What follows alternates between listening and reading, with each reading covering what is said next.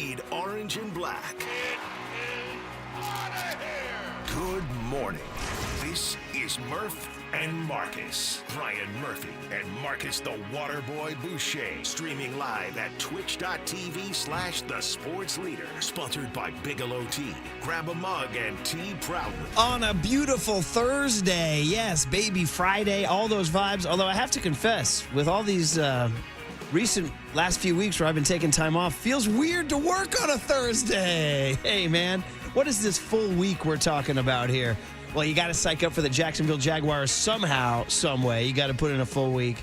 You got to psych up for Bryce Eldridge's first knock as a Giant in the home creams. At least not wearing the home purples and blacks and oranges and whatever the hell they're wearing. So, yeah, good old Wednesday night. Marcus gets us ready for a Thursday, a baby Friday. Good times, ahoy. Good morning, brother. Murph, what's up, my man? Happy Thursday morning. And, Murph, I might need some help. Okay. Because I think I've got a problem. Okay. I think I've got an issue. Okay. I'm still going to Giants baseball games. There I was last night, even with the Giants eliminated from playoff contention.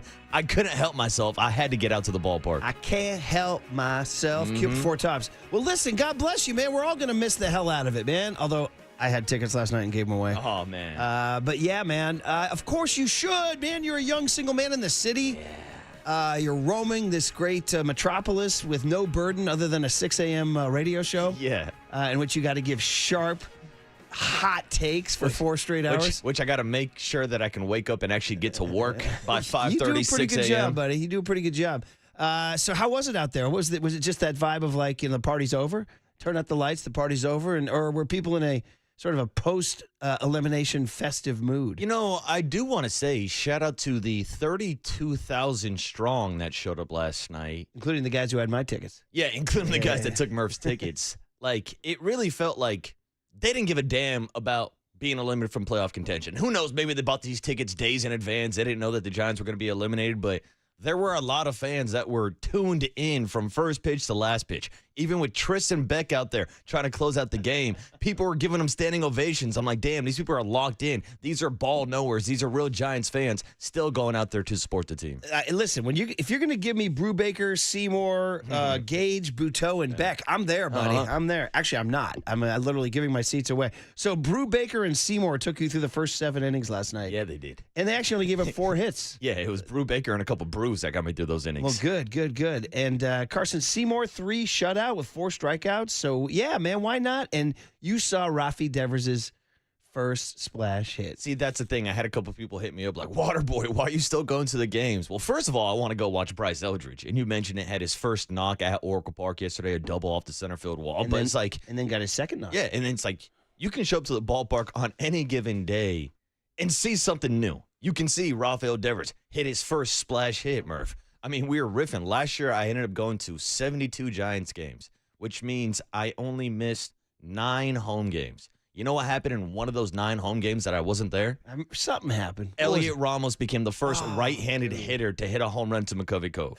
And I sat there and I said, there's no blinking way this is happening to me. I went to 72 games and I missed something historic. And so that's why I still go to the ballpark, because you never know what can happen on any given night. By the way, on that Oppo splash by Elliot Ramos, did he take a wide turn at second and get backpicked? No, Murph. Okay. There's no back doors on that one worked play. out pretty well. Yeah. So don't miss. Yeah, don't. I'm with you 100%. And I get nostalgic. I have tickets for Sunday. And that's always my game 162. Now I'm having domestic issues. I got things I got to be at. And I'm like, I'm trying to figure it out. It's a noon start on Sunday now. No. Yeah. They do that because about 5, 6, 7, 8 years ago, something like that, MLB came up with this whole, we're going to play every game at the same time to have a climactic finish to our pennant race, which I think in the American League will play out because very few teams have clinched in the American League, right? I think the Yankees and the Mariners might be the only ones, right?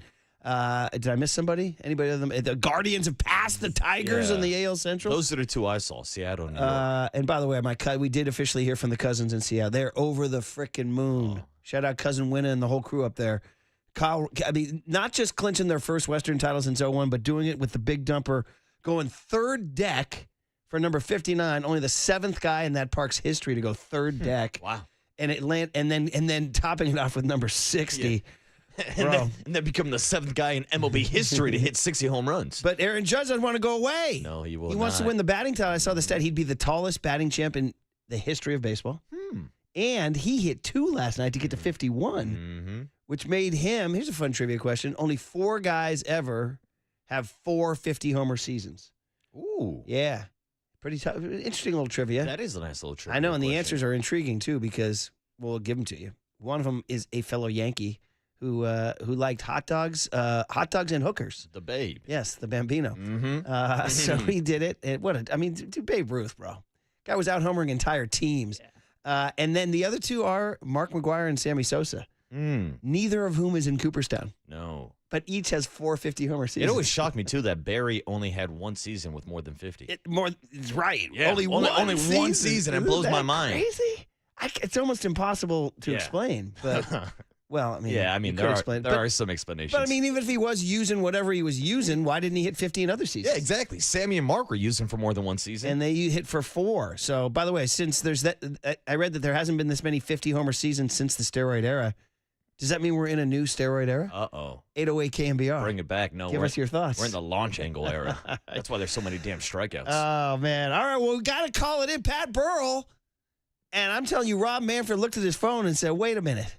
You guys are still playing games? Waterboy's still going to the ballpark? You guys are still playing games and Waterboy's still out there? So what the hell are you doing? He said, don't worry about it, you freaking empty suit. Put this one in the books. San Francisco Giants 4, St. Louis Cardinals 3. Beautiful baseball. Beautiful baseball. It's a marvelous day in the BAY.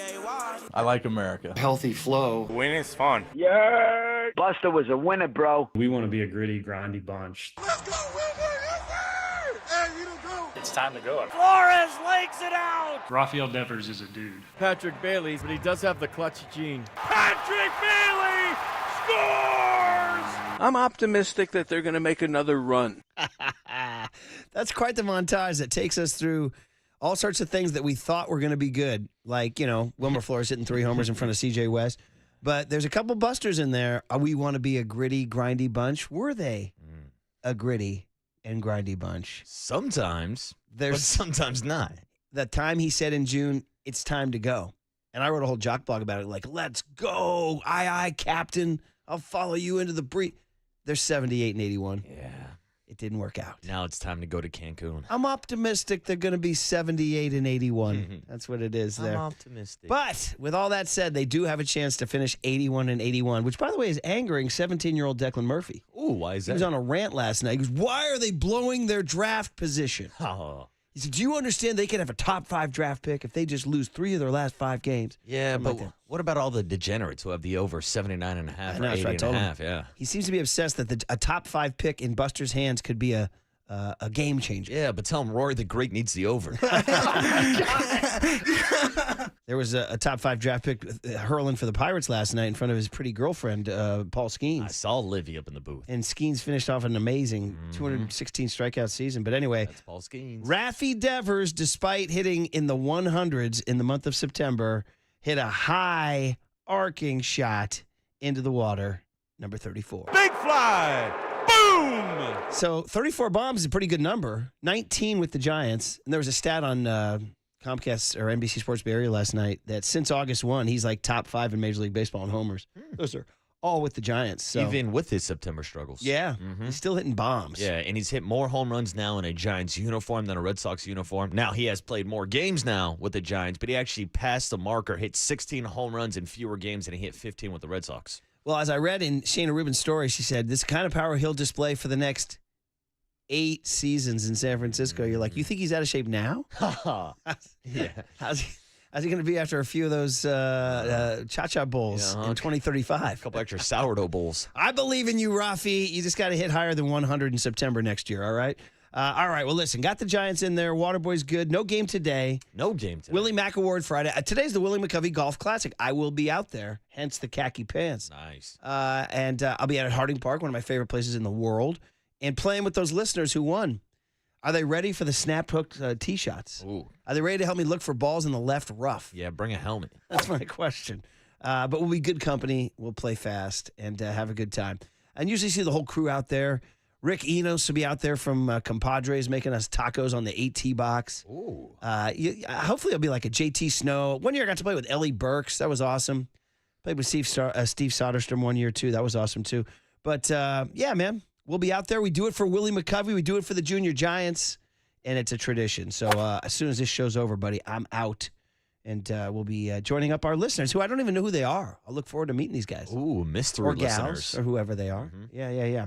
So that's today's day. So no baseball. Willie McCovey golf. Little Thursday night football. Cardinals, Seahawks. 49ers should be rooting for Nobody. Absolutely Want a nobody. tie? They should be rooting for Payne, Murph. You want a tie? Honestly, Yeah, like, sure. Give me a tie. Who's the longer term threat? The Seahawks are. Yeah, The Seahawks so always are. She should probably root for Arizona. Although in my pool that I did, my spread pool, it's basically a pick 'em. The Seahawks are getting a half a point.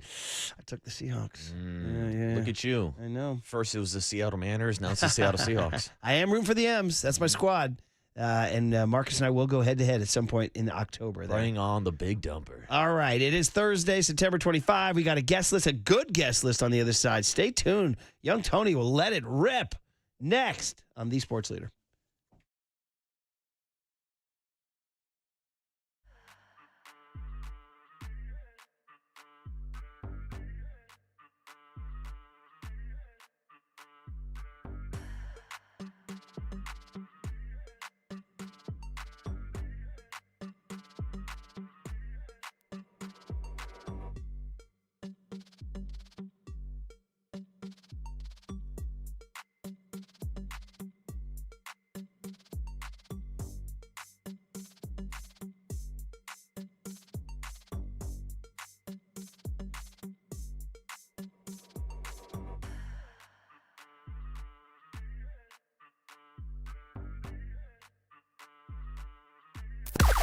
Now, from the O'Donnell Financial Group Sports Desk. Learn more at odfigroup.com. O'Donnell Financial Group, because planning is a process, not a product. It's time for the Young Tony and John Joe question of the day. Yes, indeed. Good morning, everybody. Will Brock Purdy play on Sunday? I'll give you a little tease of the guest list right now. We will ask John Lynch at 8 a.m. this morning, and you can join the conversation in the YouTube chat now.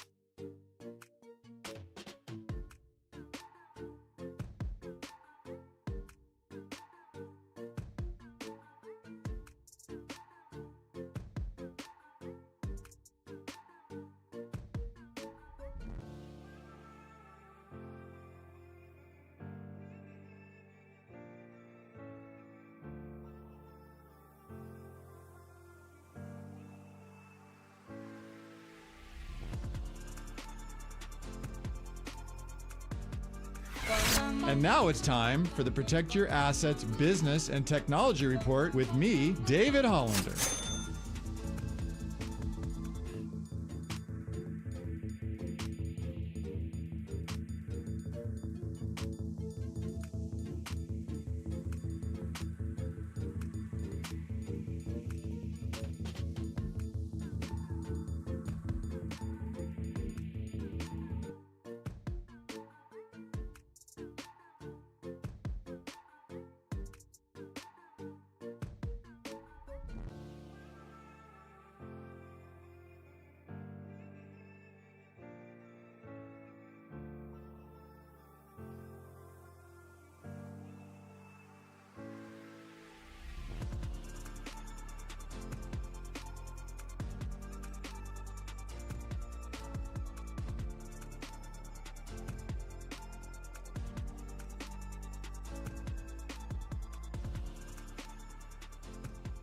Now back to Murph and Marcus on The Sports Leader. Streaming live on thesportsleader.com and KNBR. The Sports Leader app. Murph and Marcus is sponsored by Bigelow Tea. Grab a mug and tea proudly.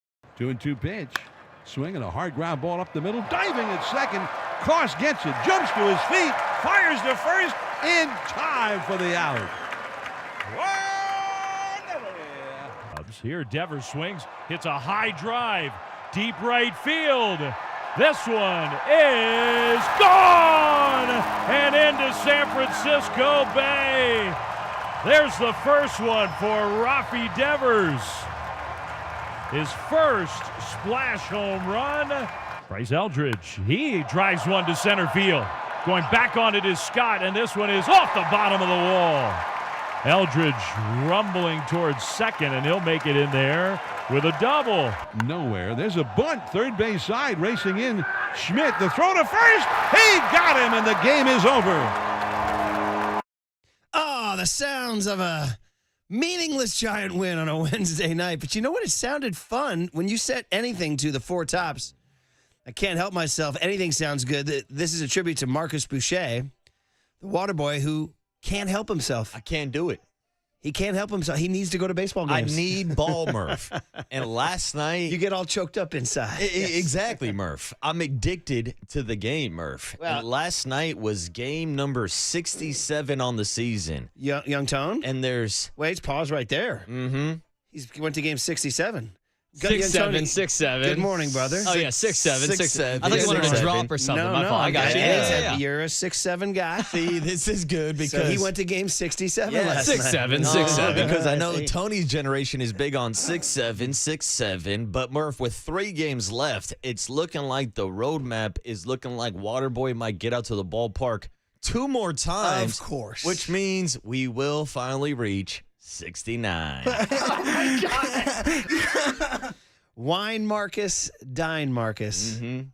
And then you know the rest. Yep. And then take me to 69 ball games. Right. By the way, I will say, in the waning days of the American Empire, as we are headed towards the end, and that is indisputable, we are headed towards the end. And when it's all said and done, because it is getting to that point, and it's like the Romans, the Greeks, whatever, what did they really give us? And like the Romans, you're like, hey, man, the aqueducts. The aqueducts are pretty good, you know? For the Greeks, you'd be like democracy and togas. Mm-hmm. Democracy and honest to goodness, when it's 5, 6, 8, 900,000 years from now, they're like, what was that American Empire? Honestly, Motown. That's it. Motown and baseball. They'll be like, what archaeologists? What was the American Empire from 1600 to 2025? Well, it gave us Motown. Ooh. So that was a great contribution to Western civilization. Are you sure it was Motown or Motang? They gave us Motang. I thought about that as soon as I said that. Do we have that one? Tony can find it in the system. Yeah, I'm going to go ahead and say that in 250 years, Motown might be the greatest thing America has ever done. Honest to goodness. I'm not going to argue with you. Yeah. Baseball, maybe right there, and then give me a third, I don't know, cheeseburgers? How's that? A burger dog? A burger dog at the Oak Club. Put it on the list. Good morning to Young Tone. You already came in with your 6-7, buddy. How was your Wednesday night? What's up, Tone? Solid. I was watching the game. Yeah, and man. we all watch the game. We can't get enough. Right? I know. We can't help ourselves. We're going to jump from Motown to Depeche Mode. I just can't get enough. Ooh, I just can't get enough. And then you go to an Irish disco and they yell, sex. Sex. They go, boom, boom, boom, boom, boom. I just can't get enough. Sex. Just can't get enough. Sex. That's what the horny teenage kids all yell at the at the Irish discos. I mean, hey. So except for now they're it's a yelling. banger though. It's undeniably a banger. Yeah, but now Murph, just can't get enough by Depeche Mode. Now the kids at karaoke are saying, "I just can't get enough 6-7. Just can't get enough 6-7. I just can't get enough Motown. Just can't get enough Motang." Yeah, man. Well, you listen. I'm jealous. I'm glad you were able to get out there and do your thing. Some of us have to sort of ease into our evening and not get out there. Yeah. I think a decision to make on Sunday. I do love that game. I call it the signing the yearbook game, the final game of the season. You know, have a rad summer, that whole thing. And but we do have some youth sporting events, and we do have the Niners. Got to be a Niner. And it's a noon kickoff, which means you could. And they're probably, dude. The Rockies and Giants might play that one in an hour 35. You know what I mean? They're gonna be like, let's get the hell out of here. Yeah, pack your It's ready bags the up first and pitch. get ready for the offseason. Yeah. Now, Murph, I do got to say, I've got to complain. I've never liked that the last day of Major League Baseball season is on a Sunday because then you're going head-to-head competing with the NFL. Well, the great game of baseball always felt like they didn't need to worry about the NFL. And then about 20, 30 years ago, the NFL said, step aside. Yeah. What sport are you again? Mm-hmm. Yeah. So, they should kowtow and not end on a Sunday? I think they should. I think they should get away because you mentioned it. They start every game at noon on Sunday. But guess what? I'm watching football at noon on Sunday. And I'm saying this as a guy that loves baseball, that has gone to 6 or 7 games and can't quit this team. You're going to be looking at your phone to see how Puka Nakua is doing in your fantasy app. I don't know. Maybe it's just a bit of a complaint by my end. But I think you should go. Dude, it's Niners, Jags. Who cares? And it'll always be there. You can have it on your phone. It's the freaking last baseball game. Plus, do we have the Matt Chapman from 2024, the finale? If you can find that. Because you're always going to see a guy grab a mic and say something wacky like, when we end the season next year, we'll be going to the playoffs. That is the playoffs for the 78 and 80. I just want to echo what Webby said. I want to say thank you to the fans. You guys give us energy every single day. You showed up. I know that this season didn't end the way we wanted it to. But we're going to go home this offseason. We're going to get better. And you guys bring the same energy next year. And when we end the season like this next year, we're going to be going to the playoffs. We're not done.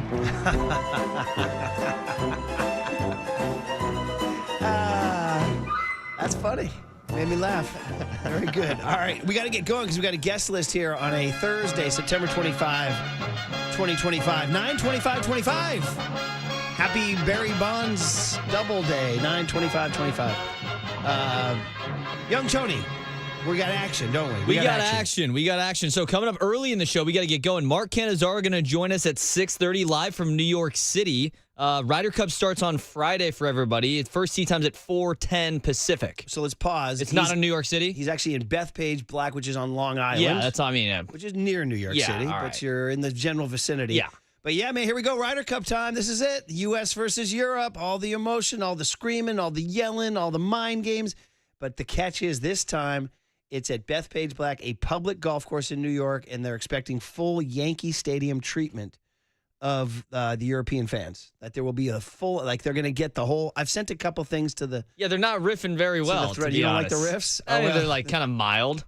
Do I have time to tell the Bethpage story? I can't say the word T. You know the word tease for breasts? Oh, yeah, I got you, Murph. Okay, you guys got me? I That's what I'm understand. gonna say. I understand. The word is tease. Okay, I got you. Okay, so Colin Montgomery was a Scottish golfer who had a bad body. He had man breasts, but he was a great player. He was one of the best players in the world, top 5 player in the world. Never won a major. That was his big thing, and always whined, complained, slammed clubs, cried, always yelled at the crowd for making noise. Was a big fan favorite to heckle this guy because he had a bad body.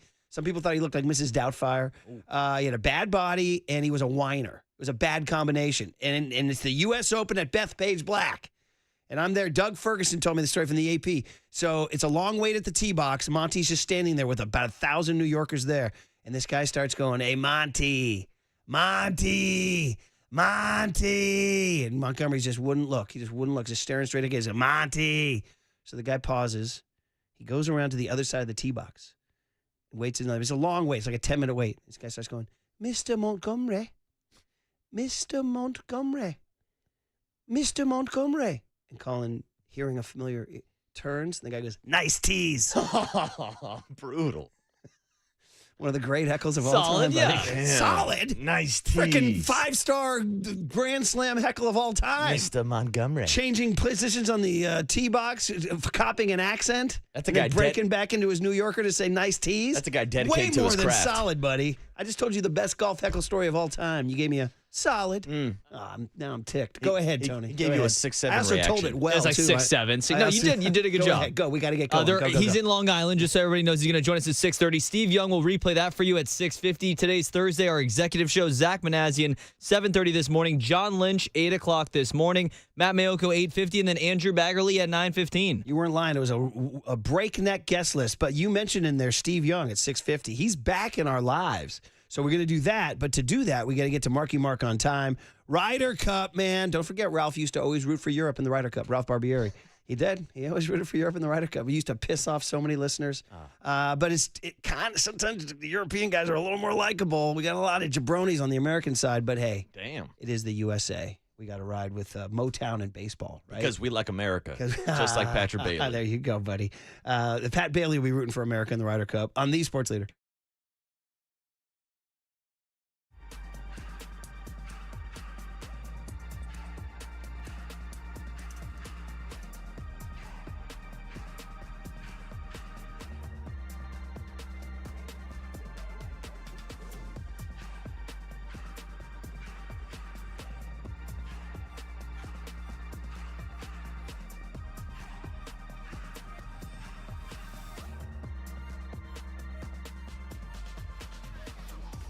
All right, let's talk about River Islands because things are jumping out at River Island. First of all, I'll meet you at the boathouse. We'll get a sandwich, get a beer, maybe a non-alcoholic drink if that's your preference. Either way, we're going to go, and then we're going to go let's take a drive around River Islands. Schools are back in session. 3 top-rated K through 8th grade academies within the community. Construction starting on Academy number 4. River Islands high school students are busy in the classroom and on the sports fields of their huge new campus. It's phenomenal. Elsewhere in Northern California's most successful lifestyle community, we're putting touches on another park, a playground, workout areas, tennis, splash pad, picnic area. In this fall weather, you know it's our best time of year. Still perfect for launching that kayak or a paddleboard off your own deck and heading over to the boathouse for lunch or dinner. Hey, more than 4,000 households have already made the move to River Islands, and today with 15 neighborhoods priced from the $600,000s to over $1 million, there's more variety in home styles and sizes than ever before. In fact, the only thing missing at River Islands is you. So start your tour today at riverislands.com. Isn't it time for you to discover the islands? And hey, I'll meet you at the boathouse. The good life.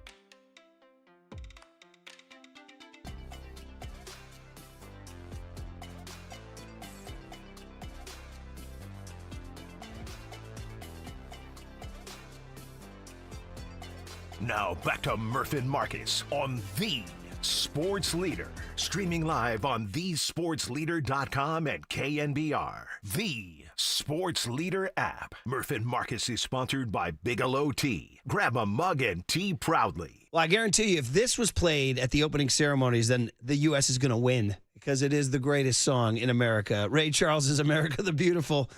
Setting the mood for the Ryder Cup. Let's go. I believe your boy, 47, is going to be out there tomorrow doing his thing, adding to the juice, the big golf fan that occupies the White House. So layers of security, Ray Charles, Europeans wearing lavender and mint. That's what they always wear. They wear like lavender and mint. We wear like big, bold red and blue. And on the scene to cover it all is our great pal, Mark Cannizzaro of the New York Post. We love him. Marky Mark, number one in our hearts. He's on our U.S. Ryder Cup team. Marky Mark, welcome back to your boys, Murph and Marcus. How are you, brother? Hey, what's up, Mark? Murph, Marcus, good morning, San Francisco. Let's get this thing going, man. This is 4 days of banging the drums. It's time to tee it up. You know? I know this hype, and now finally. So, how are we looking out there? Are we looking at has that New York humidity and storms and heat? How's our weather forecast, buddy? I would describe the weather today with one word, and I would say sloppy. Oof. Yeah, it's been. I thought you were going to say splendid. I thought you were going to say splendid. No. Well, here's the weird thing is for literally the last number of weeks, it has been splendid, and it's supposed to be pretty splendid starting tomorrow. But unfortunately, when the matches start. But yeah, today was the one day storms come through, and it's pretty much a soaker. I'm not even sure if they'll get practice rounds in. I'm not really sure still yet. I think the course is closed right now. Oh. But it's just, this will pass, and then, 7:10 in the morning balls in the air tomorrow. The course will just be a little wet, and probably playing, it's already a brutally long course, at least for mortals like us, and so the wetness will just make it a little longer. Well, as you know, it doesn't really matter what the weather is. They're all going to play it. But it is better when we see those beautiful blue fall skies in New York. I went back and read my U.S. Open golf gamer from the Tiger win in 2002, and I made a lot of references to mud and slop. It was wet that week. So that can, affect birdies and eagles and stuff like that. But it doesn't matter. It's just head-to-head competition. Let's get into it, man. So for those, casuals who just kind of don't really know what's going on, usually the home team wins this thing, right? Yeah, so 8 out of the 10 of these, the home teams won. Europe has, been the two that have won on the road. The U.S. hasn't won on the road since just about before we were born. Listen, my feeling this week is I think there's a lot of pressure on the U.S. team because there's probably never been a more significant and heavy home course advantage than in Ryder Cup history than here at Bethpage, because the place is going to be just lit, and so I think there's pressure there for the U.S. because the European side is stacked.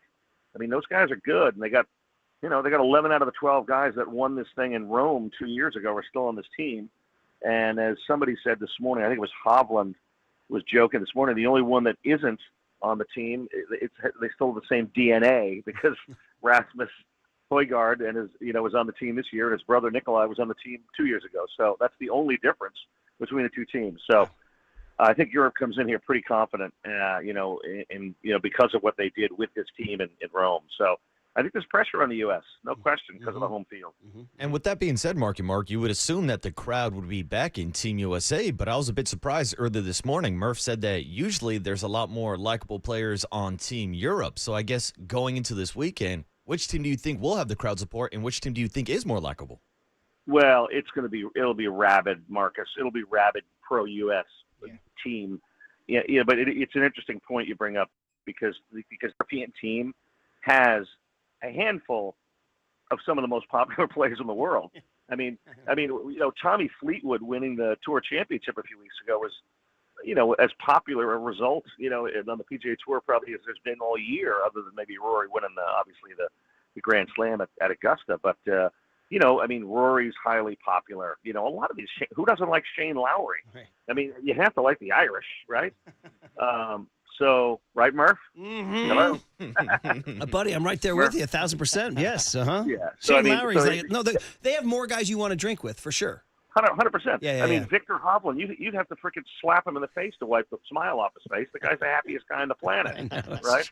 So, listen, I think both teams have likable players. I mean, in different ways. Bryson DeChambeau is crazy popular. I mean, he's a rock star. He's literally a showman, and he's been kind of, one of the, huge attractions here during the practice round. People are just following him everywhere. So, but here's the bottom line, though, getting back to your question, Marcus. I mean, at the end of the day, these fans are from here. They're from New York. They're from the U.S. They want our team to win, regardless of how popular, they'll be boring. I mean, they've been booing Rory, they'll be booing everybody, even the guys we talked about, the likable guys. So, that's just the way it is because they want to win. Yeah, and it's New York, man. Come on, it's Yankee Stadium, it's Shea Stadium, it's the whole thing. It's going to be incredible New York crowd going for you. I'm just looking at our roster, and you mentioned DeChambeau. Obviously, Scotty Scheffler is the greatest player in the world, so he will be a huge person. But we are sort of lacking a little star power.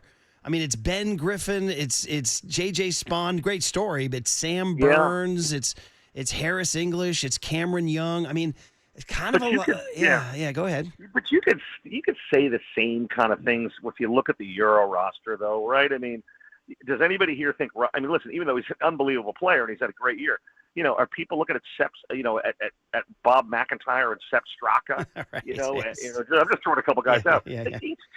Each team has those guys. I 100% know what you're talking about. I have to think. Listen, I'm going to take umbrage to the Ben Griffin, even though I know he's not a big name. I'm a big Ben guy. Okay. I did a huge piece on him and leading into the U.S. Open, and I've gotten to know him a little bit. I actually literally played golf with him about a month ago. See, there it is. Now we get to the bottom of it. If Marky Mark played golf with him, then we got favorite. Ben Griffin's our guy. I was just trying to give you some context there. It wasn't like he invited me. How'd you play? Like he invited me. How'd you play? I was a stripe show. What else? How else would it be? Where did you guys play?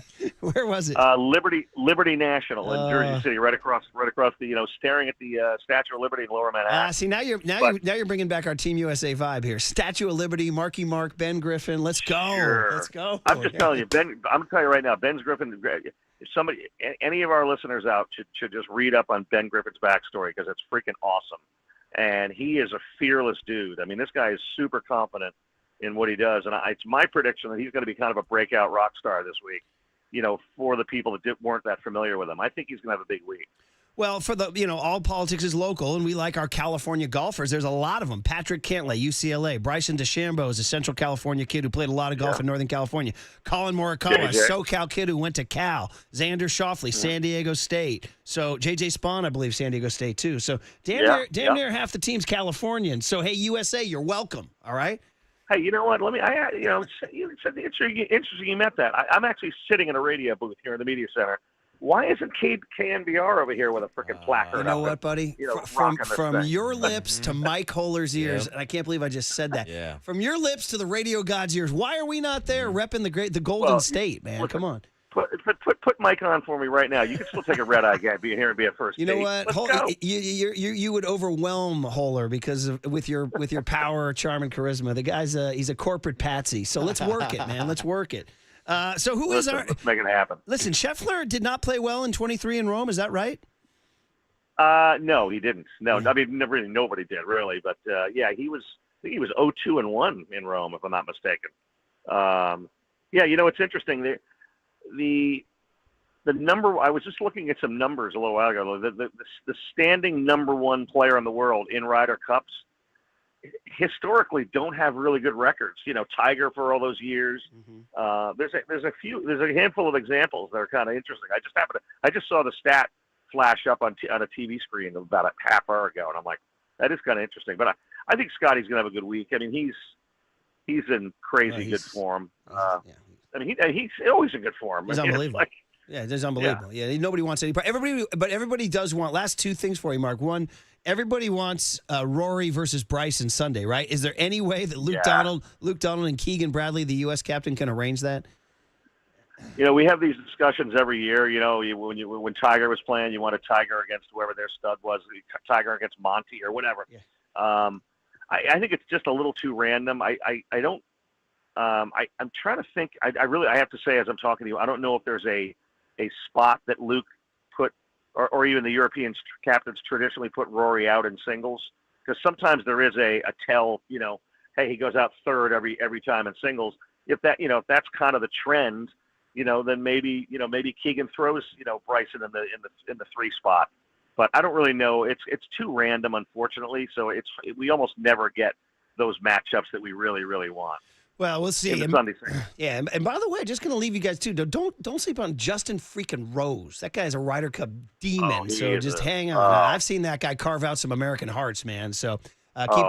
He's great. I've done a poor job with the journalism before. Marcus has one last question for you, and that is I didn't even get to the money thing. And I don't know if that's more of a media story than a player story, but if you follow the Ryder Cup, for years and years and years, it's been controversial about do they play for free for the glory of their country or should they get money? Mark O'Meara was the first guy to bring it up about 25 years ago, caused a huge stir. Oh, you don't love your country, da-da-da.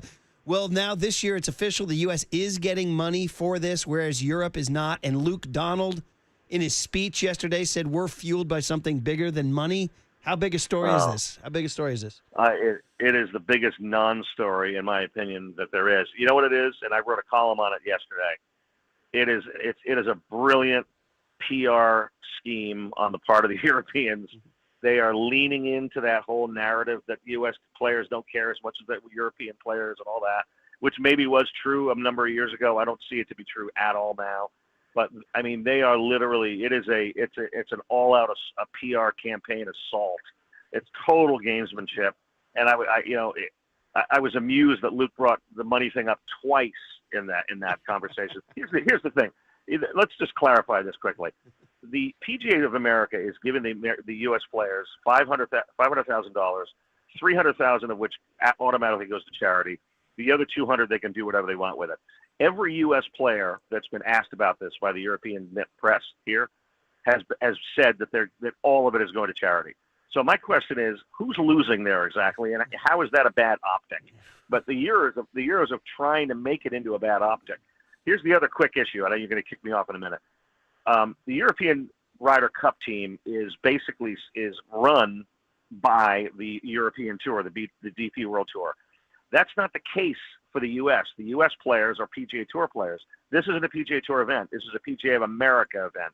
PGA of America is pocketing untold hundreds of millions or whatever you want to call it out of this event, right? A lot of which goes to charity, of course. But if the European players were to take money from the European Tour, say they were going to take $500,000 each, they're taking that money out of the tour that they're supposed to be supporting, and a tour that's struggling, quite frankly. Also a tour that all 12 of these guys have essentially fled to play in either PGA Tour or LIV. Yeah. They still play DP Tour World events so they can stay eligible for the Ryder Cup, but that's about it. Yeah. For most of them, you know what I mean? So there's a lot of hypocrisy going on here. A lot of stuff, kind of untold things. And they're trying to make it out like the U.S. players are on a money grab. That's the narrative they're trying to push, that the U.S. players are on a money grab and they just want more and more and more money. And our pure as the driven snow European players, we don't want to be paid this week. Luke Donald literally he flashed the doughy eyes the other day for a Sky Sports interview and said, "This is not a week to be paid." So it's just like, I got to tell you, it's brilliant gamesmanship, in my opinion. It's absolutely brilliant. As a great American said, "Don't believe the hype," is what. There you go. So there you go. Marcus has one last one here for you. Yeah. Well, last question for me, Marky Mark. I got to sneak in a Yankee question here. Are you buying the hype? Let's go, baby. Let's put a tie, baby. Yeah, exactly. Yankees going to the postseason, but after breaking down Bryson versus Rory, what's your breakdown of the Big Dumper versus Aaron Judge? Who's winning the AL MVP this year, Marky Mark? Boy, that's a hard one because, God, that guy's having an amazing year.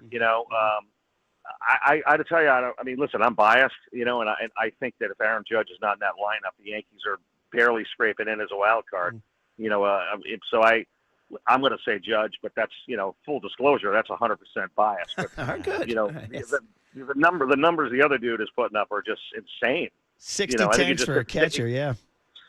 I switch hitting catcher, yeah. no less. And with a nickname like the Big Dumper. So all good, yeah, man. All good. I think that's pretty cool. Pretty cool season he's having. But I'm more focused on the flat-footed tie right now with 4 to play. Let's go. Blue Jays choking their guts out. Yankees surging with Camilo Doval in the pen. Hey, we'll let you go. I just need one just on a personal note. Is my man Julius Mason still holding it down? He is here. Yeah, I'm not. I don't see him right now. But yes, Jules and I have. Please, he's the neatest, most well-dressed man in America. And maybe there's only one PR guy in the world that matches him, and that's the Golden State Warriors' Raymond Ritter. Marcus, I'm talking about this guy who does the PGA of America. He's the Raymond Ritter. He's the only guy who can throw punches with Raymond Ritter. Oh, if he's in the conversation. Yeah, for sure. Raymond Ritter. I hope he's listening because I love that guy. He's a rock star. Oh my God! Raymond Ritter's even touched your life, Marky Mark. That's incredible. You don't do any NBA. Now you can't even spell NBA, dude. No, you know what? You know where I met. Well, I've met him a number of times over the years because he's actually from here. He's a New Yorker. Raymond Ritter's not from New York. No, he's not. He's from Wichita. He's from Southern California and then Kansas. Yeah. Go ahead. I screwed that up. But anyway, he actually hooked me up with Steph on a Super Bowl column, big Super Bowl piece I was writing on Mahomes and how kind of Mahomes was the Steph Curry of the NFL. And the Nets were, the Warriors were in town to play the Nets. He hooked me up. I sat with Steph for about 20, 30 minutes. He was awesome, as he always is, because he's pure class. But no other PR director on the planet is setting an out-of-town reporter up with the best player on the planet. It's just not. We're one-on-one. That's just not happening anywhere. He's a singular. Raymond gets that done. He's a singular great. He's a Titan. He is the Steph Curry. And Julius Mason, though, pretty darn is close, but nobody can be like Raymond. So Raymond does listen too, by the way. So hopefully he heard your shout out.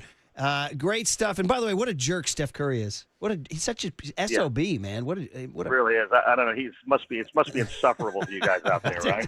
Also, you might see him this week. One of the biggest golf fans in the world. I look for number 30, red, white, and blue. He might be in the team room. In fact, he might be in the team room. When we were sitting down at the downtown Four Seasons, and I sat with him, I just randomly happened to be wearing my San Francisco Golf Club pullover, which as you know has a very very understated small logo, right? Yes. And we sat down, and he literally just stared right down at my chest, and he goes, "Nice shirt." He's a Cal Club guy, but yeah, he's been at SF many, many times. All right, buddy, we went long. You killed our clock, but you're awesome. Be good. Enjoy the USA. Enjoy the vibe. Enjoy the energy. We miss you. And take care. Thanks, Mark. All right, I'll see you in the booth tomorrow when you kick the red eye. Marky Mark at the Ryder Cup. Steve Young next on The Sports Leader. On The Sports Leader.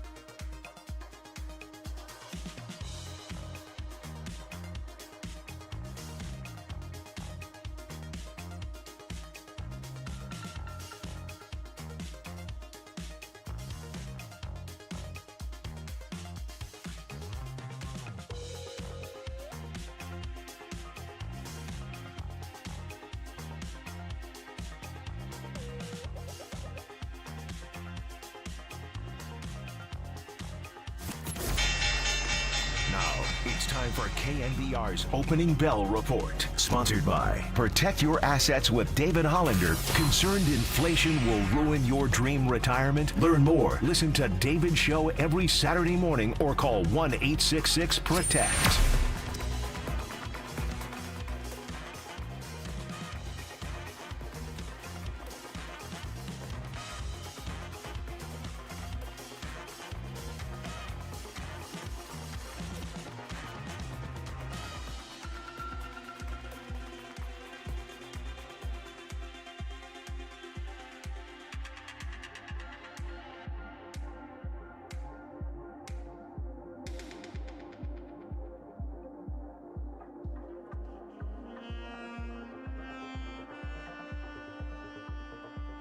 Listen to the sports leader anytime, anywhere. Download KNBR, the sports leader app. Murph and Marcus continue live from the Casino Matrix Progressive Jackpot Studios. Casino Matrix. Progressive jackpots are here. Where are you? Just drop in. 1-800-GAMBLER. All right, Steve Young is back in our lives, and you early morning crowd are going to get treated because you're listening to KNBR AM and KNBR FM, San Francisco, the sports leader, a Cumulus media station. Number 8 is going to do every other Wednesday with us, and then join the afternoon boys. We're sharing the youngsters. So welcome back, Steve, on the UMA guest line. And, of course, we got to start with his guy, Mac Jones. Remember, he told us he had a family friend in common, so he's gotten to know Mac pretty darn well. And there Mac was in his knee brace, man, gutting out that win. So before we get going to the rest of the week and the outlook for the 49ers season, Steve, what about that gutty win from Mac Jones? What'd you think? You know, as hard as the job is to play great football in the NFL, and especially as a starting quarterback, maybe a harder job is to be a backup, you know, and to come in, to roll in. You know, no one knows you. No one, you ever played with them before, and all of a sudden you got to go get it done. And so Mac, to me, gets a lot of credit for living it. You know, like he's put up 2 nice games. I mean, pretty clean, and a big kind of late game victory, like the winning drive, winning field goal, like stuff that like that's not nothing. And so I really appreciate that ability. We know how I feel about Kyle and the system of the 49ers, but it's still somebody's got to go do it. And he also brings a different kind of look than we've had for a long time at quarterback. You know, you're right. It's kind of like a more old school prototypical quarterback.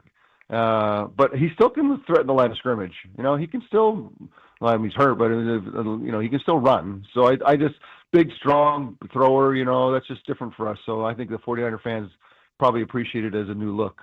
Steve, do you think it's a different look because of the skill set of Mac Jones or the way that other teams are facing off against Kyle Shanahan and maybe trying to slow down the run game and forcing Mac Jones to try to beat him? Yeah, I think both. Everyone, look, because you know, you see this with the Chiefs, you see this with the Rams. Every defense has to come up with something, you know, new and wrinkles and all that kind of stuff. And so, yes, they're going to be very affirmative, I guess, in their efforts to kind of stop the 49ers. It's always been the case. And that's why you get whatever defense, if you follow defense, like if you love football, if your brain is shaped like a ball, you're going to follow defenses that play the 49ers because they're going to expose everything they have, you know what I mean, and all the aspects of what they're capable of doing. And so, yeah, I think that they were trying to force, like, look, the 49ers would love to run the football. They'd love to kind of pound us and then open up the passing game. We're not going to allow it. And so I think that there's little of that. And there's also just, Mac is, he's played 50 games, and like life out there in the wilderness in the NFL for quarterbacks can really suck. I remember I played 1 year in Tampa, and new coach came in, and he said, "Look, I hate lefties and I hate scramblers," and I was like, wow. Ray Perkins was the coach, and I'm like, okay, and scramblers were like, that's like swear word, I mean, if you're a scrambler back then, like, I was like, do not call me a scrambler, bro. I'm playing quarterback and I can actually move. So like, but there's some bad spots for quarterbacks, and so Mac ran into a couple, and so did Sam, who was here, and now you saw what he did when he went to Minnesota and what he did here a little bit. So, the skies do open if you're at a place where understands the quarterback position in today's game. I love it. Steve Young's voice you hear on the Yuma guest line. We're going to have him every other Wednesday at this time. Afternoon boys will have him every other Wednesday. I like that. What Mac did, it's not nothing. It's not nothing at all, man. 2 big wins for this team that's 3-0 now, and the schedule keeps unfolding for them. But just as we kind of watch this team take shape, Steve, the guy he threw the most balls to, or the guy who caught the most balls, was Ricky Pearsall. This kind of, I don't want to call him undersized, but he's not gigantic. He's not T.O. out there. We had a listener compare him to Jerry Rice in terms of his production. 8 catches, 115 yards, the big catch, Not a ton of separation, maybe a little. I don't know. I need the Steve Young, Ricky Pearsall scouting report. What would you like if you're in the pocket and you're looking for a guy like that? Well, he's nifty, right? I don't know where that's an old word. It makes me okay. Now I'm old, right? But he's like he's Steve Smith a little bit. Like I feel like he has body control, and he's gonna get open. It's not gonna be like you said. It's not explosive. It's not like he comes out of the gate and it's like, oh, watch out. But he's just he understands. I feel like he really understands the kind of the spatial relationships on the field. That's Brent Jones had that in a huge from the tight end spot, but really had in a sense of all the people on the field and where they are and where they're going, what's going to happen, and how I can fit in. And that's just a knack. Jerry obviously had that big time, John Taylor. So, but Ricky, like as a quarterback, he's going to be where you think he's supposed to be. You know what I mean? It's like he's going to find that space, and then especially against zones. So you got to love Ricky as a young player and what he can develop into. And again, you're right, Murph. He's not. It's not like he's lined up and go, uh-oh, watch out, But he's just one of those guys. Steve, the question is now, who's going to be throwing him passes this weekend? Mac Jones dealing with a knee injury, and of course, we'll learn more about Brock Purdy today as the 49ers get back to practice. But my question surrounding Brock Purdy is, we know that one of his key attributes is his legs and his mobility. So when he is dealing with a toe injury, is there maybe an added level of concern to put him back out there if he's not at 100% when it comes to mobility? For sure, but that's just true for any injury, but especially with your foot.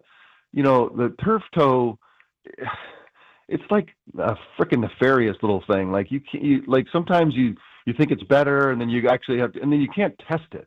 You can go out and practice and be careful and make sure that it doesn't hurt, and they can kind of, do all the stuff in the background. But then you got to go play, and then as soon as you do it, you're like, oh crap! Because there's a ligament that's messed up, and ligaments don't. It's not a muscle. It's not like, oh yeah, rub it out, it'll be fine. And so yeah, you've heard of turf toe, like chronic turf toe.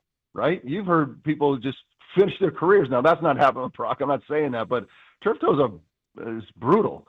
And you think about your thumb or your big toe, if they're not doing well, you're not going to be doing much with your hands or your feet. And so, look, they said it was a couple of weeks. They think he can play. If they believe that, probably because it wasn't that bad and it's healed pretty good, and he can try to take care of it, and especially on the grass, and he's home, so that's good.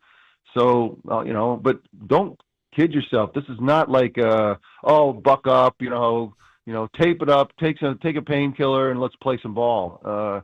This is the kind of thing that can hang around for a while, so you got to make sure you get rid of it. So your point is that, Marcus, is that, this could be something. So you got to be careful. That's a little, I don't want to say foreboding or alarm. I mean, listen, but you talk about this all the time. How many NFL quarterbacks or NFL players in general aren't dealing with something, right? Everybody dealing with something? But Murph, it's kind of like, for quarterback, if your hand is, something's wrong with your hand or your arm can't, that's like, then you can't do your job. Mm-hmm.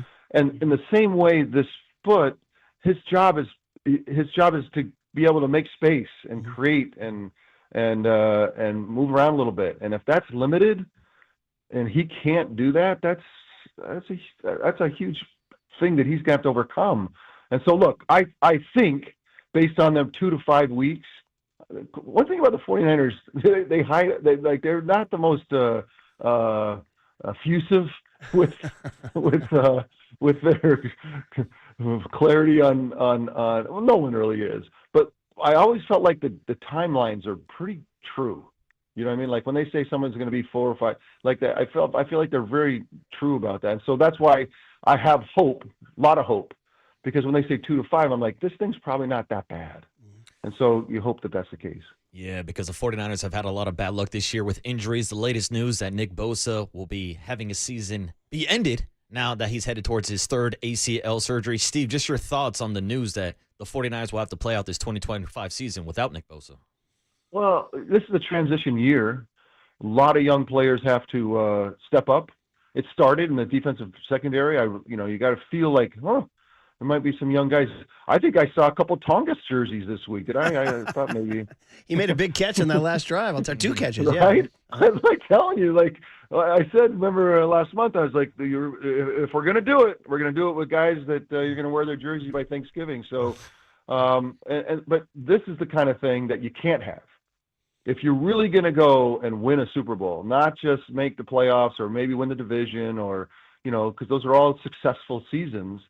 But you know about how we roll. So if that's the case, this is a shot to the groin, man. This is like you're doubled down for a little while in pain because you have to take it in. Now, is Bryce Huff, can he now be something that looks like that? Alone, like in a big game without a lot of help anywhere else, and I can now be that guy. So that's what we got to have hope that people fill. And that's not the place you want to be to go running for a Super Bowl, but that's where we are, and it's not impossible. And so with great hope that we're going to kind of let it rip. I feel so bad for Nick. Nobody works like Nick. Nobody prepares like Nick. And I think Nick was actually, as he got older, a little more, I don't know, he's a leader.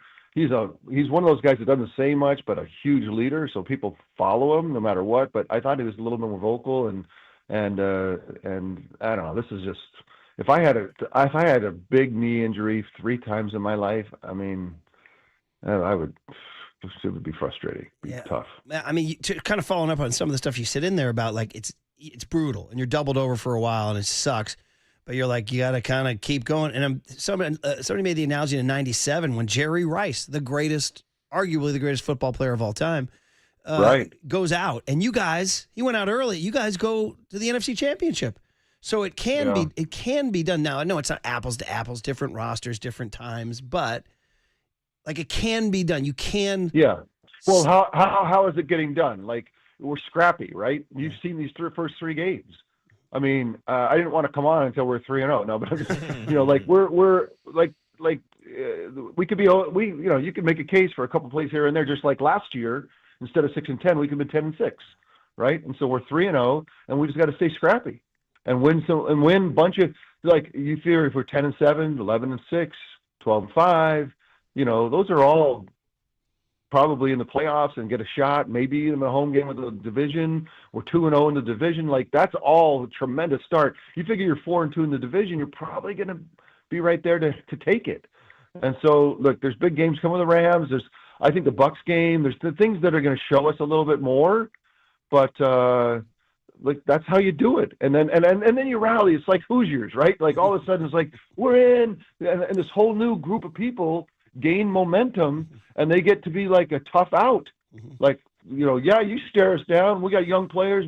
I got new jerseys on in the stands, and we're rolling. And that's how it can catch fire. And it's a lot easier to catch fire at 3-0 than something else, right? Yeah, and so.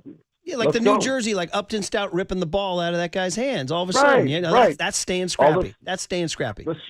And it's new players doing it that you didn't expect, you didn't know, and now, like I said, by Halloween or Thanksgiving, you're like, they're now huge contributors, counted on week to week, and watch out for the Niners. So it's the kind of, now again, the risks are higher than having the best roster in football. And without any injuries, and with Nick Bosa healthy, but we cannot have more. No, we can't.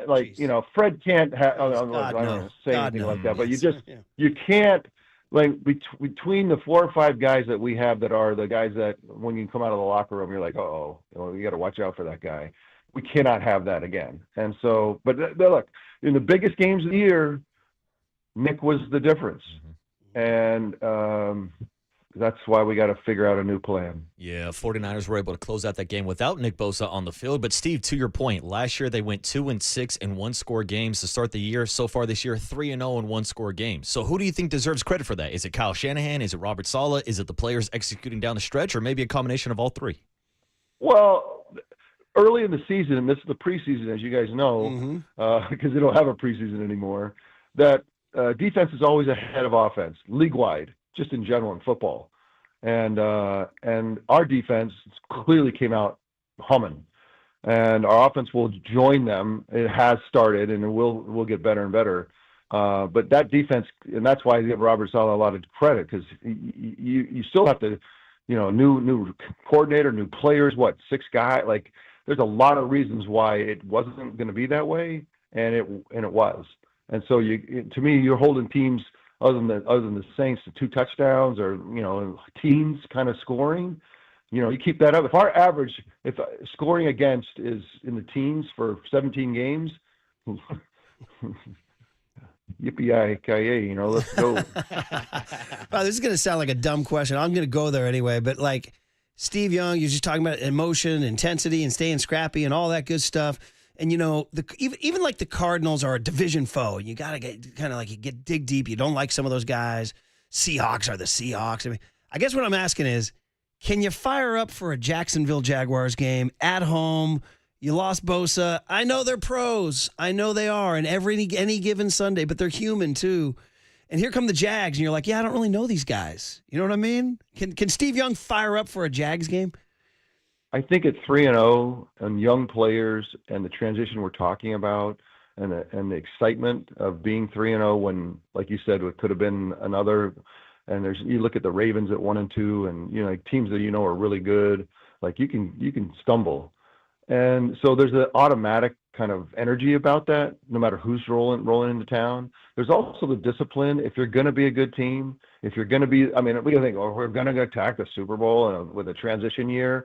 Then you've got to have when we say scrappy, it's gritty, right? It's that group of people that just, don't take a day off. And so that has to be the personality of this team. We don't know quite yet, but it certainly feels like we've get a sense of it. And so that way you don't have to worry about whether it's Jacksonville, or anybody. So I understand what you're saying. If that's the case, if that is a fear and it gets realized, then we're going to be we're a mid-team, right? It's not clocking, and it's not going to clock. So, in that way, whatever. We've had a transition year. Nick Bosa got hurt. Brock got hurt. What do you want? We got plenty of narratives that we can start to talk about in a few more games and go, well, it's just not that kind of season, blah, blah, blah, blah, right? So, yeah, Jacksonville, and, it's all, it's chalk, right? It's like just what happens if you allow it. But right now, my sense early is that we've got more than that, and that's exciting. It is, man. All right, I know we got to let you go. Just last couple ones here. Just league-wide, I'm looking at the standings, and I'm seeing the Eagles. They kind of give them that little Steve Young 90s Niners vibe of being the big bully, the dominant team. You know what got revived nationally is like people are starting to turn on that tush push. I know you probably talked about it all last couple of years with the afternoon boys, but it's back. The guards are being caught firing early off the snap. I don't know. Year 2025, Steve and the tush push. Eagles 3-0. You got to hate the Eagles. Where are we here? Well, first of all, as you guys know, the game, I hate lefties and I hate scramblers. Well, that was a time when the game is just it's really hard for me to watch how awesome it is for a guy like me. Like, this is my game, and so tush push is another element of that kind of, that dynamic game that is fun to watch. And I love the innovation. What I love about the tush push is it's innovative, right? You can say in a weird way, it's like, it's simple, it's basic. It's like maybe the first thing that they did in 1840 was the first play was the tush push. I don't know, but it's like, I appreciate the innovation. I appreciate something that you can do that's unique and different. And if it's trying to get outlawed, it must be kind of cool in a weird way. So I'm okay with it. And I'm okay with innovation in general. Murph, I'm telling you, we've had a most innovative time in football in the last 6 or 7 years because of rule changes. And Kyle's been in the middle of it. Sean McVay's been in the middle of it. Andy Reid's been in the middle of it. Sean Payton's been in the middle of it. And now, as we talked about last week, it's really kind of all over the league. But it's the innovation that makes the game great. And so I appreciate when I see somebody doing something that is unique and different. And I don't belabor it with negativity, like, that's cheating. Like, bro, it's in the game. Let's go. And so deal with it. Now, if they can slow it down because they can't get a jump on it, has that been the secret the whole time that we didn't see? Yeah. Like, I never saw it. I never realized that it was there was a crack of a bat before, but you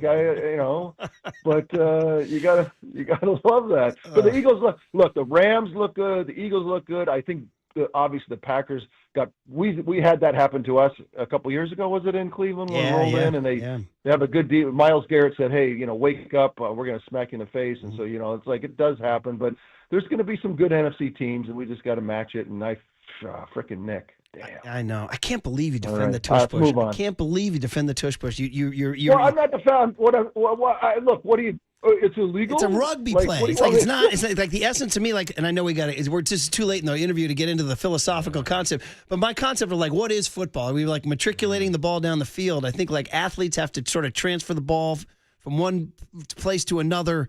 And it's not just 7 guys shoving a guy from behind. I actually think, like in 2000, I think I read that it was up until 2005, it was illegal to push from behind. Like when you were playing, nobody could push you from illegal. behind. There was no play like that, no question. And I understand what you're saying. I get it but what I'm saying is, look, if you don't like it, stop it. I get it. Yeah, and if you don't like it, Steve, you can also run it, right? That's what football is, right? It's like if you don't like it, then you get up there and make sure it doesn't happen. Or as Marcus said, you just run it yourself. Run it yourself. Mm-hmm. Yeah, the Bills have tried it with Josh Allen, Steve. Yeah. And then finally, deal with it. So now it sounds like you're going to go as Big Dom for Halloween, you Eagles fan, Steve Young. Hey, last one. A listener wants to know, they're a longtime Steve Young fan saying it's about that time of year. Is Steve Young's Christmas tree up? That's the question. A little early. Come on now. Okay. Well, there's a listener out there who says that's your pattern. Halloween. Your pattern in honor of the great Tom Tolbert. Yes. Halloween is up. Okay, Halloween is lights, up. Though. Wait, Halloween is no up? Lights. Barb has Halloween up? Halloween is up. Early this year. I think it's less kids in the house and mom has more time. We talked about that. Oh man, the sadness of an early Halloween with no kids in the house, man. You guys don't know in the morning, but as you know, we usually shout out a first responder or something. Yes. We'll get that going. Yes, we will. I got thinking, I was with Jim Nance last night and for the first tea gala down in Pebble Beach. That's They've our guy. sponsored for years.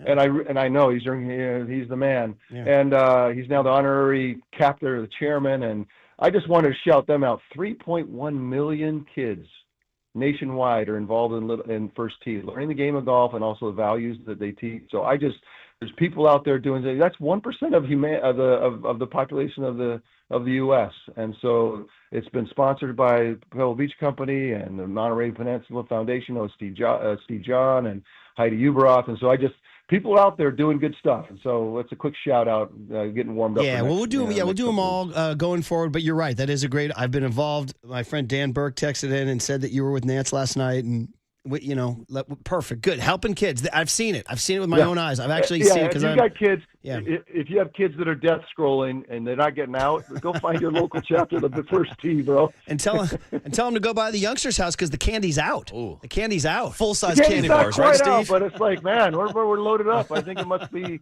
Tolbert's coming by, I guess. I don't know what's happening. Tommy hands out beer at Halloween. That's what he does. Big cans. Big cans. I'm coming by for a tall boy. All right. You're the best, buddy. Hey, go. Here's a big can for you. Go have a great day. You're the best. Take care. We'll talk soon. All right, Murph. Thanks, you guys Steve. are the best. It's so great to chat. There he is, man. Great to have our family member back. Okay, our clock is crazy this morning, so let's get going. We got Zack Manazian, Giants GM, at 7:30 on The Sports Leader.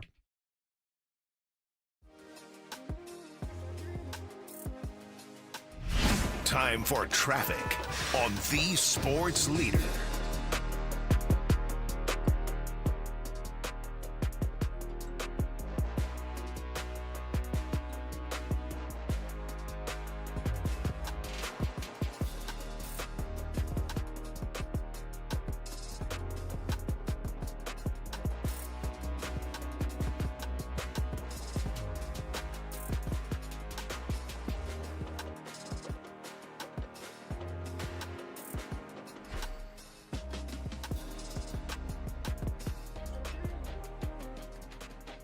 All right, let's ask the real questions about life insurance. We know it sounds daunting. I'll put it off, but don't put it off. Because if something happens in our lives, what happens to your family? Can they keep up financially? Can they stay in your home? Well, here's the good news. There's an easy way to help protect your family, and that's life insurance through Ethos. That's right. With Ethos, you can get life insurance coverage in minutes with no medical exam, 100% online. No doctor visits, no blood tests, no hassle. Just answer a few simple health questions, and you'll get your lowest rate from their trusted carrier. So get up to $2 million in coverage for as little as $2 a day. But you need to act now because rates do go up the longer you wait. So spend 10 minutes and get covered today with Ethos. Life is unpredictable, but getting life insurance should not be. So for your free quote, visit ethos.com/leader. That's ethos.com/leader. Rates may vary. Billed monthly. Sample rate for 10-year term life policy for a 35-year-old healthy, non-smoking male.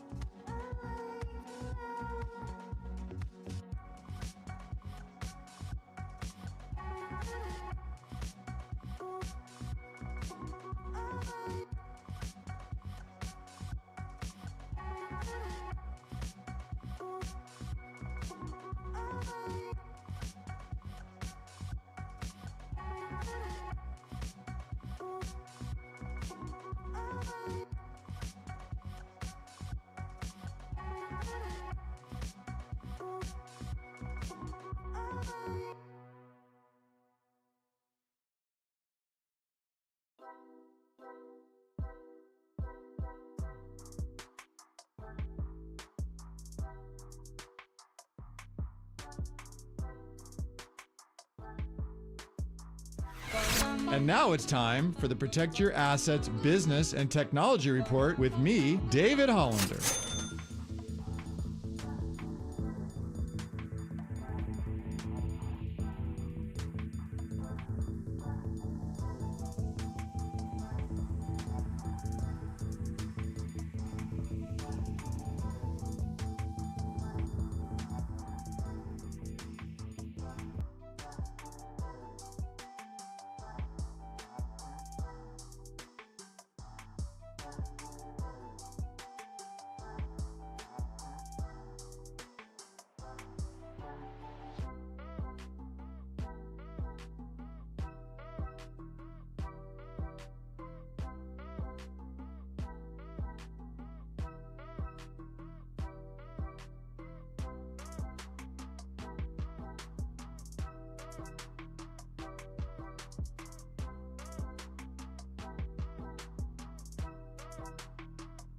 Now back to Murph and Marcus on The Sports Leader. Streaming live on thesportsleader.com and KNBR. The Sports Leader app. Murph and Marcus is sponsored by Bigelow Tea. Grab a mug and tea proudly. Oh, look at you, Tony. The kid learns and listens. We were playing earlier Marcus went to the game last night. The Giants were eliminated, and he said, I can't help myself. I said, who are you, the Four Tops? So Tony came back with, I just can't help myself by the Four Tops. And I said, or you can say you just can't get enough, like Depeche Mode. And here's Tony. Sex. That's subliminal. I just can't get enough. Giants. Do you know this one, Tone? Yeah, of course. I've heard this, yeah. All right. So, all right. Well, listen, we'll get into the Niners with John Lynch at 8 a.m., but just anything that really happened at practice yesterday of interest, there was really a couple of things. First of all, Ricky Pearsall did not practice. Ricky Pearsall, who is statistically one of the top receivers in the NFL right now. Top 3 in receiving yards this year. He met the media and was expansive about his knee injury. Like he gave away more about his knee than most NFL players do. He's like, yeah, no, I felt something Sunday night. I felt a little weird. So I'm telling you guys the same things I told the trainers. I was like, you're probably giving away too much right now. But he said, if it was a game Sunday, I'd play. I'm just being cautious. But for a young guy like that, you hate to even. It's what Steve just said to us in our interview. Yeah. They can't have another injury. No, I don't even want to see new names on that injury report. I mean, they've dealt with so many already, and Ricky Pearsall has truly stepped up as the wide receiver 1 with the absence of Juwan Jennings and Brandon Aiyuk. And, of course, they're going to be without BA this weekend. Still don't know certainly about the status of Juwan Jennings, but I guess there is some other good news in that wide receiver room that DeMarcus Robinson will be returning from his 3-game suspension. Welcome to the Niners. We've never seen him in a regular season game. I don't even know what number he wears. I mean, it's going to be like, who's that guy? He just caught some ball, but he should be able to catch some balls. He's a pretty productive receiver. I had him last year in fantasy as my WR sort of 3-4 flex guy when there was a bye week, and he would crop up with some production. So look forward to his return. Juwan Jennings, to your question, did not practice on Wednesday. It's the 4th consecutive missed practice. He hasn't been ruled out. It's still kind of day to day. So, man, it's like Steve said, though. Like I just said, no more injuries, no more Butchie. And as far as Brock Purdy, the big question, he was limited in practice, but they're optimistic. I'm going with the Athletics headline that said, the quarterback looked spry, involved, and jovial at Wednesday's practice. 3 incredible adjectives: spry, involved, and jovial. Who here at the Leader is spry, involved, and jovial? Definitely not me. On a daily basis. It's not me. Who is it? It's not young Tony because he's not jovial. Tony can get salty. Who is it? Danny Dunn? It's not. Is it? Yeah. He's not spry. Yeah, he's not spry. Who's spry, involved, and Austin jovial? Scott? Austin Scott's pretty spry. Is he spry, involved, and jovial? Yeah. Greg Silver? All right. Yeah. Curly? No, not spry. Not jovial not enough. Spry. Uh-huh. All right. Spry, involved, and jovial. That's Brock Purdy and Austin Scott. All right. Zack Manazian is our last official Thursday executive show. Now, next week, we are anticipating getting Buster Posey on for a postmortem, so you'll definitely stay tuned for that. But right now, it's Zach. He's always good. Zack Manazian, Giants GM, next on The Sports Leader.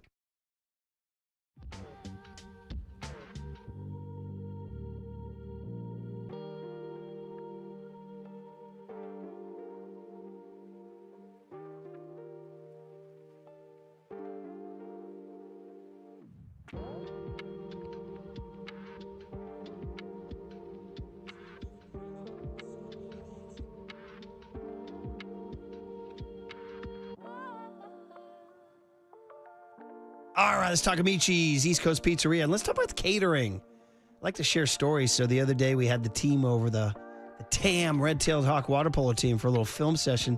We said we're going to feed you guys big trays of Amici's pasta, and it was a huge hit.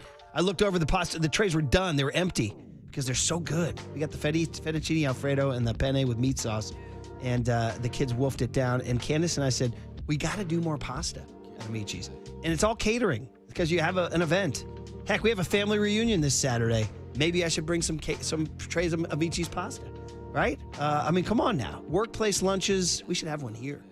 Amici's Catering. End of summer parties, football parties, whatever. It's the catering menu, larger sizes for a more economical way to feed a large group.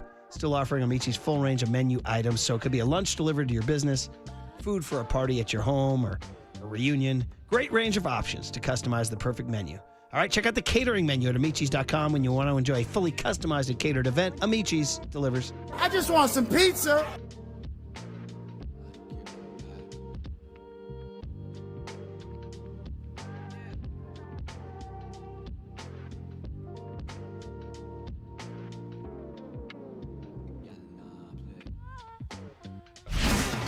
Sports Leader presents the Giants Executive Show. Every week we go straight to the offices of 3rd and King and hear from the guys who are calling the shots for the orange and black. Now, here are Murph and Marcus with Giants General Manager Zack Manazian on the Sports Leader. All right, we do this every Thursday, the Executive Show, but this is the first Thursday we've done since the Giants got eliminated. Zack Manazian, always a good conversation. Zack, I know it's not, your goal. You guys have been working ever since October 1 of last year to build a contender. It fell short this year, so time to evaluate. And I'm sure as part of the job, you know the deal. You got to sort of face the realities and try to get better going forward. So we appreciate you hopping on. First of all, good morning. How are you, Zack? Hey, morning, Zack. Yeah, good morning, guys. Good morning, guys. With all things, considered, I'm doing all right. Obviously, not the result we wanted, and certainly not something I'm going to shy away from. But coming into this role and working with Buster, we want not only playoff teams, but teams that we think are contending for championships, and we just didn't get there this year. Yeah, okay. A little business first. The Murph and Marcus Show is sponsored by Bigelow Tea. Grab a mug and tea proudly. Also, the Executive Show is sponsored by Benjamin Moore Paints. Experience the Benjamin Moore retail difference at our independently owned authorized retailers today or at benjaminmoore.com. All right, sort of a general, simple oversimplification question, but you're 78 and 81. What do you think did not go according to your plan?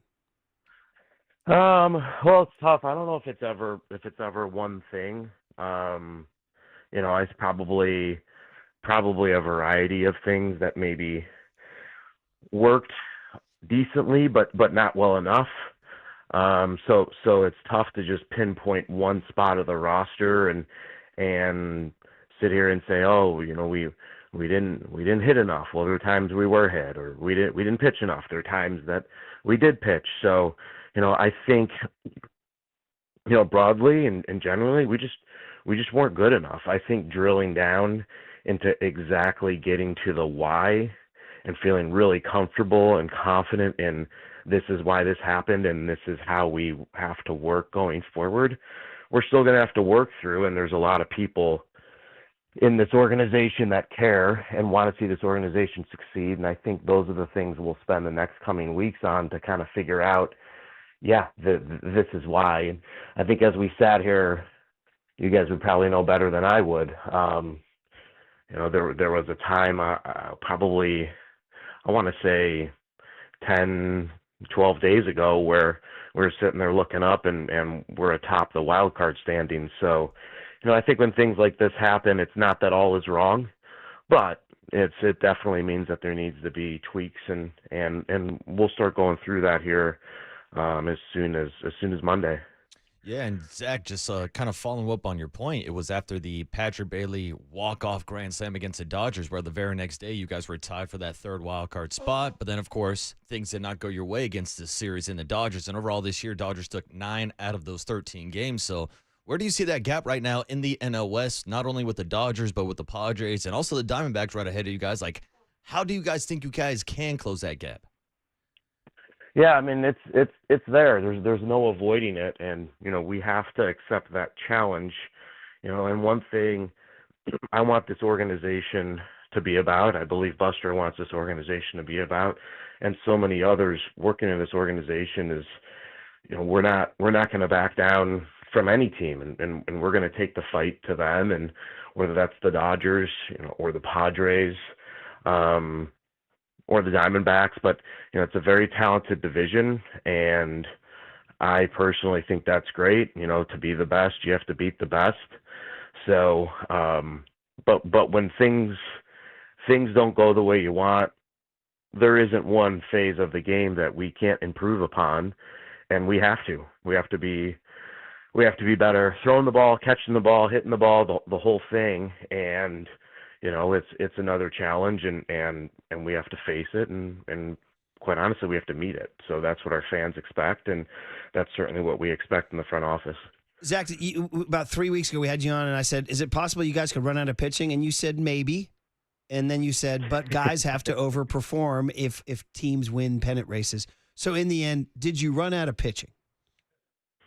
Like I said, I don't want to single out one specific area. I don't know if we did pitch well enough to put ourselves in a position to get in. I do think we've gotten pretty good performance from some late additions to the team over the course of the second half. But I think you kind of see this a lot in tournament play, and it almost felt like we got to tournament play about, 3 or 4 weeks ago, where every game was just so important, and yeah, you end up having to manage a staff like that, and it can be taxing, but there have been other issues beyond that. So, do we want to get more pitching? I think every time I do this show, if you guys ask me, are you comfortable with your pitching? With all due respect to the arms that we have, and I think we have a talented pitching staff, yeah, we're always going to want to get more pitching. It's probably the one thing you can never have enough of. So yeah, look, a number of things that didn't go the way that we wanted. Wouldn't want to single out the pitching and say that's the reason, but all facets have to improve. Injuries are, of course, something that you cannot control. Randy Rodriguez has just had Tommy John surgery, which means he's most likely going to be out for most of next season. Eric Miller was another injured arm in that bullpen. So heading into the 2026 season, what is the game plan for maybe rebuilding this bullpen that was the best bullpen in Major League Baseball in the first half of the season? Yeah, I think we've shown, and teams around baseball have shown, there's a lot of ways to do it. It doesn't necessarily have to be the big, free agent reliever, but then again, it can be the big free agent reliever. So we've seen both work. We've seen both not work. So it can be minor league free agents. It can be in trade. So, but I think it's fair to say we just want to get more arms, more reinforcements, be open-minded to how we use our own players. So I think we saw Hayden Birdsong early in the year really dominate out of the bullpen as a prospect starter. And, we put him in the rotation, and I think he flashed it and struggled. But do we consider more young guys in the bullpen? Those are all questions that we'll be asking each other as we really start to roll our sleeves up come Monday, and we'll look at how do we make this team better in 2026. Zack Manazian's voice you hear on the UMA guest line, part of our executive show. So, Zach, a lot of it comes down to, what happens during the games, right? And one of the things I've voiced several times here is man, I just don't think you guys put the ball in play enough. I don't think guys at the bat have that mindset of putting the ball in play enough. And I also don't think your manager plays nearly enough small ball. You guys get out 90-footed a ton. You guys refuse to move runners with bunts. It kind of drives me crazy. So here I'm just venting to you. You're like, yeah, whatever, dude. You're a radio guy. That's all right. But I'm just wondering, do you think you need to play more contact, more small ball? Well, I want us to be as athletic as possible out there, and I think that leads to giving you more opportunities to score runs. So, it's probably not quote unquote small ball per se, but I think it's a parallel to small ball, going first to third on base hits, stealing bases, putting more pressure on the other team with your team speed and how you run the bases. And look, with the rule changes, there's probably an opportunity to take more and more advantage of stealing bases. Now, that's where as a front office we need to look ourselves in the mirror and is that the personnel that we have? When we got on that really, really hot streak, we were hitting a lot of homers.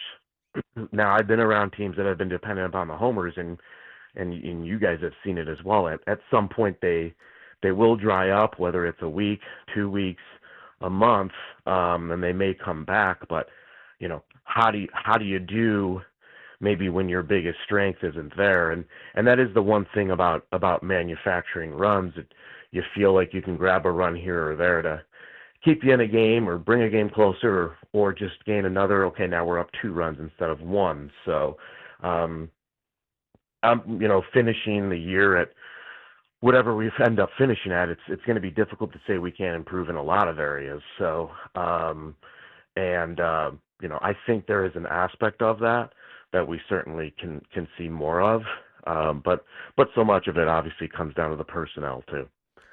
Zach, you guys made the biggest trade of the MLB season when you guys went out and acquired Raphael Devers, and I think that changed the expectations inside and outside of the clubhouse, but the results are what they are, and you guys ended up now with a 37-51 record with Raphael Devers. Just so in hindsight, how do you reflect on the Raphael Devers trade and how it sets up for the future with the Giants? Yeah, I think, well, number one, the reflection is, there's no way of avoiding. 37-51, with or without Raphael Devers, it doesn't feel good when I look in the mirror, and I'm sure you guys aren't happy about it either. So the first reflection is, the overall team, we need to be better. And then secondly, beyond that, it might not be the popular answer, but my reflection is still, I'm glad we have Raphael Devers. I look at our lineup for next year, for the future. I'm sure we'll talk about Bryce here at some point, but with Bryce in there, and then as I think Willie gets more and more comfortable, I think we've seen what Willie can do, Chapman and Ramos, and it's been great to see Patty Bailey. He made a nice mechanical adjustment, and the way he's been swinging the bat of late is super encouraging. So, I think there is a foundation here for a really, really good offensive club. So I still feel good about that. It's been something that I think has been a battle here for years on building a consistent offense. And look, we were still inconsistent over the year, but you hope those flashes of how powerful we can be is more of a sight of things to come. Well, you mentioned it, Zach, Bryce Eldridge, and he hits his double off the wall last night. Every at-bat, when he makes he's striking out. He's striking out for sure, but he's also not chasing, and he's also hitting balls hard. Is he here to stay? And if so, what's his role? Yeah, I don't think there's any guarantee.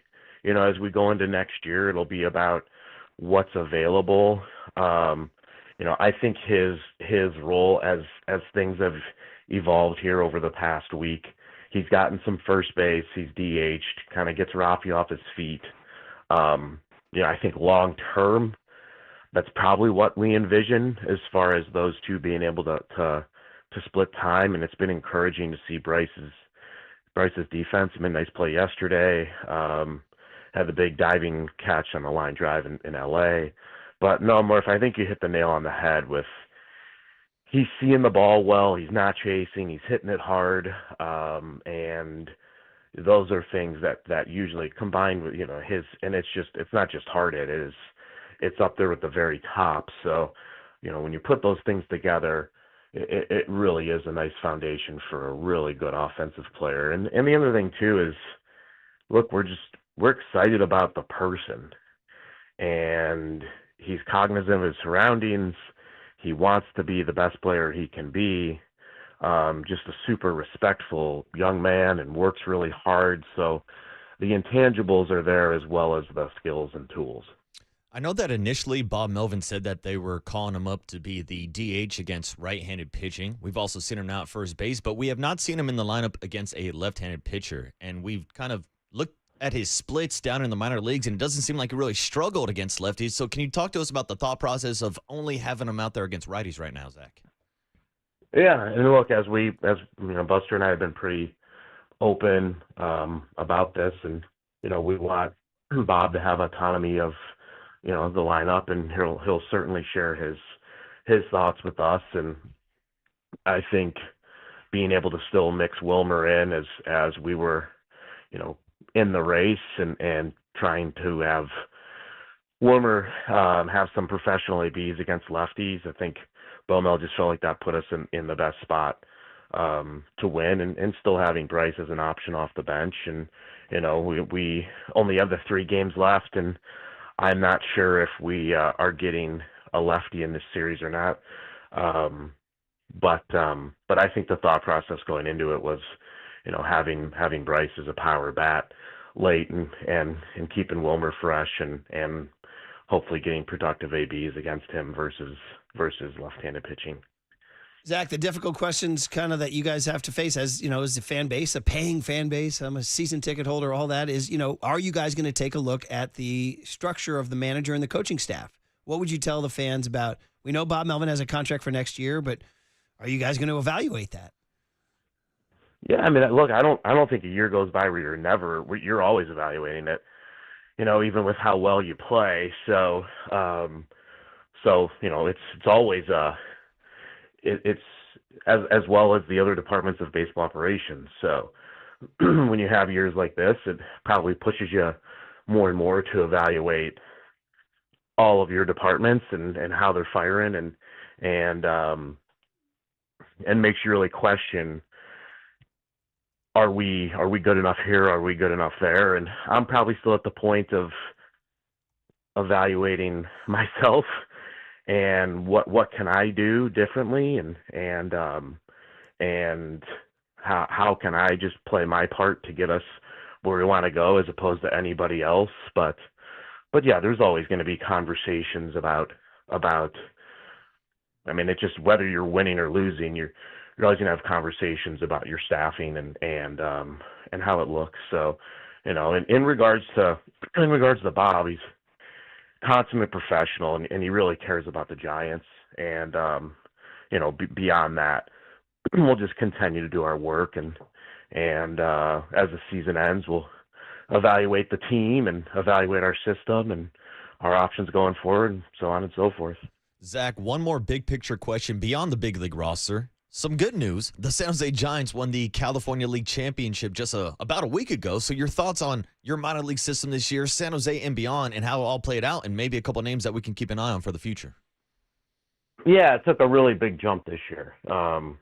Really exciting. I think it's a credit to Randy Wynn, Kyle Haynes, Michael Holmes, Joe Salermo, people who run amateur scouting, international scouting, PD, a lot of hard work from the staffs at the affiliates, and so it's really exciting. The San Jose staff just did a great job, and they just steamrolled the Cal League. So it was fun to see, and yeah, as we look and we get excited about players for future years, just thinking about the San Jose team, and in particular a player like Johnny Level, player we signed, international signed, Joe Salermo and his staff, and played really well in the Arizona Summer League, and gets to the Cal League at a very young age, continues to play well. We had Dakota Jordan in San Jose, and he played extremely well. Unfortunately, ended his season with an oblique strain, but should be healthy and ready to go. And even beyond that, looking at the system, Parks Harbor is a player that came over in the Camilo Doval trade and just absolutely crushed it in Eugene. Jesus Rodriguez, we brought in Doval trade, and he played extremely well in Sacramento, and he's with the team right now as a taxi player. So there's a lot of good storylines right now in our system, and we're excited about not only where it's at, but where it's going. So there's probably a big name our fans are going to hear more and more about is Joshua Gonzalez. Played in the Dominican Summer League. Big sign. I think was rated as the number 2 international prospect coming out of last year behind Roki Sasaki, and he did nothing to disappoint. Plus defender, back control, and he played really well. But also, these are young kids, and I hope and I know Kyle and Randy have the type of culture and player development. We're going to continue to challenge them, and just as I talked about, we're always going to be in evaluation mode. And I think our player development group always needs to be in push mode to try and clean these players up as much as possible. But a lot of good things there and exciting for the future. Well, we'll look forward very much to conversations over the Hot Stove League, November, December, January, all that stuff, because, as we know, nobody wanted this. You didn't want it, and so it's no fun talking about it, but we'll see what you guys do in the offseason. So we'll chase you down then. We appreciate you coming on all fall, or I should say all spring, summer, and now fall long. So thanks, Zach, and we'll see you around, okay? Yeah, thanks, Zach. Yeah, thanks for having me, guys. Have a good one. There he is, Zack Manazian, Marcus Boucher. Yes, and those conversations with Zack Manazian the entire season have been sponsored by Redwood Credit Union. Redwood Credit Union is a financial partner that feels like home. Learn more at redwoodcu.org. All right, yeah, it'll be interesting to see what they do. One of the things, and we're going to have to talk about this going into the offseason, is as excited as we are for the everyday lineup, Adames, Chapman, and Devers are expensive guys. They're eating up a lot of money, so I don't know how much money they have. And they're all getting a little older, so he's talking about being athletic and things like that. So it is going to be, we all wanted these guys, and then you got to pay for them, and then you're kind of tied up, and you don't have too much financial flexibility, which means you got to develop the Geraldo Perdomos of the world. You know what I mean? You got to develop the Corbin Carrolls of the world. Wait, am I talking about the Diamondbacks? Yeah, you are. Anyway, point is that it's all about. It's like the Niners, who we're going to talk about next. Is that they paid Brock Purdy the big money, so they got to get production from the Upton Stouts and the Michael Williams and guys like that. So that's what the Giants have to do. Where's their Upton Stout? Where's their Michael Williams? Yeah. Is it Bryce Eldridge? Is it Drew Gilbert? Is it Johnny Level? Is it any of these guys? That's the question we'll have going into the offseason. Okay, John Lynch. Now we can talk about a real game, a 3-0 team, and a game on Sunday against the Jacksonville Jaguars. Can't wait. John Lynch, must hear radio on the Sports Leader. It's like being a Niner, man.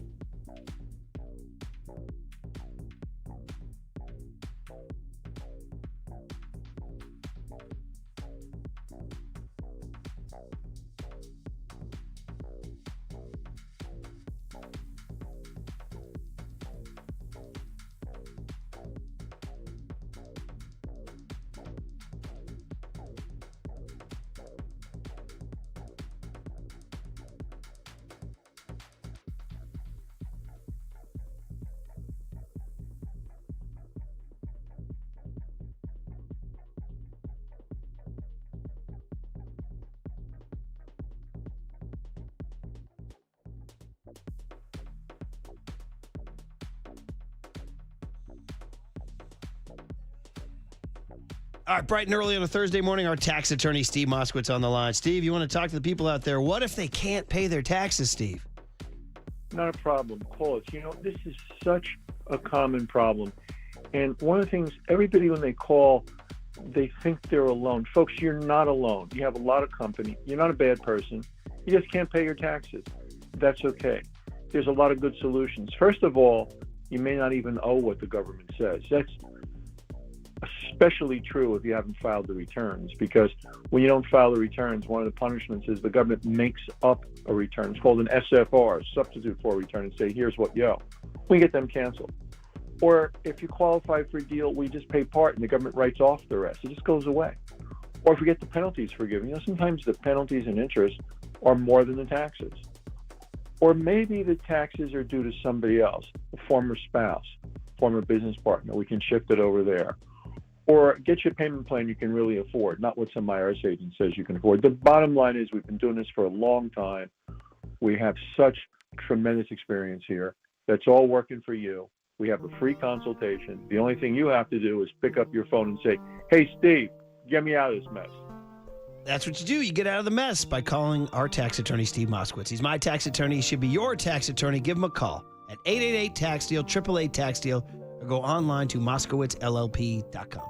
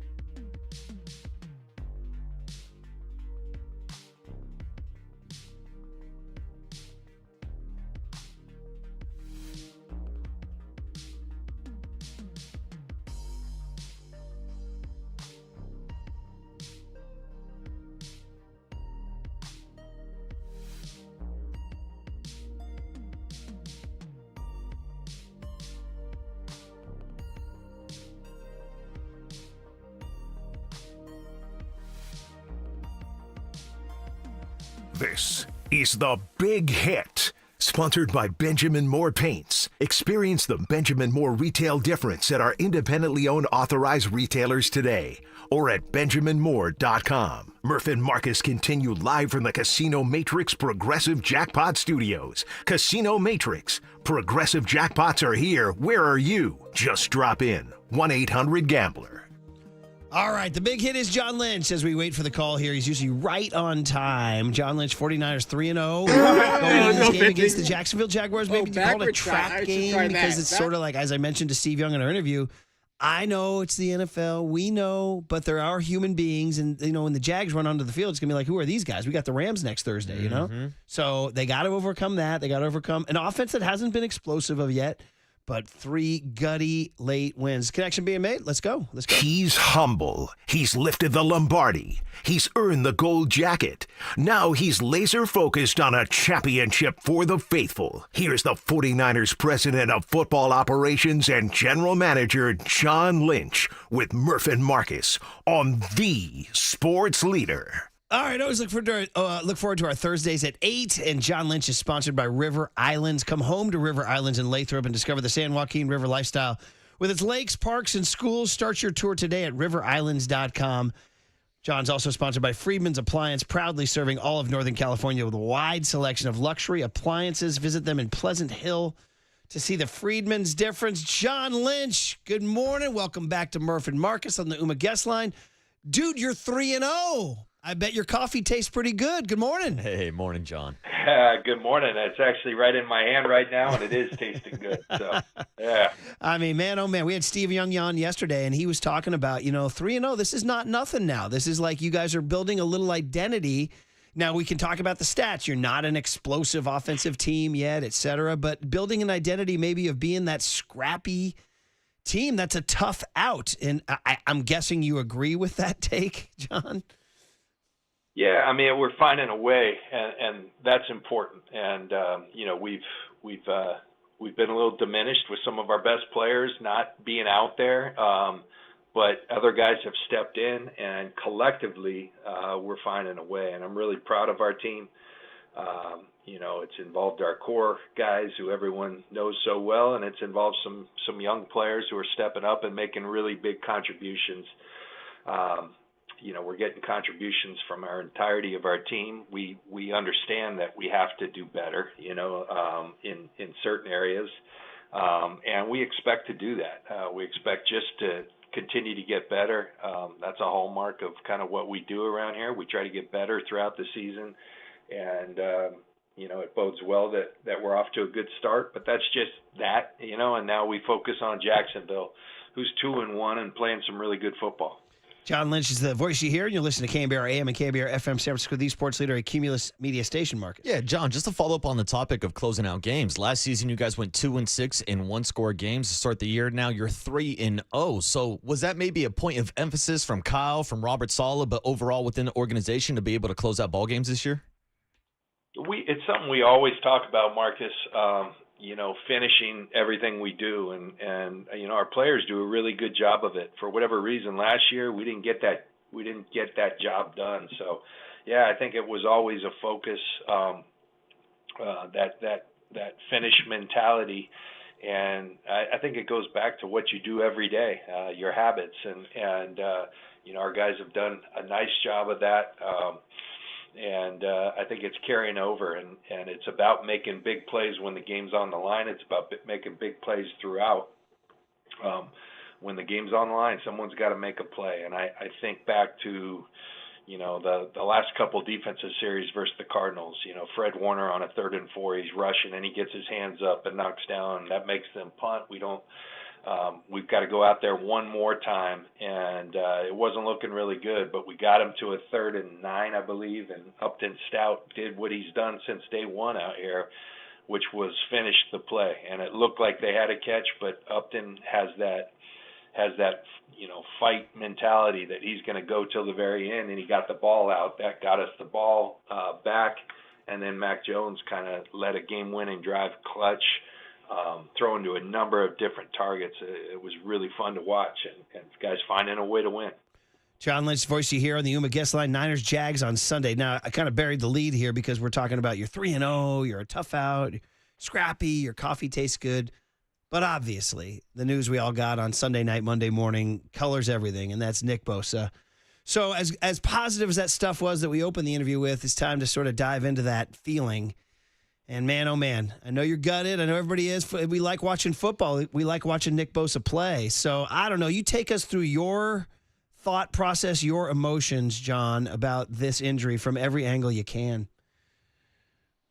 Yeah, it didn't feel good. I was watching the play like so many were, and from my vantage point, it was just kind of a weird contortion that happened with Nick's lower half and the way he walked off. You know, you get to know your players well, and just knowing Nick, it felt like something wasn't right. And, you know, unfortunately, that was the case. And so, you know, first of all, my heart just goes out to him. He puts so much into it. There's not anybody in the league that puts more into the preparation. And this is, you know, his family, his faith. This is his life. He lives for football and being the best player he can be. And my goodness, is he an incredible player? He's a difference maker. And so your heart goes out to him, and there'll be a big void. He's an exceptional. There's really good players, and then there's guys that are flat out difference makers, and he fits into that category. He's one of the better players in football, and so it's a crushing blow to our team. But that's what this sport is. You know, you're presented with challenges, and you know, hopefully it can be someone's opportunity. But one player won't make up for Nick Bosa. We have to do it collectively.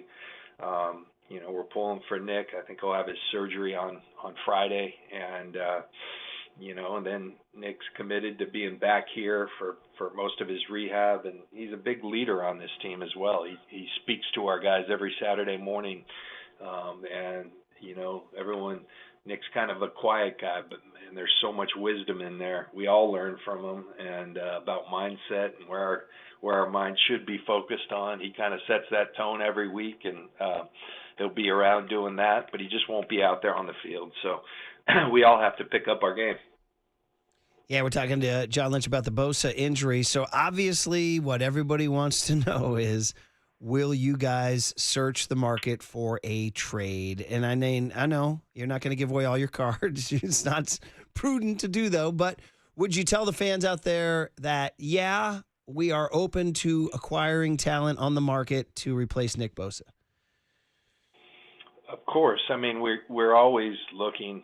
Prior to Nick getting hurt, we're always that's our jobs, is to look at the market and see who might become available. And I think our history shows, when you got guys like Trent Williams, Christian McCaffrey, and the list goes on and on of players we've acquired via trade, that we're not afraid, and we've been effective in doing that. So this is no different. I do think we're a deep group there, and you know, that depth's going to be tested. You know, I think we're all aware, finding someone who just goes and does what Nick Bosa does, that's not very feasible. But you know, we'll see what's out there at the appropriate time. But right now, we're going to rely on the guys we have, and we believe in our group. And when it comes to those options in-house, I think a lot of eyeballs are turning towards now Mykel Williams. How have you seen his kind of evaluation, how he's kind of progressed in these first 3 weeks, and how big of an opportunity this is now without Nick Bosa? Well, I think the fans are seeing the same thing we're seeing. He's getting better every week. And we're asking a lot of Mykel. And in that, you know, if you're a fan, just watch it. It's pretty fascinating. He'll line up at right defensive end, left defensive end. He'll line up at defensive end in a 9 technique, in a 4, in a 6 technique. He'll line up inside on pass rush, on the right side, on the left side. So to ask that much of a young man, it's a lot. But he's shown the ability to handle it. And then his effectiveness each and every week, he's getting a little more confident, a little more trusting in his techniques, and you're starting to see it pay dividends. I think he's going to be a fantastic player. I think he's just scratching the surface, and it's his future with us is really, really exciting. He kind of endured he was chasing Kyler Murray, which isn't an easy task the other day. And he dove out there and he landed on his wrist in a tough way and sprained it a little bit, and sucked it up and got back out there and was huge for us. Made a bunch of big plays for us. So Michael's doing a really nice job, and I think we're just scratching the surface of how effective of a player, how dominant of a player he can be. And as we continue to talk about sort of the Bosa injury and its effect, I see you guys promoted Robert Beal from the practice squad, former draft pick. Guys, you got a pretty high draft pick. You guys had high hopes in him. Would he play as soon as this Sunday, you think, and be part of the mix? Yeah, he'll be part of a rotation. We throw a lot of guys out there as part of the rotation. I think with Beal, you're looking at a really good top-end athlete. Robert ran in the high 4.4s coming out for a defensive end. That's rare. And so he helps us on special teams as well. And so he'll be part of that rotation. But, as I said earlier, we'll kind of have to, do this thing collectively. But that's always our plan anyhow. John, I have troubles trying to understand my car insurance policy, so I definitely don't understand NFL insurance policies. So can you explain to us how you guys are possibly saving some money next year on the salary cap due to an insurance policy that you guys have in Nick Bosa's contract? Yeah, first of all, it's not like a badge of honor. I think we'd much rather have Nick Bosa, but it's a mechanism that the league allows you to purchase insurance, and it can soften the blow from a financial standpoint, and you get some salary cap credits back, and that's the crux of it. We'd much rather you get some cap credits and things, and we'd much rather have Nick Bosa, I can tell you that, but it's a mechanism that the league allows, and so our guys, Brian Hampton, Parag, and them, they purchase it, as part of our contracts when, with various players, and like I said, it can soften the blow, but believe me, we'd much rather have the alternative. Yeah, for sure. And as we continue to talk about the guys who will kind of line up to help him, Bryce Huff has been showing really well. The usage of him by Robert Saleh has been successful. But is it fair to say that you guys can't count on him? Nick will play the run, but Bryce Huff, that's not his role. He's not going to be a run stopper, and you have to look to other guys like Gross Matos, perhaps? Well, Bryce has done a tremendous job of doing everything really well since he's been with us. I think the thing we have to be mindful of, when we went out and got Bryce,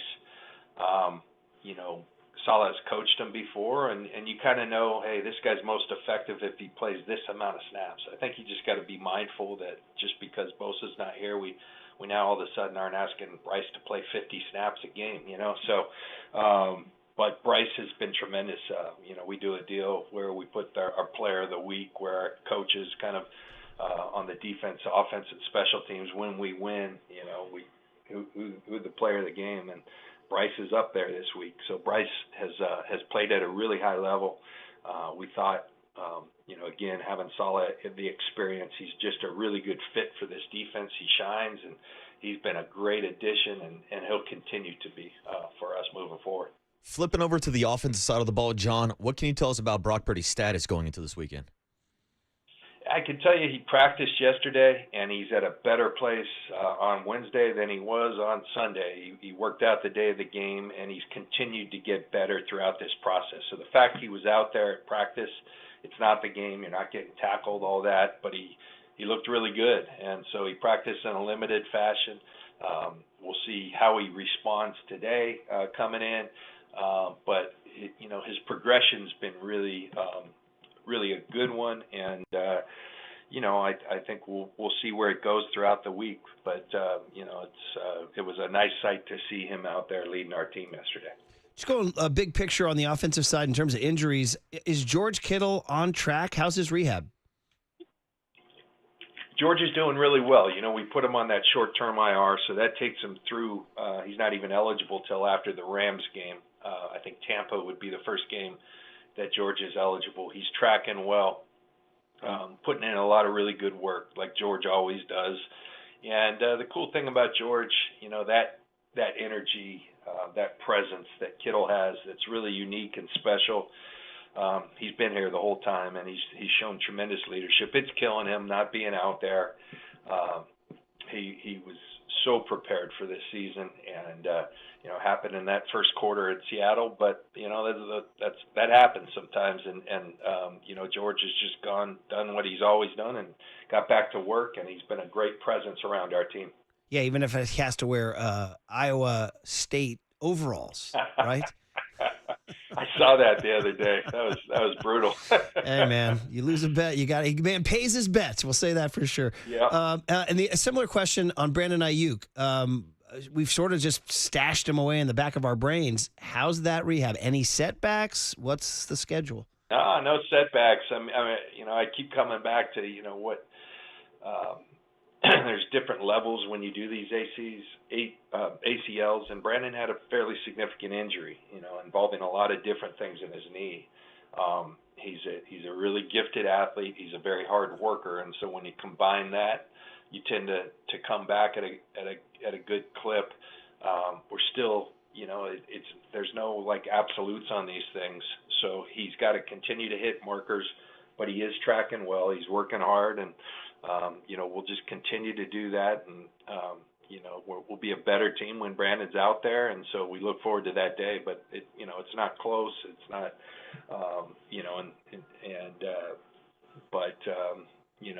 when we have some more information on that, we'll be forthright with it. Without BA, without George Kittle, and without Juwan Jennings, it's been looking like Ricky Pearsall has really been stepping up as a wide receiver one in that wide receiver room. John, what have you seen to the start of his sophomore season? Man, he attacked this offseason in a really good fashion.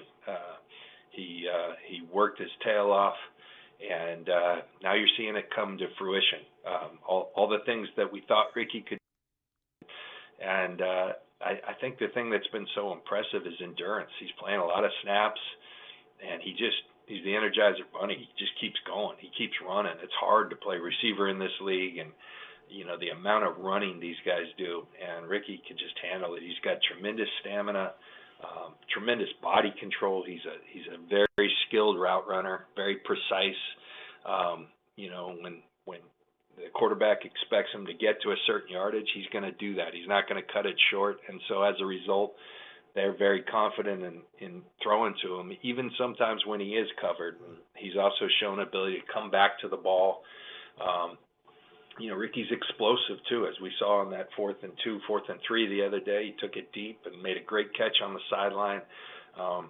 Ricky's playing at a really high level, and we're grateful for that, and proud of him. He's endured so much with what happened last year, and all he's done is continue to work, and it's starting to really pay off for him because he's a really talented young man. He's a great competitor, and I'm really happy for Ricky, and grateful that with the contributions he's making for our squad.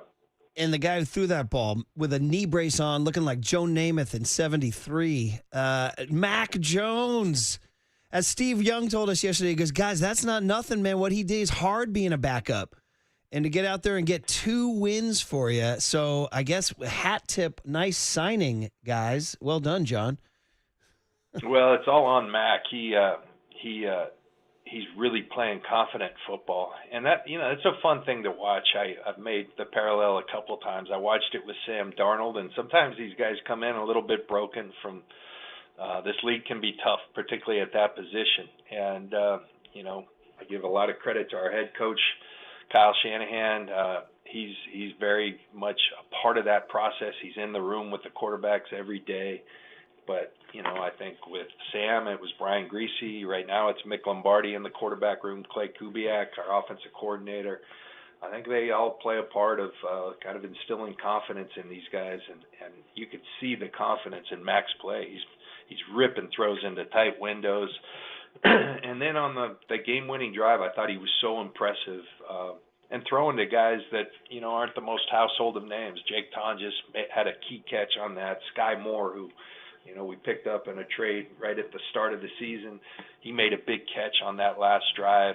So he's spreading the ball. He's taking it where it should go. And that's a good defense in Arizona. They're a very well-coached defense. And to march down the field like that in that moment, along along with the play he had at New Orleans. He picked us up in a huge way, and so Mac balled out. He was. I mentioned Bryce Huff, the player of the game. The coaches picked Mac Jones last week, so.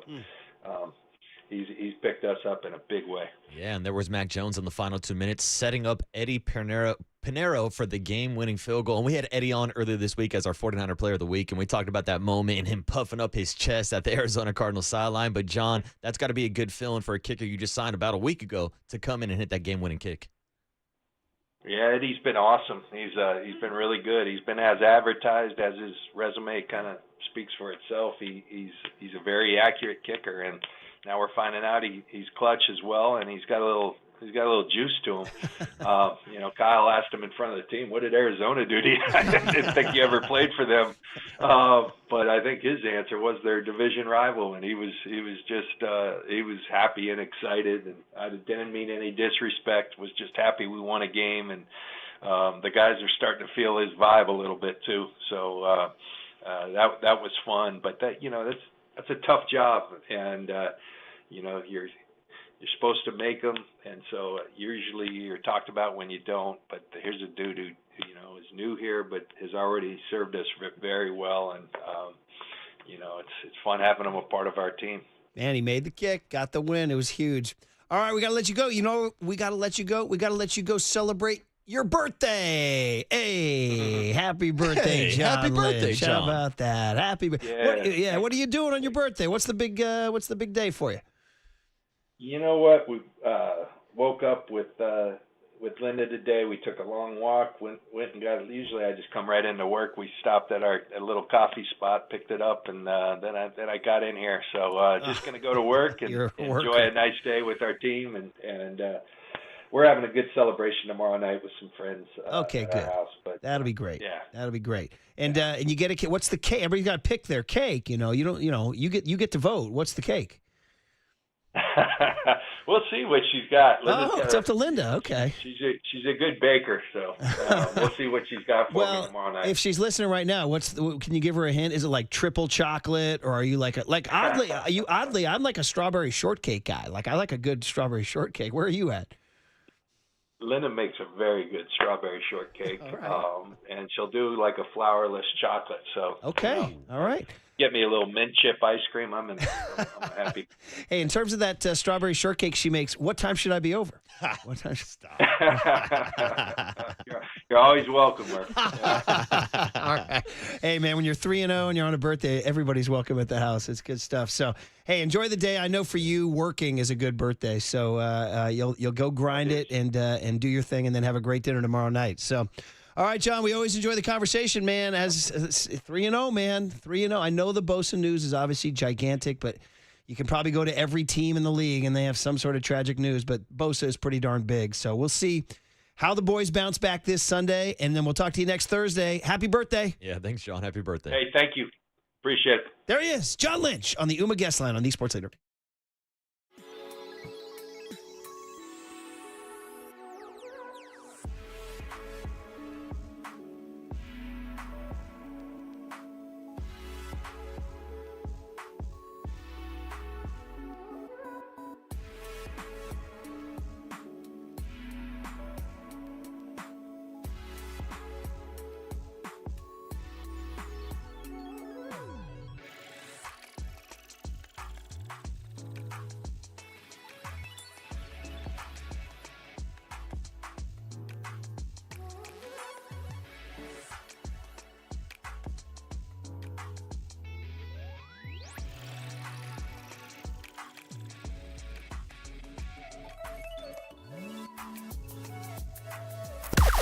Now, from the O'Donnell Financial Group Sports Desk. Learn more at ODFIGroup.com. O'Donnell Financial Group, because planning is a process, not a product.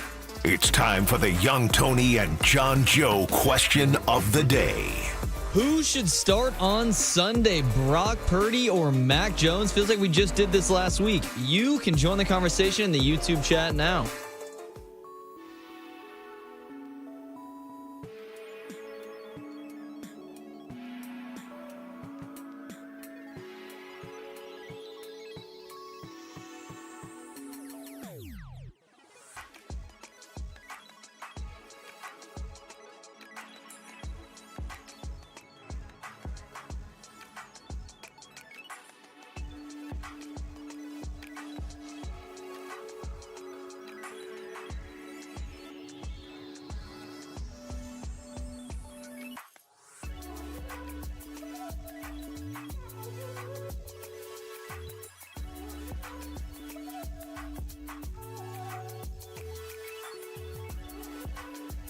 49er fans, Giants fans, Warriors fans, KNBR fans, fans of football. You know that every game counts, so don't miss a moment of the action this football season on Prize Picks. Make your picks on all your favorite San Francisco Stars and stay faithful to the Bay all season long. Prize Picks is simple to play. Just pick more or less on 2 to 6 player stat projections, and if you get your picks right, you could cash in. And why not cash in tonight with a Thursday night NFC West divisional matchup? You got the Arizona Cardinals taking on the Seattle Seahawks. And we saw Kyler Murray use his legs last weekend against the 49ers, so I'll add him to my lineup to have more than 28.5 rushing yards tonight against that Seahawks defense. Pair it up with one of your favorite picks or maybe even a maximum discount from this weekend slate where you can pick Jalen Hurts to pass for more than 1 passing yard. Pair those picks up and you'll have a chance to win right now on Prize Picks. So sign up and download the app today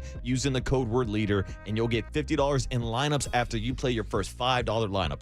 That's code word leader to get $50 in lineups after you play your first $5 lineup. Prize Picks, where it's good to be right.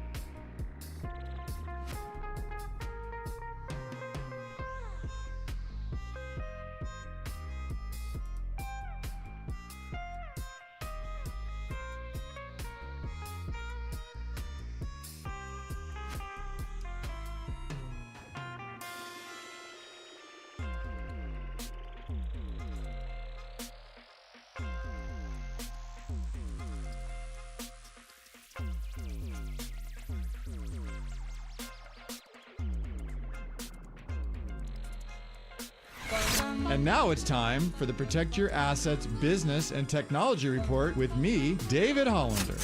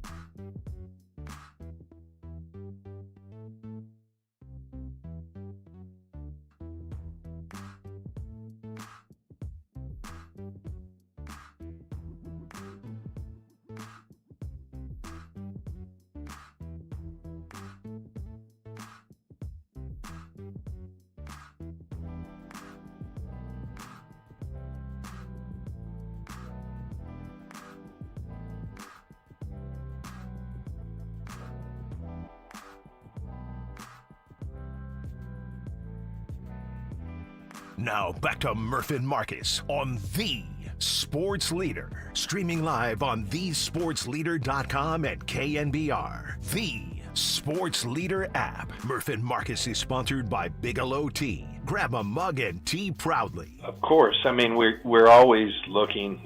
Prior to Nick getting hurt, we're always that's our jobs is to look at the market and see who might become available. And like our history shows, when you got guys like Trent Williams, Christian McCaffrey, and the list goes on and on of players we've acquired via trade, that we're not afraid, and we've been effective in doing that. So this is no different. I do think we're a deep group there, and that depth's going to be tested. I think we're all aware finding someone who just goes and does what Nick Bosa does. That's not very feasible, but we'll see what's out there at the appropriate time. But right now, we're going to rely on the guys we have, and we believe in our group. Good cut, young Tony. I God bless John. Like, I can't give John Lynch enough credit, man. He comes on here and just goes right after our questions. Like, we're like, are you going to make a trade for Nick Bosa? He's like, yeah, that's none of your business. No, he's like, yeah, we like to make trades. We always look at the market. Not right now, at the appropriate time. I heard they're probably going to make a trade. I mean, not shocking news that they would make a trade, but I like how he was sort of open about it. Like, yeah, this is kind of what we do around here. We went and got Christian McCaffrey, Trent Williams. He didn't even mention Emmanuel Sanders or Chase Young. And, Chase Young might not have worked out, but they went for him. They were in the Super Bowl. Yeah. But, I think what I heard was, so right now, kind of what we predicted, like, not now. The trade deadline's November 4. And let's see, he said the depth will be tested. And somebody's going to have to make plays. The way Zack Manazian told us, some pitcher's going to have to step up. Spoiler alert, none did. And that somebody's going to have to, whether it's C.J. West with a broken thumb or whether it's, Yetur Gross-Matos, but they're going to have to step up. Now, is Jacksonville going to be their most difficult foe? No, they're 2-1, but then the Rams are on Thursday on the road, short week. And somebody's going to have to make a play there because their DNs have made plays to win games in all their games. Yeah, and I think the next 3-4 weeks leading up to that trade deadline is going to tell you a lot about how they do handle that trade deadline and whether or not they will go out and look for another body. Like, it's going to be a big difference if you're 6-2 at the trade deadline or 7-1 versus if you're 3-3 or 3-4. Like, it depends what direction a team is going to go. I think that's going to tell you what direction that the front office is going to go at the trade deadline. Well, interesting stretch because we're calling this Jags game a trap game. That's it. I officially called it a trap game because then Rams Thursday and then Buccaneers at Tampa. Those are two tough matches. Dude, the Bucs are right now. People are looking at the Bucs. They're playing the Eagles this weekend. Yeah. A lot of people have seen that as that's like a battle for NFC supremacy. Bucs Eagles. In fact, the Bucs have kind of owned the Eagles the last couple of games, I believe. They knocked them out of the playoffs. So anyway, good stuff. We appreciate John and all the good stuff, but we got to keep moving because we got a clock to mine. We got a cooler of content. How about the Ryder Cup starting tomorrow? We had Mark Cannizzaro on. It was a great hit from New York. If you missed it, KNBR.com. It's going to be hype, dude. And I know you're not a USA. We gotta come up with a new one. Like that's all we do over and over. We need like a song or a chant or something. We need something. We need to spice it up a little bit. Yeah, spice it up, Murph. I know. I'm trying to think. You are U.S. Murph. You got to be leading the charge. Speaking of which, the boys are in Dublin this week. The Steelers-Vikings in Dublin this week. My boys are going to go check it out. We should be out there. Okay. So cooler content has some fun Ryder Cup hype sound. And then we got, of course, at 8:50, Matt Mayoko, who brought an Italian sub to Greg Papa live on the air, the humanitarian that is Matt Mayoko. All coming up on The Sports Leader. I like America. I'll tell you, fun. Yeah, we do too.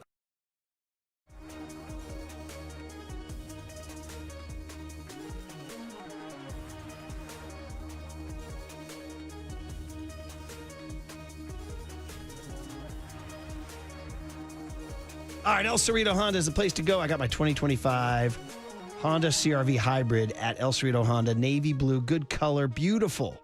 You're like on 19th Avenue or Park Presidio. You're like, is that Murph from KNBR? You're like, yeah, he's got an El Cerrito Honda license plate frame because I ride with El Cerrito Honda. The good people over there do offer you the best selection. You can go to elcerritohonda.com and see if they have the one for you. They do. And then you go over to El Cerrito Honda, right off of 80 on San Pablo Avenue. And you're just like, is this the place that Murph's talking about? Yeah, it is. And welcome. Sharif and the crew will welcome you happily. So go check it out right off of 80 on San Pablo Avenue. You can start online at elcerritohonda.com. elcerritohonda.com. Once again, elcerritohonda.com. Check out the fuel-efficient hybrids. Check out the spacious SUVs. They have the perfect fit. Tell them I sent you. Experience the good stuff, the magic at El Cerrito Honda. Hey, more than just a car dealership. We're family.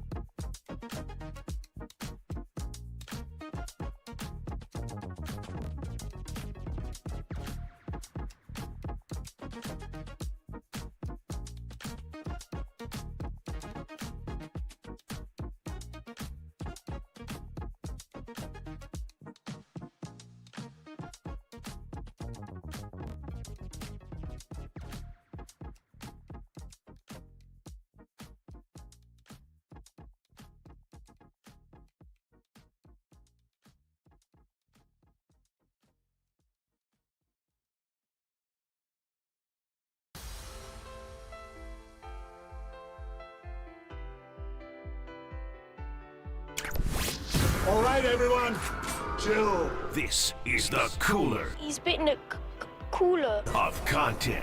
Cornucopacious of joyful news. We might be on to something. Murph and Marcus is sponsored by Bigelow Tea. Grab a mug and tea proudly. You know, I was listening to that open. Great to hear Steve Young. He's back. You know, we had him Wednesday, the Afternoon Boys. We'll loan him out to the Afternoon Boys next week. Then we'll have him back the Wednesday after that. And then you hear Nick Turturro. And I was thinking, Nicky T yelling. We haven't had any angry Nick lately because you guys hit the 90 win mark and you guys have a chance to win the East. Yeah, I don't know what's going on with like my algorithm or anything, but I haven't seen Nicky T in a minute. I don't know if he's still posting videos. I don't know if I'm not looking hard enough, but it's been a while since we've had Nicky in the cooler. So he's happy. Yeah, I guess so. Yeah, He's not screaming and yelling. Nothing to complain about. So there you go. Also, Nick Young in there, Swaggy P always makes me want a Bob's Donut. Might be onto something. I know we told you guys Ryder Cup. Let's do a little bit on the baseball because my cousin Winna, Candace's cousin Winna, and the whole crew up there, my Mariners people up in Seattle, they are so freaking happy. You know the Mariners haven't won the West since 2001. Damn. So it's the first time in 24 years they've won the West. And last night, Cal Raleigh brought them the West, not one, but two. The Big Dumper hit 59 and 60. So... And then he dropped an epic soundbite. So let's go. What do you think? We got a video on this, Tony? Well, the 59 went into like that top deck. And apparently, like the writer said, it went right under the banner of their last AL West title. They're getting getting romantic up there. They're getting poetic and romantic. They're starting to feel those particles. They are feeling those particles. So here you go. A little for our M's crowd out there. Check out the Big Dumper, 59. To Cal.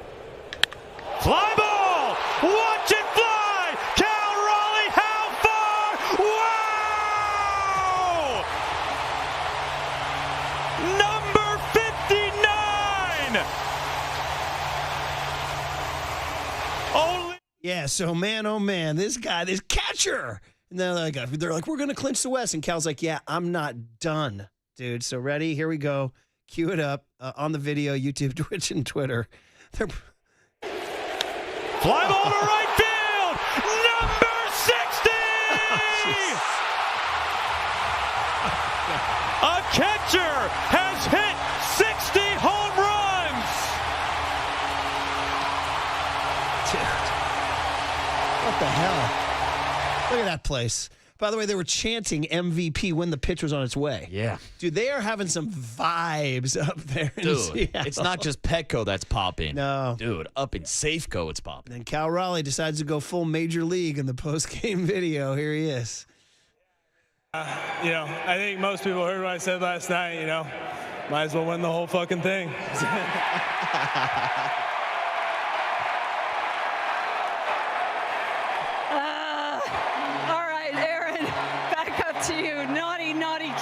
Naughty Cal. Hey, spicy. All right. Hey, naughty Cal. All right. See, it's PG-13. Yeah, right. You can go even rated R. He's more of a dirty dumper, in my opinion. All right. But, bro, unbelievable. Most home runs ever by a catcher. Most home runs ever by a switch hitter. And he's now the 7th player in Major League Baseball history to hit 60 home runs in a season. And he's naughty. Dude, and he's naughty. Naughty Cal. Naughty Cal.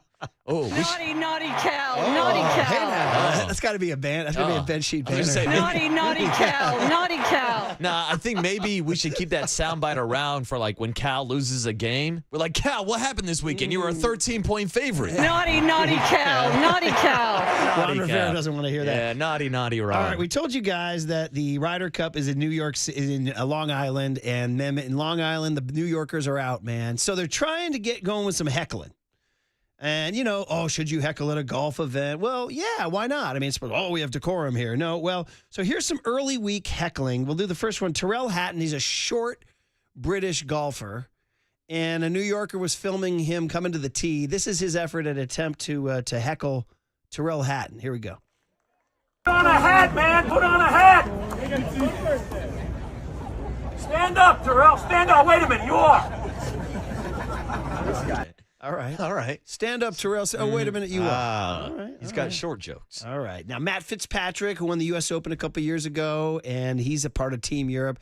They're heckling him as he's hitting some little chip shots, some little pitches, greenside pitches out of the thick rough.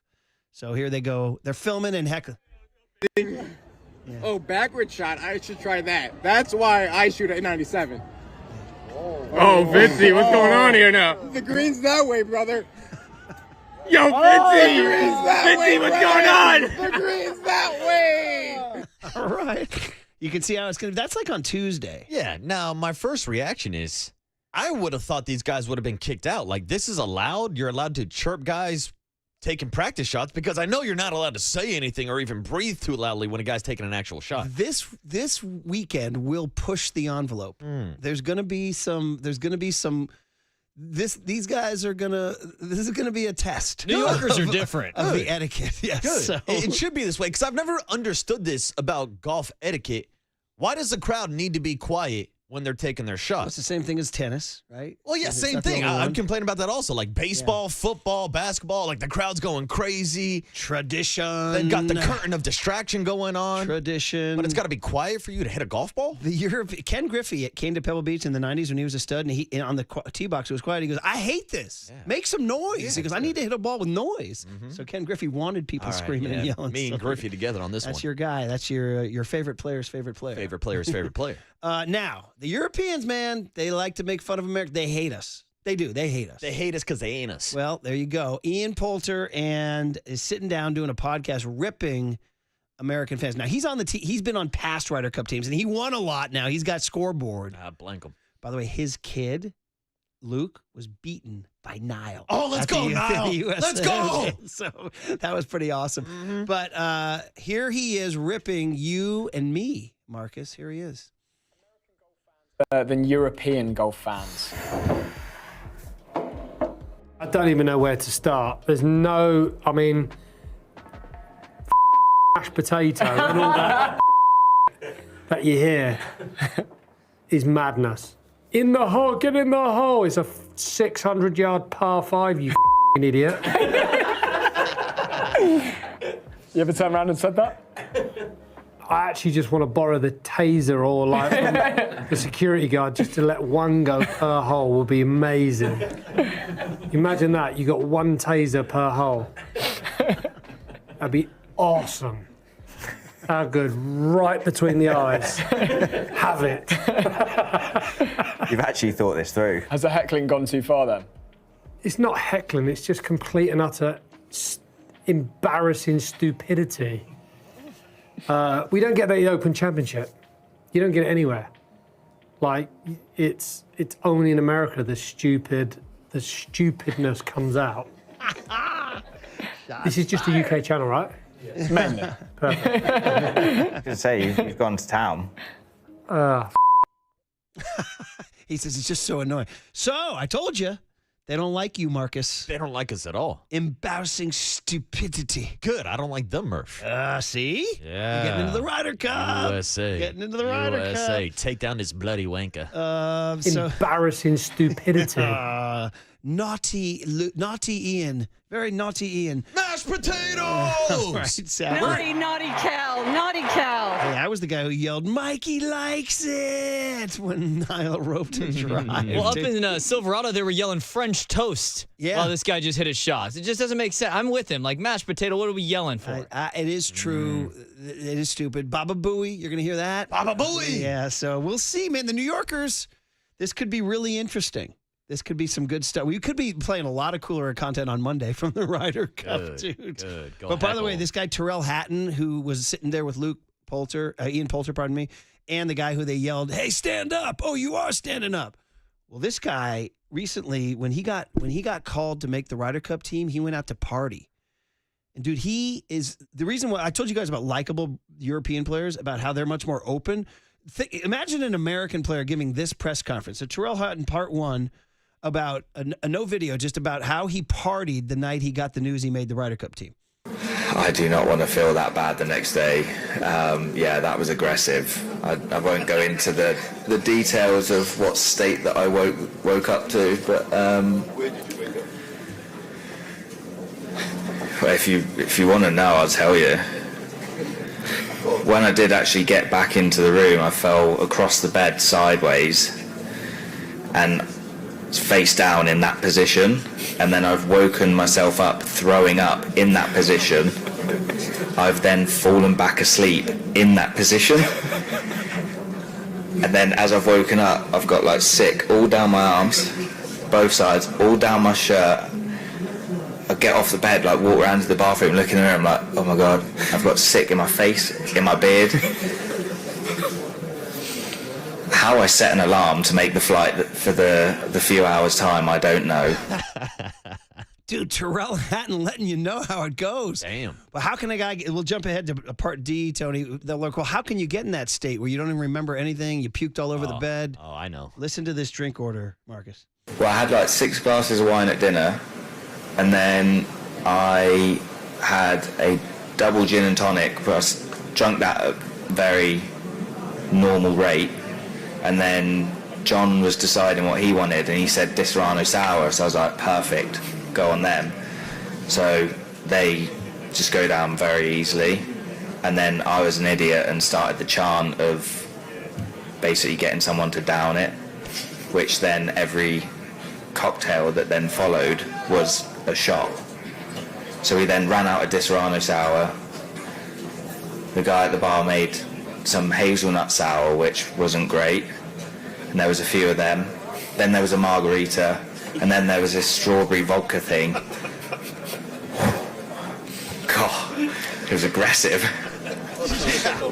Yeah, it was horrible, but I mean, it was funny at the time until I fell asleep and couldn't finish the last one, but there we go. Funny.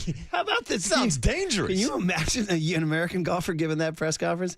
I mean, man, it is dangerous. And kids, we do not recommend that at home. But that is what that's how the Euro Ryder Cup team rolls. Yeah, I don't recommend mixing your alcohol like that. Now, I says this as a man that has done a lot of binge drinking in my day, Murph, but you got to stick to a game plan. You can't be jumping around from wine to sours to vodkas to margaritas. That's a recipe for disaster. Man, oh man. And that guy's going to be repping Europe tomorrow morning. And then there was this strawberry vodka thing. How about when he goes he said something like John suggested a strawberry desert. I don't even know what he meant, but he goes, perfect, go on them. It was just a little aside where he goes, started taking them like shots. He's just yeah, perfect, we'll go on them. Yeah, man. So I think if you're a New Yorker at Bethpage this weekend, just carry a flask with you and just offer Terrell Hatton a few knocks in between holes, and you get him schnockered by the back nine. So, all right, well, there you go. We got a little big dumper, a little naughty cow, a little heckling, a little Ian Poulter hating America. Naughty cow. And Terrell Hatton giving you, I almost feel nauseous listening to his. The guy at the bar made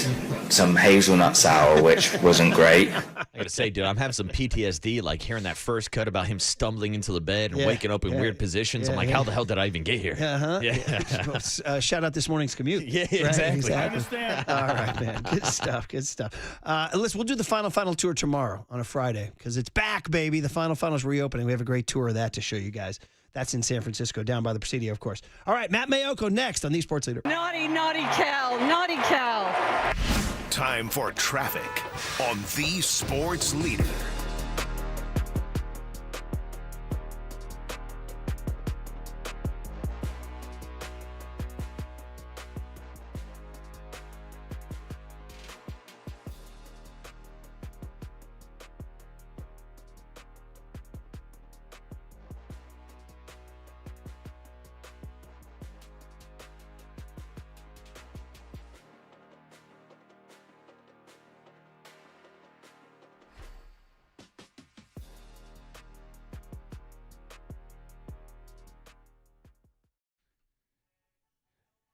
Hey, what's up, everybody? It's Marcus, the Waterboy Boucher, back on a Thursday morning to talk to you about Surfside because summer is heating up, but there is a refreshing new way to cool down, and that's with Surfside and their limited edition SF Giants cans. Surfside iced tea and lemonade plus vodka cans now showcase the iconic Giants SF logo can right on the side of the can. That's the logo that's on the side of the can, but it's all about what's inside the can. And inside the can is just 100 calories, 2 grams of sugar with absolutely 0 bubbles. And I gotta say, Surfside has been the drink of the summer for me. Whether you like lemonade, whether you like iced tea, or if you just are looking for a little strawberry vodka something in your life. And then there was this strawberry vodka thing. I'm telling you, the strawberry vodka lemonade by Surfside is my favorite. The strawberry lemon vodka thing you've been looking for all summer is right in front of your face with Surfside and their lemonade plus vodka. It's right there, all in the can. So tag us on social media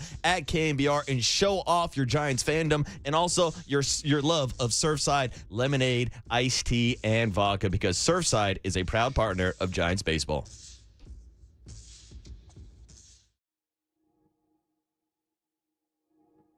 Surfside is made with vodka, iced tea, and or lemonade, natural flavors, and artificial sweetener. 4.5% alcohol by volume. Stateside brands, Philadelphia, Pennsylvania. Must be 21 plus to enjoy Surfside. Party smart.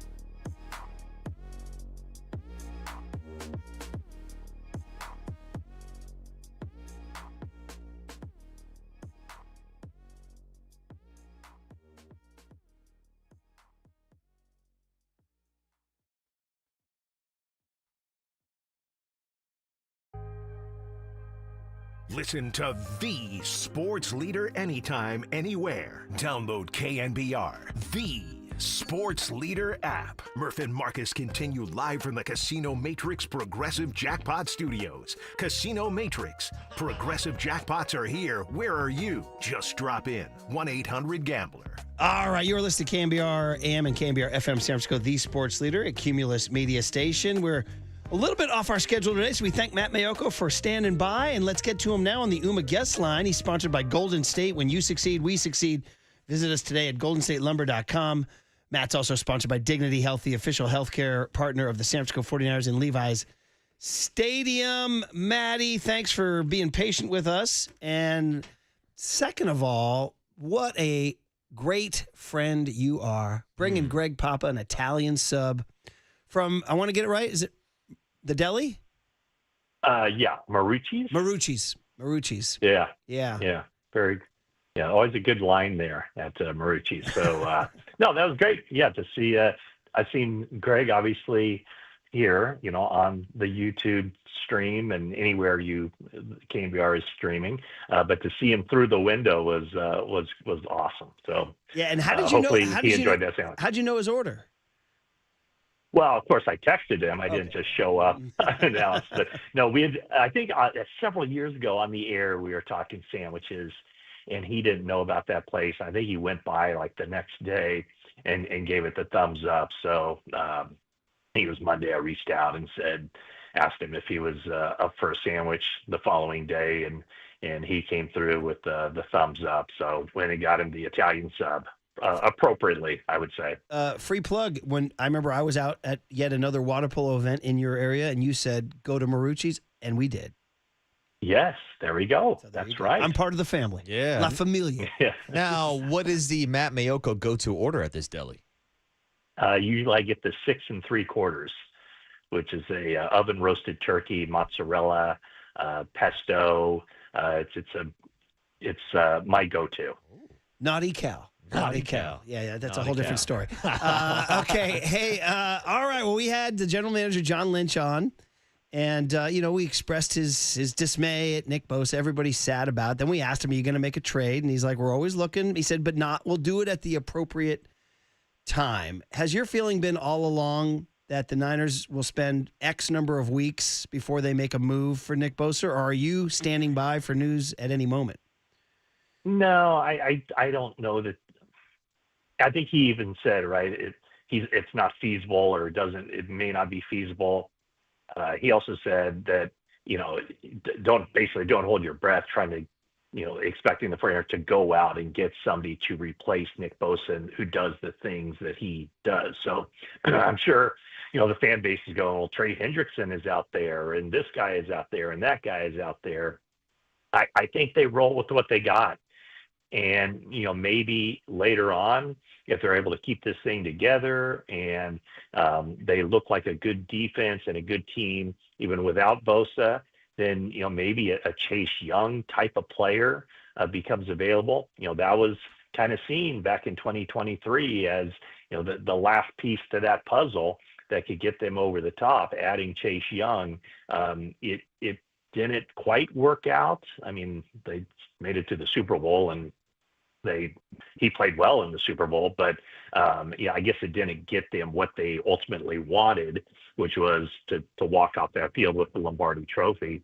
I just don't know if they're in a spot to do that, especially after we saw what the organizational philosophy was at the beginning of the free agent signing period, which was to cut costs for the future, to open the door for the contracts of Purdy and Kittle and Warner. So I heard him say that they feel good about the depth they have at the defensive line position. With Beal coming up, they'll still probably have 9 defensive linemen active on game day. And so it really is kind of a bullpen by committee kind of thing where, they want Bryce Huff to play like he did on Sunday. They want that every week, but it's going to take a combination of guys, I think. So I wouldn't necessarily think or expect the 49ers to go out and get some big name, high priced guy on the trade market. I think once the 49ers throw their hat in the ring for a trade, all kinds of teams will be trying to up that offer to prevent that player from going to the 49ers. So I think it'll be really difficult to pull off a trade. We've seen Robert Saleh already move Mykel Williams inside and outside, but now with Nick Bosa, do you think this maybe changes the way that he will be used? And also, do you think it's going to affect maybe his development moving forward?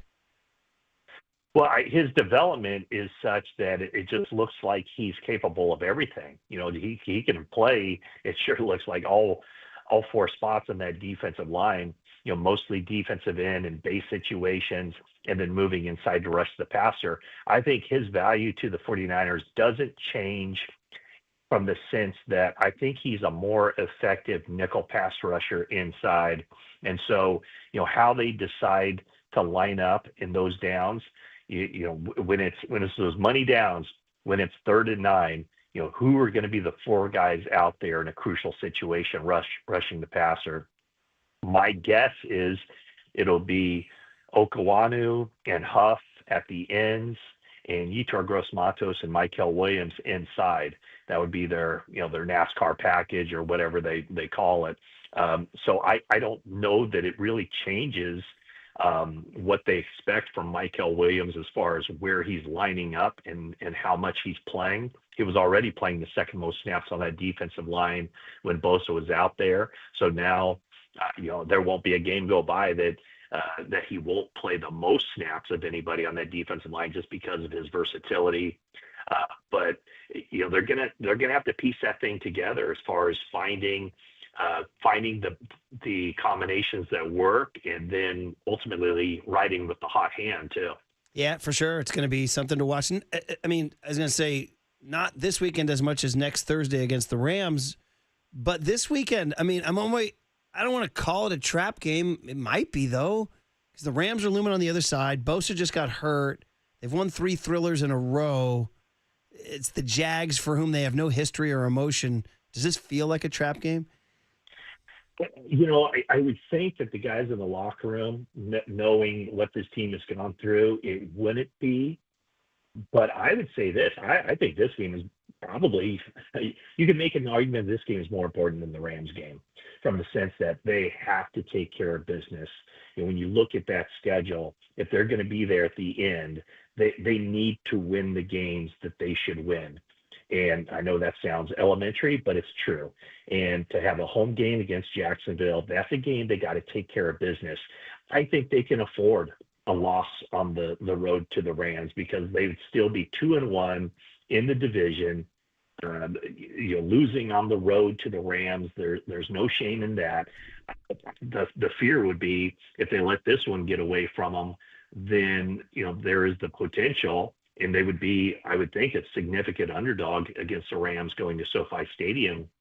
There'd be the potential of them losing, going from 3-0 to 3-2 in about 4 or 5 days. So I think this is a big, big game, and it just kind of sets up where almost to a degree playing with the house's money Thursday night in the Rams. But look at it from this standpoint too. They're 3-0. They're 2-0 in the division. They've already won more games in the division than they won all of last season.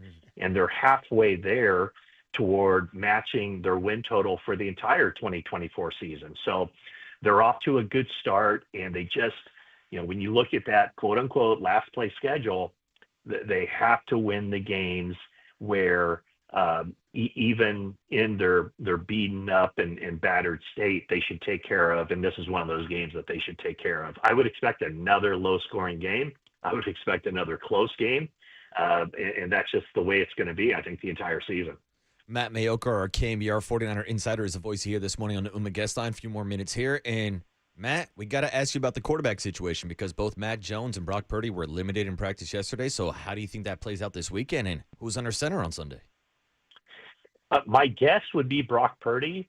My confidence level in saying that isn't necessarily particularly high, but just from everything I've been hearing going back about, say, 10 days, it seemed like this was kind of the game that everybody was pointing toward. And if he continued the progress, he would be out there.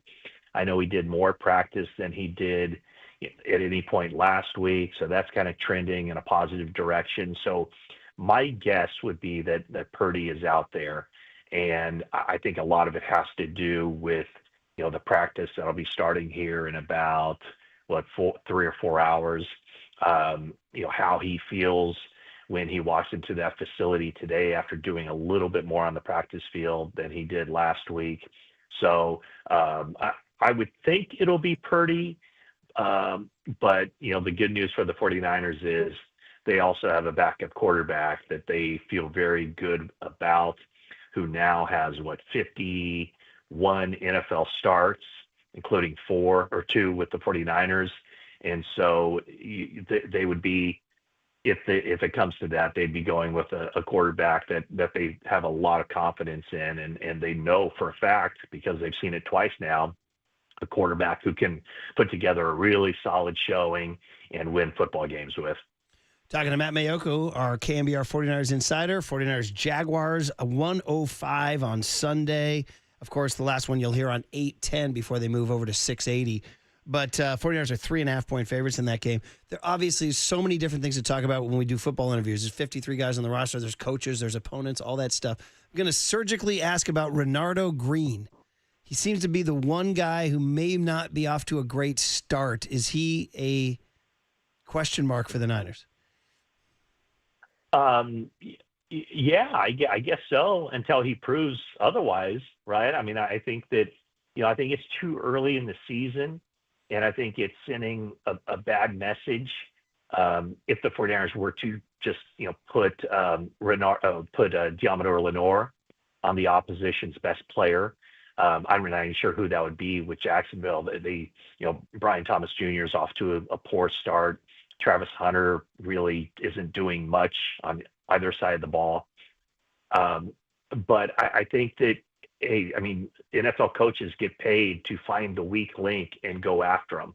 And until Renardo Green shows that he can hold up his end of the bargain, he's gonna get challenged. He's gonna get challenged time and time again. And that right there, I think, is part of why Bosa's injury is so devastating to this team, is that, without Bosa, they don't have a guy that you can just assume will be putting pressure on the quarterback, making the quarterback nervous, maybe forcing the quarterback into some bad decisions, some bad throws.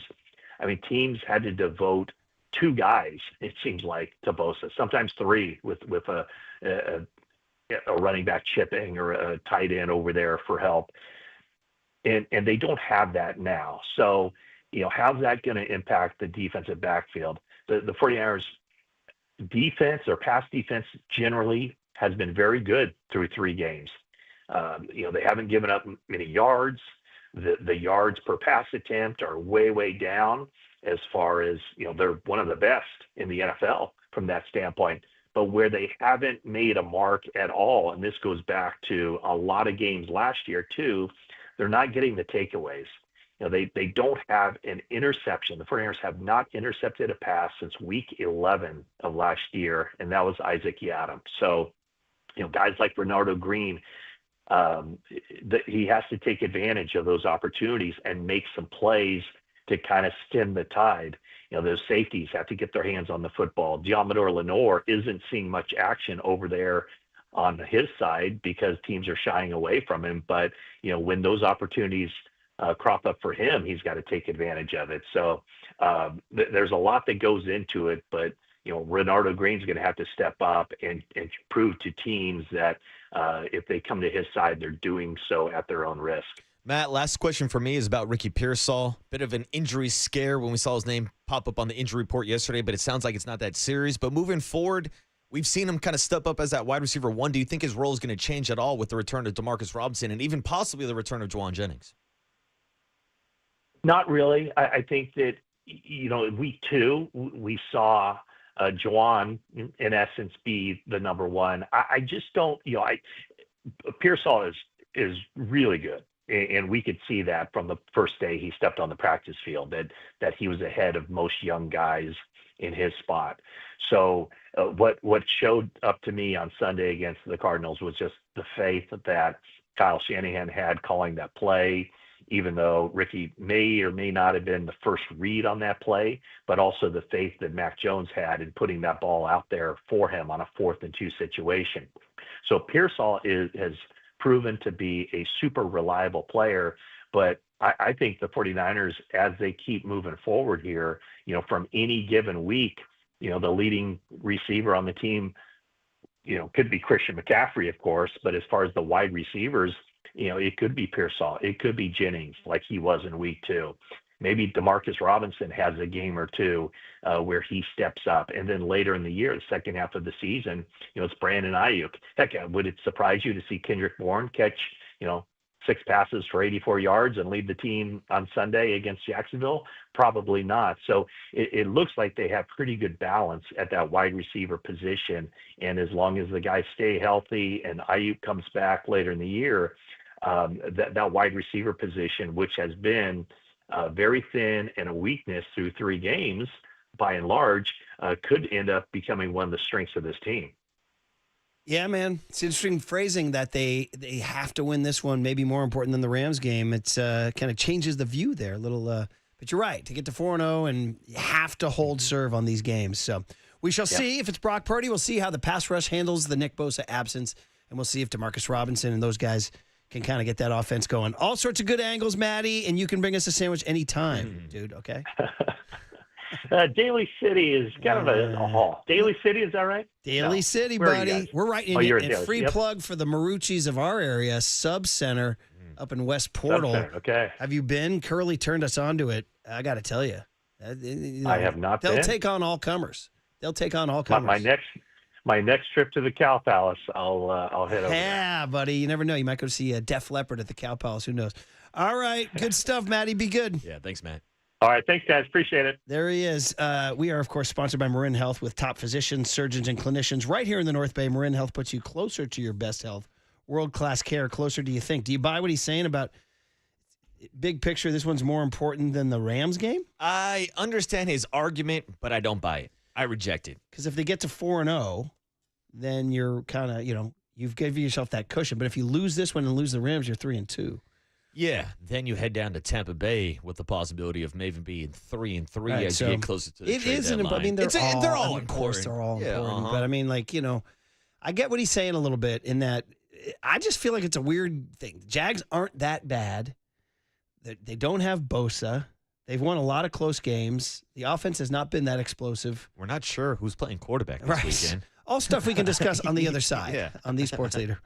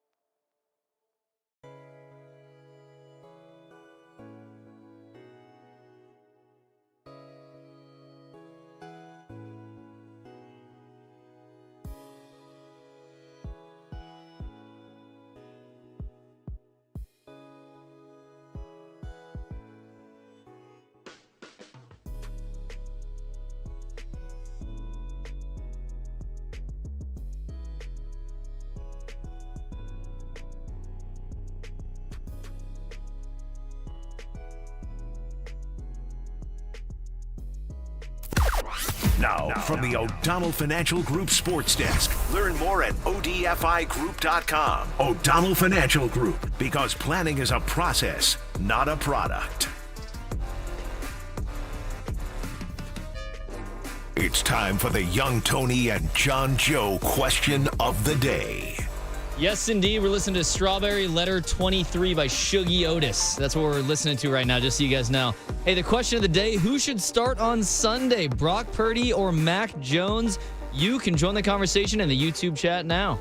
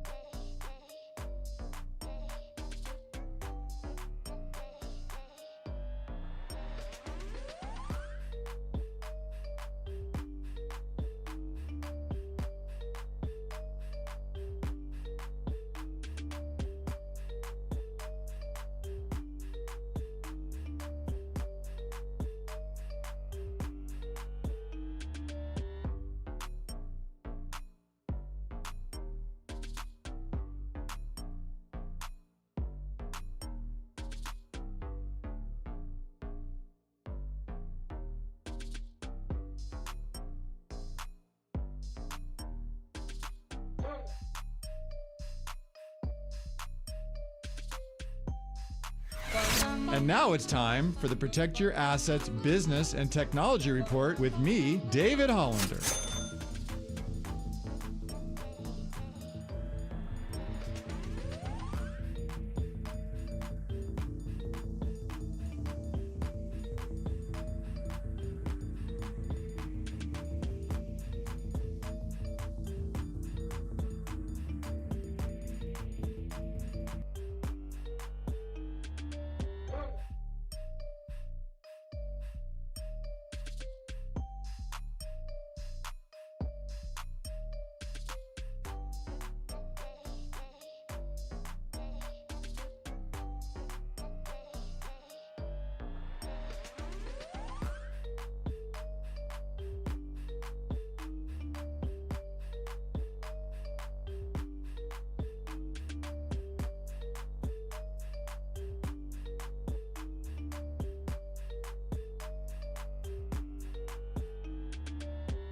Now back to Murph and Marcus on The Sports Leader. Streaming live on thesportsleader.com and KNBR. The Sports Leader app. Murph and Marcus is sponsored by Bigelow Tea. Grab a mug and tea proudly. The guy at the bar made some hazelnut sour, which wasn't great, and there was a few of them. Then there was a margarita, and then there was this strawberry vodka thing. God, it was aggressive. Yeah, it was horrible, but I mean, it was funny at the time until I fell asleep and couldn't finish the last one, but there we go. Oh, man, Terrell Hatton was in our cooler of content. He's the British golfer who's on the Ryder Cup team. We did a lot of Ryder Cup sound, and the thing that seemed to get traction with you listeners was his, there's a strawberry vodka thing. And then there was this strawberry vodka thing. All right, do you drink strawberry vodka things? Oh, Murph, I will drink my favorite strawberry vodka thing, a Surfside strawberry lemonade plus vodka. Oh, well done. Well done. Does Amici's have a strawberry vodka pizza? I don't think they do. I don't know if they do. They did got a vodka does pie, Provident right? Credit Union have a strawberry vodka loan? I don't know. But and then there was this strawberry vodka thing. It got the listeners going on the text line, and it caused us to dig up strawberry letter 23. But I decided to share with the boys here what I learned at Sound Summit, because at Sound Summit, in between acts, they have a DJ, Andy Kabik. He's amazing. He's freaking amazing. All I do is spend the whole day Shazamming, because he plays the deepest cuts. They sound so good, and I just need to learn. Then he played this one. I said, oh, well, at least I know this one, Strawberry Letter 23. And Michael Nash said, but it's the Shuggy Otis version. Like, he was so disappointed in me. I was like, oh, I thought the Brothers Johnson. He's like, no, you know nothing. Shuggy Otis did this originally. I was like, oh, my bad. Well, I started doing push-ups on the mountain, and this is the Shuggy Otis version that Brothers Johnson covered. Now, Brothers Johnson's is a little richer and lusher. You know why? Because frickin' Quincy Jones produced it, and everything he touched turned to gold. Ding, ding, ding. But you got to give Shuggy all the credit in the world for writing and recording this bad boy. Hell of a name, too. Yeah, right? Shuggy Otis. Shuggy. In my next life, I want to be Shuggy Otis. What's up, Shuggy? Yeah, right? Otis, no less, too. Dude, and this is a deep cut, too, because the entire time, I thought Brothers Johnson was the original. Like, I requested a song just a couple weeks ago when we did my oldies playlist. Right, and so this is what I'm telling you. I learned this at Sound Summit just 3 weeks ago. That's what happens when you go to Sound Summit. You learn these things. Inquiring minds want to know, what did OG Murph learn today? There you go.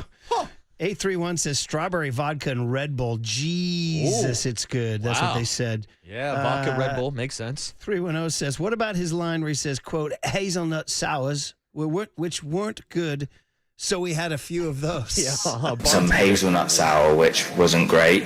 And there was a few of them. I like when he says, yeah, it was funny at the time.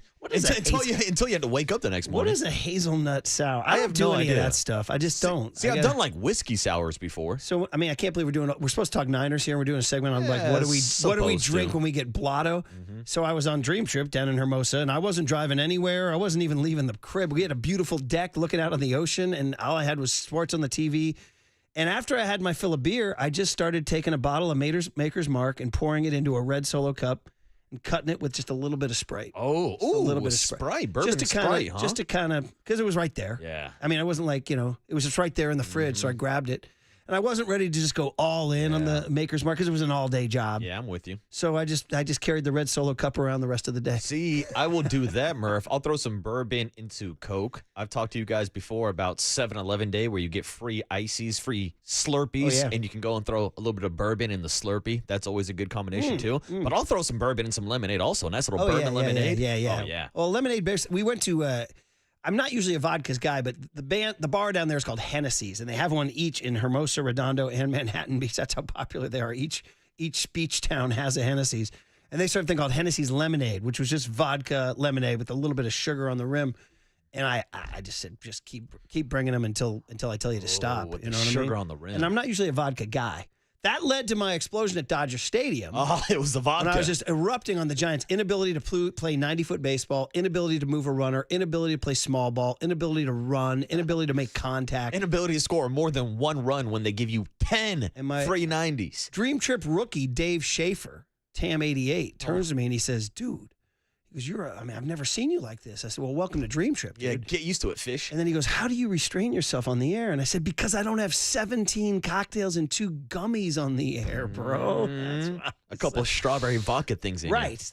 I'm on coffee today. I'm on coffee. But we still. And then there was this strawberry vodka thing.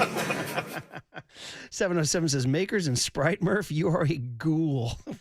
And listen, I never said I was a high-class guy.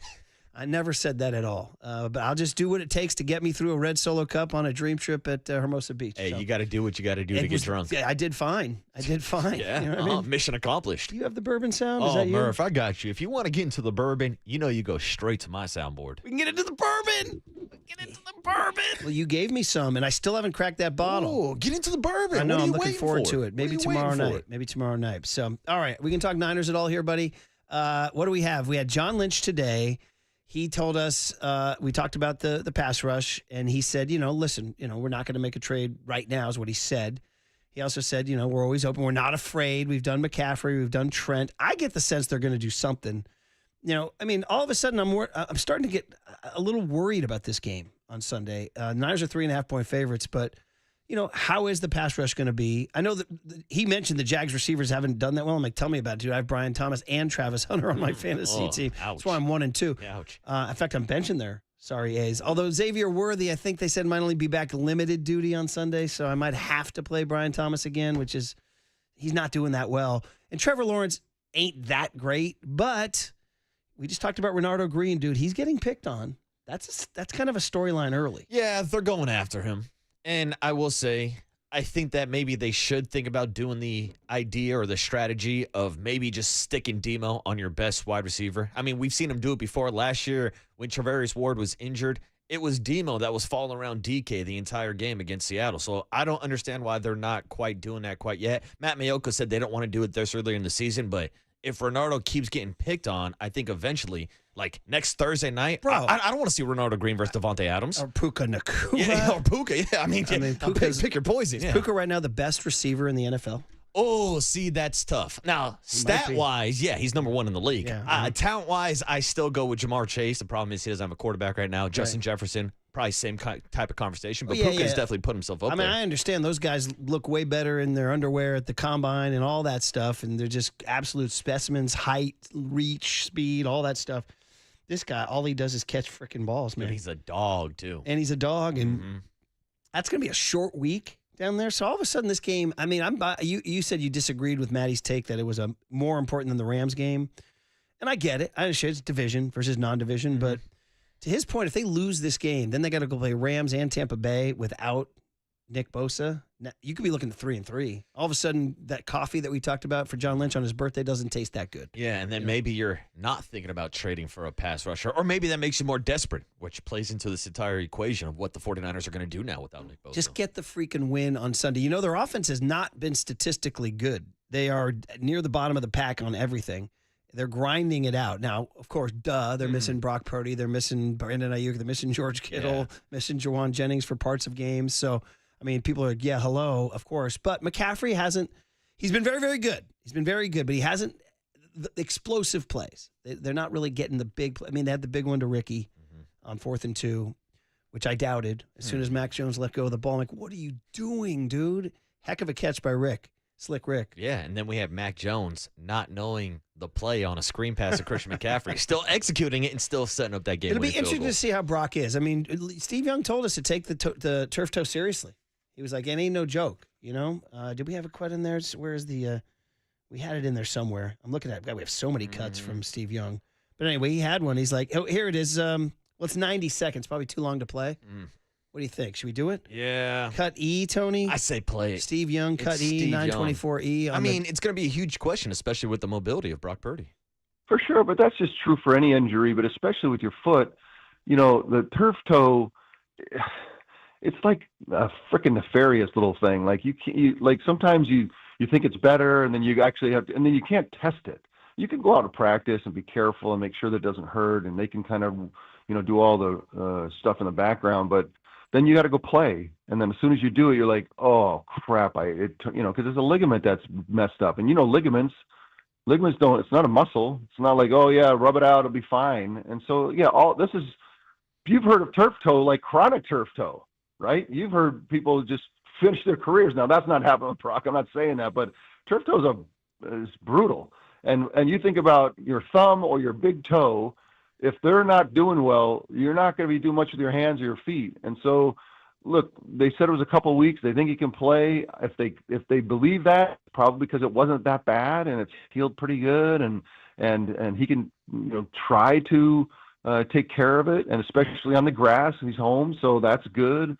So but don't kid yourself. This is not like buck up, tape it up, take a painkiller, and let's play some ball. This is the kind of thing that can hang around for a while, so you got to make sure you get rid of it. So your point is that, Marcus, is that, this could be something, so you got to be careful. I know. I'm like, I'm like less excited right now, man. So, well, I mean, is it Mac Jones? Is it Brock? I don't know. Yeah, that's what the about Mac question. Jones's knee too? Yeah, I mean, they're both limited right now, but I mean, that's the difference between being hurt and being injured. We know that Brock Purdy has a high pain tolerance. We've seen him play through injuries, but this is different. This is the ligament. This is something that could linger on through the entire season and possibly get worse if he plays this weekend. By the way, I know we get to Bagley on the other side, but he said that it's a freaking, what do you say, a freaking nefarious little thing? Is that what he said? Nefarious. Is that what, young Tony, you got it? Freaking nefarious little thing? I was going to say, I think people describe young Tony that way. Oh, he's a freaking nefarious little thing. Nefarious Tony. That should be your Twitter bio. Frickin', I've been called a frickin' I'm nefarious. looking for it, but yeah, I've been called that before, for sure. What's up, Nefarious? Nefarious Tony. Nefarious Tony's my fantasy team name in relation to... you didn't beat Kruger. Kadarius Tony, that is. Yeah, I mean, like, I blame Zay Flowers and Tyler Loop. Look at you throwing your players under the bus. Yeah. What kind of coach are you? You got accountability on this team. Accountability should be you. Yeah, well... We're starting those guys. I mean, listen, they didn't put up the points. Maybe I should blame Lamar. Imagine this guy's a program director. Yeah, man, right? Yeah, your show sucks. Well, I got some fire under me, that's for sure. Andy Bagley on these Giants next on the Sports Leader.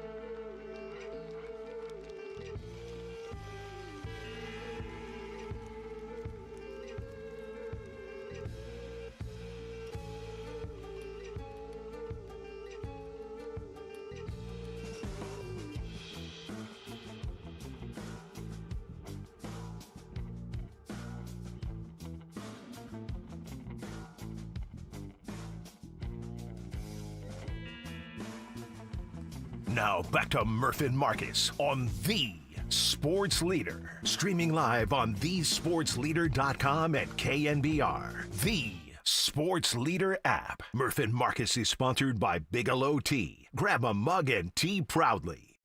All right, good stuff, Young Tone. The start of the breakdown. Was the start of the breakdown opening day? Was that what the start of the breakdown was? Let's talk to Andy Baggerly about the Giants. He's sponsored by the Dolan Law Firm. They live here, they work here, they win here. DolanLawFirm.com. He's also sponsored by Marin Health with top physicians, surgeons, and clinicians right here in the North Bay. Marin Health puts you closer to your best health. World-class care, closer than you think. Andy, good morning. How are you? Hey, Andrew. Doing good. How are you guys? Good. I'm admiring your piece, your story here. The what to look forward to in the Giants Rockies story series this weekend. Well, now, if it's really good piece, then I'll take credit for it. However, I do believe that Mr. Brisby wrote that one. So, I'm so sorry. My bad. My bad. But if you enjoyed it, like you said, if you enjoyed it, leave it in the comments. And if my you didn't, bad. I liked it. It was a good idea by Grant to write. What the hell can we look forward to this weekend? And we're all on the same team. We're all on the same athletic squad. Yes. So he points out that 500, and I know we want to get to bigger questions than just 500, but I mean, I don't know. Is there some sort of weird psychological thing going on here where they have to finish at 500? I mean, to me, it's about the optics, and maybe 500 is important, maybe it's not, but I think it's just putting on a good show. There are a lot of home games, especially in that stretch where they lost 15 out of 17 or whatever it was, where they just didn't give their fans a whole lot of reason to leave the ballpark feeling good about the whole experience. So give the fans a good experience, for 3 games. I think that's what it boils down to, and obviously winning is the best way to do that. So I think these games are important. If you're Bob Melvin, optics are important to him, right down to having everyone line up for the anthem to show the other team that you're ready to play. And I think that these games are important to them for pride, for professionalism, and obviously, they're playing the Rockies, who have won like two games in like the last 7 years in San Francisco or something. So it's a chance to just finish with a little bit of a good tone. And hey, it's important to Logan Webb. There's no reason for him to start one more game, but he's going to. And he said it's not because of stats, and obviously it probably is to some extent, but he said he wants to be out there for his guys. He wants to show that this is important to him, and so if it's important to him, it's probably important to everybody else. Yeah, just to set it up, Friday night, Trevor McDonald coming off that good start at Dodger Stadium. On Willie Mack Award night, which we can talk about, Saturday, Logan Webb, and then kind of poetic, the finale is pitched by Justin Verlander after the crazy year he's had, Sunday at noon. Well, Bags, speaking of Logan Webb, he did have comments earlier this week after his last start that the Giants did not live up to their expectations, and he had the assessment that this roster is the best roster that he's played for in San Francisco. Would you agree with that assessment? I mean, it's kind of hard to argue against a team that won 107 regular season games. It's certainly a team that was built a different way. That was a very collaborative roster. And you think, this team's got more star power and got more high-priced free agents. But, you look back at that roster in 2021 and the year Buster Posey had, the year Brandon Crawford had, they got like 48 home runs out of first base, which kind of snuck up on everybody, between Ruff and Wade and Brandon Belt. So, I think it's kind of hard to argue with the talent level on that team. But, if you look at sort of like the top end talent on this roster, I think there's more star power. And maybe that's what he was alluding to. I don't know if there was necessarily as much depth on this roster as there was in 2021. That's, been pretty obvious that this team's been thin in a lot of places. And, that's where Farhan Zaidi was really good. I mean, he was a raise the floor roster guy. And, there are people that are on this roster that are below, league average or have an OPS plus under 100, which is league average. And there was really nobody on that 2021 team, who graded out below average. I mean, they were giving every plate appearance, every inning to someone who was better than league average. And maybe it's only by a little bit, but that added up.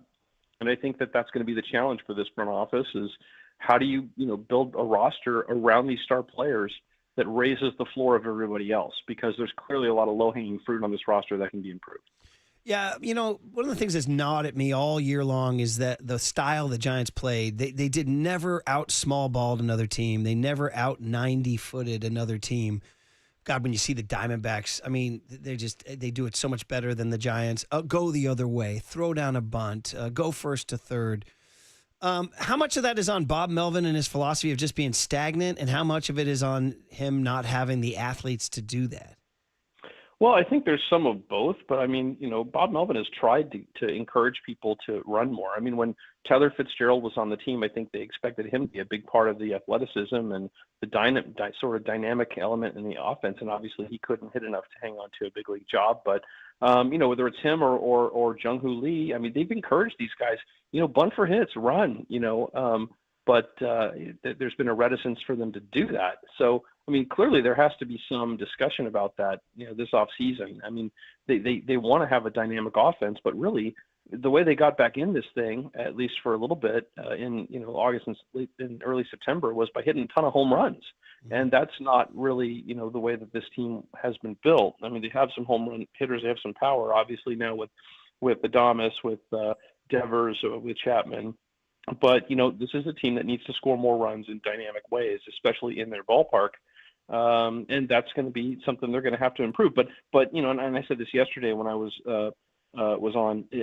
I think that they have to really look at the run prevention side, whether it's defense, pitching, bullpen, rotation. I think that's where their focus has to be this offseason.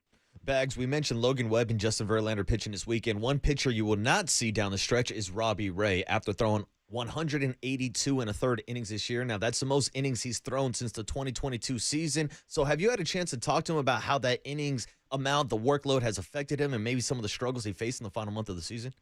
Yeah, we talked to him quite a bit down the stretch, and, he says that he's fine. He says he's healthy, and you can tell that he's still throwing hard. I mean, he's still maintaining his velocity. I think it's probably, I'm no pitching coach, but it's kind of fair to say that maybe he's using a little more effort to maintain that velocity. And I think that's where maybe the command issues have come from, because obviously it hasn't been the same kind of command here down the stretch. But, this is a guy who was an all-star in the first half. He's under contract next year. He's popular in the clubhouse. I think that there's a lot of positive momentum moving forward that he's going to be a big part of next year's team. Yeah, we're talking to Andy Baggerly of The Athletic. Giants off today, finish up a disappointing season with the Rockies. Friday night, Willie Mack Award. By the way, just for fun, is it Willie Adames because he's out in front of the dugout hugging everybody, or is it somebody else?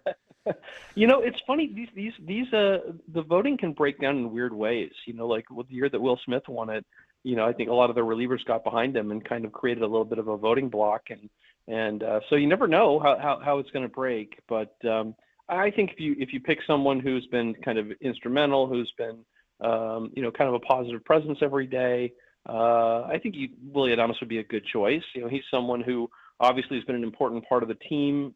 Certainly, I mean, think about if he had not picked it up over the course of this season, how much, sort of hand-wringing would there be over Willie Adames and what the Giants, what this contract's going to look like and what it's going to look like moving forward with this guy. So he really did play well pretty much from mid-June on to the rest of the season, and defensively as well. I mean, he really has picked it up defensively. So I think he'd be a really good choice. And, yeah, if I had to handicap it, that'd probably be the guy I'd go with. 157 games right now. I think highest on the team. So that's say that stat right there.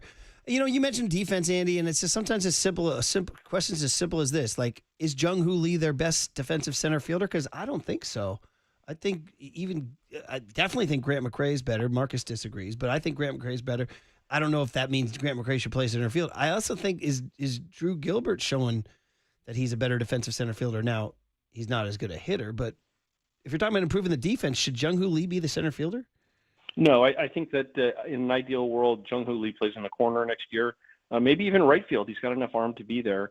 They got to figure out what's going on with Elliot Ramos and make him into a better defender, or else the guy's screaming toward a DH position, and you can't have that when you've got Eldridge and Devers on the roster. So they got to figure that one out. Either they move on from Elliot Ramos, or they figure out a way to make him a functional left fielder again, because their outfield defense has not been good at all. And then you watch a team like Arizona and they run everything down, and it makes a big difference. And Drew Gilbert, he gets some of the best jumps in the game. You see some of the routes he takes to difficult fly balls, and good center fielders are kind of deceptive because they make it look so easy. They don't have to leave their feet. They don't have to dive even, because they're able to get to a ball so fast. And Drew Gilbert's a very, very good center fielder, and if he can prove that he can hit and be an everyday player in the big leagues, he's going to be really valuable. Can he bunt at all? There have been 2 times in the past week I'm screaming at the TV. First, I'm at Dodger Stadium Thursday night with my buddies.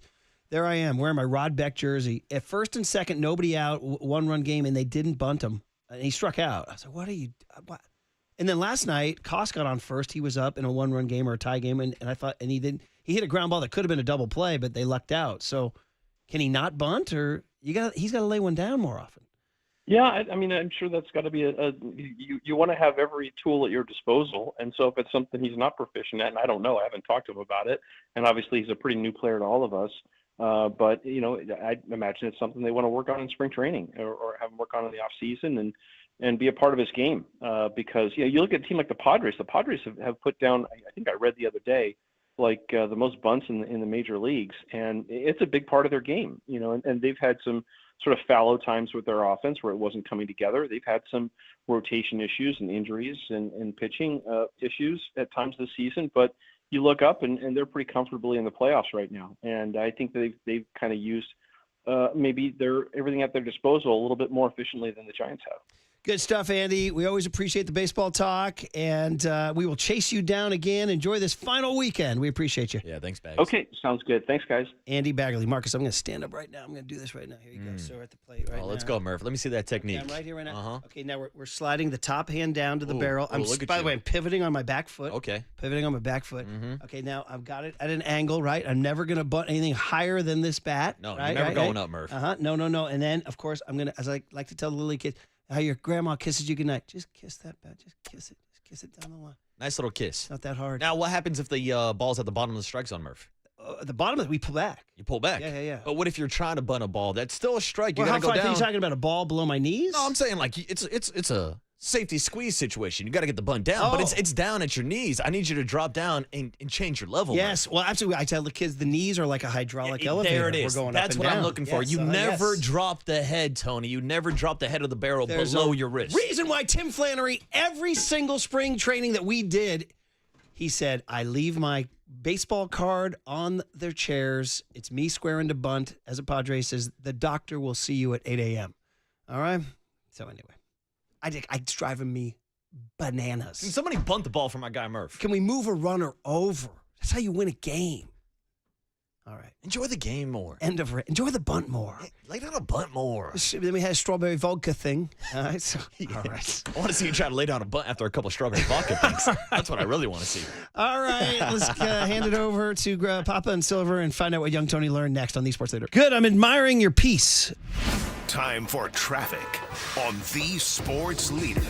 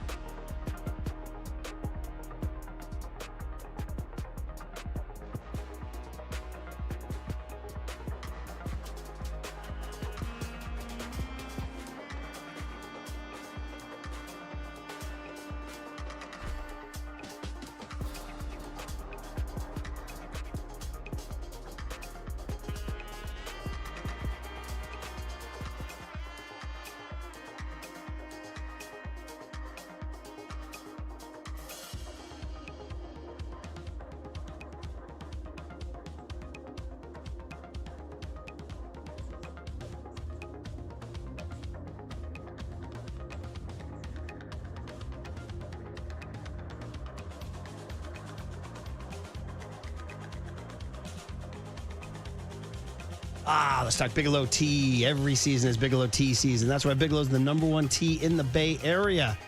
And the first things we do here at the Leader is grab for a mug. We got all sorts of flavors. English breakfast, Earl Grey, chamomile. Love all of their different flavor options. Perfect for those of us who make our living behind the microphone. So keeps me going, keeps you going, keeps us all going. Look no further than our cup of Bigelow Tea right here at KNBR. So grab a mug full of your favorite Bigelow tea and tea proudly. I'm just sipping on chamomile.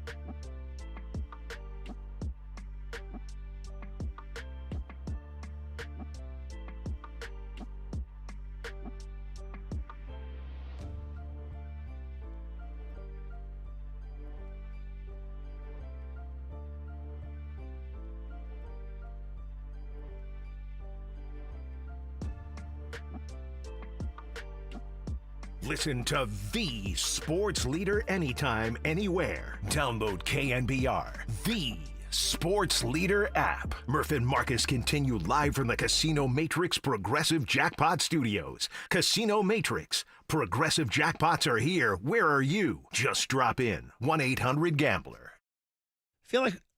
I feel like we had a lot of laughs today. I feel like we did. A lot of laughs. I don't know why, but right up and down, up to and including you guys cutting my sound bites. Yeah, Yeah. Hey, anytime you see I'm admiring your piece. See, that's the thing. Anytime you see a nice piece, you got to take some time to stop and admire you know, it. I mean, listen, sometimes you just got to tip your cap. Yeah. You know what I mean? But it's always awkward when you're talking about another man's piece to another man. We know what you meant. It just sounded sus. That's all. You guys, what is this? Naughty Cal? Is that what we're doing? Naughty Cal? Yeah, what is this, dirty work? Hey. Naughty Cal, naughty Cal. Yeah, man. Sponsored by Marin Health, our show is, with top physicians, surgeons, and clinicians right here in the North Bay. Marin Health puts you closer to your best health, world-class care, closer than you think. Boy, that Naughty Cal sounds incredible. Naughty Cal. Between Terrell Hatton. Naughty Cal. And the what were they? Hazelnut bitters and Hazelnut sours. sours. I don't know. And whatever those strawberry vodka you can just things go to are. any point in that Terrell Hatton thing, and any soundbite is good. John was deciding what he wanted, and he said Disaronno sour, so I was like, perfect. The guy at the bar made some hazelnut sour, which wasn't great. Then there was a margarita, and then there was this strawberry vodka thing. I feel nauseous right now. All right, young Tony, let's go here. Let's go. Yeah, what do we got, Tony? Murph and Marcus want to know, what did young Tony learn today? Well, so the joke is he's very, very young and innocent. Hey, I know that now, okay? All right, sponsored by Bigelow Tea. Grab a mug and tea proudly. So, inspired by Terrell Hatton's description of his strawberry vodka thing, we said, man, anytime I hear something like that, it makes me think of one of the great R&B songs of all time, Strawberry Letter 23. Which always makes you think, what was Strawberry Letter 22? Yeah. You know? And I believe 21. I believe they referenced Strawberry Letter 22 in the lyric. I do believe. Wow. Unless I'm incorrect on that. I think my brain doesn't work. I think they do, but I could be wrong. Anyway, point is that we all love it, and it's on your throwback playlist. Oh, yeah. It's one Your of the cookout top playlist, songs right? on my oldies playlist. Which I love that you have. And then I was at Sound Summit, and young Tony, you love this song too, right? Oh, absolute banger, 100%. Very funky. And then we played... But you didn't know that what you learned today was that it's a cover.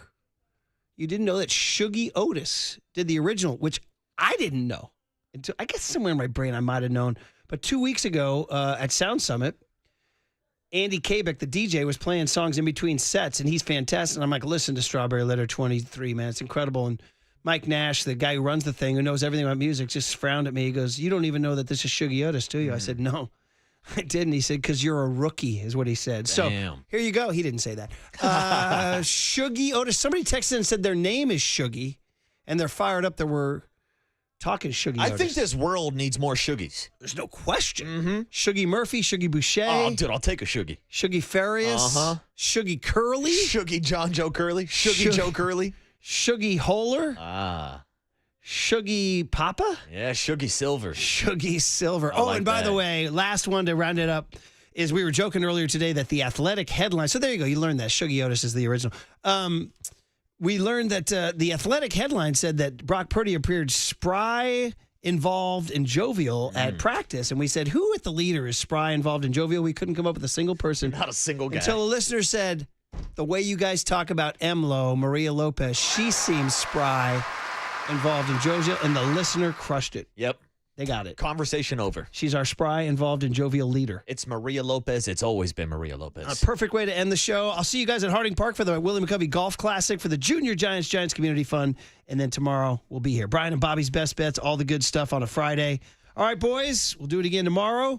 And when it's time hit him straight, by the way. Thank you very much. Did I say it was sponsored by Bigelow Tea? Yes, I did. Grab a mug and tea proudly. And when it's time for a change, think Speedy Oil Change and Auto Service. Engine light on, we can fix that. You're listening to KNBR AM and KNBR FM San Francisco, the sports leader, a Cumulus media station. John was deciding what he wanted, and he said Disaronno sour, so I was like, perfect. Some hazelnut sour, which wasn't great. Then there was a margarita, and then there was this strawberry vodka thing. It's only in America that the stupidness comes out. Naughty, naughty Cal. Naughty Cal. That's the end of the game. 4 hours, 3 faces, 2 Gregs, and 1 place to be. Excellent. Greg Papa. Touchdown! San Francisco! And Greg Silver. Let me tell you something. There is no such thing as being calm. I am fired up to be here. This is Papa and Silver. For all of the moaning and groaning in recent years when it's come to the field goal kicking game, in the home opener, the 49ers bring out Eddie Pinheiro, his second game as a Niner. The first time he's ever kicked at Levi Stadium. 6 game-winning field goals in his career. Let's hope number 7 happens right now. Thomas Morstead's going to put the ball down at the 25-yard line. John Weeks will snap it. This will be a 35-yard try for Pinheiro. It's down. The kick is on the way. And it is good! Eddie Pinheiro wins it for the 49ers. What a game. What a game under the circumstances. Kyle Shanahan in this mash unit of players with all the injuries, and you could say it on both sides of the ball. My God, is that inspiring. Across the board for the 49ers. Coaches, players, everybody. Perfect snap, perfect hold by Morstead. And Eddie Pinheiro with some dinero right down the pipe. Never a dull day talking some 49er football. That, of course, from Sunday. Guy Haberman and Tim Ryan on the call as the 49ers move to 3-0. Eddie Pinheiro splits it through the uprights, and we are talking about a 3-0 versus 2-1 showdown now. 49ers at 105 this Sunday welcome in the Jacksonville Jaguars for their second home game, and they're going to try to get to 4-0 to start the season. We are here. We are at week 4. You know, Thursdays, I love Thursdays. I know Wednesday is widely known as hump day, making it over the midpoint of the work week. My brain treats Thursday like a hump day, though. You get to this point Thursday morning, we're feeling great. Week 4 begins tonight with an NFC West showdown between the Cardinals and the Seahawks. We can start to really look at Sunday's matchup. We got the football hour with Tim Ryan. And in our industry, are there even really weekdays? There's no such thing as a 5-day work week. Good morning, it's Papa and Silver. Greg Papa, Greg Silver, Walter back in the studios hanging out with you. And we got a big day. We got a busy day and lots happening in the world of sports. Of course, we started with a little 49er preview as they try to get to 4-0 and keep these weeks of finding a way to win going. Papa, good morning, my friend. No such thing as weekdays or strong days. We're getting ahead and we're getting later in the week. And yesterday was installation day, and a lot of guys didn't practice, although we are getting reports that apparently it looks spry in the practice field, Purdy. So that'll be good to get away. They're not Saxonville anymore, but man, they got ways to heat up the quarterback. And today's a day. Wednesday, a lot of vets don't practice. Christian McCaffrey at this stage of his career, and it's maintenance. You just don't want him out there.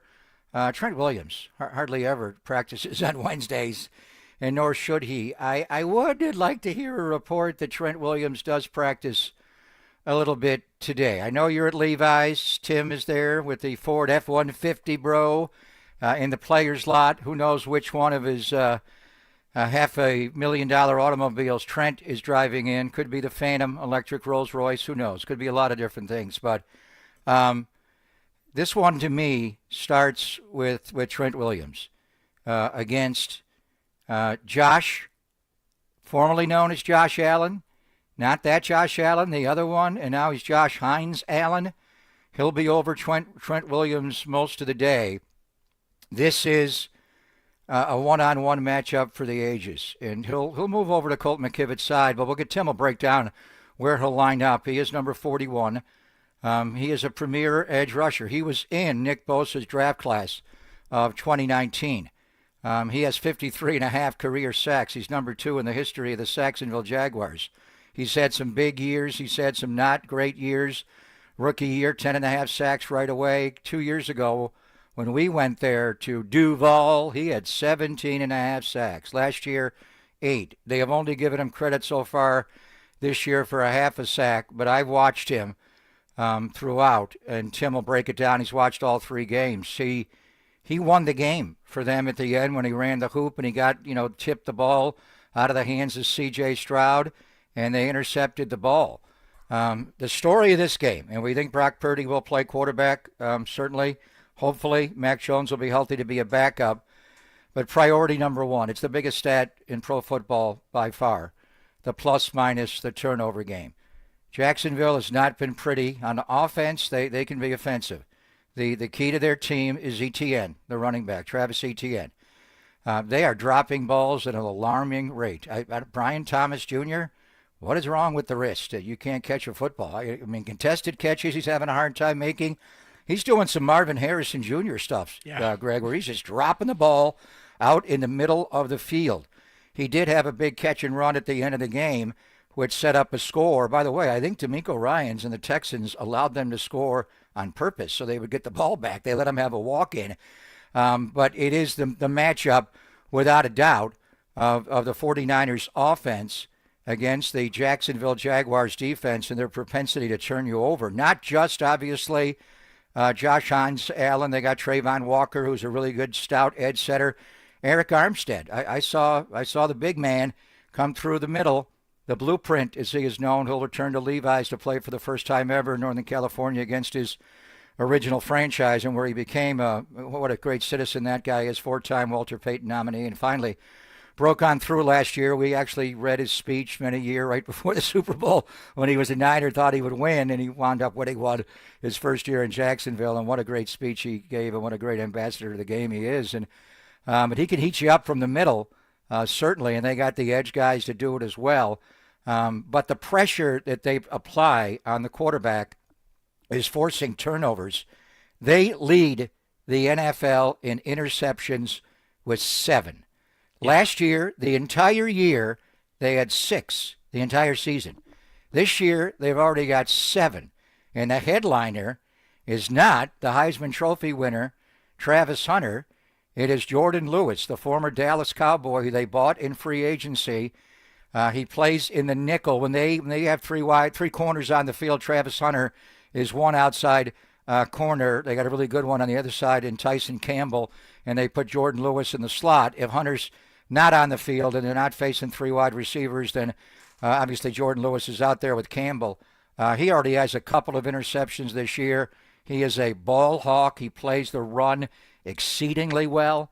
We got reports, during the show with Kyle talking about Ricky Pearsall not practicing, but then Ricky spoke to the media in the open locker room and said, I'm fine. If it was a game, I'd play. It's Wednesday, so maybe we'll get a report that Ricky practices today. Do you stay away from the slot? And Jordan Lewis, I don't know if you have to take it that extreme, but their 2 best players on defense are Josh Hines Allen, and Trent Williams is going to get him. And then, what do you do with the nickel back? There's guys you can attack and go deep. Tyson Campbell got beat on a double move. Their offense is not doing well. You've got to stop the run. Travis Etienne is the key. The one thing that's interesting, and T-Rock will get into it, they just played D'Amico Ryans' Houston Texans. You think they run a similar defense to Hala Fasala? So a lot of those principles that D'Amico used, and maybe even a phone call or a text along the way, if they do that, to share thoughts on what you do with this offense. It's an outside, wide stretch running game with ETN, and obviously you want to put pressure on Trevor Lawrence. We talked about him. The low completion percentage is him. At times, he made a really terrible interception at the end of the Houston game. Jalen Petrie picked him off in his zone, and it kind of got them back into the game. But I think a lot of it has just been a disconnect with the wide receiver room. Their best wide receiver right now is Parker Washington. They use him a lot when they go 3 wides. Brian Thomas Jr., who had one of the best rookie seasons a wide receiver's ever had, has just not followed it up. Is it just a wrist injury? Is there something more there? But you got to take away the run, make them drop back and throw it, put heat on Trevor Lawrence. We saw him in 23 in Duval, and he threw a couple of picks in the game. The Niners can cloud this up. But on the other side of it, the Jacksonville Jaguars 3 games in, Greg, and they're 2-1. They are a +5. +5. They have forced 9 turnovers, 7 interceptions, 2 by Jordan Lewis. They have had 3 takeaways in each of their first 3 games. Meanwhile, the 49ers have 0 interceptions, and the Niners are a -1 overall. So a lot of stats don't add up to a 3-0 start, but they're a -1, they're a +5. So very simply, if you don't turn the ball over against this football team and give them short fields, it should be difficult for them to score at all. They got a great kicker. I know you love Eddie. Cam Little, their kicker, made a 70-yarder in the preseason. He did miss one. They sprayed one wide right, but he's got a big-time leg, and we'll see about the weather and the wind and how it's going to go. But to me, he is a part owner of Residency 3, Zach King's hat and shirt wear, sports look out there. Trent's got a piece of that. Like to see him practice today. He knows his body and what he needs to do to be ready. But he's going to be the key. Now, they could move Hines Allen over to Colt McKivit's side and go at him, but almost every snap I've seen, 41 is over the left tackle on the quarterback's blind side. Tim will break it down, and he's big time, whether he's running the hoop or running a power rush. I mean, Trent's the best, arguably, that's ever done it. He is aging. Hines Allen is in Nick's class, so he's still ascending. That's the matchup. That guy can wreck the game. He can Saxonville it. Force strip sacks, force tip balls that wind up into turnovers. They have 7 interceptions on the year, by far the most in the NFL. Don't give them the ball, and the Niners should go to L.A. 4-0. It's a really good call on Jordan Lewis, too, and the start that he has had to this season for Jacksonville and that really scrappy defense, physical defense, too. 49ers, meanwhile, you said it, no interceptions this year. They haven't had an interception since last year, week 11, and it was Ike Yadam, guy who's no longer on the team. They saw him over in New Orleans.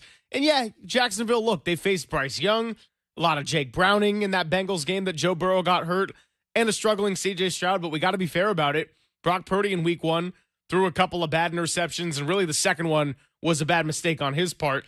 And then Mac Jones threw one last week trying to force it to Ricky Pearsall. So not losing the turnover battle proves just as important as winning the turnover battle sometimes. And the 49ers got away with one in which they did lose the turnover battle against the Cardinals, but a couple of big third down stops from Fred Warner batting the ball down, and then the big play from Upton Stout to break up that pass gave Mac Jones enough opportunities to lead that offense into field goal range. Eddie Pinheiro, as we open the show, drills it. They're 3-0. Lots to get into, and Tim Ryan's going to be joining us at 11 o'clock for the football hour. As always, we'll also talk to Howard Balzer at 12:30. Does a lot of stuff with the Arizona Cardinals. So saw some 49ers last week and a big one for the NFC West tonight, Thursday Night Football. Brian Anderson, our good old friend from the NBA playoffs, now that off of TNT, but he's been doing a whole lot of baseball. He's going to be coming by at 1:30. 808 KNBR, the number 2 chime in. We got the YouTube chat. We got the Golden State Lumber and Showroom text line. And let's do a lot of previewing of the 49ers. Hear the latest on their injury updates. It's Pop and Silver on the Sports Leader.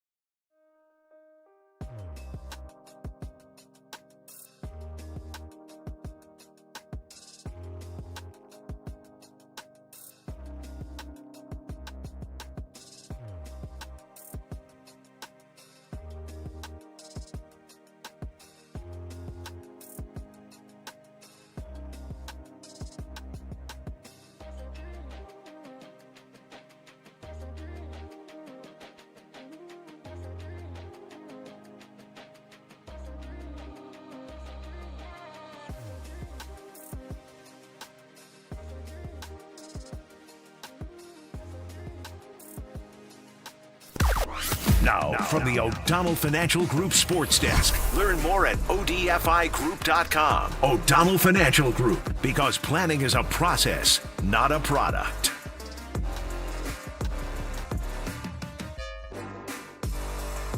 John Lynch joined Murph and Marcus this morning to provide some updates on Ricky Pearsall, Mac Jones, Brock Purdy, and Brandon Aiyuk, their timetables for return. For some of them, could it be this weekend? For others, well, they still got to deal with the IR and the PUP list. Either way, check it all out on thesportsleader.com, the KNBR app, or wherever you listen to your podcasts.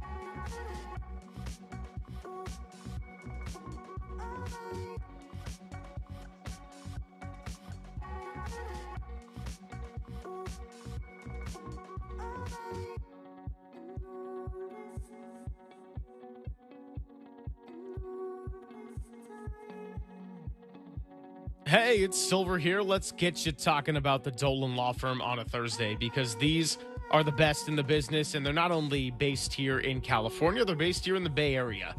And they've been here for more than 25 years, award-winning personal injury and employment attorneys who fight for you right here where you live. So if you've had issues at work with discrimination, wrongful termination, or your rights being violated, you can go to their website, dolanlawfirm.com. Learn more about your rights and how you can best be protected by the best in the business.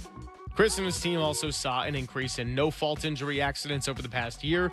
So with all the people and chaos and traffic and kind of a strange weather week too, it was misty in Daly City yesterday, a little bit of rain, and we also had some of the hottest days in the Bay Area.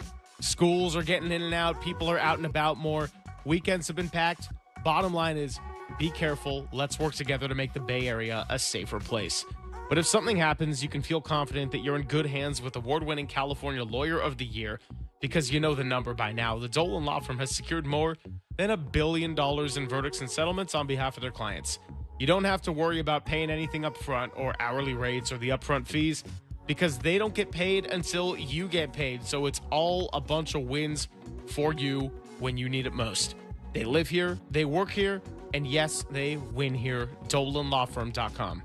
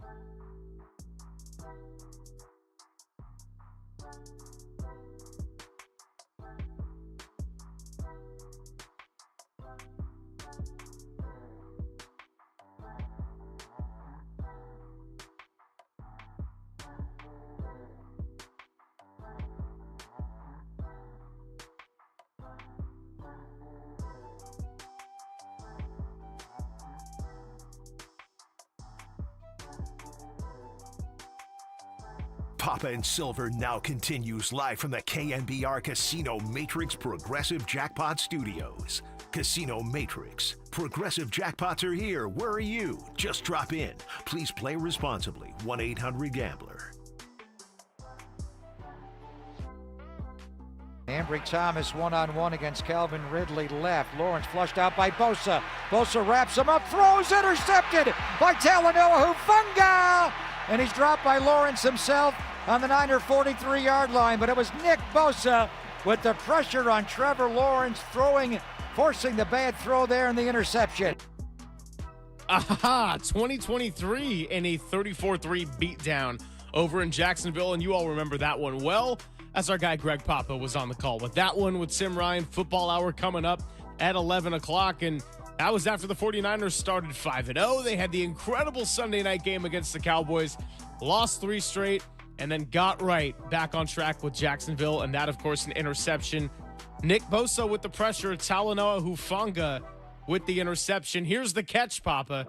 Of course, both of those players, between Bosa's injury and Hufanga's free agency, now not here anymore. So maybe we're going to have a repeat, but Mykel Williams or Bryce Huff with the pressure, and maybe Renardo Green gets back on track. Maybe it's our guy Upton Stout with the interception. Either way, big focus of this one going into it is the turnover battle. There's no doubt about it. Yeah, it was November the 12th of 2023. Both teams were actually coming off their byes.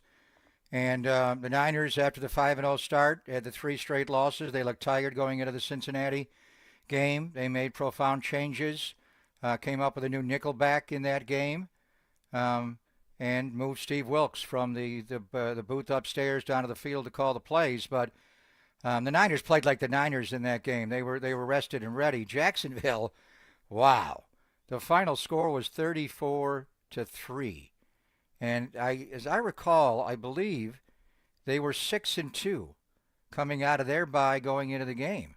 And that was, off the year before when they made the playoffs and, had the comeback against the Chargers. They were kind of at the crossroads, and Trevor Lawrence just looked like a completely neophyte quarterback. And he still was a young quarterback, but he played 3 years at Clemson. He won a national championship at Levi's over Alabama, and that great defense of theirs and Nick Saban's team. And he just could not read it. The Niners completely confused him in every. I don't know. Honestly, I don't think they knew that the Niners changed the nickelback until like midway through the first quarter.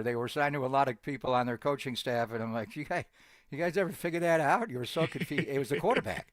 They blamed it on Trevor, and like he could not read the defense at all. He could not see it as it went pre-snap to post-snap. The Niners sacked him in that game 5 times. They intercepted him twice. He was 17 of 29 for $185.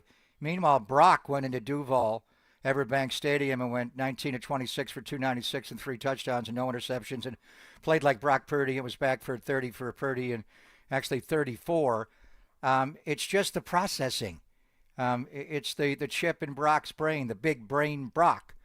Actually, that may have been the game where fans came to the game, a big sign, Big Brain Brock came in the booth and took a picture with me. It may have been in Duval. But, I'm not saying Trevor Lawrence is not a smart player, but he's not Brock Purdy.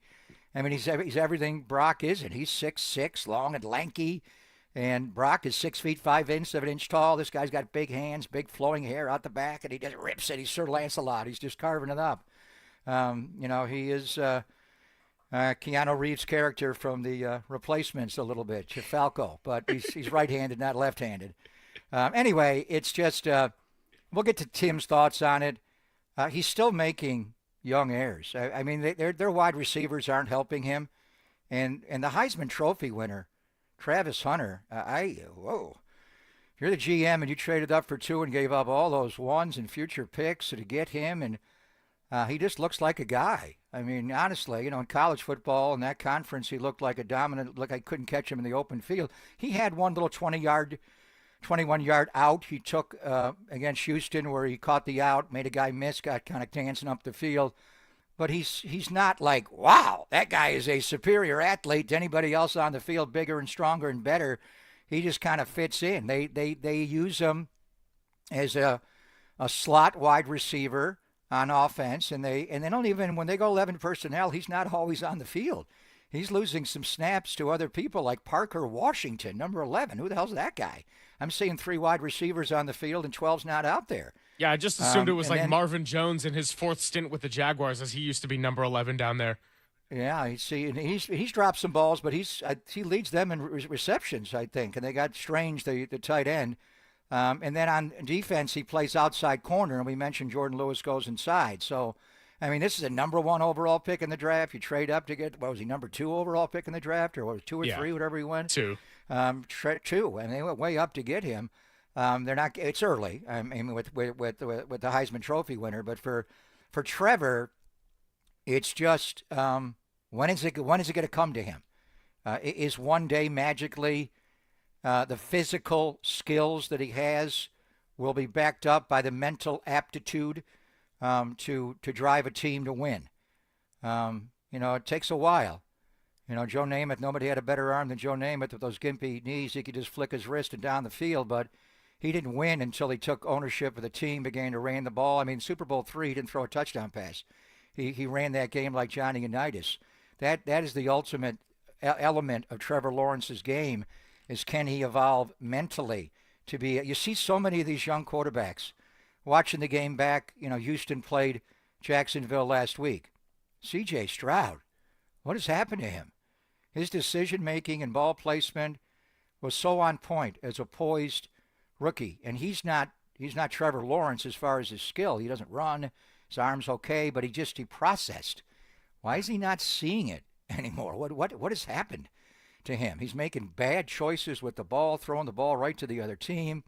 You watch some of these young quarterbacks, and yet the Niners had a call to make in the offseason. Do we pay Brock Purdy? And we got into a discussion. At the beginning of the offseason, I was not convinced they were going to do it. I thought they'd drag it out a little bit and just get more intel on Brock. But when you watch the other quarterbacks around the NFL, and some of them have, great ability and brilliant minds, then you get into Mahomes and Josh Allen and Joe Burrow and the really, really elite ones. What Justin Herbert has a chance to be with Jim Harbaugh right now. Sure, Justin Herbert's he has some processing. He has great ability. Yeah. I think he has superior ability to Trevor Lawrence. There are times he makes, when you have an arm like his, you just rip it and go. But he didn't turn the ball over last year until he got in the playoff game, and then he had more picks in that game than he had the entire year. But some of that was on their wide receiver. I love Herbert. Herbert's a great player, tough. Trevor Lawrence, when you look at the two bodies, Justin Herbert and Trevor Lawrence, you're like, why can't Trevor Lawrence play like Justin Herbert? Yeah. Because he doesn't process the field as well. I wouldn't let's keep it real. Herbert's not won a playoff game yet. He's gotten there, but he hasn't won one. Those other guys find a way. Josh Allen runs the whole game at the line of scrimmage now. He just checks out of it, and if you're showing him a light box, he's Peyton Manning. He's going to get into a run. He's going to give the ball to James Cook, and it's going to be 2nd and 4, or it may be 1st and 10, and the guy rips off 14 if he finds the right hole. So, just with Lawrence, we'll get Tim's thoughts on it. He's come to Levi's before as a national champion. He's never won a national championship here as a baby. Was he 18 years old back then? True freshman, incredible. And now he comes back his first time as a pro, and we just saw him a couple of years ago. And it's looking like this will be Brock Purdy against Trevor Lawrence. And when you size him up, it's like, how does that? Well, it's the brain. Can we measure the size of the brain and the ability to process and the boom, boom, boom? And, Trevor had some moments. He's had some good years and good moments in games. He can come in and sling it. But when he goes back and looks at the tape from the game from 2023, and a lot of the Niner personnel is different, and obviously Saleh's back. This is a younger defense. It's different in structure, but he's got to have nightmares. Like, he probably goes into Eric Armstead's stall in the locker room and say, what the hell did you guys do to me that day? What was the plan against me? They sacked him 5 times. He just didn't know where to go with the football. We'll see if he's able to make adjustments against a new defense this time, but that's why you decide to give Brock Purdy $265 million. You look around the NFL and you think, wow, look at all these quarterbacks. They have all these raw ability, and they just don't process. They do not see the field. They don't go through the reads the way Brock Purdy. That's what makes Brock Purdy the special player he is. No question about it. Justin Fields, another one of those where he's got great abilities. He's been in a couple different situations. Will he be off the concussion protocol going up against Tua on Monday night? Lots to discuss and lots to get into here as far as 49ers, Jaguars, and think you say it well. Could not be more different between these two quarterbacks and how they've been looked at on the outside and what they do well versus what they've struggled with. It's Papa and Silver. Lots to get to. Tim Ryan Football Hour coming up at 11. All here on the Sports Leader.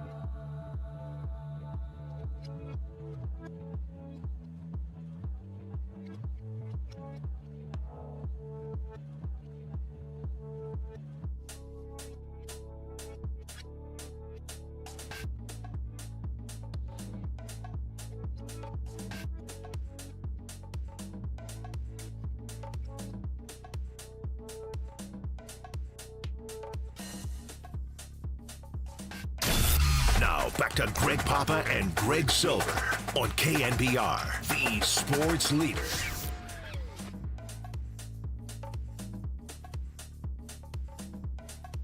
Moore and Pearsall and Bourne are the receivers. And Taj is the tight end. McCaffrey beside Mac Jones. Takes the shotgun snap. Sets up the screen. There is Christian. He's got it. Block in front. McCaffrey another. Cuts it back at the 20. McCaffrey down to the 15-yard line. A first down for the 49ers. Clock it. Gotta clock it. Or just call the timeout. One or the other. Clock at 10, 9, 8, 7, 6. Mac Jones takes and spikes it. 6 seconds for the 49ers. Remaining in this game in the Toyota red zone. Whoa, what a drive. What a great play call, just on the tight inside the numbers screen. All the blockers out there in front of McCaffrey, and he does the rest, getting this thing down to the 16-yard line. I think now you're just trying to set it up and get it in the middle of the field for Pinheiro. Yeah, Tim Ryan nailed it right there. That's exactly what Mac Jones did. The following play, that, of course, was the 20-yard screen pass to Christian McCaffrey that set up Eddie Pinheiro's game winner. And 3 weeks in a row now, the 49ers have all had these one-score games. They were 2-6 in said games last year. They're 3-0 so far because they've just found a way, and it's been a different kind of way to get them to that 3-0 start. Let's hear from John Lynch, who was on with Murph and Marcus this morning. 808 KNBR to join the conversation. And, of course, we got the one and only Tim Ryan Football Hour coming up at 11 o'clock. But John Lynch was on the 49ers' gritty identity through 3 games, and this was a big discussion point leading up to the season. Kyle Shanahan spoke about it. Obviously, same coach, same general manager, same philosophy, old friend and a defensive coordinator, and a lot of new personnel. So what is their identity in the different ways they've found to win over the years? Here's John Lynch on the gritty identity through 3 games.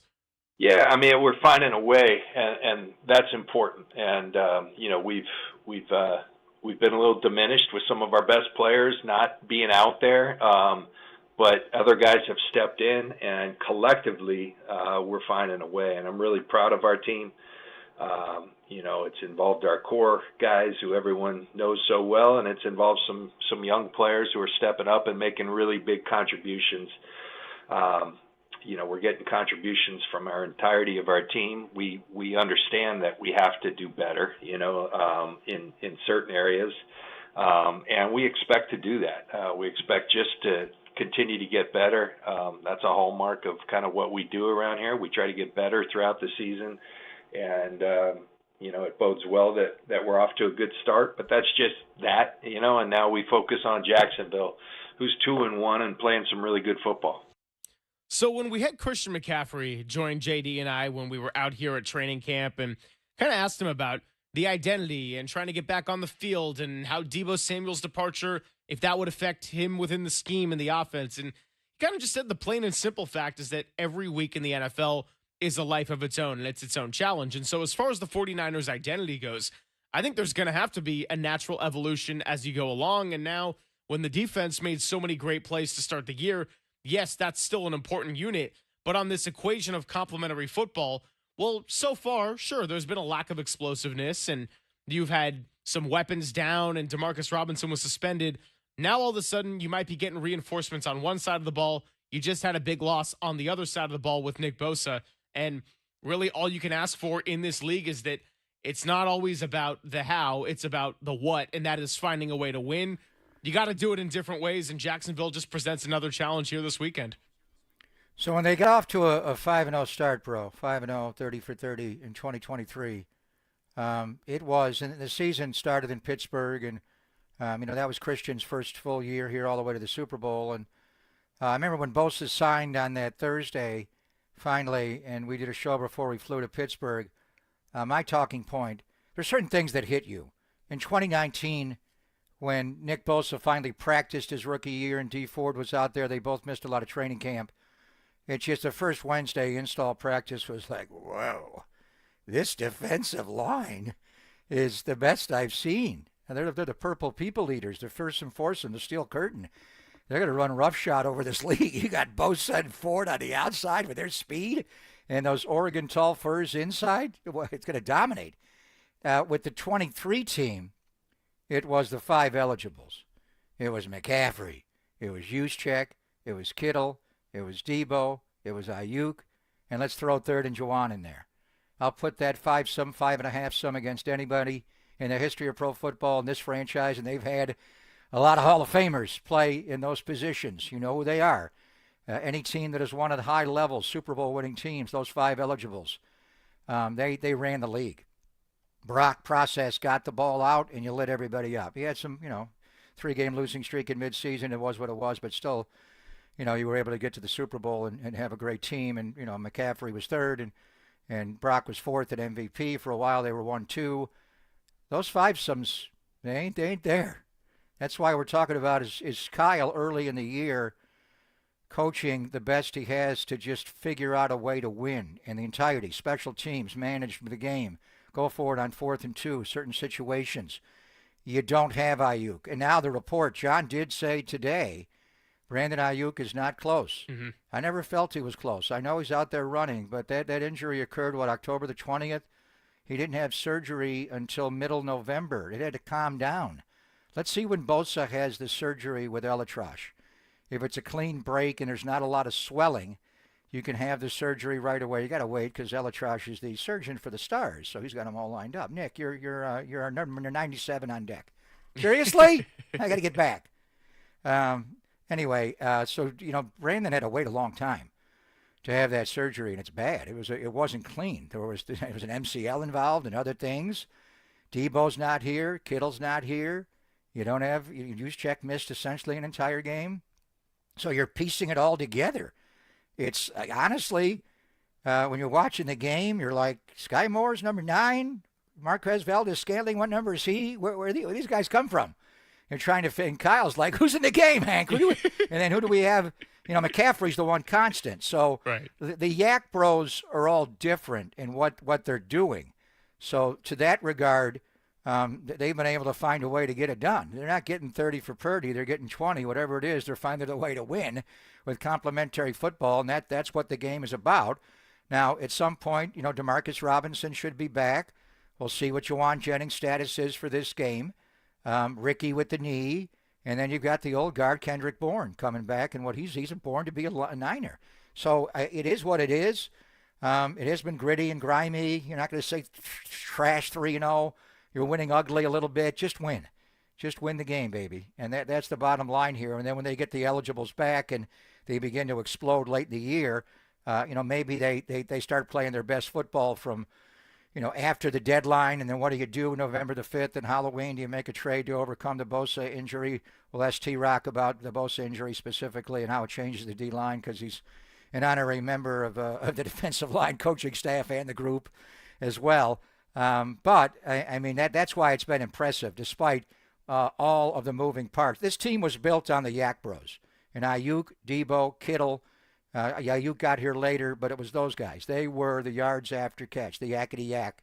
It's different now. Ricky does it differently. Christian just makes everybody miss in space. It's just different. But they are finding a way to at the end of the game, in all 3 games, they've had more points than the other team has scored. That's the bottom line. That is the bottom line. And look, as far as the Yak Bros, last year, even with Aiyuk for the first 7 weeks and Debo Samuel there for the whole season, they just weren't separating. And so that identity that they once had to shift. And now you're looking at a whole different group of personnel. And you said it well. Ricky is doing it a little bit differently, but hasn't found the end zone, has been just the steady, constant third in yards in wide receivers across the NFL.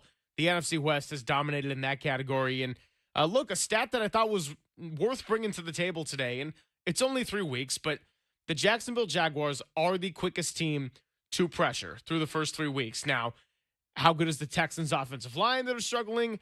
I don't know, but 3 weeks is enough of a sample size to know that this defense is very legitimate and physical. And obviously, when we say quickest team to pressure, we know that's Josh Hines-Allen. We know that's former number 1 overall pick in Trayvon Walker. Oh, and by the way, the secondary, not so bad either when you get quarterbacks a little bit uncomfortable. So if it's Mac Jones or if it's Brock Purdy, and it seems like it's trending toward Brock, he's got to be able to get the ball out quick. I know that Brock Purdy's mobility is an important part of his game that has evolved, but you don't want to see Brock Purdy getting hit in the way that he was in week 1. And even before we found out about the turf toe and the fact that he was going to be missing at least a couple of weeks, he was just simply getting hit way too much. Now, the offensive line played much better for Mac Jones there in the New Orleans game, and they got a pretty solid front five led by Cam Jordan. Then this last week, a little bit of somewhere in between.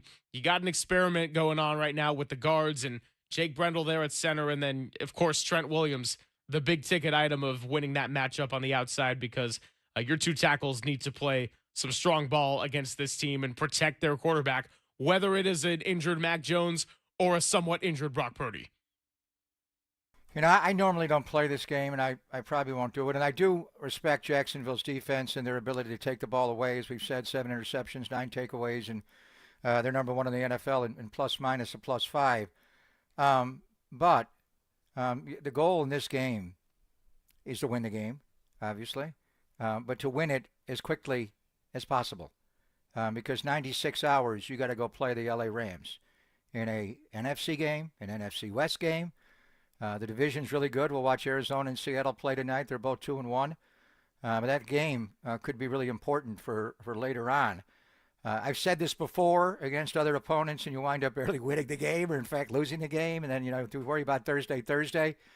But if you don't turn the ball over against this team and you handle their pass rush and you just don't throw the ball to Jordan Lewis and the other guys, and their offense is just struggling. You got to stop ETN. Tim will break it down. I expect a low-scoring game, but you could get a little separation from them at some point. Could you give the guys, could it be like Steph Curry's unanimous MVP year and he takes the fourth quarter off?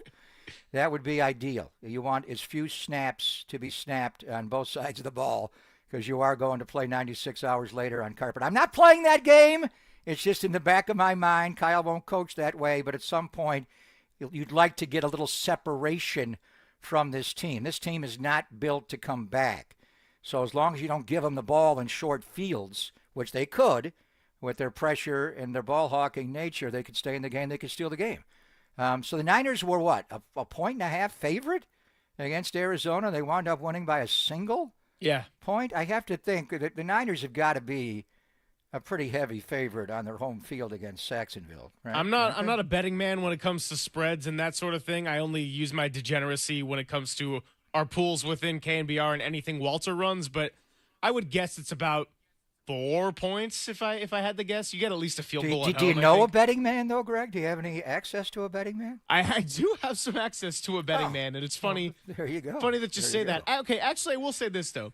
This whole notion of win as quickly as possible and thinking ahead to week 5, I know you don't like to play that game, but that gives me a really good thought I want to share with you when we return. First, we got some business to take care of with our very own betting man, Chuck Edel.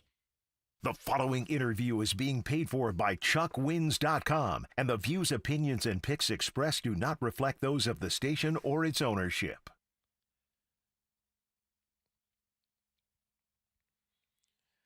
Well, you just heard Papa reference it. He is our betting man here on the Sports Leader. We're here with Chuck Edel, who once again gave all of our listeners another winner with the under in the Packers and Browns game this last Sunday.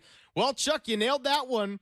3-0 halftime and 13-10 the final with some late points, but that was well under the points total of 41. So I hope everyone's taking advantage of the on-air winners and all your winners by calling 1-800-808-3481. That's 1-800-808-3481. How's it going today? Hey, it's going great, thanks. Yeah, when you bet unders in the NFL, it seems like you're always sweating it out till that last whistle, but that was pretty easy one there. We enjoyed that one, and I do have a big play going tonight and for the weekend here. So your first 50 callers who call the 1-800-808-3481, 1-800-808-3481, or just go to chuckwins.com. First 50 callers will get all those plays for free. So we always joke about the spring hopeful when you get into the late summer stages and how every team thinks they got a shot to be the best version of themselves. Week 3 comes around and a lot of people get humbled, whether that is their favorite team is 0-3, whether that's they lost some money, or whether it is the fantasy football team in which you can't get away from that group of friends or coworkers is coming in at 0-3. But you've been getting everybody to get some wins. So what are you looking at for this weekend to turn everybody's fate around who's had a tough start to the year? Yeah, exactly. Well said. Well, I'm going with the game that has 2 0-3 teams involved, and a lot of times the casual bettor will look at two teams that are 0-3 and they're going to go, oh, I'll just take the +7. But that's not what I'm doing here. We're talking about the Houston-Tennessee game, and the difference here is Houston has had some quality opponents. They lost by 5 to the Rams, only 1 point to Tampa last week by a touchdown to Jacksonville, who your 49ers are playing this week. And by the way, that line is 3 or 3.5, San Francisco. But Tennessee in their 3 games has been blown out in all 3 of their games. They played Denver tough opening game for a little bit. And a big part of that reason is Cam Ward has struggled, and it's not all his fault. They have a very bad offensive line. The offensive line's banged up. They can't run the ball. Tony Pollard's averaging 3.6 yards per carry. So now they're going to play Houston defense. As bad as Houston offense has played, their defense has played very well, only giving up 17 points a game. Then you turn around and you look at this Tennessee defense and you shake your head. They're giving up over 31 points a game. The secondary is very banged up. And then what do this week? They trade a cornerback, Jarvis Brown-Lee. They traded him to the Jets. So Tennessee having a lot of problems. They changed their offensive game caller, the Coach Callahan, who was calling it. Now they changed it to the offensive coordinator. Houston offense should get healthy this week. They also have some linemen coming back, and I see this as a pretty big mismatch here, and I do like Houston. I think the line -7 is cheap because because Houston is 0-3, obviously, but I like a -7 here. All right, Chuck, so any final thoughts as we head into week 4? I know the Packers-Browns, you went with the total and the under, but the 8.5 point spread going into that one, depending on the sports book, that was just perceived as very fishy by a lot of experts out there. And so when you look at any of these lines, does something jump out to you right away as, hey, that's a spread that, yes, I think this team's going to win, or maybe this team might get beaten handily, but the line itself might just be a little bit too out of proportion? You know, one game that jumps out at me is the Bears-Raider game, because I think the Bears got a lot of love from that, beating up on Dallas here. And now the line is the game's in here in Vegas, and it's a pick'em game. And I think a big-time overreaction to the Bears beating up a depleted Dallas defense. So that would be one game that would kind of, look funny to me. All right, great. Well, we'll catch up with you next Thursday, and I expect a 4-0 record because the quest for 17-0 starts right here on The Sports Leader. Have a great one, Chuck. Let's do it. Thanks. The preceding interview was paid for by ChuckWins.com, and the views, opinions, and picks expressed do not reflect those of the station or its ownership.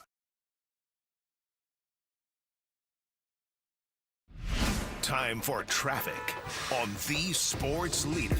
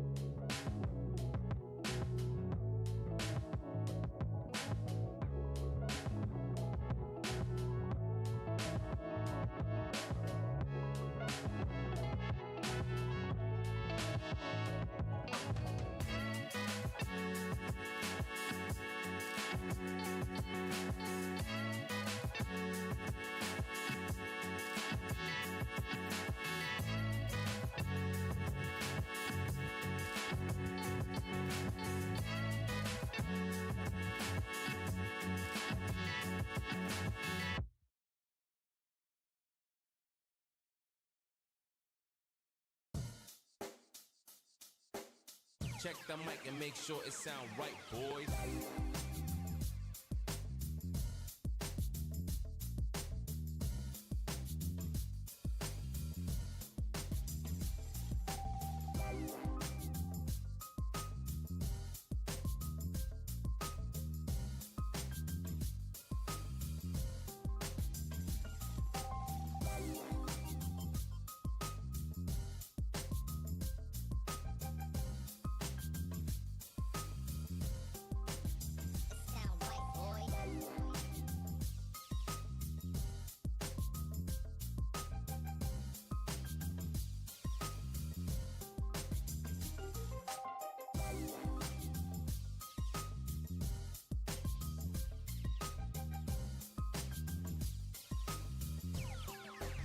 Sound right, boys. Papa and Silver now continues live from the KNBR Casino Matrix Progressive Jackpot Studios. Casino Matrix. Progressive jackpots are here. Where are you? Just drop in. Please play responsibly. 1-800-GAMBLER.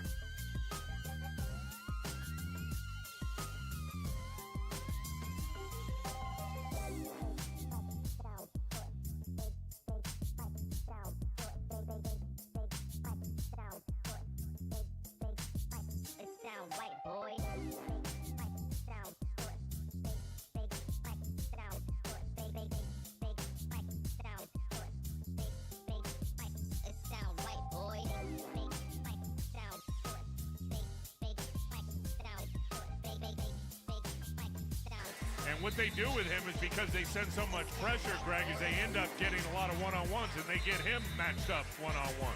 Did you call me Greg? I did. That's the first time he's ever done that. We're getting serious now. Wow, Tim. Timothy, we're down we need by, to stop here. We're on offense. 2nd and 13. Down by 9. Down by 9, Greg. Let's go. Gregory. Wow, you sound like my Bob. I love that one. I forgot about that one in the folder. So that is my formal announcement to let you know that we are here with Gregory Silver, Gregory Papa, and the one and only Football Hour with Timothy Ryan. What's going on, bro? Hanging out, buddy, undefeated. Oh, hit that on switch for me there. Oh, they can hear me anyway. Look at that. Hanging out undefeated, enjoying it, and once again, good to see my man, Jolly St. Pop. Look at It's that getting wider. beard. Oh, my It's getting God, longer. bro. When are you going to pay some Who, attention to that thing? Put some Just for Greg in there, would you? It'd probably take a I gallon like it of ugly. It would I like take it a ugly. gallon of that to put some color in that thing. So who's the Brett Kiesel? I'm thinking of the Pittsburgh Steelers. Yeah, the D lineman. Who's the guy? Who's the guy that had the most gnarly beard, the gnarliest beard ever in the NFL? Oh, God. Kiesel? It's got to I mean, be he had Kiesel. It's got to be Kiesel. It was down to here. So if I keep growing it, it's just going to go down to my waist? Is that where it's going to go? I think it slows down after a while, but that thing looks like it's going to keep going. You haven't even razored the neck or anything on nothing. No cheeks, no manicure. It represents something to me, like your hair. What's your hair doing, by the way? I can't flowing. quite tell. What the hell do you think it's doing? It's flowing. Fabulous follicles. Yeah. Fabulous follicles. You look good. You got Thanks, Trevor buddy. Lawrence here. So 3-0, bro, and no, rolling. I need a but, flat iron for that, and I refuse to do it. My wife. Give me your Try the thoughts. flat iron. No, thanks. No, I know. Thoughts on what, buddy? I know how close you are with Nick. Other than you doing your thing, which is obviously a major battle, but I am fired up for you, bro. Praying for you every day, and like you do in everything you do, you're going to win. So we're just going to keep going. Without a doubt. And you've been right there every step of the way with love and support and the whole coaching staff. Johnny Holland and The John Lynch Fishbowl called wanted me to tell you hi, by the way. Fishbowl Yeah, says we love miss those you in their guys. video No ops. question. Oh, they ask about you every day. I mean, Johnny, I know they do. JL, Everybody. Johnny Holland, Sala, they're just, it's every day I got to give them an update. So I appreciate you texting me back. I know you got a lot of other stuff you're dealing with. No, I know. No, it's their top of mind. Believe me, they're right there. And, Can I get a what are you touchdown hearing? call, please? What are you Can I hearing? get a- What are you hearing from Can the I get a Fishbowl? touchdown call, please? I did do one. I did? did one when Matt Barrows was All on right. the other day. All You never right. know. It may just crop Okay. up at any Okay. moment. But Yeah. All right. No, I'm feeling like John Lynch and John and Linda called me leaving the stadium on Awesome. Sunday right after the game, and just great. And I, a little bit on me, and then I went right to Nick, and they went, well, I didn't feel it, but he knows his body. You're close with him. You know how this changes the football team.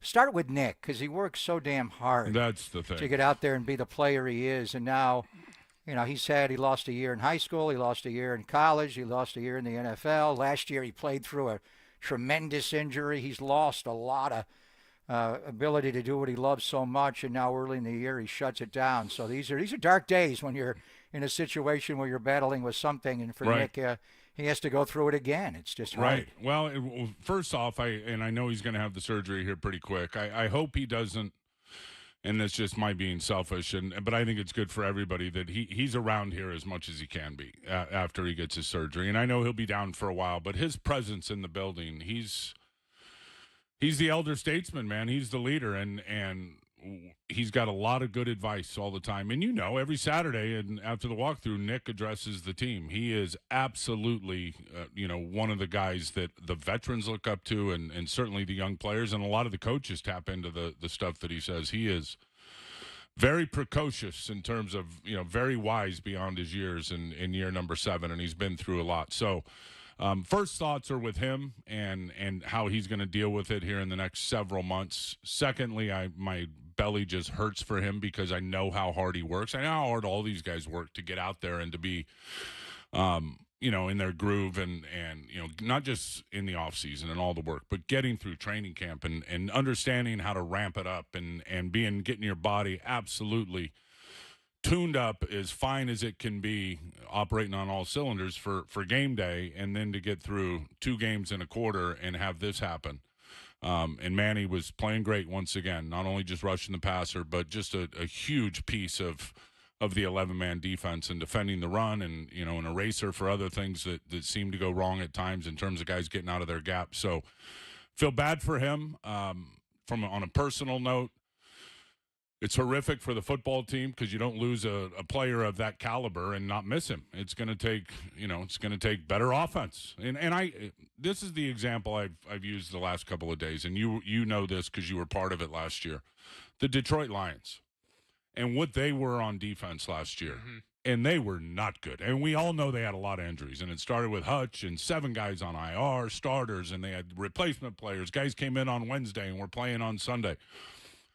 They still won 15 games, and that's because they got a juggernaut on offense. And I'm not saying the 49ers offense is remotely close to what those guys were bringing to the table last year, and it appears to be bringing it back to the table this year for the Lions. But the offense is going to have to be better. The offense is going to have to pick up the slack. The offensive line is going to have to block better. The run game is going to have to click at some point. I don't think it's far away. We can get into schematic reasons why it hasn't worked in terms of how teams are playing the 49ers, but the bottom line is they can play. There's nothing new in terms of the scheme. It's really not about the plays. It's about the players, and the O-line's got to block better, in particular the guards. They got to get to the second level. They got to seal people. They got to handle the stunts when all these run stunts are happening and 3 techniques in the B gap, and now he's slanting to the A gap across your face, and it kind of, it slows guys down a little bit. We certainly have seen that this year, and it started week 1 with Seattle, and that's what a lot of teams do to the 49ers, and I promise you that's what the Jaguars are going to do. So we want to get into all things Jaguars, but they stunt the line as much or more than anybody up front, so O-line's got to play better. Little week 3 review as a whole. Yeah. 49ers lost the rushing battle. They lost the turnover battle. They lost time of possession. They lost their star edge rusher in the first quarter. They had a near safety that didn't change the scoreboard. The Cardinals did get the 2 points on the safety they were able to generate. Oh, and by the way, the 49ers won the game and walked out with a 3-0 record. Yeah. Didn't feel very much like a last year kind of game, and just a lot of games in general in the Shanahan era. They don't win those type of games when they get stifled in a lot of those categories. No, the history will tell you and I had not been part of a game that they've won like this, the way that game laid out. A couple things. I think it speaks to the character of this team. I think it speaks to the resolve of this team. I think it speaks to the young players making plays at key times. When you look at some of the young guys that really stepped up, you can talk about the safety play with the 3 rookie defensive linemen, a huge tackle at the end on one of those last drives by Siegel up there in the alley, the Upton Stout rake out on the 3rd and 9. That was the game, by the way. They make that, and that was in his hands. The game's over. So the young players making plays, Ricky on offense, Tonjes on offense. So a lot of young guys making contributions, and then Silver, the football gods were with him. I have not seen the 49ers this year have mental errors in coverage, and it's across, there was not just one guy, there was a few different guys, and certainly some key players for the 49er defense that dropped the ball with their assignment And the football gods, for some reason, just allowed the 49ers to come up with a non-catch by the Cardinals where they just flat out dropped them. The DeMercado one, obviously the Marvin Harrison Jr. one, those were all big opportunities versus breakdowns in coverage, and they didn't come up with it. So very, very grateful for that. Which is a concern because, and Nick only played, the first quarter, and a lot of that happened later, but it is rush versus coverage together. If you're not getting the pass rush, then, those holes can be exploited a little bit. And the Niners did play more zone in that game because you got to have eyes on Kyler. Just your thoughts, and I know you'll get into it more. Without 97, you don't have 97. So all the protection, the slide doesn't go that way. Right. Bryce Soft, more. Gross Matos more. Michael, could he play more at end? Just your thoughts on how Kasarik, Salah handle this. Do you have to bring more pressure? Just roll bodies? What do you do minus Nick in the short term? Yeah, that's a good question. Well, I think that, Salah will call more pressures according to the game and what the game looks like. They've got him dialed up and ready to go. So if they're not getting the four-man rush and they get a little desperate, then he might have to send some extra guys and do some different things. You mentioned all the key names with the exception of one, Sam Okawanu. I think will be the guy that's going to step in and be the starter, at least on the early downs for Nick. And Sam has got measurably better since he got here on the practice squad. I remember when that guy first got here, I'm like, well, what position does he play? I mean, because he's 6'1", he's, I don't know, 280 or something. Is this guy a big Sam backer? What is he? No, he plays everywhere along the front and is built with leverage and can play and is powerful and is strong and is explosive and is really taken to Kasarik's coaching. So he's going to play a big role. Robert Beal's probably going to get a uniform on game days now. Robert's going to have to step up. So, one guy told me I've been in the league a long, long time. And this is the optimist in me that I know it's going to be a headache without Nick. And the coaches I know are going to be. And they're going to have to get some augmentation, as I said, from the offense, from some different defense, and some of these younger guys and newer guys are going to have to step up. But every team every year in this league is going to face 5 crises. They're going to have 5 crises. And the story is, how do you handle those crises? What happens on the heels of those? And there's already, in my mind, there's already been 3 with Kittle, with Brock missing a couple of games, and now with Bosa, and heck, I might even add a half a crisis in there with Pop not being around on Sundays. I thought that was the top of the list. Yeah, well, that's nobody's missing me. Nobody's missing me. Yeah, well, we all. There's a lot more people missing you on Sundays. There's no question. But it's, how do you handle those crises through the length of the season? So we don't know the answer to that question, but I think one thing that helps this team, Pop, is with all the young guys and with how the whole roster purge, and we knew it had to happen in the offseason, is there. Last year it was Super Bowl or bust with that roster, right? Yeah. The year before you could say the same thing. Those expectations aren't there. I mean, certainly they are in the building. They know where the bar is. They know where they want to end up. They know what the goal is.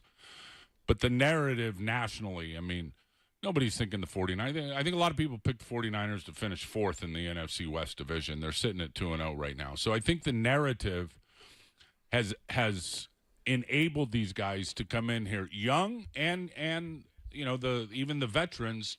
It's strictly one freaking day at a time, one opponent at a time. And I think that narrow scope of thinking and not looking ahead at all, because they can't afford to and the expectations aren't to, I think has been very good for the mindset. And we've talked a lot about Salah and what he's done for this defense, and he'll have a lot of things to clean up, and he knows it.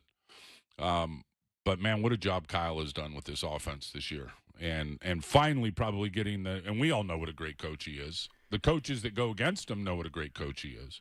The players that come here from other teams, and I talk to him, go, man, playing this offense, it's the hardest in the NFL. He's getting the credibility that he deserves. And, the 21 year, when they were 3-5, they moved Armstead from end back inside. The running back room got thin, so they went 11 Tyson and Deadpool and ran Debo. That was a mid-season adjustment to save a year. From the start of a year to get off to a 3-0 start and have all the 5 eligibles around him. I don't know how you're calling the guy. I can't keep my head straight. Like, who's on the field? Who's playing tight end? Who's playing wide receiver? We know McCaffrey's an age, and even he's moving around.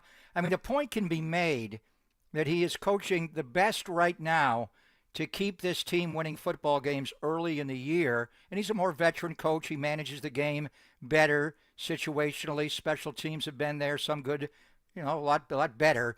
But you make the point, he had to adjust at different years. From the start of the year, Tim, to get off to this 3-0 start, I think you could say Kyle's coaching his best football right now. Yeah, there's no doubt. I will echo that, and then I'll also say this. Thank goodness for Mac Jones. Yep. And what he has been able to do. And I'm telling you, when the guy got in, of course they liked him in the draft. They elected to go with Trey Lance. But I remember when he got here, and I remember talking to the guys. I think Mick Lombardi, he also deserves some credit. Mick has done a hell of a job with the quarterbacks. And again, his personality type. And you guys, Pop, Silver, those guys, it's win, lose, or draw. It's a family over there, and they are tight. And there's some parental advice going on over there as well, in terms, it's not all just, hey, we love you. No, they coach them hard, all of them. And Mick is part of that. But I remember when Mac first got here, it was like, man, he's just got to let it rip. He's just got to let it rip. And of course, this is not, ask Trevor Lawrence, this is not an easy offense to digest and to assimilate into. It can be great for quarterbacks if you can see it like the play caller sees it. But if you can't, it can be trouble, as we all know. So a lot of credit to Mac. He's ripping it. He's letting it go. The interception, they would not put that on him. I think that if you went in that building, they'd say the play call probably needed to be better. Now, you wished he wouldn't have thrown it and would have gone somewhere else. But you can't now harness a guy that you've told, let it rip, let it rip, let it rip. And he just let it rip. And I thought a perfect example of that was on the 2-minute at the end in the no huddle. Playing fast, getting it out, operating the. There hasn't been a lot of pre-snap penalties. There haven't been all that stuff you would expect with a newer guy. So his experience has paid dividends, but his ability to really digest the system has been obvious. Well, we're going to get into Mac Jones. We're going to get into Brock Purdy and how he's progressing from his injury. Ricky Pearsall did not practice yesterday, but then seemed to calm things down by saying that he's going to be all right. And, of course, the Jaguars, the offense is clunky. The defense, though, very formidable unit, and they've got off to a 2-1 start. So it's the Tim Ryan Football Hour, and we'll continue this all on the Sports Leader.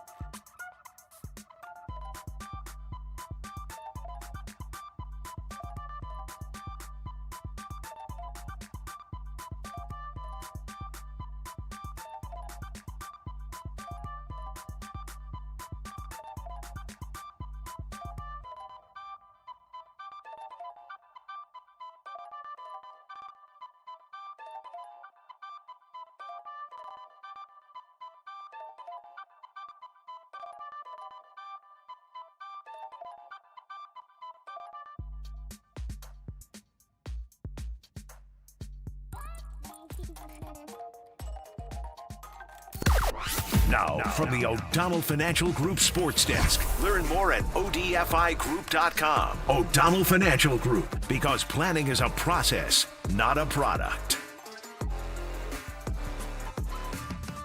John Lynch joined Murph and Marcus this morning to provide some updates on Ricky Pearsall, Mac Jones, Brock Purdy, and Brandon Aiyuk, their timetables for return.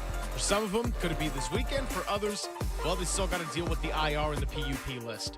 Either way, check it all out on thesportsleader.com, the KNBR app, or wherever you listen to your podcasts.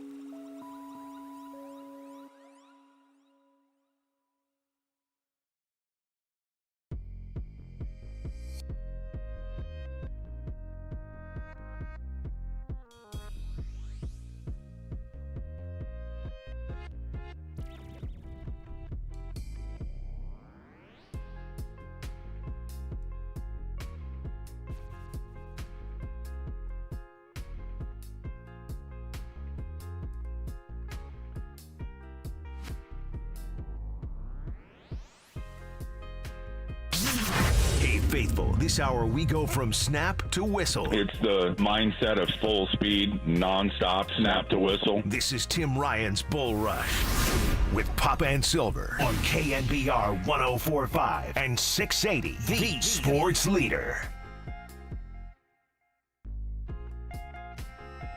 I can tell you he practiced yesterday, and he's at a better place on Wednesday than he was on Sunday. He worked out the day of the game, and he's continued to get better throughout this process. So the fact he was out there at practice, it's not the game. You're not getting tackled, all that, but he looked really good, and so he practiced in a limited fashion. We'll see how he responds today coming in, but his progression's been really a good one, and I think we'll see where it goes throughout the week. But it was a nice sight to see him out there leading our team yesterday. That's John Lynch on with Murph and Marcus this morning, talking about QB1 Brock Purdy, and not QB1 of the past couple of weeks, Mac Jones, who's dealing with his own set of injuries right now. Is 2025 the year of the turf toe? Yeah, let's hope not. Joe Burrow had to get surgery. Brock Purdy just missed a couple of starts, and perhaps he'll be back for week 4 against the Jaguars. It is Pop and Silver with the football hour here with Tim Ryan. And yeah, we got a couple of different quarterbacks who are battling different things. Different play style. They got some similarities, sure, but Brock back there, week 1 in Seattle, was getting hit a lot. And whether it's Brock or Mac Jones, this Jaguars front line between Josh Hines-Allen, Trayvon Walker, they've been disruptive, to say the least. Yeah, they are nasty on the edges, and Armstead is no slouch. We know how big Eric is in the middle, and with that, he's got that long arm. Remember what he did to Will Hernandez, the guard of Arizona a couple years ago? I mean, if he gets you on your heels and puts that long arm into you, it's over. And he can swim, and he can do a lot of different things, and they're using him the right way, kicking him down inside like the 49ers did here. So, at Brock at 6'1" or 1.5, whatever he is, it's a challenge. And if his mobility's challenged, it's a bigger challenge. So he's going to have his hands full. I think when you look at this defense, at least when I watch him, there's a couple of things that pop. And really on both sides of the ball. And Pop, this is what I want you to know. And you already know this, but you can see Tony Baselli's fingerprints all over this football team. And Tony had my job. He was a color analyst. I've known Tony since he was a senior in high school. Good friends with him. We were colleagues at Fox. Of course, went to USC, Hall of Fame offensive lineman. He is old school, keep it simple, beat your ass at the line of scrimmage and play physical. And you see that when you turn on the tape with these Jacksonville Jaguars. And Liam Cohen, it's the Rams offense. We can get into all that. But they prided themselves the last 3 or 4 years on reclaiming physicality, right? And Kyron Williams in the run game, and what Liam Cohen did with the Buccaneers last year in the run game and advancing them. Well, it's the same thing on offense. Defensively with Campanelli, it's a lot of Jeff Hafley stuff. And we know what a great job Hafley's doing with the Green Bay Packers. Yeah. Hafley was also here. Hafley also understands and uses a lot of the 49er concepts, which is, it's not all cover 3, but it's all keep it in front of you and limit explosives. And here's the way these guys think. Keep it in front, limit explosives. Say they have three third down opportunities on a drive. You feel like you're going to stop them at least one of those times and hold them to a field goal, or it becomes a long drive and they end up making a mistake and push themselves a holding call or, a drop or a false start and kind of pushing themselves away from the scoring zone. So that's the way they play. They're going to count on their front. If they get in 3rd and long, they're going to send some exotics at Brock with, their safeties and blitzers, and Murray's a good blitzer, and Oluokun, Devin Lloyd, those guys can all blitz. We know about Gardeck, the wild man from Arizona. He's out there, and he'll get in a lot of their 5-man front stuff. But they're going to present a challenge, and they're going to present a challenge with that front. And I think Josh Hines-Allen, a.k.a. Josh Allen, is leads the NFL in pressures, I think. If I read that, I thought I read that somewhere during the week. So the guy had 17.5 sacks a few years ago. I mean, he's a problem. So Trent Williams is going to need to have a great game. Trent's going to have to be in his groove. And on the other side, with and I think I think McKivitz has improved quite a bit. And you look at his pass set, it's a little bit different. He's doing things a little bit different. But Trayvon Walker was the number 1 overall pick in the draft, and this guy is a monster and plays with a lot of power. So, and, with those big, long arms and that body. So McKivit's going to have to be ready to drop that anchor. This is the game, in my opinion. And I thought last week, obviously, when you only score 16 points. But if the 49ers cannot, Silver, get a little more out of the run game in this one, it's going to be problematic. Because if these guys are sound in coverage, they're creative, they take the ball away. They had 6 interceptions last year. They've already got 7 in 3 games. Big part of that is the pressure. A big part of that is how they structure their coverage. And guys looking like he's playing as a buzz player out in the flat, and then he'll slough off of that and go pick the corner route behind him. We've seen that a few times if you watch their tape. So they're smart, they're creative, they're talented, and the run game's going to have to go better than it has the first 3 games of the season. Man, 7 interceptions, too, from Jordan Lewis, who leads Right. the NFL. And he's the guy you're talking about, dropping off. He's their nickel back, and he makes a play with his eyes. And he's also recovered a fumble. I mean, they've had 3 takeaways in each of their first 3 games. So if the Niners don't turn the ball over, I think we'll be fine. Well, that's the game. But they're a +5. They're a +5, and the Niners are a -1. A little more on the Josh Hines-Allen Trent matchup. Because I think I don't see him go over the right tackle a lot. Maybe a little more in this game, Tim. He likes to line up on the other side. I think you're right. Or the left tackle. And he's pure power. I mean, he was in Nick's draft class.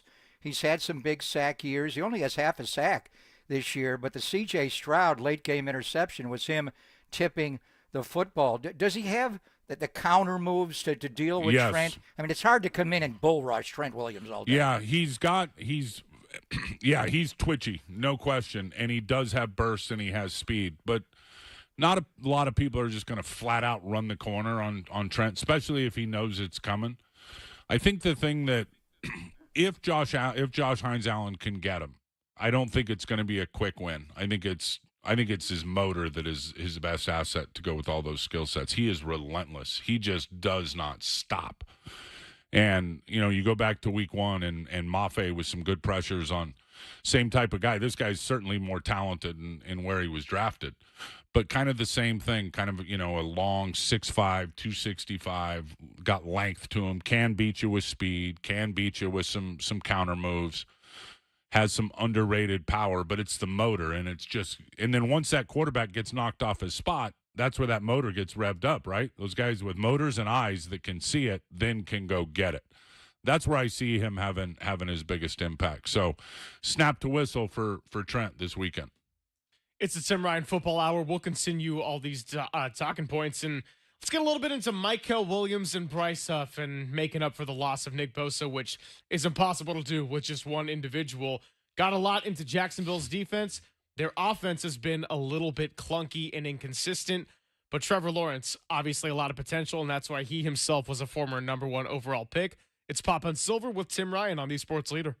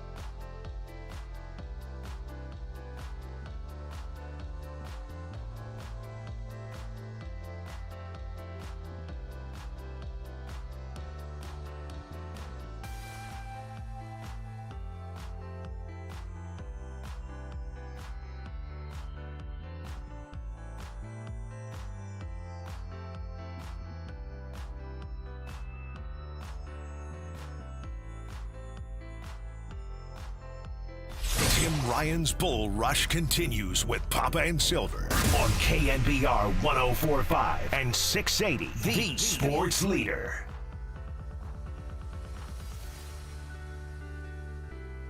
Ambry Thomas one-on-one against Calvin Ridley left. Lawrence flushed out by Bosa. Bosa wraps him up, throws, intercepted by Talanoa Hufanga. And he's dropped by Lawrence himself on the Niner 43-yard line. But it was Nick Bosa with the pressure on Trevor Lawrence forcing the bad throw there and the interception. Wow, how much has changed since that game in 2023 when the Niners went down to Duval County and won it 34-3, got their season back on track, and essentially broke Jacksonville. We were talking about this during the break. It's the Tim Ryan Football Hour, how Jacksonville has had stretches of looking like a very good and put-together team, and then it crumbles, and it's happened fast. And now if you're Trevor Lawrence, you got paid, but you're trying to play for your long-term future. You're trying to prove that you are the guy that was drafted number 1 overall for all the talent and the attributes that you have. So I use the word clunky to describe Jacksonville's offense. And if you look at last week, they opened it up. New first-time head coach, Liam Cohen, scripts it nicely. 9 plays, 58-yard touchdown drive. And then Jaguars only had one other touchdown drive. But it kind of has an asterisk in the sense that, yeah, they got down the field, but Houston let him walk into the end zone freeway and try to get the ball touchdown. back. Yeah, let him run that in to get the ball back. Couple things about that. Number one, it's a division opponent. So, and a lot of new players, new coaching staff. DeMeco Ryans and that team's desperate now with the Houston Texans. Quarterback's got to play better. It's that simple with C.J. Stroud, and I think young Bobby Slowick's got a smile on his face somewhere. Probably not, but I thought him getting scapegoated for that was pretty bad because it's just gotten worse. So that's one thing. That defense plays hard. Houston doesn't have a lot offensively to really challenge. Now that's the thing, and I know we're going to talk. Jags offense now, but Houston's defense has played Carolina. I think they're 24th in offense. Cincinnati, I think they're 31st or 32nd in offense, and Houston, who's right there near the bottom too at 29th. So they're going to run into a different type of offense. No one would think the 49ers have the number one passing outfit in pro football statistically, which is crazy hard to believe when you think about it in terms of the players that have been out there. Their offense is loaded with talent. Silver, it's when you draft that high, and then they went out and got a couple of really key free agents on their offensive line. I think Hainsey coming over from Tampa can help install the system, right? It's the Rams system when you look at it. A lot of three wides, a lot of gap power stuff. They got the pin and the pull, the truck play. They got the sift play. Brenton Strange is very good blocker in their run game, better than the Rams have had, I think, ever. When you talk about a tight end that's worthy of being, oh man, this guy can really block, and Strange can do that. But I think bringing in those free agents, Hainsey and Macari, has really helped them out. And they're good tackles. Etienne, he's just going to ground and pound. So they're way better in the run game. They're committed to it. They're physical. Their passing game has just been out of sync. This offense, as we said earlier, can be great for quarterbacks. It can also exploit quarterbacks if they're not ready to really deliver the mail. And they've had a lot of drops. That's obvious. I think they lead the NFL in drops, but it hasn't found its rhythm yet. They've got the firepower to do it. They've got the talent to do it. It just hasn't synced up yet. So they've really kind of reverted to what they want to do anyway, which is ground and pound. There's going to be 6 to 8 screens in this game. I don't know where they are statistically, but they'll run as many screens in a game as you'll see as a defense, and a variety of them. Make it easy for the quarterback.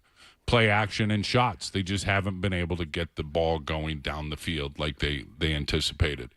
And a lot of that's been drops. A lot of it's been interceptions because Trevor Lawrence, when he's unsure, will make bad decisions, especially if you get some pressure on him. I think the biggest factor in this game is Fred Warner and the communication, understanding everything they're trying to do with all the young players around him. So, you can't bust any coverages back there. That's got to get cleaned up from last week. But the defensive tackles have got to play their asses off this week because I promise you the crunch play's coming, the duo play's coming, all those inside cutback runs are coming. And, Jordan Elliott, Kalia Davis, Michael when he's in there, Alfred, who's played substantially better over the last couple of games, the rookie second rounder out of Texas. All those guys inside, especially without Bosa on the outside cleaning it up, are going to have the best game of the year for the big boys on the interior. Now, the heart of their offense is number one, Travis Etienne. I mean, they were number one in the NFL in rushing. They were 161 yards a game the first 2 games. They're still fifth, but DeMeco and the Texans defense took their running game away. Just more on Trevor a little bit, T-Rock, because we've seen him. We saw him his rookie year in 21 when Urban Meyer was there. We went there in 23. I was off our bye. They changed. We changed the nickel back, and Steve Wilkes. They were the hottest down. team in the league then, remember? They were 6-2. Right. They were 6-2.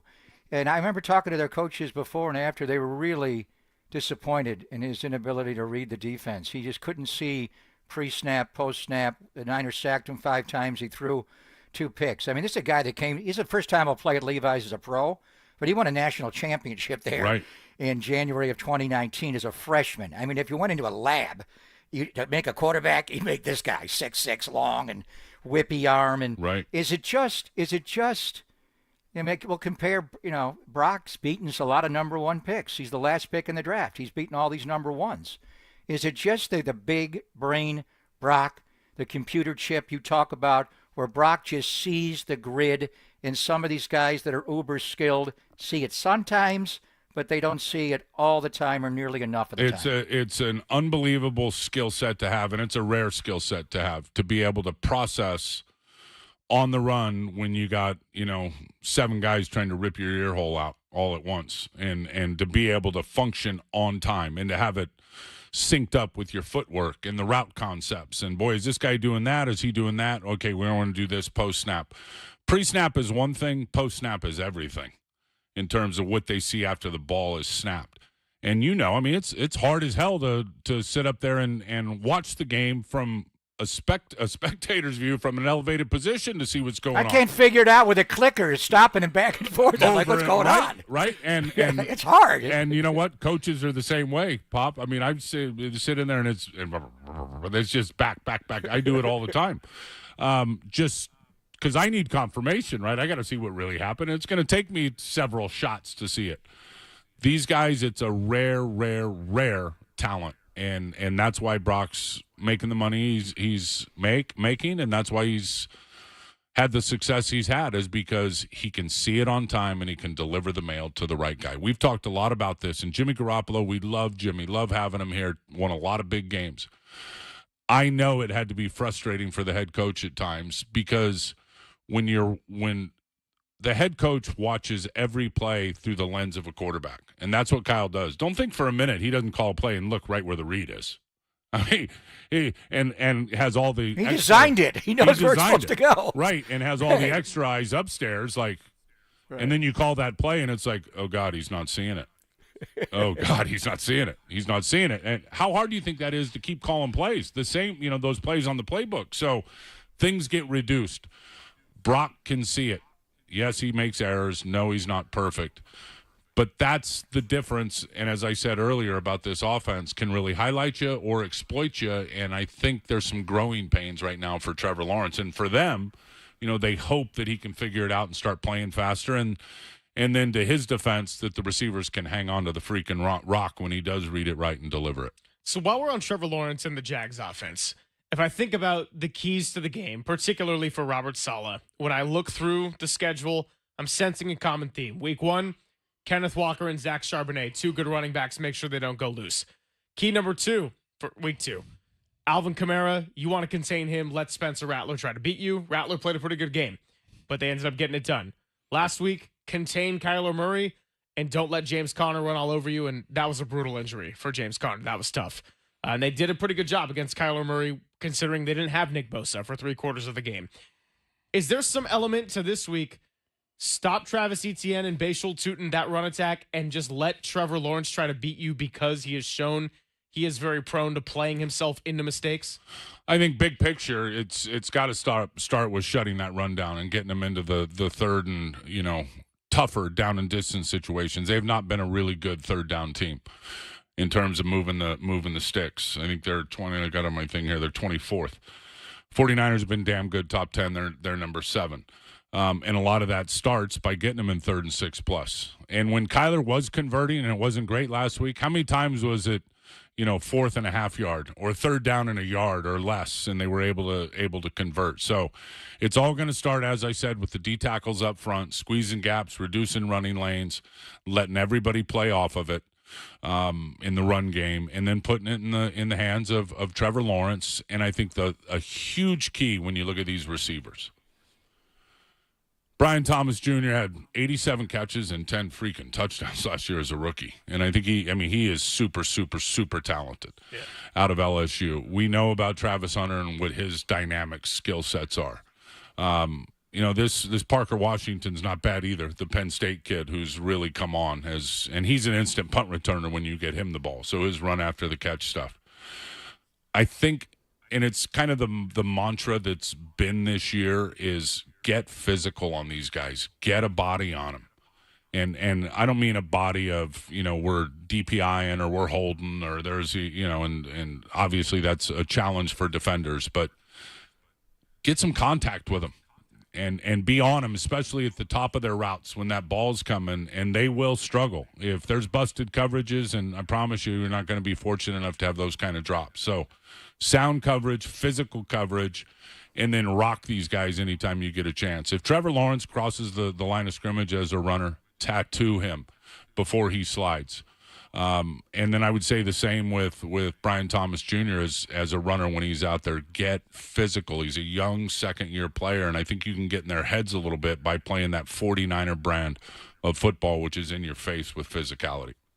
Now, he had a monster rookie year. Malik Neighbors had a rookie year, but Brian Thomas Jr., this year he's been a shadow of himself. Is it the wrist injury? He's dropping contested balls and wide open balls. Give me your thoughts on him. And then Travis Hunter. I mean, they traded up to get him at Heisman Trophy winner. Hell gave of a up lot a lot to of get draft him too, capital. right? I know, and they don't. I mean, he's used as a slot wide receiver in 11 personnel. But you mentioned Parker Washington. There are sometimes they have 11 on the field, and Travis Hunter's not out there. It's Diami Brown and Brian Thomas, and Parker. We'll see if Brown plays. And then on defense, he's an outside corner, and they moved Jordan Lewis, the ball hawk, inside. So why is Brian Thomas Jr. dropping everything? And what's going on with Travis Hunter? They can't get him going on either side of the ball. Yeah, question number one, I have no idea when you look at the numbers that he had last year. Because I don't know the kid, I just obviously have read a lot about him and watched a lot of him this year. But it's just flat-out drops. It's just focus and concentration. A few of them now, those drops happen when there's somebody on him. And there's that physical contact that I talked to play through the ball, that was going to be a big-time catch for Arizona last week until those long arms, Upton Stout, the long arm on the log, came in there and just rake and got it out. So that's the type of coverage I'm talking about to force those footballs out. And then with Travis Hunter, I don't know. I think that is the guy capable of playing both ways? Absolutely. He proved that at Colorado with as skillful he is. He is a freaky athlete in terms of, he's a route runner, his tempo, he's got loose, all the things. You can hear every scout, loose hips. He's, got a lot of wiggle to him. He's got route tempo. He can burst out of his break, create separation, all that stuff, sticky hands. We can name every one of those things. And then defensively, I think he got his first start last week. I think it was the other kid that started the first 2 weeks. They were mixing him in. And then I think it's Jones. Jerry and Jones is the kid that started the first 2 games. And then Travis Hunter got the start last week on the perimeter. And they're going to use him how they use him, in terms of going both ways. If it were me coaching, I would, and I see why they do it, I would focus on one side of the ball and let him get it figured out from the neck up. This league is from the neck up. Yes, there's going to be some plays designed for him, but it's the details. This is pro football. You're not just better than everybody else physically and athletically. The guys that are great in this league, for the most part, are the guys that understand how to read the coverage the right way, make the break at the right way, run the right route at the right tempo, at the right, and then you say the same on defense. So I think there's a lot on his plate right now, and I think that's what you see on both sides of the ball. Which side of the ball would you put him on? Is he better at one or the other? Do they need him at one or the other? Which side would you put him on? To me, it would be wide receiver for me. And that's where he's getting the bulk of his snaps right now to start the career. That would be me. And I know guys that played against him in college and know him, and I'll never say who, and there's nobody on this team, but people have told me he's a wide receiver. He can play corner, but his future, big future, is on the offensive side of the ball. Now that we just laid that out there, he's going to make multiple defensive plays, and we're going to have to eat our words on Monday. It's they weren't my words; they were somebody else's. Silver, and you'll never know whose they were. Never know. It's the Tim Ryan Football Hour here on Papa and Silver. We'll get ready to wrap it up, get some keys to the game, and figure out how the 49ers can find their way to 4-0. It's all coming up on the Sports Leader.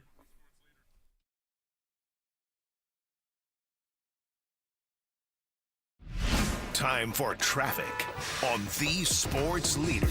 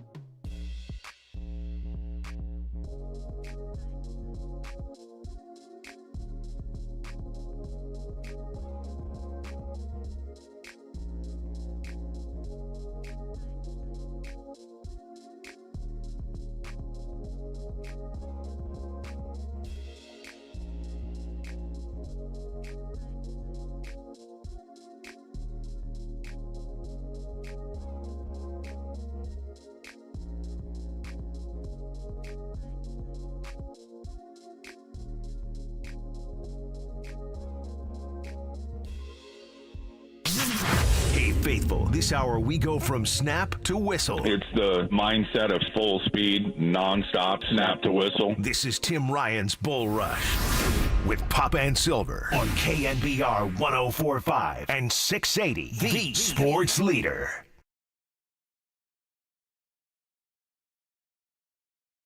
For all of the moaning and groaning in recent years when it's come to the field goal kicking game, in the home opener, the 49ers bring out Eddie Piñeiro, his second game as a Niner. The first time he's ever kicked at Levi Stadium.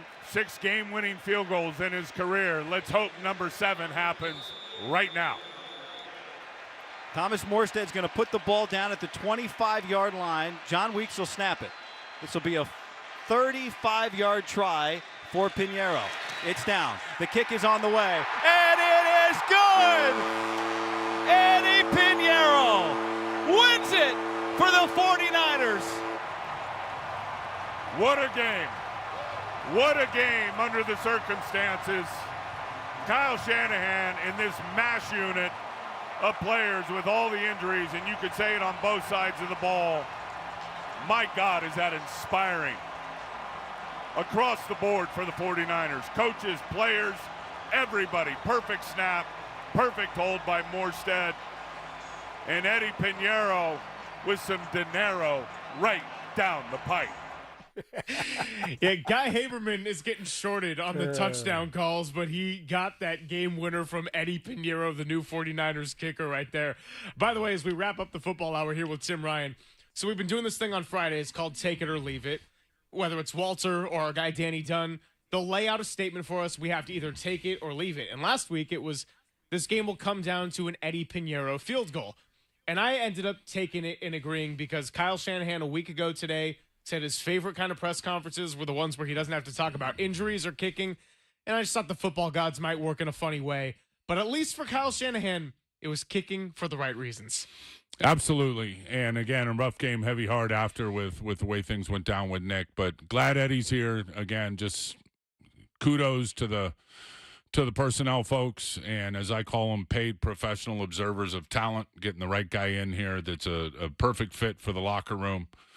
Some credit to the special teams coach, Brant Boyer, and having a relationship with Eddie and getting him over here. So it's been a nice fit, and let's just hope it keeps rolling. Without a doubt, and it wasn't perfect along the way, and you got some help here and there, but you found a way to win. So just big picture, T-Rock, they're 3-0, couple of wins on the road, couple of wins in the division. And then we got a game tonight on Thursday Night Football, Arizona, and their James Conner injury was really bad. He's going to miss the entire year. That was gruesome. And they're going to go up against Seattle. They're both 2-1. The Niners beat them both. And then, you know, one thing about this game, 96 hours later, it turns right to Thursday Night Football, and the 49ers got to go to L.A. and deal with the Rams. And they easily could be 3-0. They didn't have a field goal game winner. They had a couple of field goals blocked at the end of the game, Joshua Carty, and obviously the scoop and score the other way. But just assess, where the team is, all the injuries, the mash unit to get to 3-0, and somehow, some way, they're back atop the NFC West. Yeah, I think it's going to be the same mindset, Pop, that it's been all year long, and that's playing with a desperate mentality and a mindset. It truly is, and again, without all the expectations and the way this roster is built right now, and you got a lot of guys that have been to the top of the mountain that came up short, made it to the top, but couldn't pedal downhill because of a couple of Super Bowl losses, and some of those players are still here, and they understand what's at stake, understand how important these games are. They got a lot of respect for this Jacksonville football team with their personnel, with how they're built, with how they're approaching things this year. This is a different team. As good as they were 2 years ago at 6-2, this is a different team in terms of just where they are at the line of scrimmage and how they play. So I think the one day at a time desperate mentality just continues with the young 49er football team, and hopefully there's just more growth and development with young players. Hopefully Brock's ready to go on Sunday,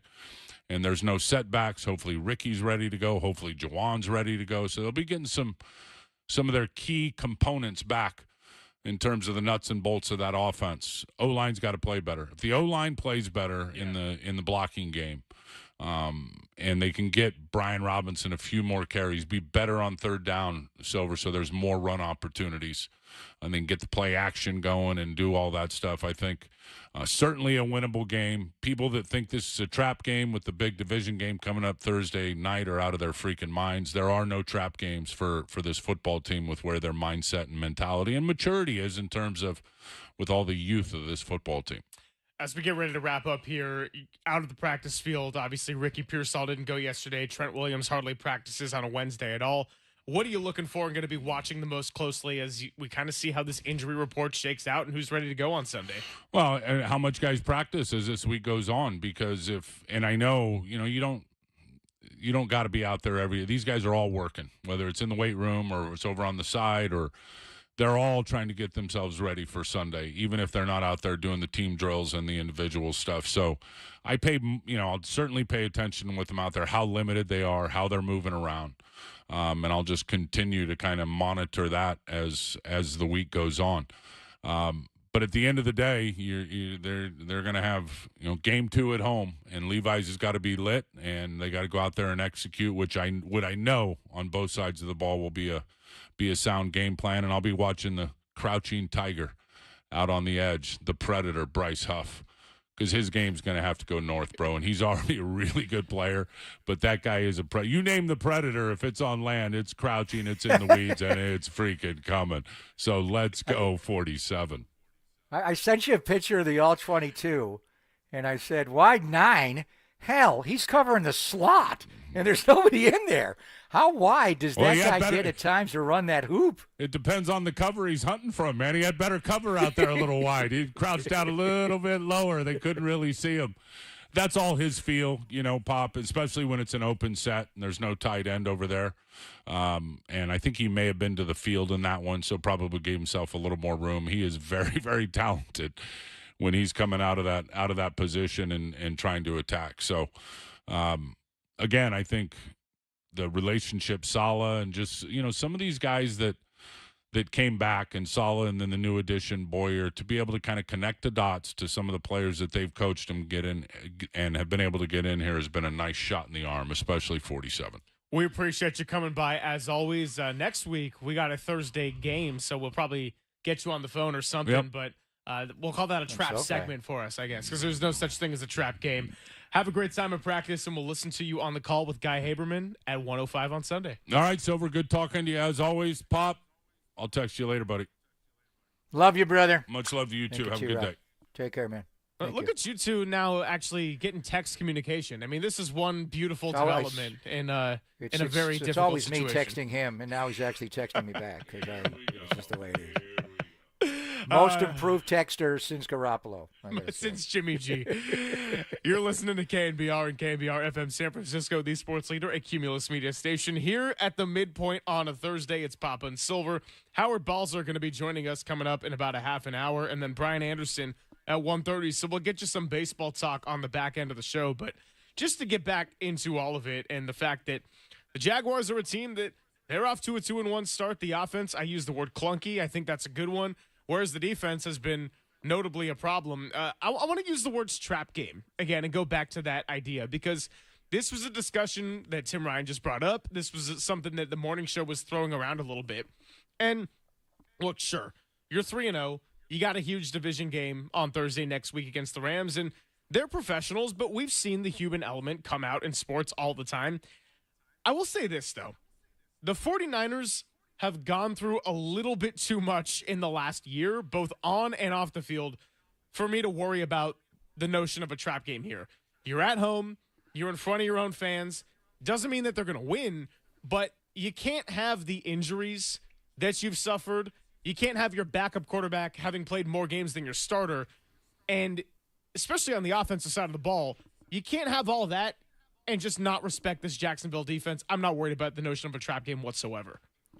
Yeah, I mean, it's a media term. It's a gambling term. It's really not for anybody in that building. They don't prepare that way. If they lose the football game on Sunday, which is possible, if they turn the ball over and this team's a +5 and they force 9 turnovers, they have a league high 7 interceptions, they could win the game. They could win it ugly. They got a kicker that made a 70-yard field goal in the preseason. They could win. I'm a little surprised the spread's not larger, but that's just not the way they work. It's just not. They prepare every day. Every day they show up and they have a detailed schedule and what they do and meetings, and they're preparing for Jacksonville right now. Now, subconsciously, as they're looking at tape and things, and this is not Matthew Stafford, Trevor Lawrence, but it doesn't mean they don't want to get after him and get him on the ground. Plus, the defensive side of the ball has got a major challenge. They have to reconfigure the way they rush the quarterback, the way they play the run. They don't have Nick Bosa anymore. It is entirely different. The offensive side of the ball, it certainly sounds like they're going to get their quarterback back. So that's going to change things, and Mac Jones did. I mean, look back on it, the Green Bay Packers season last year when they lost Jordan Love after the scary injury in Brazil. Malik Willis, what you're talking about, came in and saved their year and won those 2 games. I mean, Mac Jones, you look back on it, and his ability to run the team and win a game in New Orleans, then come home and win a gritty, grimy game against a good defensive game, and they hurt his knee, they ripped his jersey off, they found a way to win. But you are getting Brock back, so there's a reacclimation. It doesn't matter who the other team is. It does, and how you prepare. But, we have to adjust. We don't have Bosa anymore. On offense, we got our quarterback back. We got DeMarcus Robinson back. How do we integrate him into it? Ricky and his breakout, and how does he manage the practice week and get on the field? He'll play. He said if it's game day, I'm playing.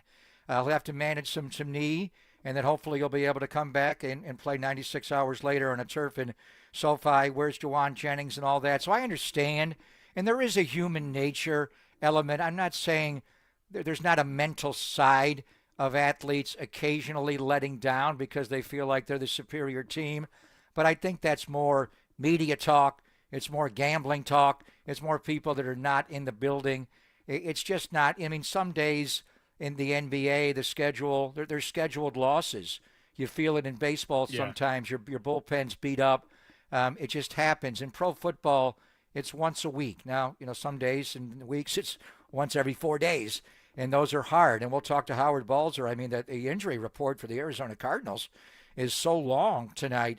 I don't even know who's playing their entire offensive line on top of losing James Conner. So, those are challenges physically to be able to play. No one's overlooking the Jacksonville Jaguars, and partly because they're an uncommon opponent.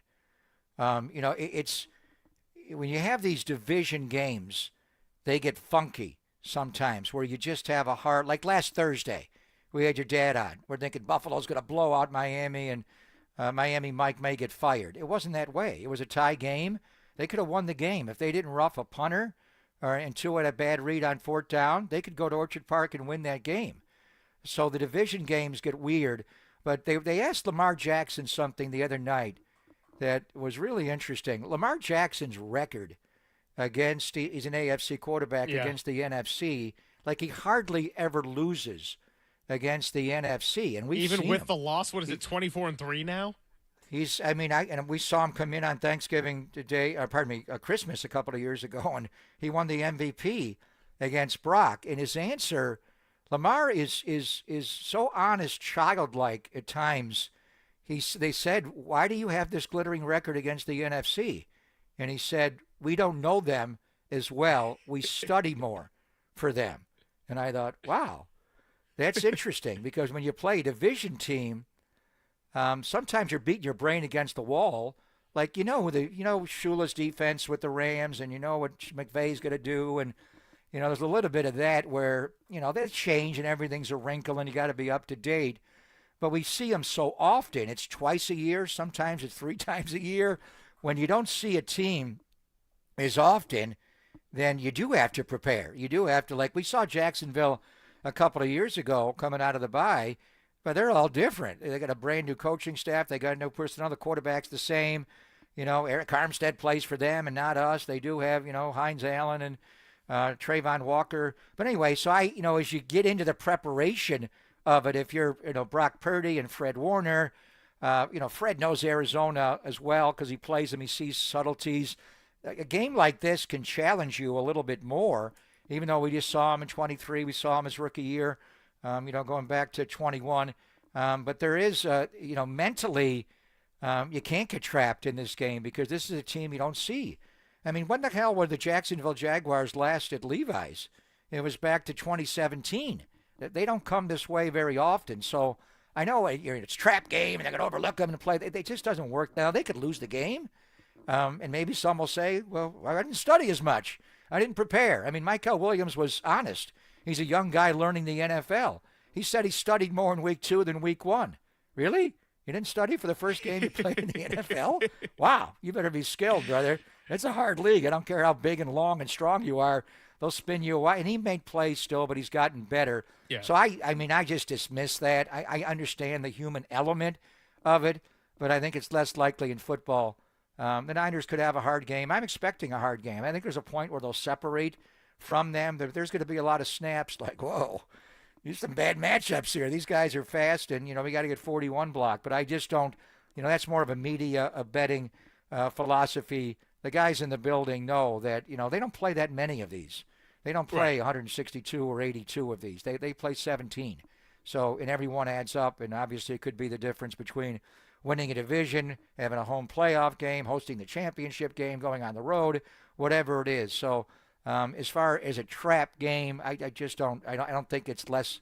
I think it's far less likely in the NFL by the nature of it, and I immediately dismiss it. I think that's just media talk. I'm fully with you on that because the NBA is a good example, right, where you got these back-to-backs, and especially in the case of our team, the Warriors, they've played at such a high level with this core that sometimes they got to get up for these crazy adrenaline games. And Draymond, Steph, and now Jimmy Butler, part of the equation, they're adrenaline junkies for these big games. So sometimes on the schedule, they do fall into a bit of a trap game where a team comes in undermanned and the Warriors walk out sleepy, and they've done it in their own building a couple of times. Baseball, there's so many games, and you use the analogy of a bullpen getting beat up. Like, yeah, sometimes that happens in the sport of baseball. Football, if we're going to say a quote-unquote trap game, well, that could be the difference between hosting a playoff game at home and having to go on the road, or being in the postseason versus not, and winning your division and all of that. So as far as what the 49ers have to do, I think Christian McCaffrey said it best yesterday in regards to the Nick Bosa injury. The mentality is still very urgent, and you're trying to get to 4-0 before you face the Rams for a Thursday night game on a tough turnaround. Howard Balzer joining us at 12:30. So I want to get back into what comment John Lynch made about the notion of maybe looking at a trade. Now, it doesn't seem like that's at the forefront of the 49ers' minds, but if they're a team that's, say, 6-2, and we get closer to the trade deadline, who are some possible candidates they might be looking at? Matt Barrows wrote about just that. We'll connect all the dots when we come back. It's Papa and Silver on the Sports Leader.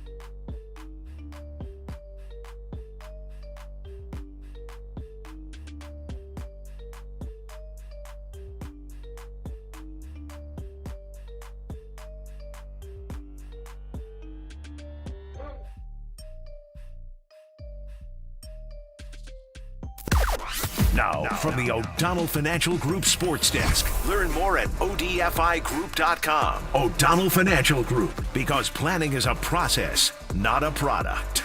It was a busy morning for Murph and Marcus as they had the Giants executive show for the final time during this 2025 season. Zack Manazian stopped by to unpack what was an up and down roller coaster of events. They got into what went right and what needs to improve ahead of 2026. All interviews available on thesportsleader.com or wherever you access your podcasts.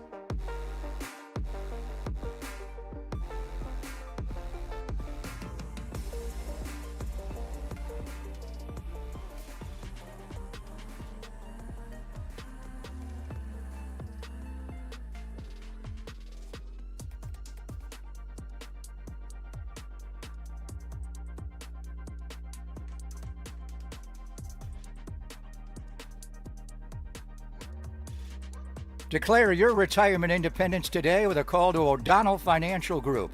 Having the proper investment strategy in place may allow you the freedom to do what you want and when you want, potentially for the rest of your life. You've worked hard, you've saved hard, and the folks at O'Donnell Financial Group are here to help you avoid common mistakes in retirement. Having the right investment strategy for the future could make all the difference. Reduce what you owe to the government and keep hundreds of thousands more in your pocket, especially for those who've saved a lot. So don't wait. Declare your retirement independence and call O'Donnell Financial Group today at 866-496-2300. Learn what it means to truly achieve retirement independence. Call 866-496-2300 or learn more online at o'donnellfinancialgroup.com. That's 866-496-2300 or odfigroup.com to learn more. O'Donnell Financial Group. Let us help you retire confidently.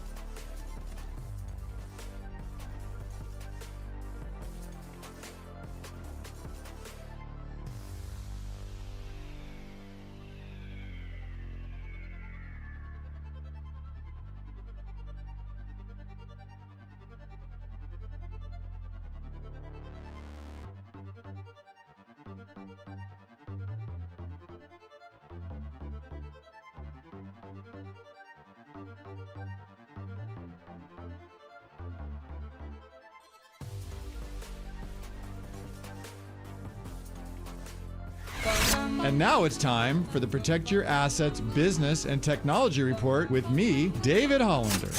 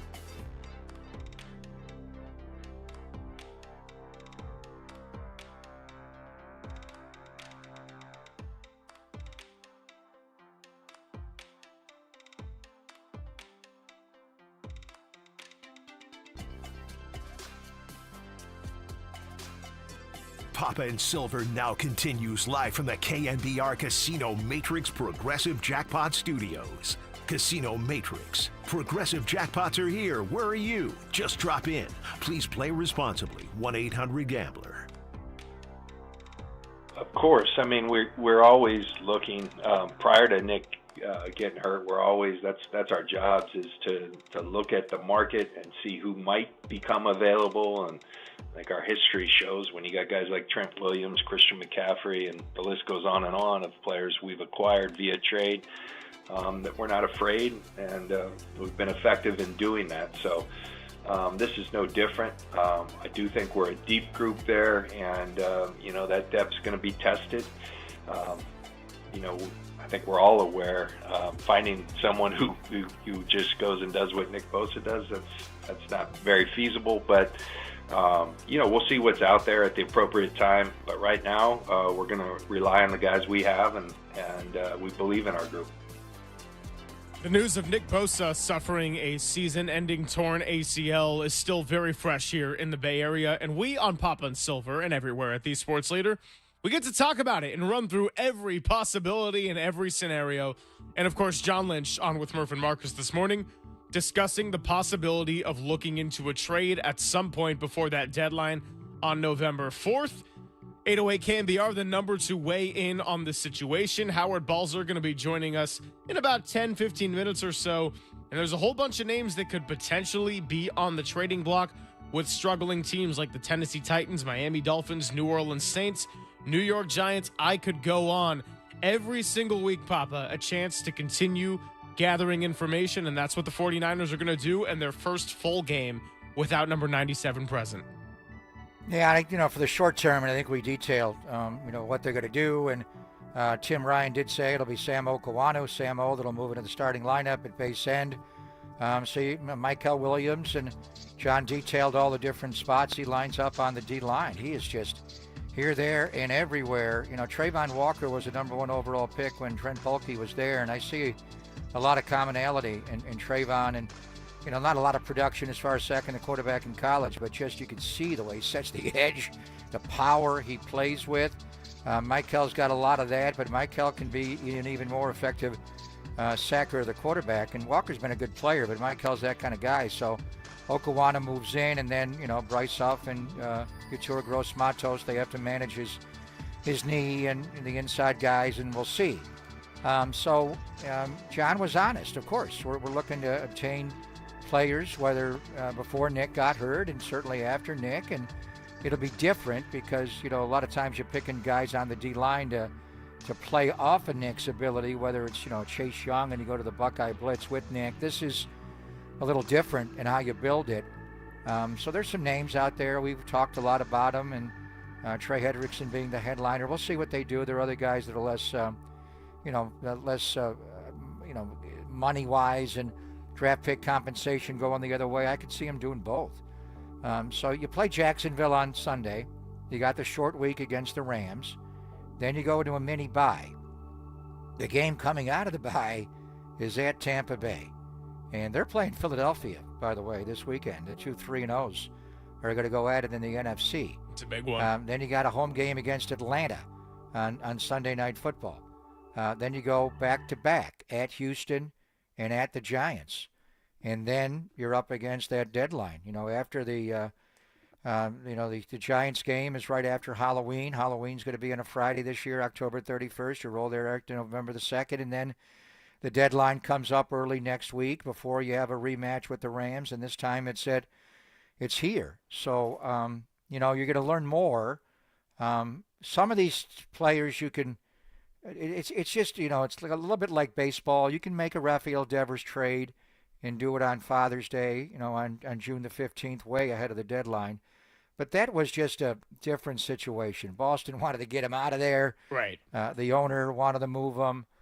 They wanted them gone. They wanted them to disappear. And by the way, Boston's going to be in the playoffs. And the Yankees may win the American League East. We'll talk to Brian Anderson. This last week of the baseball season is one of the best I can remember since the 2011 year when they. And we'll talk about the Mariners too, man. 2001 to 2025. Well, they've been playoff teams since, but they haven't won since Ichiro's team in the epic run, and we saw that team Ichiro's rookie year. But anyway, you'll assess, where you're at in making a trade. I think John will definitely make a trade. Will it be big, small, humongous? Yes. He may add a lot of players. And then, you know what? You also have other injuries that come up. That's just pro football. I think you have to factor in each and every week you're going to lose somebody. Now, hopefully you don't lose them forever, the whole year. When they go on IR and they're not coming back, and John did say he's going to get the surgery from Melitrash on Friday, which is good. That's a short turnaround time, which means there's not a lot of swelling involved. Aiyuk had to wait, I want to say from October 20th to like November the 15th. He had that calmed down. He just couldn't have the surgery. And it was an ACL, MCL, and more. With Nick, it's clean, and he, to have it on Sunday and get into the operating room on Friday is wow. That's really quick. So that'll bode well for his recovery. And then we'll look at the timeline. If tomorrow's September the 26th, it's not going to happen. You dream about coming back, and if you're playing a Super Bowl, he could come back, but it's probably unrealistic with the timeline. But anyway, yeah, John was honest. We'll see. You'll see other teams and one-loss records. Some teams may be willing to make a trade now. Some teams may not. So let's just see if Cincinnati slides, if the Giants slide continues with Dart. There are other players involved, but that's John's job, whether he's got Nick Bosa and you're looking to add pass rush. And then let's just see, how the Rams play it and when we go there on Thursday, a week from tonight, and, without Bosa, and are they able to hold the ball a little more? Will it make it hard to cover Puka and Devontae without Nick Bosa putting pressure? And we'll just see. But, there's no doubt. This will be the first game without Nick Bosa. How does the defense play? This will be the first game getting, hopefully, Brock Purdy back, getting Demarcus Robinson back. So there's always adjustments in the NFL, but you're adjusting. You don't have Nick. You got your quarterback back. You got a prime pass catcher that's a veteran guy. So you're always evolving, certainly. Yeah, so just to read through some of the names that Matt Barrows laid out there as possible trade candidates on teams that could be in a fire sale mode. Arden Key of the Tennessee Titans. He was with San Francisco in 2021. Obviously, the 49ers wouldn't have to mortgage their future to get him. Bradley Chubb with the Dolphins. Obviously, the talent, 29 years old, but he too, like Nick Bosa, has suffered 3 torn ACLs in his football playing career. Carl Granderson, who they saw in week 2 with the New Orleans Saints. He's hitting Barrows' joke. You thought I was going to say Chase Young, didn't you? David Lombardi mentioned Kayvon Thibodeau, Derek Barnett of Houston, and Michael Clemens of the New York Jets. We know very much that the 49ers like guys that have been with them before, like your Kendrick Bournes. And then in the case of Eddie Pinheiro or Robert Saleh, well, they like their old New York Jets and a lot of the fraternizing between different people in this coaching tree, whether it's Miami, whether it's the New York Jets, and now Houston Texans and D'Amico Ryans. So Trey Hendrickson was not a name listed, and he's obviously a little bit older. You'd have to sign him to a very lucrative contract, but we'll see where Cincinnati's at, and they probably wouldn't want to pay him a large contract knowing the history of their ownership group. Howard Balzer knows a lot about the Arizona Cardinals. He knows a lot about the NFC West, and Week 4 gets going tonight with a Cardinals-Seahawks showdown, so let's talk to him. Then we got Brian Anderson coming up at 1:30. Lots of fun coming your way, and yes, some baseball talk later in the show. It's Pop on Silver on the Sports Leader.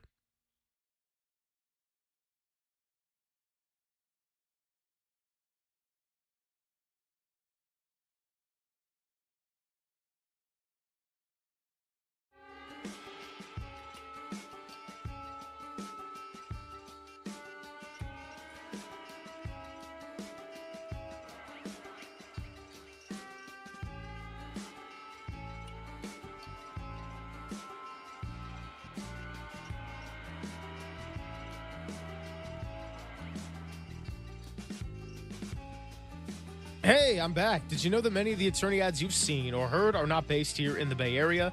Sometimes not even in California. Chris Dolan and the Dolan Law Firm have been here for more than 25 years, taking care of you local citizens. These are award-winning personal injury and employment attorneys who fight for you and do it like no one else. If you've been discriminated at work, wrongfully terminated, sexually harassed, or had your rights threatened and violated, you can go online to dolanlawfirm.com for more information about how you can be protected by the best in the business. Chris and his team also deal with no-fault injury accidents where, unfortunately, they've seen a sharp increase over the last year. So with all the people and traffic and bicycles and vehicles and children, let's be careful. Take that extra breath. I know we're all in a rush. Work together to make the Bay Area a safer place. But if life gets in the way, you can feel confident that you are in good hands with award-winning California Lawyer of the Year, because Chris Dolan and his law firm have secured more than $1 billion in verdicts and settlements on behalf of their clients like you. You don't have to pay anything up front. You don't deal with hourly rates, and they don't get paid until you get paid and taken care of first. They live here, they work here, they win here. DolanLawFirm.com.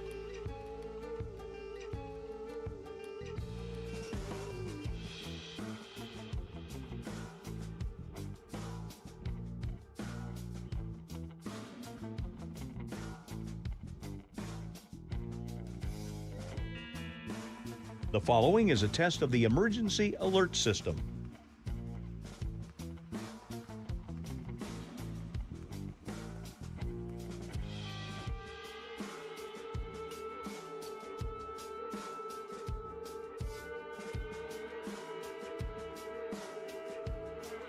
This has been a test of the emergency alert system. We now return to our regular programming.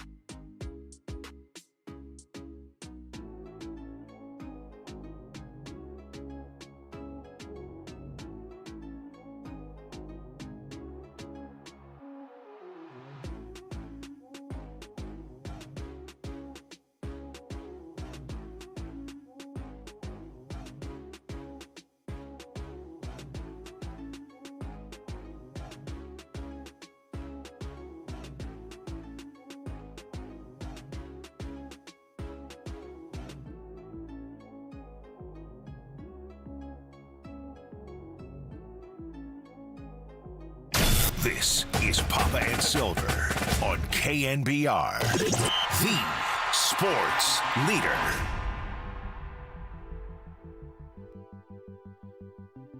Papa and Silver rolls on your Thursday. Thanks for hanging out with the Gregs and Walter back in our San Francisco studio. I'm at Levi Stadium, and we're getting ready for the Niners to take on the Jaguars, but it has been an eventful September here for the 49ers and eventful for the NFC West as a whole. So it's time to bring in our next guest. Howard Balzer has covered the NFL for 4 decades, a reporter for Cards Wire, a Hall of Fame selector, and co-host of the weekly Hall of Fame radio show on Sirius XM NFL Radio. And he joins us now on the UMA guest line. Howard, thanks so much for your time. How are you today? I'm doing well. Glad to be with you guys. And for Greg P., glad to see that you're back and things are going pretty good for you. Thank you, sir. I love listening to you all times on NFL Sirius XM Radio, in particular on Saturday when you break down the Hall of Fame. And I do want to get your thoughts on a couple of first ballot potential Hall of Famers that have interest in the Bay Area and certainly in Arizona. But, man, these Thursday night games are so hard to get back from. And Arizona suffered, obviously, the Bosa injury here has been really hard to deal with. But the James Conner injury, and himself a cancer survivor, just really hard. So Trey Benson's a good player, but all the other players, I don't even know who's going to play on the offensive line for the Arizona Cardinals. They got so many guys listed on the injury report. But just start with Concrete Connor, the Terminator, because he's such a focus of the offense. And Benson's a good player. But how do you think Arizona and Drew Petzing try to overcome the profound loss of James Conner, Howard? I mean, it's a great question. It's not only what Connor brings to that team on the field, but off the field as well. And you hear basically every player talk about him as being the heart and soul of this team. And so bottom line is James Conner hadn't been very effective this season, nor had the running game at all. And that's been, one of the issues that faced him for these first 3 games. And Conner, before getting hurt on Sunday against the 49ers, he had 9 carries, and 6 of them were for 1 yard, and another one was for 0.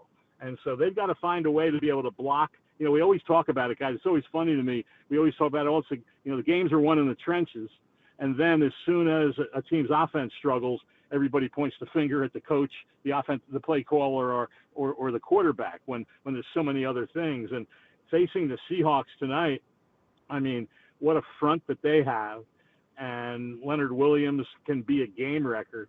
And so for the Cardinals to get that offense rolling, they're going to have to find some way to run the ball, pass it, whatever it might be, but get some consistency.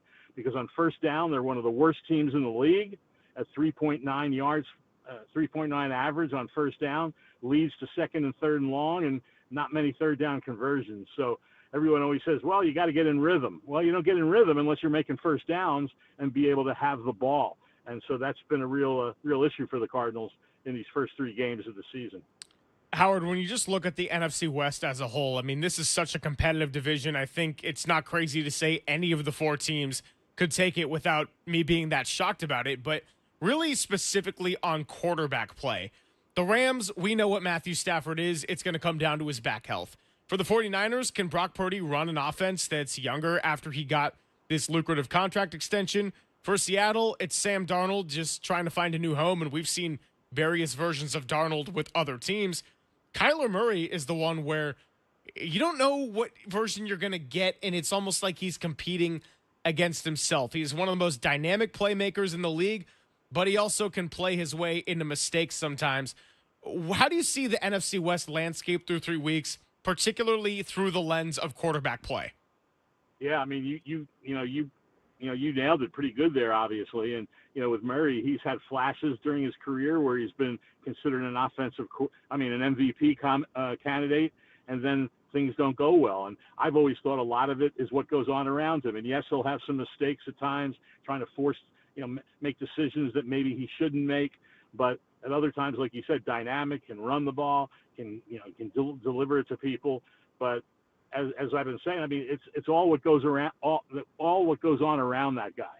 And so that's the key for Kyler Murray, being efficient and getting that running game going. And that's, when you have that and you can play action and you can mix things up, then he's very dangerous and a heck of a player. And the line has to protect him. So I think you're right. It is a wide open division. And I'll make one point. I know one of the big talking points throughout the offseason for the 49ers was having, one of the easiest schedules in the NFL.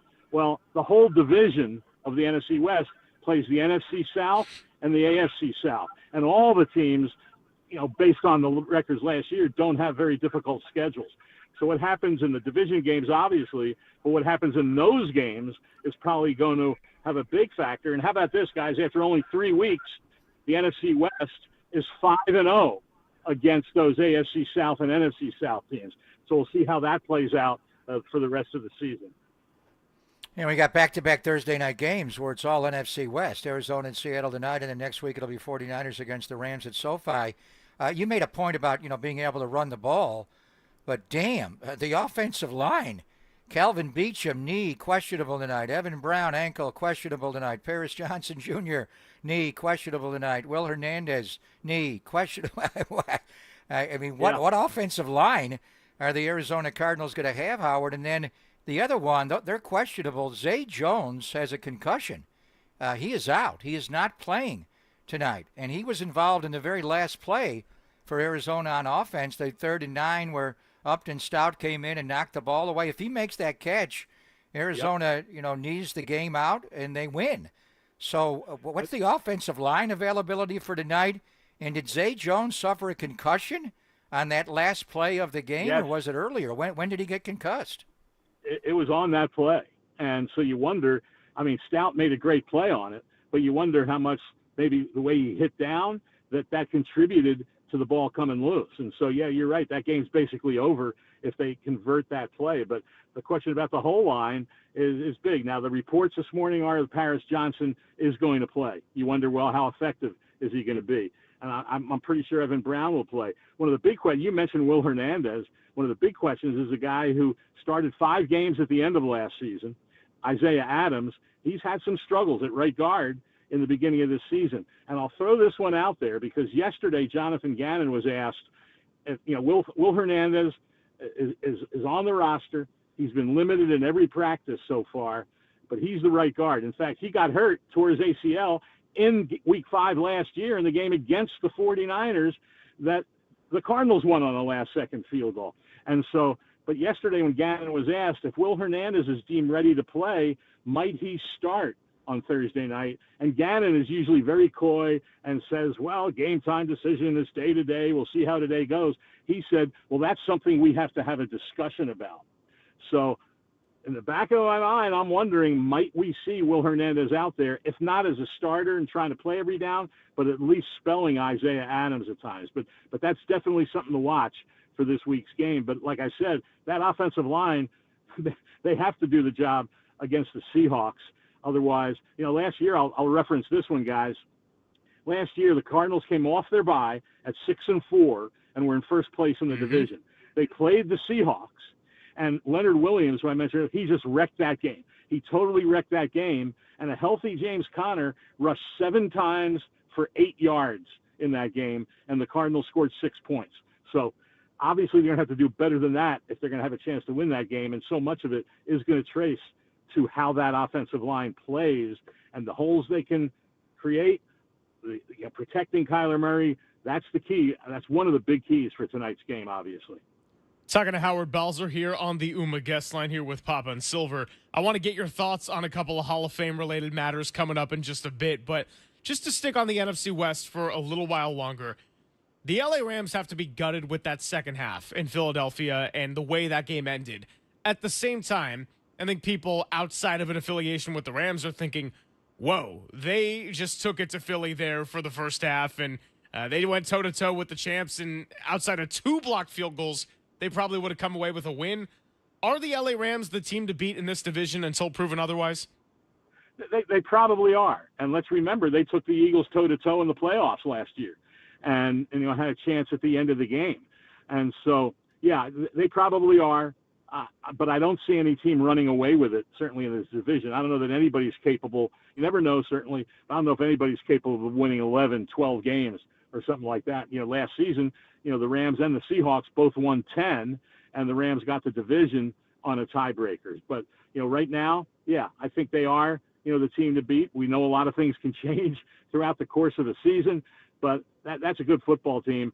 And it was crazy the way last week went, but I'm certain they'll rebound from that and be a lot better than they were, obviously, after taking that big lead on the Eagles.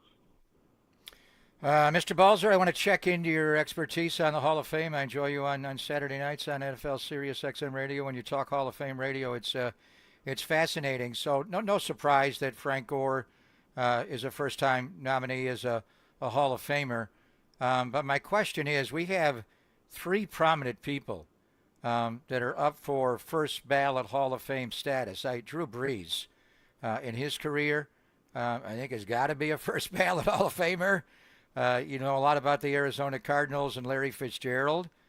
His numbers are right there. And so now sometimes wide receivers have to wait a little bit. T.O. being one, he had to wait several years, but there were factors there. But certainly he has the body of work. He's a slam dunk Hall of Famer. Will he make it as a first-time, first ballot guy? There's a difference to me. And then Frank Gore, our guy, third all-time in rushing. He's got to be a Hall of Famer. But in one draft class, sir, can you take three first-time ballot guys, Drew Brees, Larry Fitzgerald, and Frank Gore? I mean, has that ever happened where three guys make it in first year of eligibility? And does Frank have to wait? How do you see this flushing out the week of the Super Bowl? There have been some times when three first-time guys have gotten in, but I don't know that they've been in the same draft class. And I'll just throw Phillip Rivers in there also. I don't know that he's going to raise to that level, but of that draft class, when he was drafted along with Ben Roethlisberger, who, by the way, becomes eligible next year, and Eli Manning, who last year didn't even survive the reduction from 15 to 10 in the voting. And so, but it's become awfully difficult, guys, and we could talk about this. We could do a whole show on it in terms of how the Pro Football Hall of Fame changed the voting process last year, and that's what, or for this year's class, and that's what created only three modern-day guys being elected, because by numbers it made it almost very difficult to get more than that. And so here you have 12 guys coming back who were finalists last year. You mentioned wide receivers waiting. Torrey Holt had all those great years with the Rams. He's been a finalist 6 times, and so when that voting goes down, I'm reluctant anymore, and I'm on the committee. I'm reluctant anymore to say anybody is a slam dunk guy, especially on that first ballot, because last year there were 5 finalists that were first ballot guys, and none of them made it. And so it's what's been created. It was always hard to get into the Pro Football Hall of Fame. Now it's become harder. So this might be one of the more interesting votes, in a long time. And to see if more than 3 guys got in, because what they did was, it had always been 5 modern day guys for like 2 decades, and then they changed the process to vote from 10 to 7, and the committee could only vote for 5 guys. Well, figure out the numbers on that. To get in, you have to get 80%, and so let's say Drew Brees, and just for argument's sake, Larry Fitzgerald, get a lot of votes, more than the 40. That it'll take to get in. Well, then there's not that many votes left over for all the other 5 guys in the final 7. And so it's getting harder and harder, and who knows what will happen this year. But like I said, I'm reluctant to say that anybody is a slam dunk guy anymore, even though all the guys we've talked about, I believe, are incredibly deserving. Before we let you go, just take me behind the curtain a little bit in terms of how those discussions go when you weigh players of different eras, or somebody is up for consideration, but the game has changed so much. And look, we know the NFL is constantly evolving, and we got all these young superstar coaches now. How do those discussions go when you compare today's game to the game of even 5 years ago or 25 years ago? Yeah, it's a great point, and I'll tell you, being in that, the 2026 class will be my 22nd as a selector. And every year I come out of it saying, boy, that was just unbelievable. It's a long day, but it's enlightening. It's educational to it, because everyone's talking about the different players and different aspects of it. And like you said, you're not only comparing eras as part of it, but you're also comparing positions, right? And all positions are different. And when you have multiple guys at one position that are in that group of 15, you're going to have natural vote splitting. It's just the way it goes. And so it's just fascinating. It really is. And the ears, that certainly affects in the passing game with the quarterbacks and the receivers that just pile up numbers, over time. it's very, how do you set, it's difficult to separate, well, who is the true Hall of Famer? Who deserves it this year? And some guys aren't. And it's very, Torrey Holt, I mentioned earlier, he's the last vestige of the greatest show on turf, which was hard to believe. This was, 26 years ago in 1999 when the Rams won the Super Bowl. And, Orlando Pace is in, Kurt Warner's in, Isaac Bruce is in, Marshall Faulk is in, and Torrey Holt's been waiting year after year, and now you got Fitzgerald coming into the mix. So it gets very difficult, and I always say this, it's one of the toughest things I do every year when you're sitting there and now you've discussed 15 guys, and every discussion you say every one of those guys is deserving, and then you're going to decide, okay, what 10 am I going to vote for? Then after that, now you have to say, well, what 7 am I going to vote for? Now which 5? It's excruciating. And the one thing I'll say, guys, is this. Afterward, we get a lot of darts thrown at us, and we accept it. It's understandable. What gets me, though, is when people say, oh, that guy was this guy didn't get in, he was snubbed. The committee had something against that guy, as if that guy didn't get any votes, right? I mean, you never know in the cut to 10, let's say, who was 11th and how many votes did they miss by? Probably not very many. But as I always say, we don't vote as me, and I don't think I speak for everybody. We don't vote against people. We vote for people. But there's differences of opinion. That's just the way it is. And there's always going to be disappointment for a lot more people after every vote than there is celebration for the guys that do get elected. Well, we appreciate you coming by and shedding some light on all that with us. And, I mean, Larry Fitzgerald was one of my favorite athletes of all time, just growing up and watching him, and obviously Frank Gore and what he's done to our market here in the Bay Area. So thanks so much for coming by, Howard. Enjoy the game tonight with a little NFC West showdown and the rest of your week 4, and continue to listen to you on Sirius XM and reading your stuff. We appreciate it. My pleasure, guys. Enjoyed it. Take care. Thank you, sir. Howard Balzer, again, covered the NFL for over 4 decades, so knows what he's talking about as a Hall of Fame selector, also a reporter for Cards Wire and co-host of the weekly Hall of Fame radio show on Sirius XM NFL Radio. He mentioned Phillip Rivers. I don't know if he's going to end up in the Hall of Fame anytime soon, but he is in the Father Hall of Fame. Sean Alexander announced he and his wife Valerie are welcoming their 14th child. Phillip Rivers, I thought, was the king. 14. The great Alexander? 14 for the great Alexander. That's why running out of bounds keeps you strong like bull and keeps you potent. 14 kids. How many did Rivers wind up with? I think 9. Did he end up getting a 10th? He had 9 at one point. One of them type 1 diabetic. Nice. So. I knew you would know that. The ultimate is Sean Kemp, though. Sean Kemp. How many kids did he wind up having? He had like 9 kids from 11 women. That's the odds you want to have it on. The Rain Man. He was a Rain Man in more than one way. So. Antonio Cromartie had a bunch as well. Antonio Cromartie has had quite a few as well. There's no doubt. By the way, back in our studio, our guy Walter is expecting his first coming up this holiday season, and we are thrilled for him. You got some work to do if you're going to try to catch 14. I don't know if that's what you want. I'm not going to step in your life, but just saying, you got to pick up the pace if you want to be hitting number 14 like Sean Alexander. Are you attending the baby shower? I got my baby shower invitation, but I'm not going to be able to make the baby. Are you going to be at the Ica Balsetta baby shower? Of course. I'm going to be there for both of the playlists, the acoustic soft music and then the Kendrick Lamar playlist as well. I can't wait for it. Placemats are a nice gift, I hear, for a baby shower. Pick up the placemats. Okay. Good to know. We'll continue our discussion all the way up until 2 o'clock. Let's get a little bit into the baseball side of things, play some sounds from around sports. Brian Anderson going to be joining us at 1:30, and we can recap some more of this 49ers versus Jaguars matchup here in Week 4. It's Papa and Silver on the Sports Leader.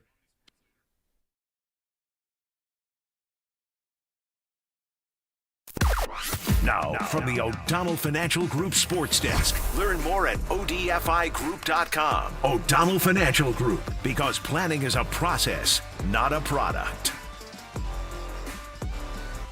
You got John Lynch in the morning, you got Tim Ryan with us, and in the afternoon with Dirty Work, you got Kyle Shanahan. He's coming by at 3:15 to speak to Copes and Depop on Dirty Work.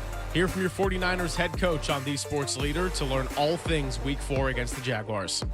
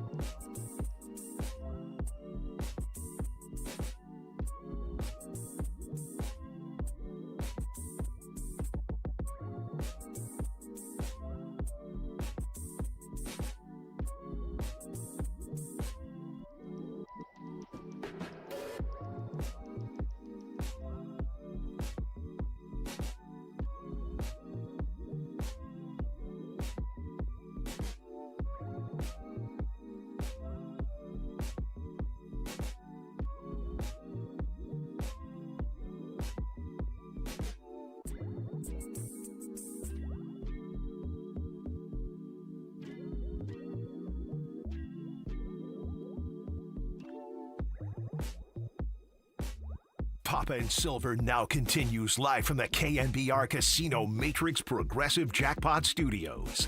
Casino Matrix. Progressive jackpots are here. Where are you? Just drop in. Please play responsibly. 1-800-GAMBLER. Are trailing big in the 8th innings now, 10-2 Cubs. Here Devers swings, hits a high drive, deep right field. This one is gone and into San Francisco Bay. There's the first one for Raphael Devers. His first splash home run, and it ties this game at 2.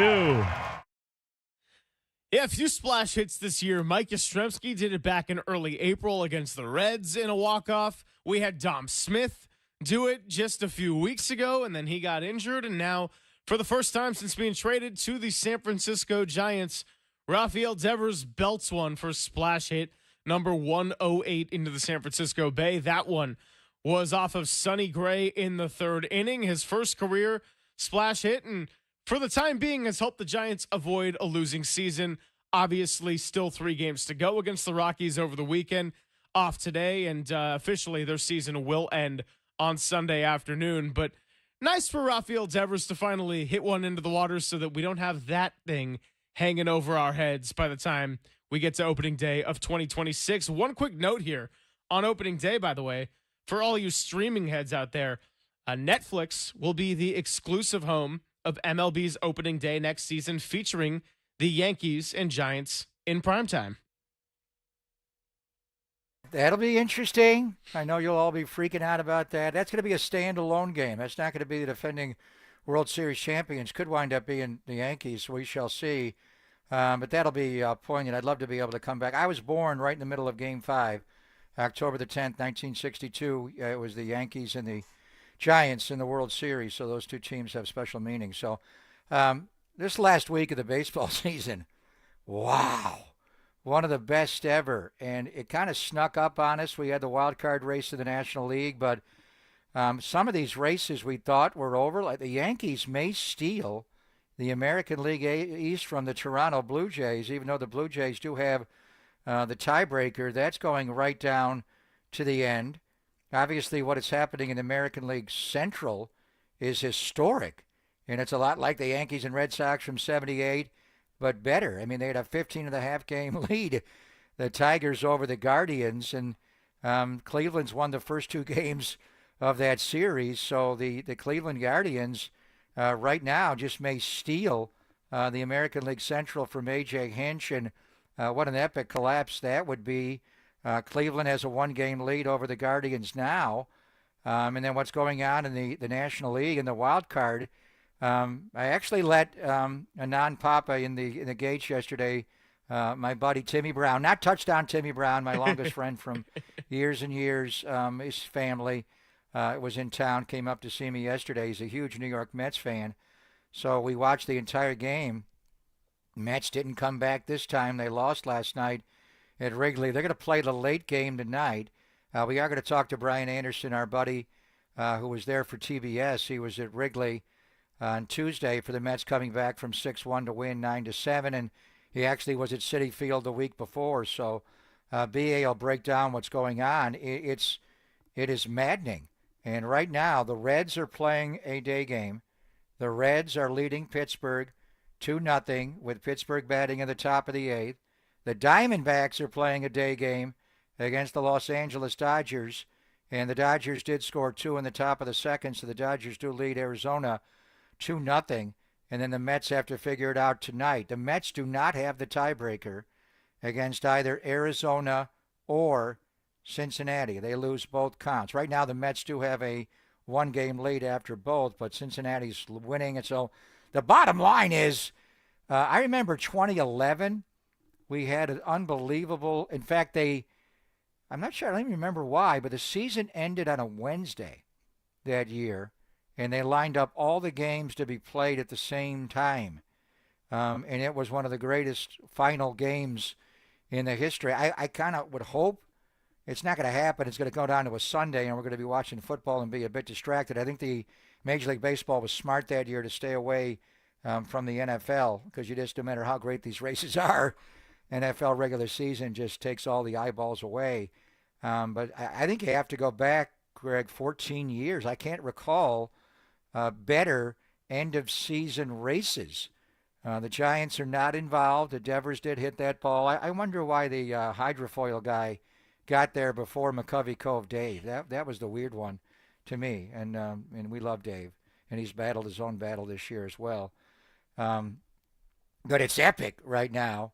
I think the Dodgers are going to hold on and win the National League West because they won last night over Arizona. They have a 2.5-game lead over San Diego, so they're probably, and they would be the 3 seed. They would take on that 6 seed.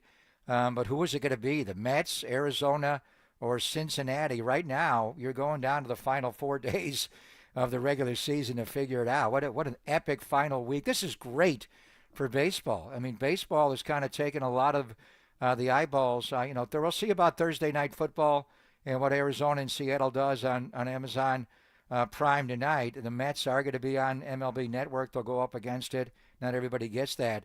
We'll get Brian Anderson because he's going to do the division round on Fox. And it'll be not this weekend, but the weekend after. BA will cover it. Next week when the wild card actually happens, it's all ESPN. And they're going to have quadruple headers. You think you're not going to be able to get my attention on Tuesday, Wednesday, and Thursday for those games. And our guy, Hunter Pence, has been hired by the worldwide leader. He's not going to do games, but he is going to be in studio to break this down. So I kind of thought, damn, it's the same teams every year make the playoffs over and over and over again. Where's the interest in that? We could have, Cleveland could steal it from Detroit. Detroit could be completely out. How about the Reds? What if the Reds sneak in and knock the Mets out or Arizona? I mean, this last week has been about as good as – these are like playoff games to get to the playoffs. Dodgers just put up a couple of more runs against Arizona, so they now lead 4-0 batting in the top of the second. I'm going to be honest. I'm going to be bummed out if it's Arizona. And I know that in the end, the Giants are eliminated regardless. They're probably going to be a fourth-place team regardless. But with the way it started and the highs of the season that they were hitting in terms of the expectations – to finish in fourth place, if you got 3 in front of you that all make the playoffs, that's going to be tough. I know we've joked with Tracy Sandler when we have her on Tuesdays. Hey, who do you want to see in the first round for the Dodgers? Would you want the Mets at a certain point? I mean, yes, they got Francisco Lindor. They got Pete Alonso. They've got Juan Soto in that massive contract, but they have just been such a mess to close down this season, and that would be a strange way to get into the playoffs. But right now, as it stands, they do have that spot. One other element to the highlight we came in with Raphael Devers and the splash hit, because you and I did not get into this. I believe I was hosting with Larry Krueger this day when we had Susan Slusser on. It was after the road series against the St. Louis Cardinals. The pitcher that ball was hit off of last night in Sonny Gray as a possible trade target here for the offseason. Susan obviously likes Sonny Gray a lot. If Bob Melvin remains the manager in 2026, that is a guy that he and Sonny Gray have a great relationship with from their days in Oakland, as you know well. How are we feeling about a little Sonny Gray addition if they could pull off that kind of trade? Santino. Don't go through the toll booth, certainly, Sonny. As I was watching Sonny Gray work last night, and we remember when Sonny came up as a young pitcher, and he had an epic Game 5 battle. What was that, 2011 against Justin Verlander? Maybe it was 12. I remember sitting right behind home plate with my buddy Gumby. That's a whole nother story. Involved an RV and a cloud of smoke. But anyway, I remember Verlander because I was down at the diamond level seats that night with Gumby, and Verlander walked up. I went back up in the visiting clubhouse, and I saw Verlander come up, in between innings, and he, undone his buckle his pants and readjusted, and he just, that was a matchup. There was nobody better than Justin Verlander at that point, and Sonny Gray was so good. And to watch Sonny Gray work now in the way he specifically pitched Bryce Eldridge last night, and Bryce had a couple of hits in the game, but it was interesting to watch, just the way Sonny Gray was able to put him away with a breaking ball. There's no doubt. I thought Sonny Gray would be someone the Giants would go after. I don't know where St. Louis is at right now. John Mozeliak, their longtime general manager's leaving. and they're bringing in a whole new. I mean, the St. Louis Cardinals, one of the most consistent franchises forever. Yeah. They were always around the playoffs. They've not been that team the last couple of years. Sonny Gray makes a lot of money. Sonny Gray next year is going to make $35 million on the final year of his deal. I don't know what new ownership and new management in St. Louis is going to do post Mozeliak. There's no doubt, and Susan obviously has mentioned it. You got Matt Chapman here. This would not be a free agent signing because Sonny Gray signed a 3-year, $75 million contract with St. Louis going into the 24 year. But next year would be, they do have a club option on him in 27, and then he would be an unrestricted free agent in 28. But you read my mind. I think a lot of Giant fans were watching it as well. You have to rebuild an entire rotation. I mean, after Logan Webb and Robbie Ray, and can you count on Landon Roop? And then you got a lot of young guys. I don't know where they go. So I think they'll be in the market for at least one veteran guy, maybe multiple veteran guys. I don't know. But I know how much Bob likes Sonny Gray. And Sonny Gray, even at age 35, next year would be age 36, can pitch. And now he's even more a pitcher. I mean, he was so good when he was young, just raw, grip it and rip it ability. And, those Verlander matchups were epic on pure stuff, and Sonny would just lose with a run here and there. Now, in his mid-30s, he's evolved. He's got so many ways to get you out, and he still throws hard with impeccable command. There's no doubt. My main takeaway last night watching the game was Sonny Gray. And would St. Louis be willing to do it, and what would you have to give up? And then that's a big salary he makes. So, yeah, there's no doubt Sonny Gray can pitch, and Bob Melvin loves him. Yeah, and I mean, you think about the fact that your rotation, after all the talk about pitching and the best bullpen in baseball, you get to the end of the season with some of the trades you made, some of the injuries you've suffered.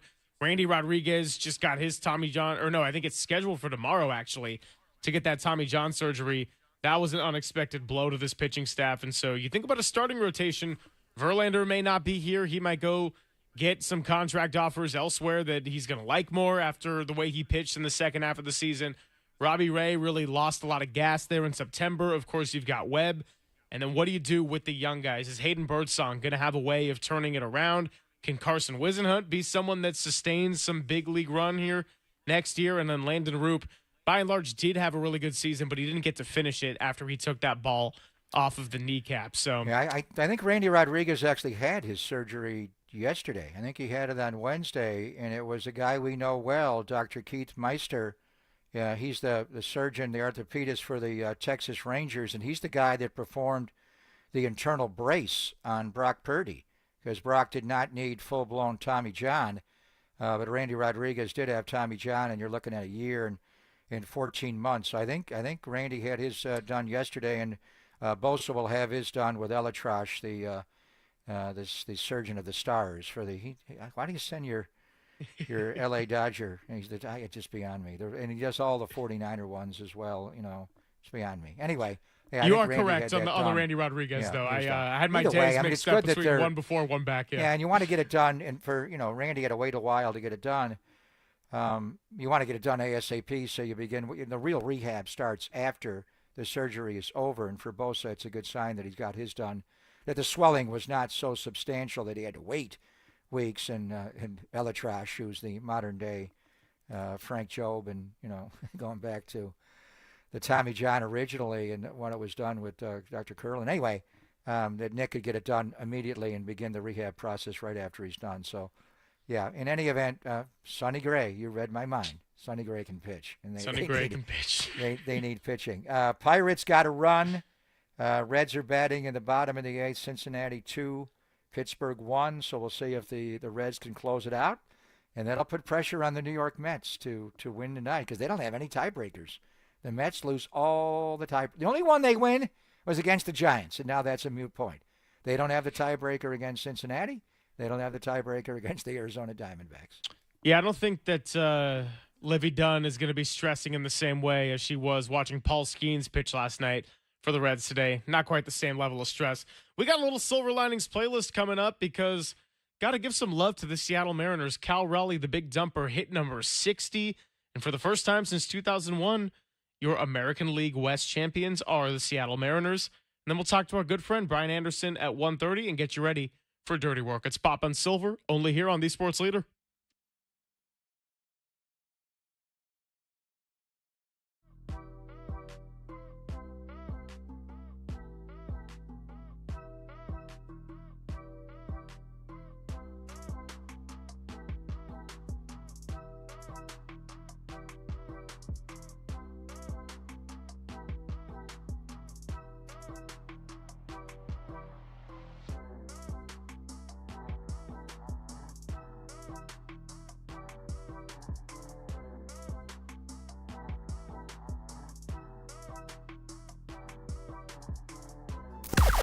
Now, from the O'Donnell Financial Group Sports Desk. Learn more at odfigroup.com. O'Donnell Financial Group, because planning is a process, not a product. John Lynch joined Murph and Marcus this morning to provide some updates on Ricky Pearsall, Mac Jones, Brock Purdy, and Brandon Aiyuk, their timetables for return. For some of them, could it be this weekend? For others, well, they still got to deal with the IR and the PUP list. Either way, check it all out on thesportsleader.com, the KNBR app, or wherever you listen to your podcasts.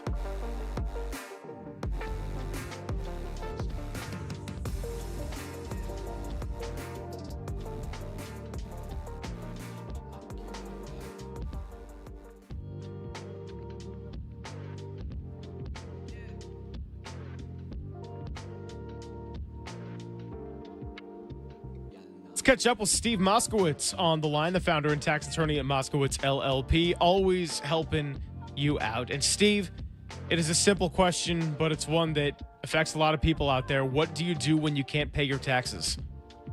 You call them. You know, there's a lot of good solutions. First of all, you may not even owe what the government says.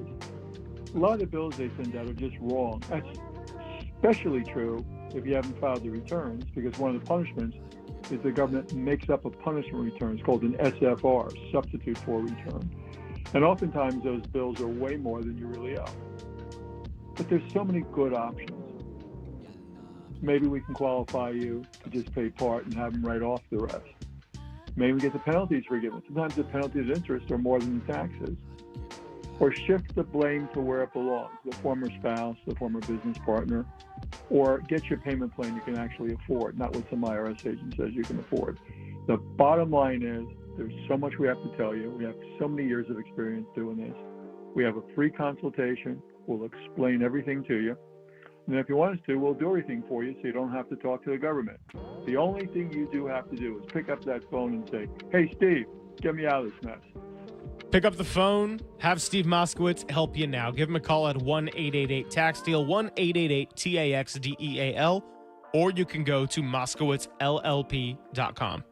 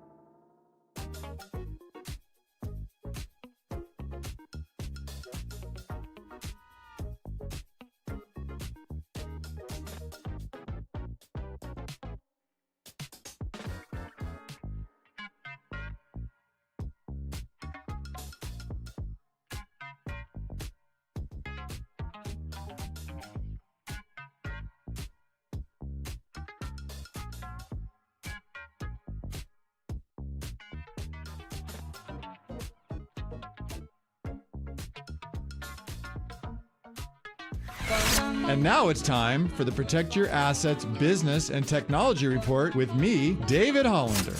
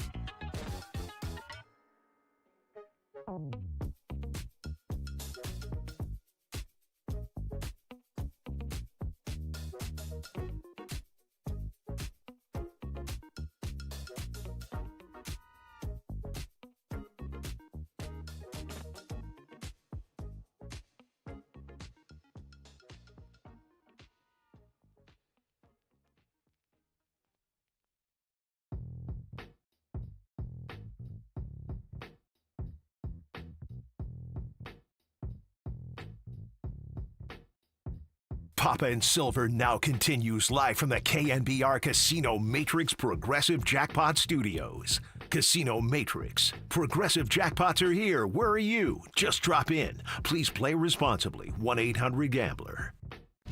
Silver Linings Playlist. The tunes and lyrics that define the stories of the day. Drop the mic, Silver.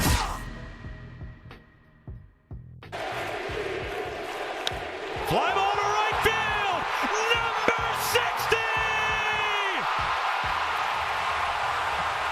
A catcher has hit 60 home runs!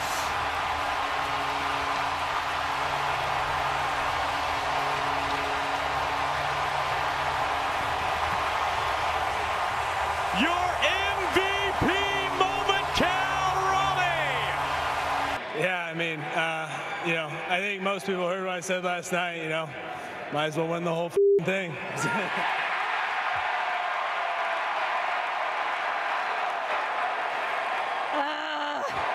right, Aaron, back up to you. Naughty Cal, naughty Cal. Naughty Cal, the big dumper hit homer number 60. What a moment for the Seattle Mariners. For the first time since 2001, the American League West champions. And as much as it's been a tough last week for the San Francisco Giants, the race for the wild card and division titles has been incredible across Major League Baseball. Brian Anderson joining us coming up in a bit. All right, Papa. So in 2001, yes, I was alive. And the last time the Seattle Mariners won the American League West, Ichiro Suzuki was in his rookie year. Harry Potter and the Sorcerer's Stone, that's the first one, was the #1 movie. Julio Rodriguez was only 8 months old. Shrek was released in theaters. And the #1 song is what you hear right here. Fallen by Alicia Keys. Take it back to 2001. And Cal Raleigh may have officially cemented American League MVP with that smack last night. What a moment in front of 40,000. Yeah, I remember that year well. He won the Rookie of the Year and the American League Most Valuable Player. They had a historic run that year. Moneyball came into being in 2002 the next year, and we ran them down. But they've had good teams. They've had playoff teams. They just haven't been able to win their division. They've had 90-win teams. So Brian Anderson will join us a little bit. B.A. called Aaron Judge, his 62nd home run to break the American League record. And Roger Maris in 61 and Babe at 60 and Babe at 59. It's amazing. Are they almost omitting that Barry Bonds did it 73 home runs, Mark McGwire at 70, Sammy at 66, 65, 64. I mean, they're trying to make the American League record the record because it does not involve performance-enhancing drugs. Babe used performance-enhancing drugs of a different kind. But it's almost like they make the American League out to be the record, and Bonds' record doesn't matter. But, I mean, we got to give this guy credit, what he has done. And the big dumper came to Oracle Park and hit his second home run of the season on that Sunday against the Giants. I mean, he was a good player, and he was a great catch and throw guy. He had 27 homers. He had 30. He had 34 last year, but they hit 60. Eesh! So how many more can he go? Can he get to Aaron Judge? Can he, first of all, get to Roger and hit 61, like Roger did, 61 and 61, and then get Judge? And then who wins the American League MVP? I mean, Aaron Judge's ops is so far out there. There it hits 50 every single year. I mean, the Yankees may run down the Blue Jays and win the American League East. We'll find out these Final Four. And then Seattle. I mean, it's just epic. One of the greatest baseball seasons ever. One of the final weeks of the year ever. I mean, I don't know who. I will ask B.A. He'll join us from Milwaukee. He's back home. By the way, the Reds did win that game. They are going to Milwaukee for the weekend, so B.A. will be on that, and we'll watch the Mets and Cubs at Wrigley tonight, and then they're going to Florida. And there are a lot of transplanted New Yorkers live in South Beach that'll be out there rooting for the Mets, rooting against the Mets. I mean, the whole thing is just going to be insanity. But the big dumper and the Seattle Mariners able to win the American League West the way they were able to hold them off there. Just unbelievable. I mean, for this guy to go from 34 to 60. Now, when Bonds did that, everybody accused him of all kinds of things. Barry had some big home run years, but he didn't have that where he got to 73. No one's accusing the big dumper, but he does have a big old booty, which is pretty amazing. But, I mean, for a while it was just getting Salvador Perez's record, the most home runs by a catcher, and Johnny Bench and all that. I mean, for a catcher to hit the most home runs in American League history would be quite amazing. So what an accomplishment. And it's Seattle. Remember we were there. The Giants' home opener was against Seattle this year. Yep. And it was like a 4-hour game. It was Julio. Yeah, went with extra innings, 11. I got in the Gotham Club and got after it. So barely remember that game. So does Verlander. Anyway, it was 10 to 9 and 11. Wild game. Anyway, what we talked about was Seattle was a lot like the Giants, a team that was built on frontline starting pitching, but they don't have enough offense to win beyond Julio Rodriguez, J-Rod. They really didn't. I mean, the Dumper was a good player, obviously, but they added. They added a first baseman, a third baseman. They added, and their frontline starting pitching is still there. The Seattle Mariners this year average 4.8 runs a game, 9th most in Major League Baseball. They were down with the Giants. It was 4 score because they had the pitching, but they just didn't score. Their ballpark is a lot like, Oracle. But they added, and they got an epic year offensively. Julio Rodriguez still tripped in 32 home runs this year. But to get the catcher, I mean, if Patrick Bailey hit 60 home runs this year, well, slight difference. We'll take 6 from him. Not he 60, fell just short. Yeah, he was just a little bit off the mark on that one. By that much. So. Just in a bit event. outside. Well, and then we lost Bob Uecker, and B.A. knows him well. But Dodgers with Yamamoto on the mound lead Arizona 4-0 with Arizona batting. So the pressure is on the New York Metropolitans. The Reds won.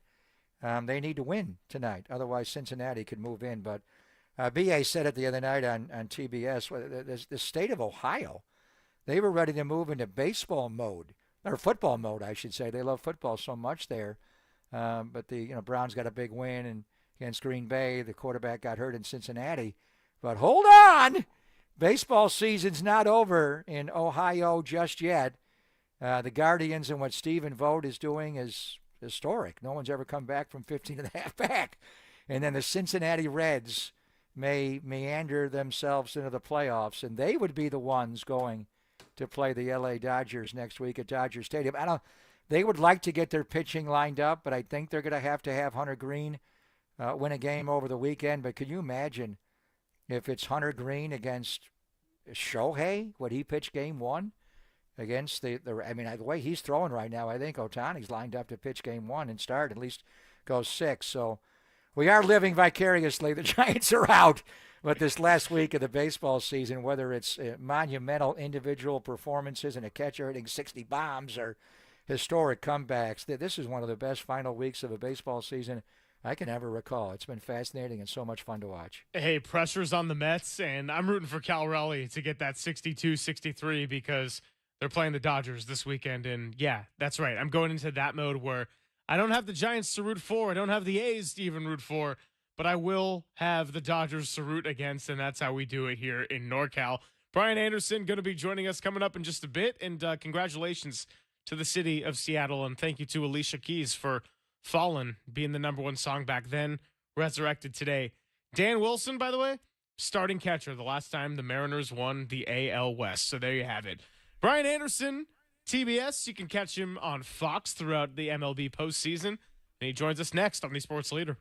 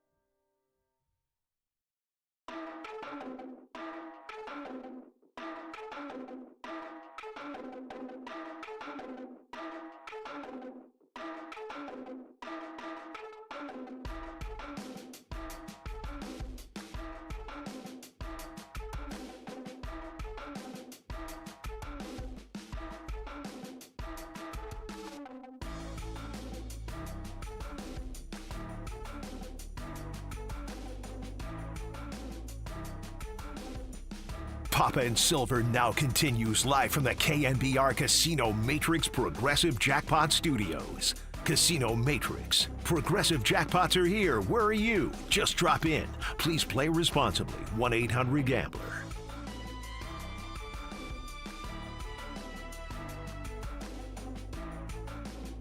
Continues another 25 minutes or so, and then we'll get it over to Dirty Work 49ers out at the practice field getting ready to take on their Week 4 opponent, the Jacksonville Jaguars. It's time to welcome in our final guest of the day.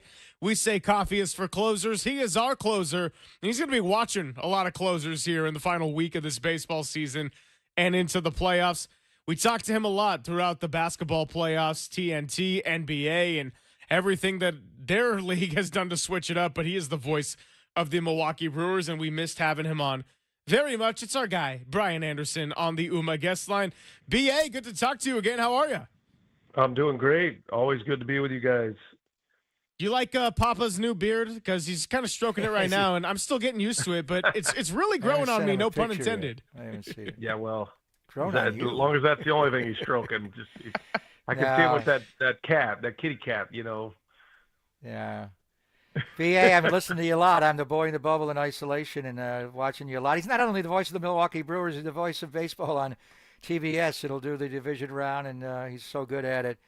You were at Citi Field for the Mets a week or so ago. You were at Wrigley the other night for their epic comeback with the Hawk blowing in. You still got a wild 9-7 game, and I know you're watching. Cincinnati just won. The Mets are going to play later. Dodgers are laying it on Arizona right now, up 6-0. This National League wild card, where the Giants thought, like a couple of weeks ago, they actually led very briefly on a Saturday, they could be a part of, but they're out of it. So do you have any idea who's going to play the Dodgers on Tuesday? Diamondbacks, Reds, or will the Mets find a way and hang on and get in there? I still think the Mets are going to prevail. I don't know why. I have enough Mets fans that they haven't rubbed off on me yet, because they're already pretty much assuming the season's over and getting ready for the next sport. But I think the Mets, they can just get in a position to get Diaz in the game. He obviously went 2 innings on Tuesday, so he's been shut down for a couple of days. But tonight's a huge game. The Reds do have the tiebreaker on the Diamondbacks and the Mets. So Cincinnati is somewhat sleeperish, but, now they're going to start moving into the back end of their rotation. And, I'm not quite sold on them yet either, but, these last 3 days are going to be interesting. I think the Reds were kind of hoping that they were going to come to Milwaukee and the Brewers would have everything locked up, and then they would be putting pieces in place. They would be using different pitchers in different roles, almost like spring training where everybody gets an inning. Not saying they wouldn't have any urgency, but that's not the case yet. The Brewers just went 2-4 on a road trip, so they have not clinched home field yet. They've clinched the division, and it's home field and best record in the National League and in all of baseball is really important. So I think they're going to be lining it up. So what they have clinched actually hurts the Reds, because the Brewers know they're going to be one of the top 2 seeds in the National League, which means they're going to get that week off, the wild card series week. So I don't see them, taking their foot off the gas right now, because they're not going to have games for 5 days, 6 days actually. They'll play on the 6th day. So I think the Reds were hoping for that, and I just don't see that as a realistic goal. And the Reds are going to have a tough time in Milwaukee, I think. Brian, I want to go back to August 22nd. I know the Giants are out of it, but that was a fun day because Willy Adames gets a standing ovation, and he's back in Milwaukee, and then he immediately hits a homer and then gets some loving boos while he's rounding the bases there. Obviously, it's been an up-and-down season for the Giants. They've been incredibly streaky, and I don't know how much you've gotten to watch out of Willy Adames in particular, but he really struggled in transition at the beginning in his time here, and then ended up really picking it up in July. And he's had some moments where he's cooled off here and there, but ended up at 28 homers. I mean, just your general evaluation of Willy Adames in his first season in a new place, and was this streakiness to be expected to some degree from an individual standpoint? Yeah, and if you remember, I was on with you guys last year when, the pending free agency was coming. And, we were talking about how Adames felt like he was a good fit with the Giants. I do think eventually down the road, he'll end up playing first or third for the Giants. But that's the way he is. Like he's a streaky hitter. He's usually better later in the season.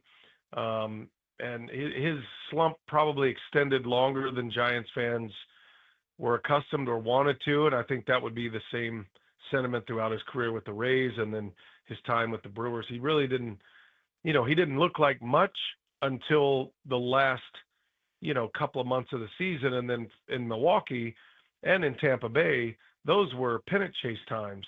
And so your memories are that he delivered when it counted. He delivered in the clutch. But it took a while in San Francisco, and you're not in it. And so that kind of exasperated that. And then his hot streaks don't feel as impactful because it's coming when the Giants are out of the pennant race. So I would tell you, I think Willie, he's number one, he's a great clubhouse person, and he makes everybody better. He definitely raises the level of every player. He's in every pitcher. He's good about the game plan stuff. Still a very good shortstop. Those skills are gonna diminish as he ages, but he's gonna always hit. It's just gonna be in a streaky fashion, and he's usually clutch. He hasn't been this year, but I think he would have been if the Giants were in a pennant race. You would have seen that because he comes to play every day. He doesn't have a meter of the importance of the games. He shows up, does his work, works hard at it, does all the work before the games. So I love the guy, and I know it hasn't gone the way Giants fans have wanted this year, but I promise you, if the Giants were in the middle of something right now, Adames would be the most clutch player going right now because he gets better in those moments, in my opinion. Well, he's got 3 games to get to 30 homers, BA. He had 28. I think it was 16 days ago. He's been in a home run drought. We haven't had a 30 homer hitter here since Bonds in 2004, so he's got 3 more against Colorado. Freddie Freeman just hit a 2-run homer in Arizona. The Dodgers are up on Arizona 8-0. So I think they're going to assuredly win the National League West now, which would set up. We don't know if Dodgers are going to play Mets or Reds or D-backs, but the other wild card, the 4-5 matchup, is going to be Cubs-Padres. How good is that going to be? And the winner would go on and take on your Milwaukee Brewers. So looking ahead to next week at Wrigley, 3 games, maybe at least 2. How do you see Padres-Cubs, B.A.? Yeah, well, I've seen them both very recently, as early as this week. And, those 2 teams each could win a World Series. It wouldn't surprise me. I think anybody in the National League, maybe minus the 6th seed, that's whoever's going to grab that 6th spot, I believe has a chance to win a World Series. And the Padres are dangerous. It becomes a 5-inning game with them. Their bullpen is ridiculous. And A.J. Preller, he's a big swinger for the fences, whether it's hot stove or trade deadline in the middle of the season. And to get Mason Miller, that was the single most important piece, I think, that was acquired at the trade deadline. And that really thickens out their bullpen. So Padres are dangerous. Cubs have the best lineup, I think, in the National League, top to bottom. When they're right, they're going to get Tucker back soon. Kyle Tucker, he may come back as a DH.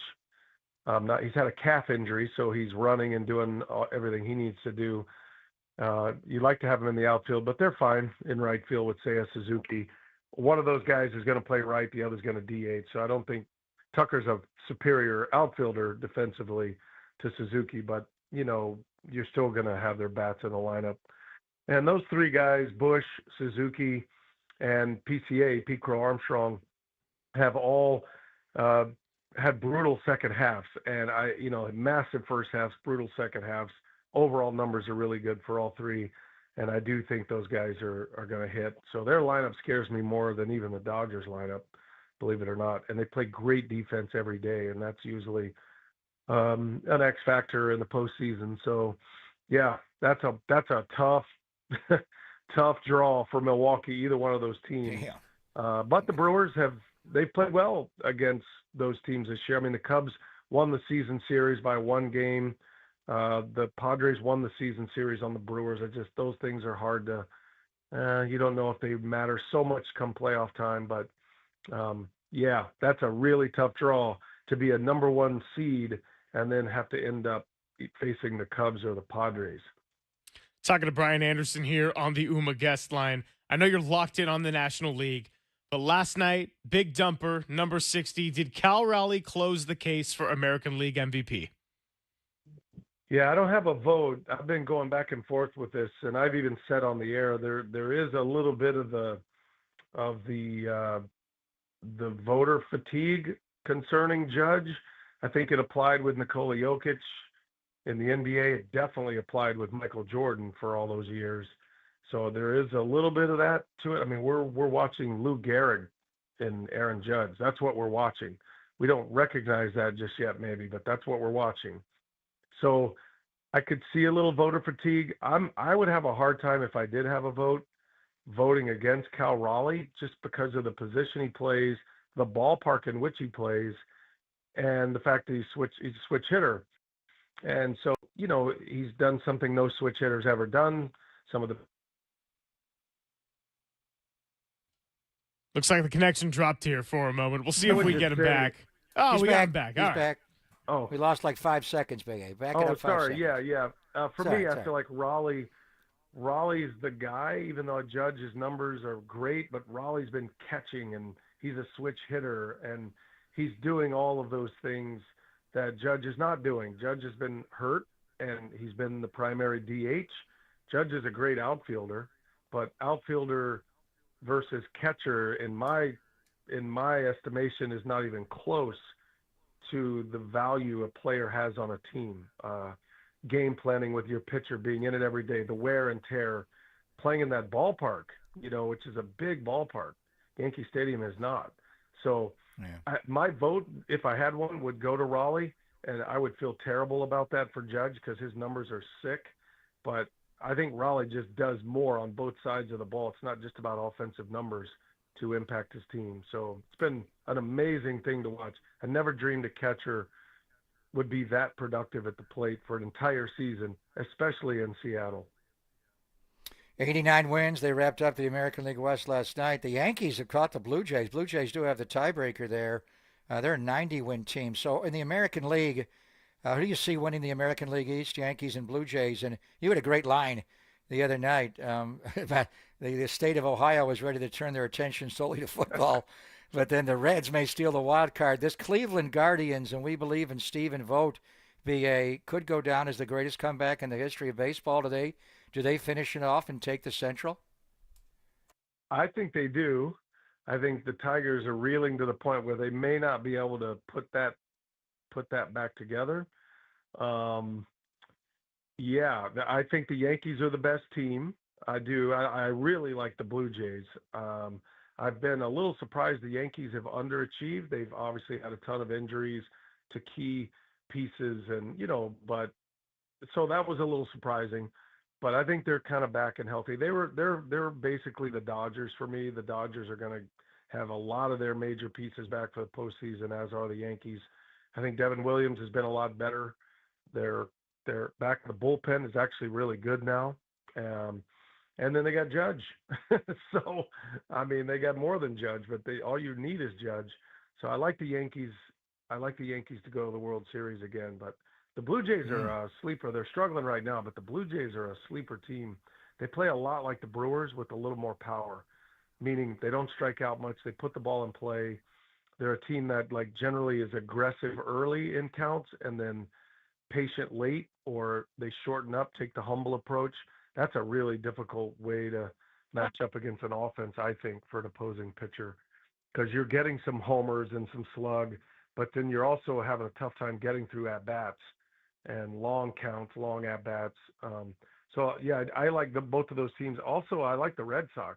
I don't think they've got enough to win it, but they play that humble approach. They've got some talent, real talent. I think the American League's really competitive. But I'd probably go with the Yankees at this point. My last one for you, BA, before we let you go. I don't know how much spring training you got to get involved with it being in the middle of basketball season, but ABS was in action down there. We saw it over the All-Star break. Just overall impressions of ABS coming in 2026 and how that's going to affect the game. Yeah, I saw a little bit of it in spring training, and then I actually saw quite a bit of it. I went to a few minor league games, AAA games, because my brother is a scout, and it was one of those situations where he was scouting a AAA game in Round Rock, which is near my hometown in Texas. And when I was back home visiting my folks, I went and sat with my brother for a couple of days at Round Rock, which is in AAA, and they were using the ABS system, and they did two versions of it. So they had the early week. I think it was so AAA and the minor leagues are off Mondays nowadays. So Tuesday, Wednesday, Thursdays were every pitch was called with ABS and put on the board, and the umpire would get he wore an earpiece, and it would just be a verbal ball or strike, with an earpiece. So he was literally calling the game based on what the calls from the ABS system were. And then Friday, Saturday, Sunday games, they went to this challenge system, and this has been going on for a few years. So they've tested ABS for 6 years. They've changed the strike zone, the way it looks like. They've moved it from a rectangle to more of an oval, to moving it to the front of the plate, to the middle. They've done all of these machinations of testing, and now I think they've kind of settled on what they want. They're going to roll that out tomorrow. They're going to kind of tell everybody what they settled on. I thought it was really good. I did not like every call being made because I saw a Wednesday game I saw a Thursday game and a Friday game. So I didn't like every call being made with the ABS. I like the challenge system because it allows the catchers to frame and still have an impact on the game with framing and making pitches look good and the art of catching. It also just kind of put a little more heat on really the catcher and the batter. I mean, the pitcher can call for it too, but it's very quick. It's actually pretty entertaining because they pop it up on the screen, and most of these AAA clubs have screens now. So they pop it up. It's about a 5-second little piece of drama there, and it goes really fast. So a pitch is missed, or let's say a batter thinks the pitch is missed. He taps on his helmet. The umpire cues it up or waves the signal to cue it up. They play the video in front of the fans and on television, and you find out instantly. And there's a little drama in that. So it did not take long. I think they did a really good job making sure it was pretty tight. I think I saw a number on average. It lasted 13 seconds on average, but typically trending more towards 4 or 5 seconds. So, and you only get 2 a team. You can continue to take challenges if you're successful, but it really only added on average 1 minute per game. And that's nothing that's benign. So I'm in. I think it's great. And in those really pressure moments when you think a call's been egregiously missed, I think what we found is the umpires got the calls right more than they didn't.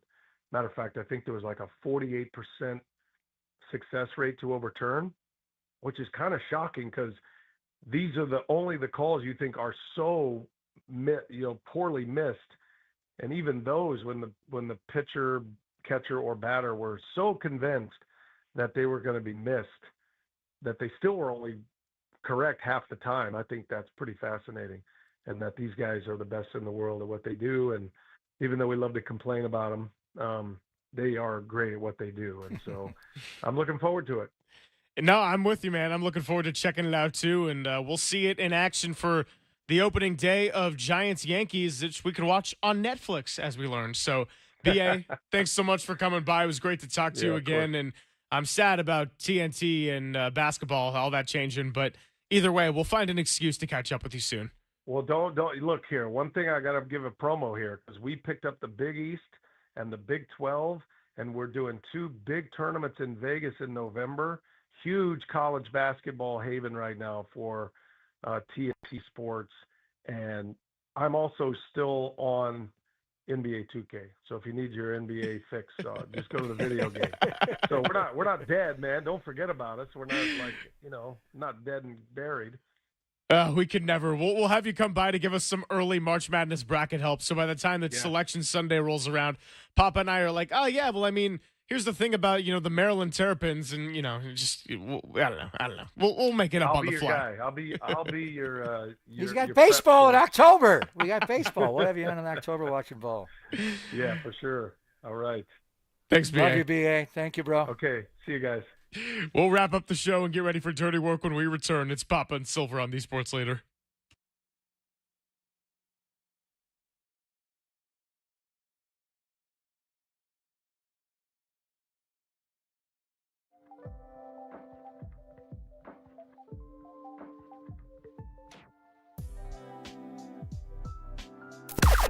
Now, from the O'Donnell Financial Group Sports Desk. Learn more at odfigroup.com. O'Donnell Financial Group, because planning is a process, not a product. You got John Lynch in the morning. You got Tim Ryan with us. And in the afternoon with Dirty Work, you got Kyle Shanahan. He's coming by at 3:15 to speak to Copes and Depop on Dirty Work. Hear from your 49ers head coach on the Sports Leader to learn all things Week 4 against the Jaguars.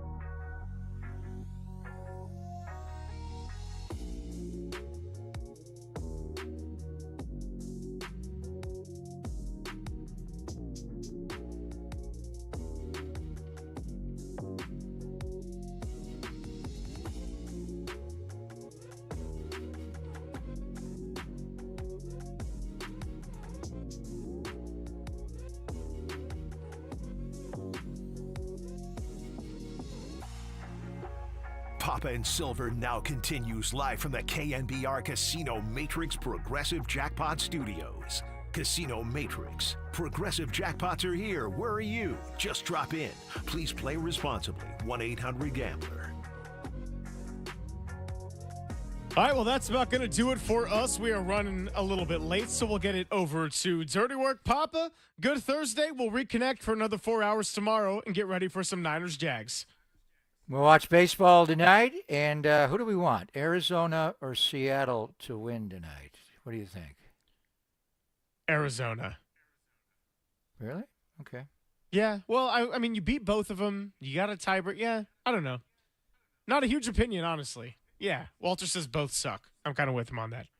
I don't know about that. No. I think the NFC West is very good. But yeah, a lot of baseball and a lot of football tonight. So lots to process when we reconvene tomorrow. And a big thank you to our guests today, Tim Ryan, to Howard Balzer, and to Brian Anderson. You're listening to KNBR and KNBR FM San Francisco, the sports leader and Cumulus Media Station. Dirty Work starts now. Okay. The fun's over. They've done the dirty work of the radio business. Anybody messes this thing up for me tonight is through. Engineering, board operating, and producing. Not only are you fired, your life is over. And now they have the microphone. What could go wrong? Nobody messes up. You understand me? Don't mess up. Adam Copeland. You wanted some sort of like hard-hitting Bob Lee journalism. You came to the wrong place. Derek Papa. Oh, boy. Okay. It's getting hot. Is it getting hot there? That's even worse. How are we feeling? It's getting hot? Oh, boy. And Tim Webb. Mankini, yes or no? 59. We go with this, Tim. It's a dirty job, but someone's got to do it. Ridiculous. Completely ridiculous. Welcome to Dirty Work. KNBR 104.5 and 680. The sports leader.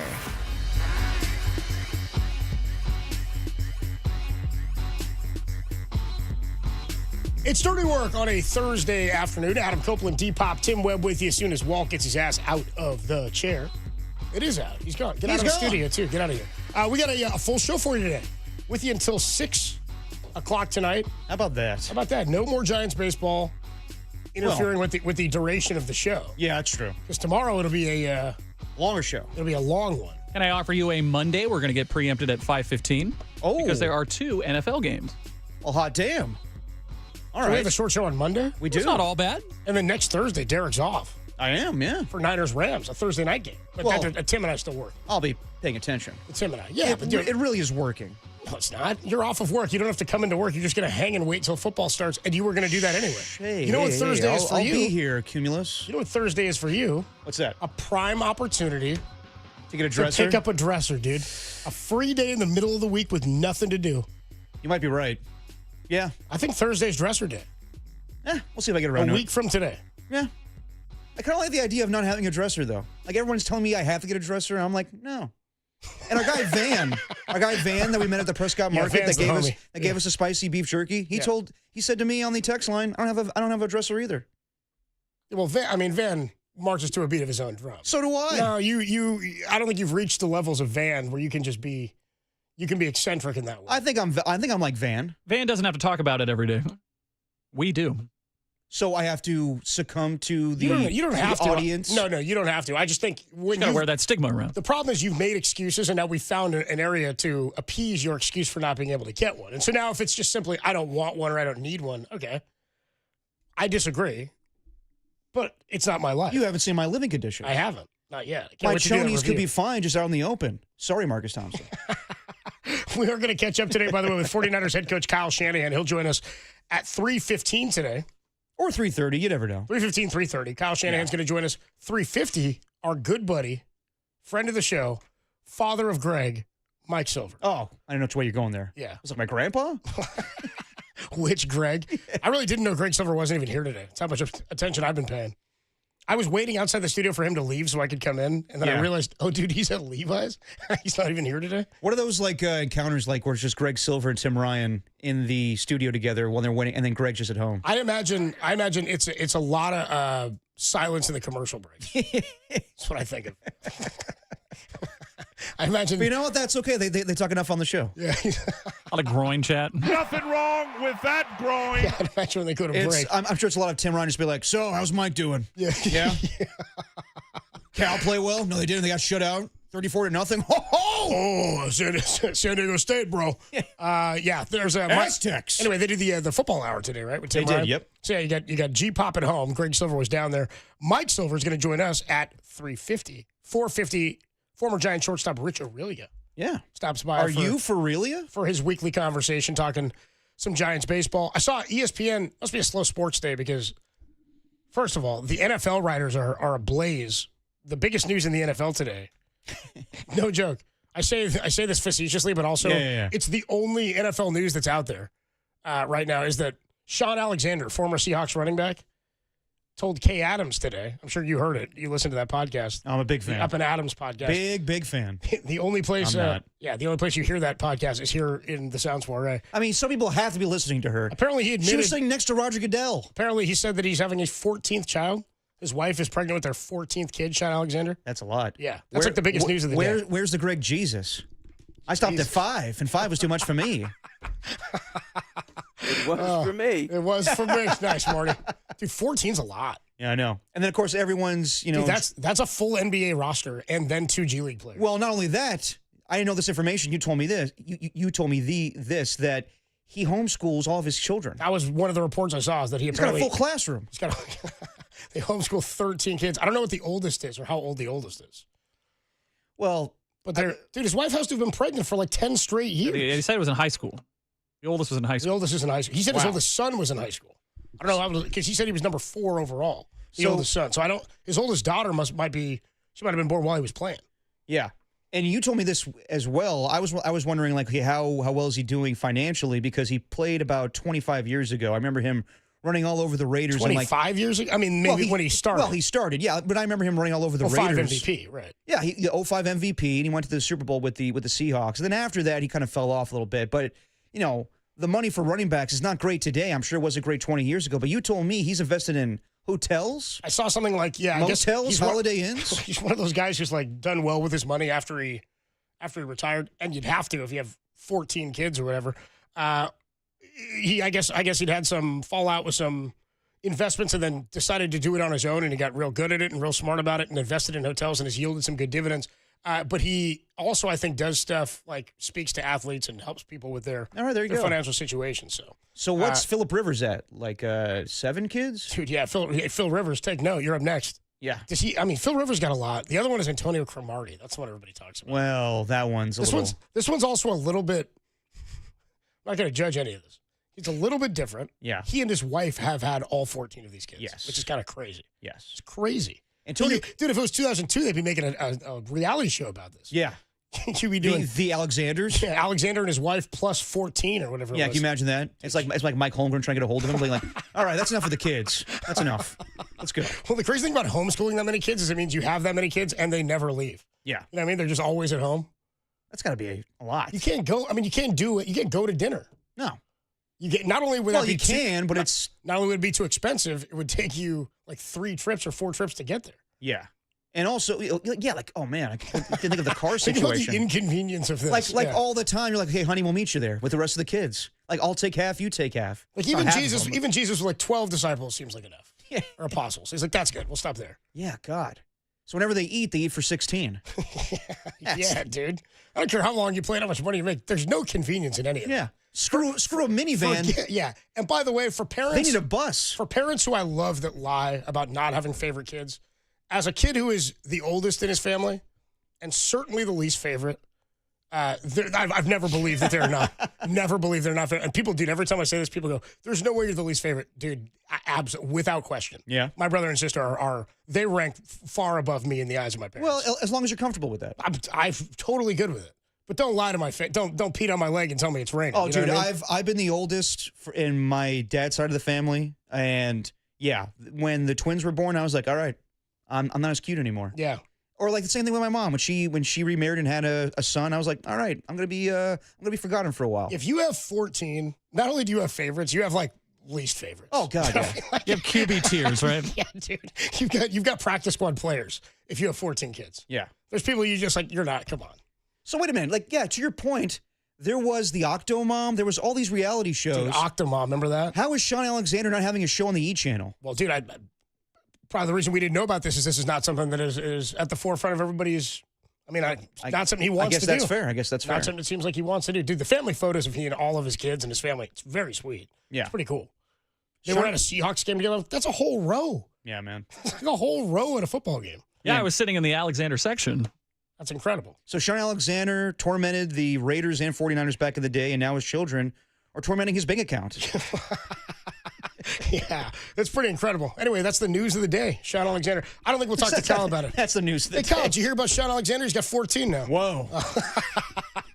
Well, you know who we will ask about it? Mike Silver. I'm sure. I think we'll talk Mike Silver. Mike Silver will be way more interested in that than Kyle Shanahan. I just can't imagine getting the 14. It seems like a lot. It's a lot of work. I'm pretty sure that when I was at the Super Bowl with Mike Silver, I think I asked him where Greg Silver ranked among his kids. And what I think he ranked them for me. Did he? Yeah, I think so. Dion ranks his kids all the time. He doesn't care. He does it in the public eye. Yeah. It's like ranking in He the does it in media. interviews. He'll be like, man, Shiloh right now is trying out with the 49ers, so he's last. Where does Louis rank, Tim? Where would you rank Louis? Yeah. Near the bottom. I'm Louis Sanders. Adam Copeland, Depop, Tim Webb with you. Almost forgot your name. Yeah, I know. Kyle Shanahan at 3:30, 3:15, 3:30. Mike Silver 3:50. Rich Aurelia 4:50, 5:30. The replay leader. You'll hear from Kyle Shanahan again. We'll get the update on Brock Purdy and how he looked at practice today. 6 o'clock tonight, you get a Niners Nightly with Larry Krueger. Hell yeah. How about that? All right. Krug on Niners Nightly. Is Todd Husak on that one too? I don't think so. Todd Husak, dude, KNBR is quickly becoming the Husak leader. Oh, I know. And Larry Krueger and him are a team. They're a tandem, dude. They don't watch Niner games without each other anymore. We'll take a quick break. When we come on back, I'll tell you about what we're giving away today. It's a $50 Tony's Pizza gift card. Yes, it is. We did it yesterday. We'll do it again when we come on back. I'll tell you how you can win that. The latest on Purdy and others from 49er practice today. We knew yesterday Ricky didn't practice, but he said, if there was a game today, I would have played. Just a precaution. So seemingly Brock Purdy looking okay, maybe trending towards playing on Sunday against the Jaguars. We'll talk about that next, and then we'll get the latest from John Lynch, who was on with the morning show. Dirty Work is a Thursday afternoon, and it's only here on the Husak Leader.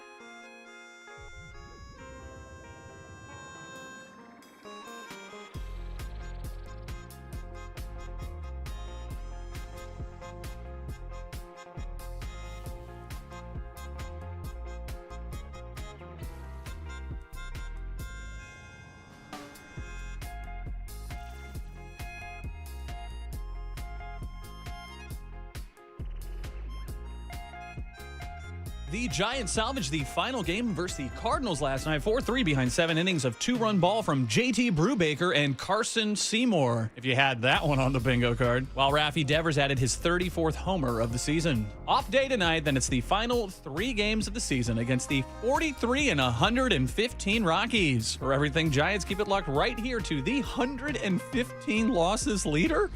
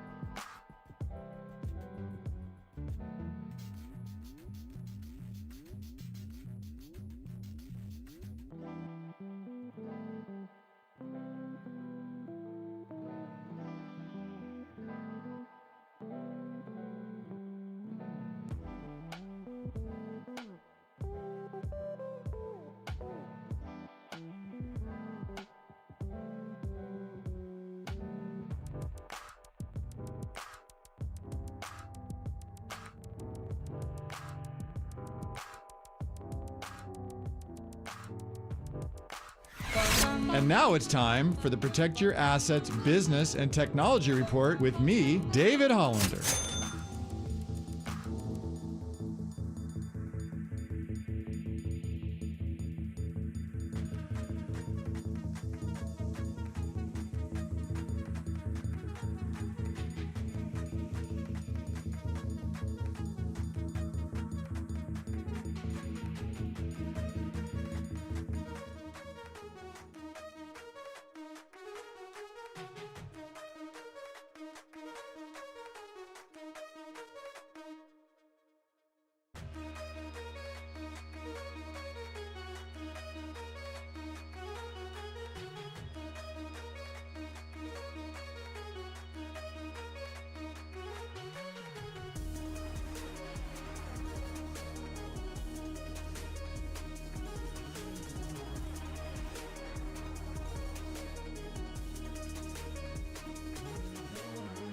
Now, back to Dirty Work. Adam Copeland and Derek Papa on KNBR 104.5 and 680 AM, the sports leader. It's every day. Adam Copeland, Depop, Tim Webb. He does it every day. There's nothing if not consistent. You know what? He's been doing it every day for 20 years, and he makes us smile. No, I don't know if this is more about him or us. Keeping him around if he does it every day. He's good for a laugh. Come on now. He's good for a laugh. We love Tim. It's our guy, Tim Webb. It's just the three of us on the show. It's just us. By the way, our guy Van did check in on the Golden State Lumber and Showroom text line at 808 KNBR, and he said, as I said, I don't believe parents ever if they tell me they don't have a favorite kid. I would believe you if you told me you had like a boy and a girl. You'd be like, I'd say, okay, you don't have a favorite. Right. You got two kids and there's a boy and a girl, like, no. Yeah. But if you got two sons or two daughters, there's no way you have a favorite. I love them both the same. No, you love them differently. Dude, I remember when you asked Tom that, and it's like, yeah, so amongst your kids, who's the favorite? He was like, I'm not going there with you. Yeah. He was like, you ask parents that question, I like putting them on the spot. They do get mad. You know why they get mad? Because they have a favorite. They do. The only reason you wouldn't get mad is if you genuinely don't have one. But do you know who? But only one person knows the answer to that. You know who that is? Your significant other. Always. Oh, you mean your partner knows who your favorites are? They talk about it. Like they have pillow talk. Because they have their favorites too. Yeah, exactly. Yeah. They compare like, really, that's your favorite? Oh, mine's different. Yeah, dude, we'll talk to Mike Silver about it. Because I'm pretty sure I did ask him, and I don't think he ranked for me. He didn't get upset, though. Well, what if he says Greg's not his favorite? I don't know. I don't know. I don't think he's going to rank him for us, is what I'm saying. But our guy Van checked in and said, would you guys believe me if I told you I don't have a favorite Dirty Work member? I love you all the same, but differently. Is that Van? I think that's Van who checked in. I would say I believe him. I call BS on that one because Van also follows my podcast. So I think he likes me a little bit more. Well, yeah, but I guess there you go. Be honest, Van. It's okay. Well, we don't have a podcast, Tim and I, so we wouldn't know. You can start one. Hey, Van, Saturday at 1:30 over on 1050, you can catch Stanford pregame. Myself, Tim will be in the Score Center, and we'll have a whole slew of guests coming by. It'll be fantastic. That's going to be a conflict. So you can show your loyalty to me. Derek Papa's got his podcast at 11 o'clock on Saturday. On Saturday, really?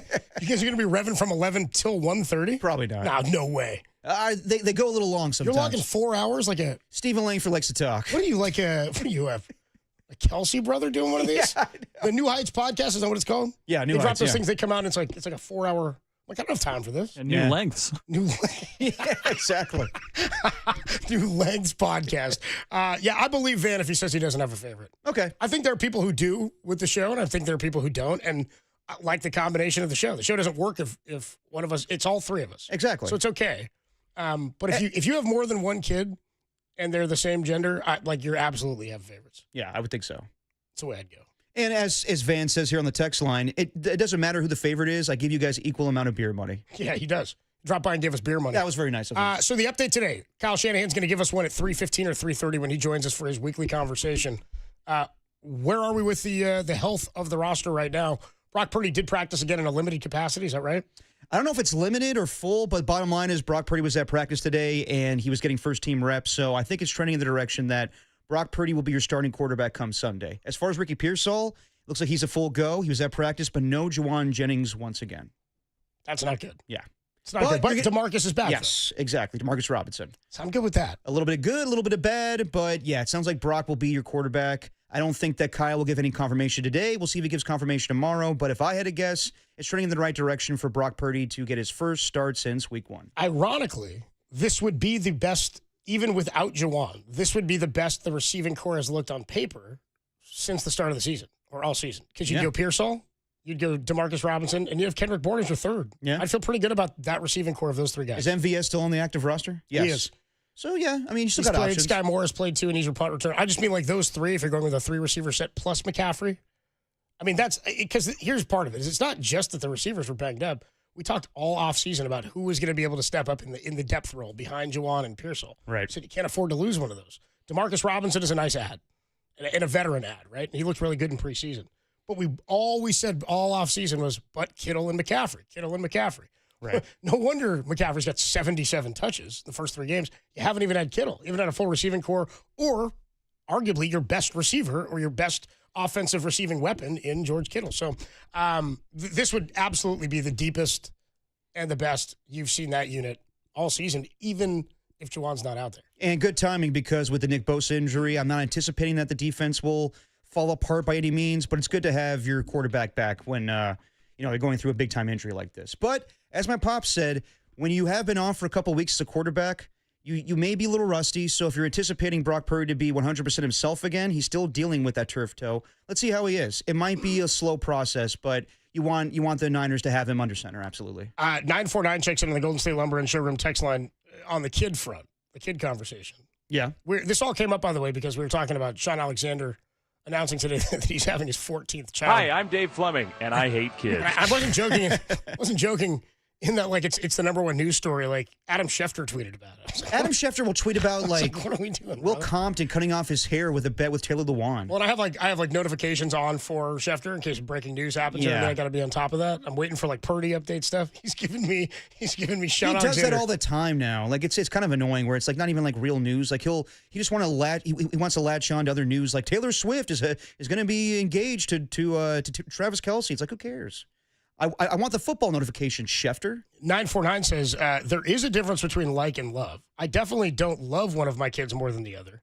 Who I like between my 3 changes depending on how they're acting at the moment. I'll give you that. That's totally fair. I would also wager that that the 1 through 3 rankings kind of stay the same though for the most part. Yeah. Do you know what I mean? Because you like the kid more who's consistently behaving in the way that appeases you. Have you ever been in, have you ever had throw a temper tantrum and then your mom afterwards is like... Not in a couple weeks. Yeah, I'm not saying when you were younger and your mom's like, Mom, you ask your mom, Mom, do you still love me? I love you. I'll always love you. I don't like you at the moment, though. I don't think my parents ever said that. I made it clear. I got that a lot. Just made it clear I was ranked 3, 3 of 3. I'm still on the podium, dude. I'm still standing up there with the bronze. You know what I mean? That's not bad. There's only 3 guys in the race, but here I am. 916 checks in says, I'm still laughing about Cope's joke that he thought Jesus thought 12 disciples were enough. Yeah. Ooh, I'm getting some favorites in here. 415 says, I'm an only child, so I'm the favorite and the least favorite. We're going to do a poll. Yeah, a poll for who's the most liked member of Dirty Work. Who's your Dirty Work's favorite son? Oh, do we want to do that? You don't want that. We don't want to do that. You don't want that. We don't want to do that. Well, Jack Loader's going to be in there. So. No. Oh, Jack Loader's part of it? Well, he's not on Dirty Work. Well, he's not going to get any votes. So. Okay. 510 I don't know if I like this poll. 510 says, I have a teenage son, I think it's Van, and a teenage daughter. I love them the same amount, but I love them differently. If you got a daughter and a son, I'm like, I believe you. And then Van says, hey, Coach, you're going to be in Pleasant Hill tomorrow? I will be at Friedman's Appliance in Pleasant Hill tomorrow. For a special project. With the live working vignettes hanging out from 10 to noon before the show. Come on out to Friedman's Appliance in Pleasant Hill tomorrow morning. If you're looking for, if there's dressers to be had, I'll be standing by them, and I'll be looking for a good one for you. Thank you. I appreciate that. Anyway, for all your appliance needs and your cope needs, tomorrow, 10 to noon, Friedman's Appliance in Pleasant Hill. Van, I'll see you there. Well, it sounds like you have a special project, and I have a special project. I'm trying to make you some money. The following interview is paid for by TakingVegas.com, and the segue? views, No. opinions, and picks expressed do not reflect those of the station or its ownership. Here comes the money. Here we go. Money talk. Here comes the money. You know what that music means. It's time to talk to JR from TakingVegas.com with his legendary money management program. Text WIN to 545454 or call 888-9-WIN now. We're going through the full slate of NFL and college football. We got some Thursday night football action tonight between the Seahawks and Cardinals. I know 49ers fans will be invested in that game. JR, how's it going? Going fantastic, Derek. I appreciate you having me as always. I've been a bit under the weather lately, but my games are on top of the world. I'll tell you that. I mean, we have been hitting everything in sight. I went 7-1 in the NFL on Sunday. Here's what I'm doing. I love this game tonight. I'm going to give it to everyone absolutely free as always. Text the word WIN to the number 545454, and we'll text you right back and give you the winner of tonight's matchup between the Seahawks and Cardinals, guys. Of course, it's always against the spread, even though this line tonight is only Seattle -1.5 on the road. Total on this matchup is 43.5. I've got the right side of this game locked up. Even if you think you do yourself a favor. Text the word WIN to the number 545454, and I'm going to give you the right side of this matchup. And again, you'll get it absolutely free, no strings attached, no questions asked. Text the word WIN to 545454. JR from TakingVegas.com. Yeah, he'll give you the insight for tonight's game between the Seahawks and Arizona Cardinals.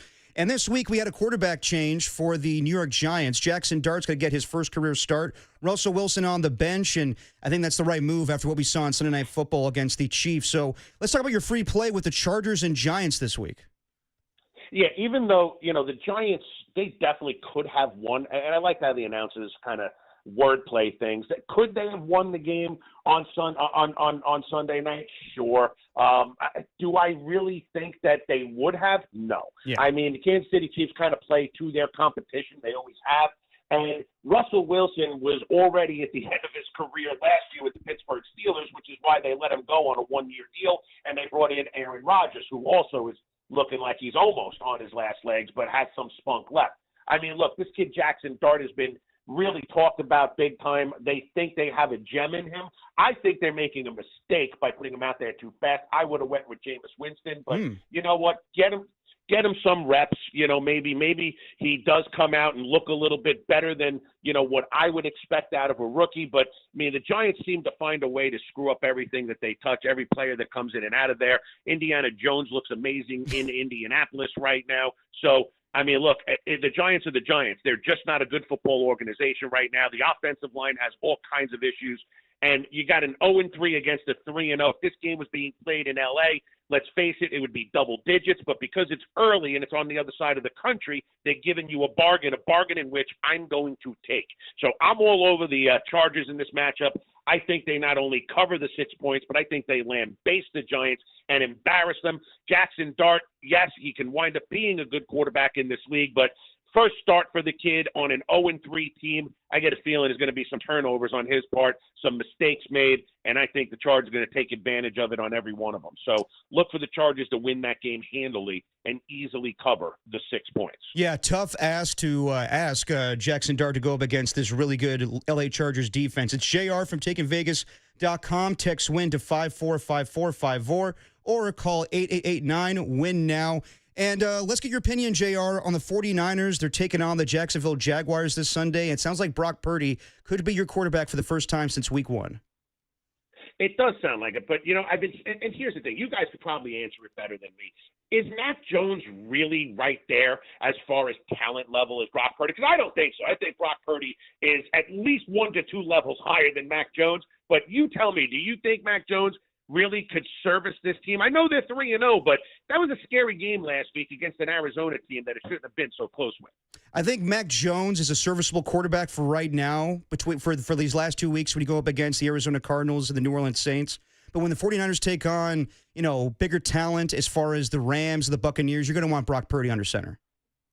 I could not have said it better. I really agree with you, and that's exactly why. Look, if Brock Purdy gets the start here and he's healthy enough, they really should take care of business at home. If this game was in Jacksonville, I might have a different opinion. But again, Jacksonville having to get on a plane, go to the other side of the country, play a later game in what's going to be a really good home game for San Francisco, coming off of a really nice win last week, which, they almost didn't get, but because of the leg of your kicker, they were able to get it done. Ricky Pearsall's doing all kinds of good stuff. Looks like he's going to get the start as well. So I like the 49ers here. I think they get the win. I don't love the number being at 3.5, of course. I mean, that hook is a lot. I would buy it down. If you're able to buy it down, I would take the 49ers minus the 2.5 and pay the extra juice. But I mean, tough game. Again, I really think you're going to get the W and what will wind up being a tight finish, but look for the 49ers to win between 3 and 6 points. But, guys, look, it's all about making money. I'm telling you, I do love the game tonight. I feel that there's no chance I'm not on the right side. So call the number. Get it absolutely free. It's all you got to do is text the word win to 545454. We're going to text you the game right back absolutely free. So text win to 545454. Let's have a great week of games, guys. Let's have fun, be safe, and let's go out there and make some money. The preceding interview was paid for by TakingVegas.com, and the views, opinions, and picks expressed do not reflect those of this station or its ownership.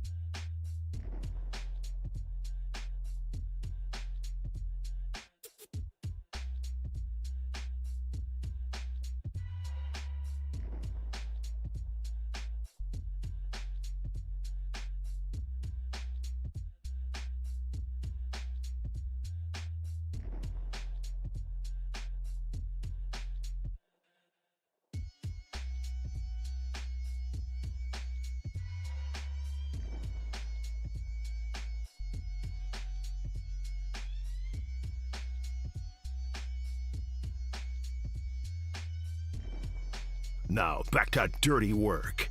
Adam Copeland and Derek Papa in the KNBR Casino Matrix Progressive Jackpot Studios. Casino Matrix Progressive Jackpots are here. Where are you? Just drop in. Please play responsibly. Call 1-800-GAMBLER. Dirty work on a Thursday afternoon. Adam Copeland, D-Pop, Tim Webb with you.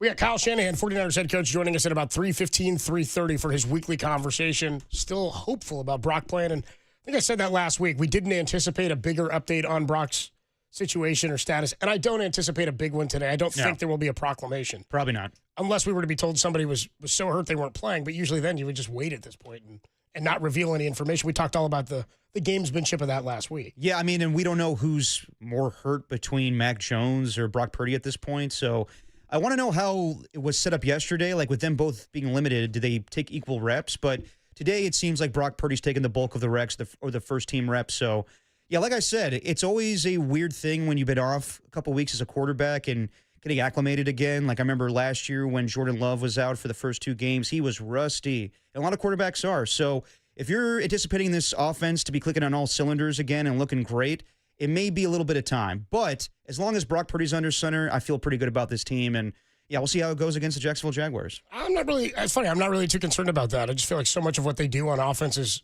timing. And Brock's operated it at such a high level for so many years now, and for so many games. And he also did get some reps last week a little bit, like he was trending in the right way. And then he's got a little bit this week. But, I mean, you're right. Game action is much different. I don't know if we thought he looked rusty week 1. I thought we saw some real big highs. We saw some lows for him week 1. But even then, he hadn't played all but one series in the preseason. Though he had, of course, all the first-team reps throughout preseason or out practice. It was a week 1 start. Neither here nor there. Yeah. We'll get into what's going on with the poll that's up on the YouTube channel and some of these texts, because many people... Is this just straight up like, who's your favorite member of Dirty Work? So we started talking at the top of the show because it caught fire on social media before the show that Sean Alexander revealed on the Up and Adams K. Adams podcast. His wife he said, number 14's in the belly. That's what he said. Hell of a grand reveal. I know, so it's a way to say it. Anyway, he's got 14 kids. He's going to have his 14th. He's got 13. And I said, if you're a parent of kids, I've never believed a parent, I'm not one myself, when they say they don't have a favorite. I said, there are certain situations where I'll believe you. If you got 14, I said, not only do you have favorites, you got least favorites. Oh, absolutely. I don't think it means you love them less, but I think it means you got favorites. I think there's a whole joke about that when Apu has octuplets in The Simpsons. He does do that, yeah. He has that happen. But they put up a poll on the Sports Leader YouTube channel. You can check it out on YouTube, on our network page. It's just, who's your favorite member of Dirty Work? Okay, should the poll have been, parents, are you honest about having a favorite child? Should it have been, who's the favorite between, is it the 3 of us, or are there more people included in this poll? It's us 3 and then Mr. KNBR. I saw somebody on YouTube say, come on. I saw somebody on YouTube say, Mr. KNBR must be pretty important to have the station named after. Okay, well, hold on. Let's be honest here. I'm going to be last.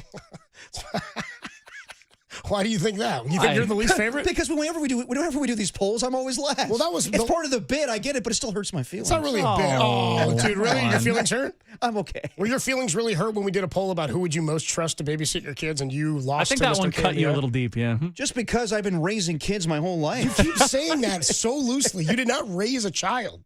You had siblings. I raised my siblings. My dad was always calling games. It was me making DiGiorno pizzas for these kids. I was a single mother. These ingrates, dude. That's so funny. That's so funny. You raised these kids. I was Mr. Mom. Okay, so changing diapers and preheating ovens. Yeah, you flying in from Texas to do that? Yeah. Yeah. You raised them, huh? Yeah, you weren't absentee. Okay, we'll get to the poll. I raised my little brother on my mom's side. Okay, that's. You said kids, you know. Yeah. All right. Well, really shooting down some mothers out here, you know. Derek just thinks it's all about, popping pizzas in the oven. Hold on. I know it's not easy work for single moms out there. Believe me, I know. I know. Here's what John Lynch had to say. A little update from 49ers general manager John Lynch. He joined the morning show as he does every week and was talking about whether or not they'll make a move in Nick Bosa's absence. I think they will add something. I'm still really intrigued by my partner's very apt analysis and wide-ranging thought about Cam Jordan of the New Orleans Saints. Thank you. That one intrigues me because it feels like that would be a good fit. That said, when he becomes available, and I imagine he will because the Saints are not good, and we have a first-year head coach, why wouldn't you want more assets or draft capital wherever you can get it? And they're not going anywhere this year, and by the time they're competitive, he'll be too old to be there and make a difference, right? Right. I would imagine that there will be other teams that want his services as well. So that would be the one caveat to going after him because he would be a cheaper, experienced veteran option and a quality player. Here's what John Lynch had to say on the possibility of a trade after Bosa went down.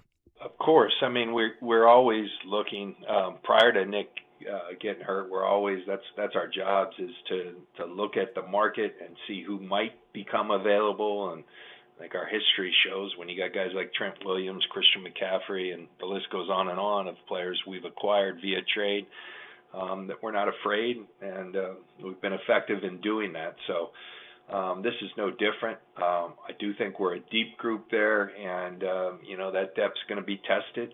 I think we're all aware finding someone who just goes and does what Nick Bosa does. That's not very feasible, but we'll see what's out there at the appropriate time. But right now, we're going to rely on the guys we have, and we believe in our group. Let me just say this. It's always great when John Lynch joins the morning show. It's always great when Buster Posey joins the morning show. It's always great when Zack Manazian joins the morning show. But GMs lie. They lie all the time. Coaches lie all the time, too, but GMs more so lie. Like we heard a couple months ago from Buster Posey that Bryce Eldridge would not be called up this season. He actually said, not ready. He didn't totally think he was ready yet. Exactly. So when it comes to, am I going to go after somebody? Am I not going to go after somebody? It always changes, and we, the audience, will never get the right answer. I wouldn't be the least bit surprised if John Lynch makes a big move for somebody. I wouldn't be the least bit surprised if he doesn't make a move for anybody. So at this point, it's just too early to tell. I think that we'll have a better gauge of it, like when we're closer to the trade deadline and we hear reports from Ian Rappaport or Adam Schefter. But to ask right now, are you going to make a move? I'm sure he's calling guys, but what he tells us will not be indicative of what they actually do. Because if you say, I'm going to go shopping, the price tag on everybody goes up. Exactly. Right? Teams already know that you got you by the short and John Curleys, when you've lost a big-time player and you're on the market. So he's got to say, we trust our guys. We're going to see what we have. They've got to take inventory with what they have, and then they go from there. One more here from John Lynch on the morning show.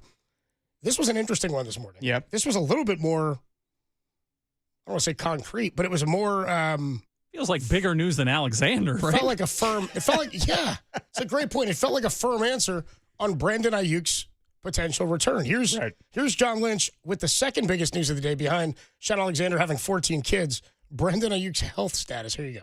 No setbacks. I keep coming back to what there's different levels when you do these ACLs, and Brandon had a fairly significant injury, involving a lot of different things in his knee. He's a really gifted athlete. He's a very hard worker, and so when you combine that, you tend to come back at a good clip. We're still, there's no absolutes on these things. So he's got to continue to hit markers, but he is tracking well. He's working hard, and we'll just continue to do that, and we'll be a better team when Brandon's out there, and so we look forward to that day. But it's not close. It's not,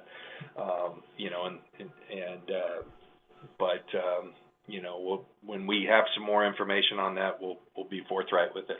Did it feel like John Lynch gave up too much at the end? And he was kind of felt like he kind of pulled back. I felt like he was like, maybe you've said too much and I should pull back. But no, setbacks is a positive. Yes. But not close was a... Yeah, I mean, that was telling. And I think that when we see him running routes in preseason, I was like, okay, that's interesting. But that doesn't mean that he's coming back anytime soon. I believe that it's going to be a long time. He tore his ACL and his MCL. And that's not a quick fix. Like, I know everybody goes to Adrian Peterson when he tore his ACL. It was just the ACL. It was a clean tear, but he came back quicker than most human beings can because he's just a freak. But as far as Brandon Aiyuk, I would anticipate it's probably closer to Thanksgiving, maybe December. Like, it's a hard thing to come back from. So I've always had the mindset that you're not going to get a 100% healthy Brandon Aiyuk by any point of this season. So going forward, just plan on Ricky Pearsall, plan on DeMarcus Robinson, plan on Jawan Jennings. And at some point, you'll get Brandon Aiyuk. But I've always thought that it's going to be in the latter portion of the season. So when Kyle Shanahan had that press conference in training camp, it said, we're anticipating him back by week 6 because that's, PUP. That was kind of generic. He was kind of throwing that out there for everybody, like Malik Mustafa and Curtis Rourke. So I don't think we'll get anything concrete for a while. And I don't think that Brandon Ayuk's playing football for a while. Adam Copeland, Depop, Tim Webb with you. Dirty Work on a Thursday. Kyle Shanahan will join us at 3:15, 3:30ish when they get off the practice field to give us his update for this week. Mike Silver, 3:50. Rich Aurelia, 4:50. If you missed Kyle, we got you on the replay leader a little bit later this afternoon. When we come on back, we'll get more into some 49er and Jaguar stuff, plus more on our poll that's up on the YouTube channel. Who's your favorite member of Dirty Work? In the spirit of Sean Alexander, he's got to have a favorite kid of the 14. Oh, yeah. He's got to. 14's coming in like playing from way behind. You know what I mean? They got work to do. That's like asking a teacher, who's your favorite student in like a class of 15 people. It's not. My Mama Susie was a teacher, and she definitely had favorites and least favorites. I think a teacher absolutely does. Of course. I think a parent does too. But when you have that many children. Oh, you mean that many kids? Yeah. Oh, yeah, absolutely. You have least favorites at that point. Yeah, of course. Yeah, you'll never say it to their face because that's almost more important. Yeah, because that'll be hurtful. But then, when your kids are away and you have time with your wife, you're talking about those things. Adam Copeland, Depop, Tim Webb, we'll get you an update on the poll and what people are saying. One guy here is 408 on the text line just said, I got Derek at number 1. He's actually okay. Thank you. Says Brian number 2, and that Tim guy's a distant third. Brian. He sucks. Didn't even get my name right. Hold on. That seems like B. Smith just texted in, though. I don't know. I don't think so. It's a 408 number. I don't think so. All right. This person recently had a very long... Oh, he's calling you your dad? Yeah. Well, you know what? At least he didn't say Greg for me. I'll take a quick break. When we come on back, would you rather have Purdy or Trevor Lawrence? Or, excuse me, Purdy over Lawrence? Or would you rather have Pearsall or Travis Hunter? Let's talk about some of the potential flip-flops of these two teams. We'll do it next, only here on the Sports Leader.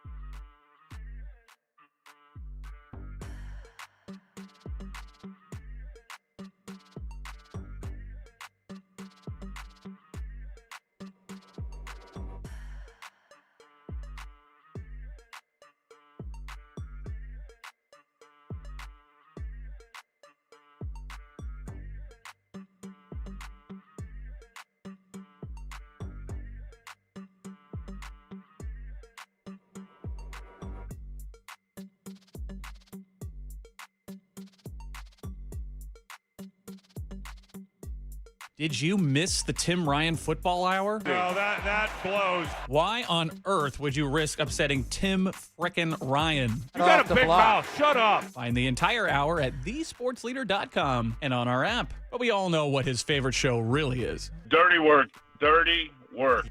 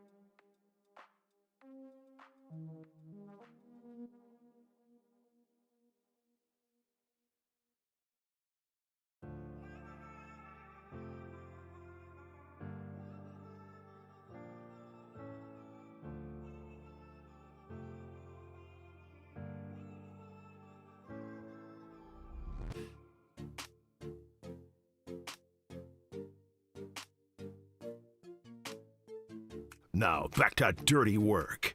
Adam Copeland and Derek Papa in the KNBR Casino Matrix Progressive Jackpot Studios. Casino Matrix Progressive Jackpots are here. Where are you? Just drop in. Please play responsibly. Call 1-800-GAMBLER. All right, I've neglected the good people of Tony's Pizza and our listeners, the great loyal members of the Filth that we love dearly. We're giving away a $50 gift card today to Tony's Pizza. It's one of my favorite spots. We had Tony's Pizza this week. They rolled some pies in here for us. Yes, they did. Now you can win the gift card. Crushed. And go get some Tony's Pizza yourself. They got something for everybody. Classic American-style Neapolitan, Italian, California, New York, Detroit, St. Louis, New Haven. Dude, he makes pizza. It's fantastic. He's got a spot called Capo's also in North Beach, which is awesome. They do like a cracker thin. They do a deep dish there. They've also got the Tony's Pizza location on Union, right across from OJ's. Next door is the Slice House. So you can do the big sit-down, different styles of pie, different ovens and all that. Or you can just go to Slice House where they've got, I don't know, all sorts of different varieties just to take one to go. You can get a pie there as well. You can different manja. menu over at, what was that? You can manja big time. What does that mean? You can manja? Eat, gorge. Oh, manja, yeah. Mazel. Manja. Eat up. All right, we're giving away a gift card to Tony's Pizza. $50. All you got to do is tune in between 3 and 6 o'clock today. We'll be with you till 6. You'll hear a cue to call. When you hear it, be caller 10 415-896-KNBR, and you'll win. It's furnished by Tony's. Find the rules at knbr.com. Tim, what's our cue to call for today? Tim. Oh, yeah. I don't have it ready. You better have something ready. Man, it was you better have something ready, bro. You killed that big time. How is it different than any other day? How's it different than any other day? Just every day that ends in Y, brother. Still don't? Still nothing? Every day that ends in Y. Oh, you're playing other crap? Hit the mistake of the day, damn it. Hit it now. I want that before anything else. Hit it now. Get it out of the way. I'll let you fly on the first one today. You're on the thinnest device. You can just be on the phone with JR if you want, okay? I don't even sit in the studio for JR. So, no, I'm good. I'm good. By the looks of our YouTube channel, neither do they. Oh. I'm the bad guy? I don't think so. So you'll hear a cue to call. When you hear the cue to call, all you got to do is be caller 10 to the studio at 415-896-KNBR, and you'll win the Tony's $50 gift card. Hey, Tim. I'm struggling over here. Hang on. Still don't have it? That's all good. We'll find it eventually. So what do you want to do till then? Well, it's... Hey, y'all. It's the cue to call.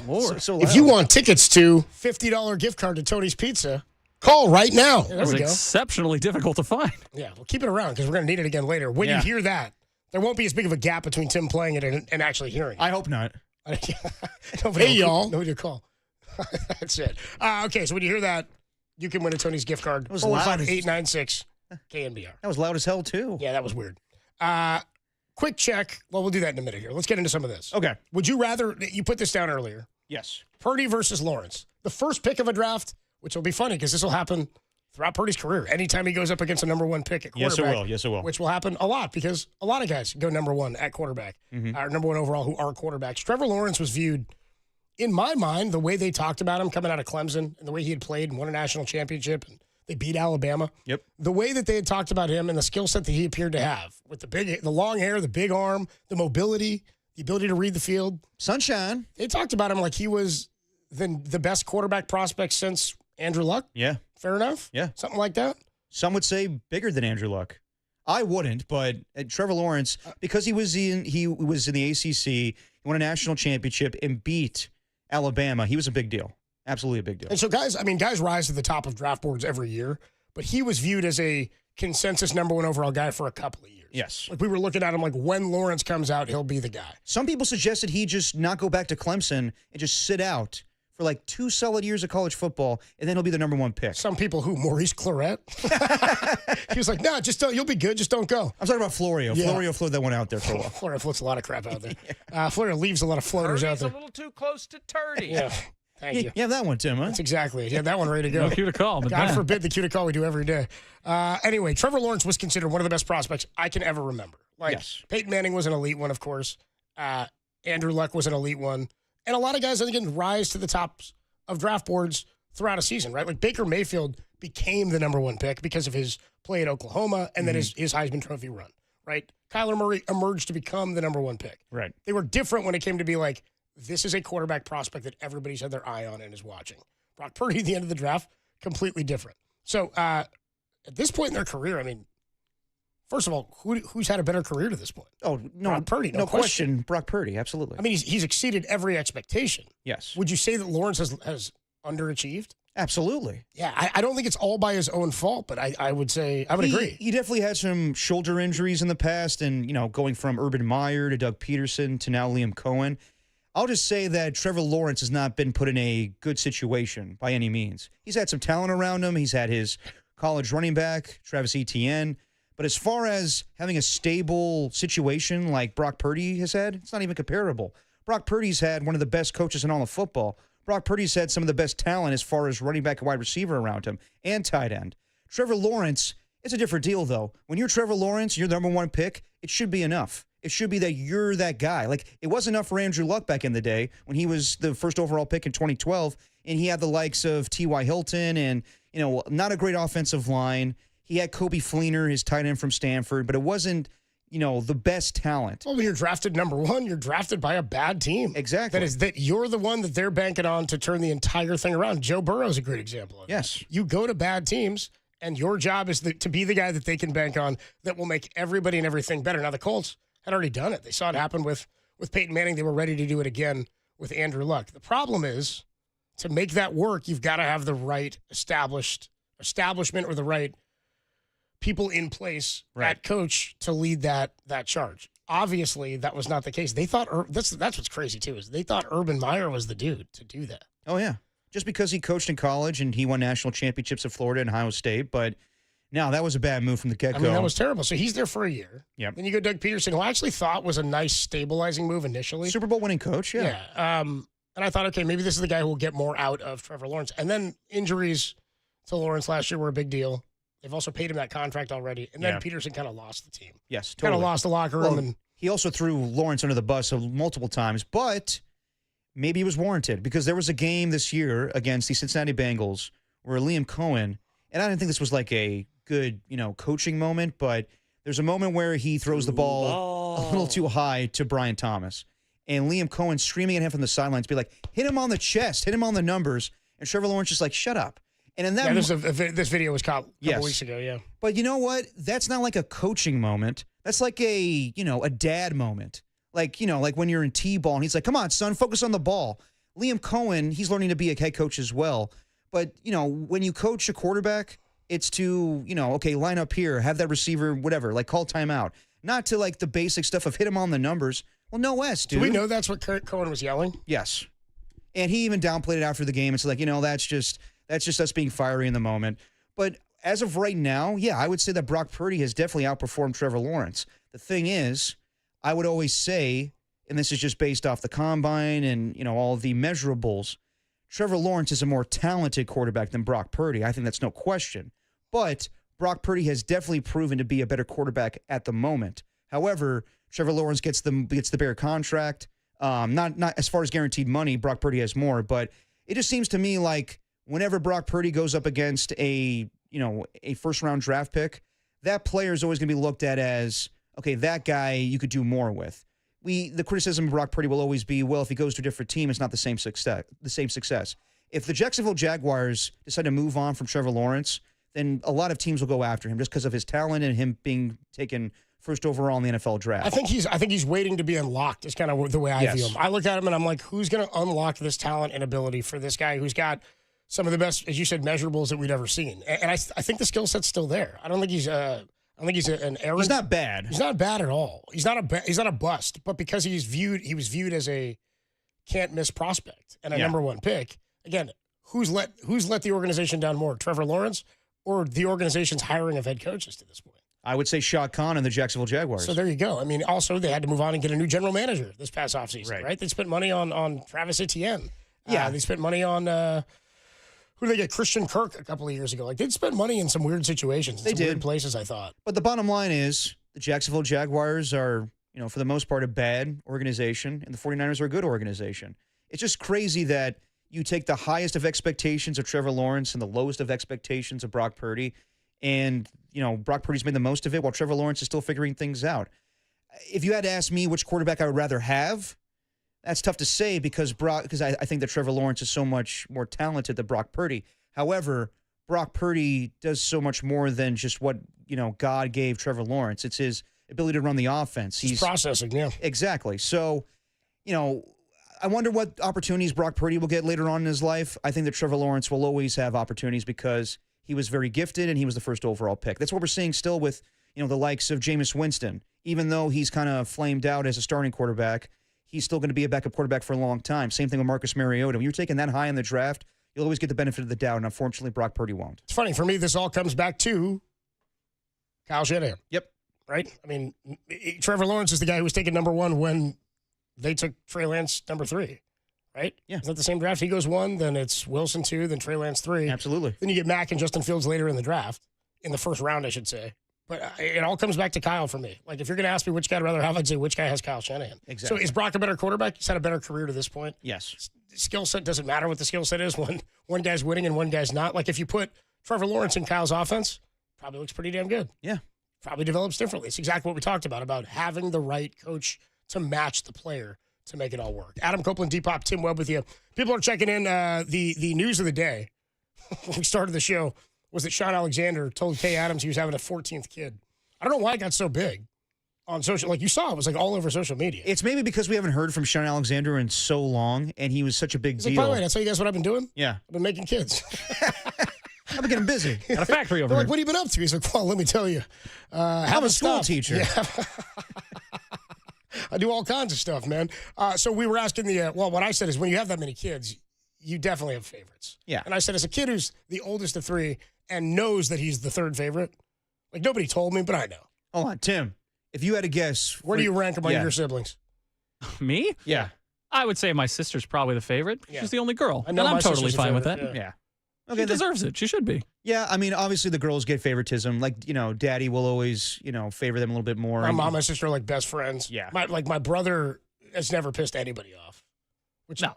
I can't say the same for myself, I can't say the same about myself. Yeah. So what I'm saying is, it doesn't bother me, but you guys got to have your favorites. So we asked, or Mr. KNBR did on the Sports Leader YouTube channel, put up a poll to see who's your favorite member of Dirty Work. All right. Here we go. Well, quick check of the text line first, because people are checking in on the text line with their thoughts on all this. Somebody says 415 says, I'm an only child. I'm both the favorite and the least favorite. I said I won a bronze medal in my race with my brother and sister. Yeah. 925 says Copes in a 3-person contest. Bronze is just a participation trophy, which fair enough. Yeah, that's accurate. You said you finished last whenever we do a poll involving us. Yeah. 925 says that's not true, dude. Derek was in first place in which Dirty Work member is the dirtiest at home. I think he forgot. He's not last in everything. Yeah. I don't know if that's one I want to be first in, but that's probably accurate as well. If you're not first, you're last. Yeah. Dirty Work's little sister, Jordo, over Depop, says the 530. She didn't make the poll. Okay. She didn't make the poll. There's a guy who called me Brian, which was great. More people checking in here on the text line. Says, I don't know, this guy's talking all sorts of stuff. I lost some of the text here because they've pushed down. Let's see what the poll says. Currently, right now, Here we go. You have the standings on this, Tim. We've got 55 votes in. Okay. It's been posted for 38 minutes. It's going to go till about 5:30, and we can do the final at the end of the show. We got somebody from 408 that says, I put Derek number 1. He's actually okay. Brian number 2, the one you said. And the back end was that Tim guy at distant third. He just sucks. Yeah. That's what I was reading. That's what I was reading earlier. 510 says, all 3 of you fools make 2 to 6 tolerable when I'm driving my 2 kids all over the effing place. That's what we want. Tolerable radio. I like that, dude. We make his day tolerable. Oh, okay. Like, because he's got to do a bunch of either way, bunch of nonsense. We appreciate that. If I could. Anyway, he's got a good text of the day in here on his love for us. All right, the poll as it stands right now, 56 votes in. Okay. In last place, with 14% of the vote right now, it's you. Okay. Those are your people, dude. Hey. That 14% of the filth. I figured it'd be that way. You. Yeah, I voted for you. I appreciate that. I didn't vote for Tim. I voted for Mr. KNBR. I voted for Derek. As you should. I had to pick between you guys. I have a favorite. I picked Derek. Oh, thank you. Tim, spend less time with me, and then we'll see. You know what I mean? Spend a few fewer I'll days work with on me. it, yeah. Mr. KNBR is second. Or third, excuse me, with 18%. Okay. Tim and I are both tied with 34%. The irony here is that for the first 2 minutes, there was 5 or 6 votes. Yeah. The first 5 votes all went to Tim. Yeah, because Tim's lovable. You know whose idea was for the poll? Tim? Yeah, Tim Webb. Dude. Tim was like, dude, why don't we do a poll and see who's liked the best? How about that, dude? Gets his own segment, plans his own celebratory dinner for his anniversary at KNBR. It's like my guy, Cousin Vinny, on the chat. He said, I can't pick any of you guys. You're all my favorite, but it's Tim. Check's in the mail, Cousin Vinny. I like that. By the way, did we tell everybody what's going on with the dresser? No. We'll leave that for the end of the show. That's the end of the show. Okay. Yeah. We may have a dresser update, like we did a Tom's Kitchen, a stew update. We may have a dresser update, but I'll leave that till the end of the show. 559 just says eat as Derek. Well, it's probably tacky. I wonder who that is. Probably tacky. All right. We now take you to Tom's Kitchen for a stew update. Whoa. There's still plenty of meat on that bone. You take this home, throw it in a pot, add some broth, a potato. Baby, you got a stew going. By the way, that's got to be one of the stupidest production things we did. Tom said one time he was going to make stew. Yeah. We were like, let's do a whole bit on the update for it. But the update would always be like, all right, so Tom, how was the stew? That was pretty good. And that's Tom's stew update. Now, we just need better, we just need like Tim's production quality where he just like puts over that every single time. Oh, babe, you got a stew going. And he just says, you got a dresser going. We now go out to Derek's bedroom for his dresser update. Credenza update. Why don't we take a quick break here because we have Kyle Shanahan right around the corner. Yep. When they get off the practice field, we're going to hear from 49ers head coach Kyle Shanahan. So we'll take a break. When we come on back, we'll get ready to talk to Kyle. The Niners and the Jacksonville Jaguars square off on Sunday, 1:05 from Levi Stadium. More to come. Dirty Work rolls on the favorite kid leader.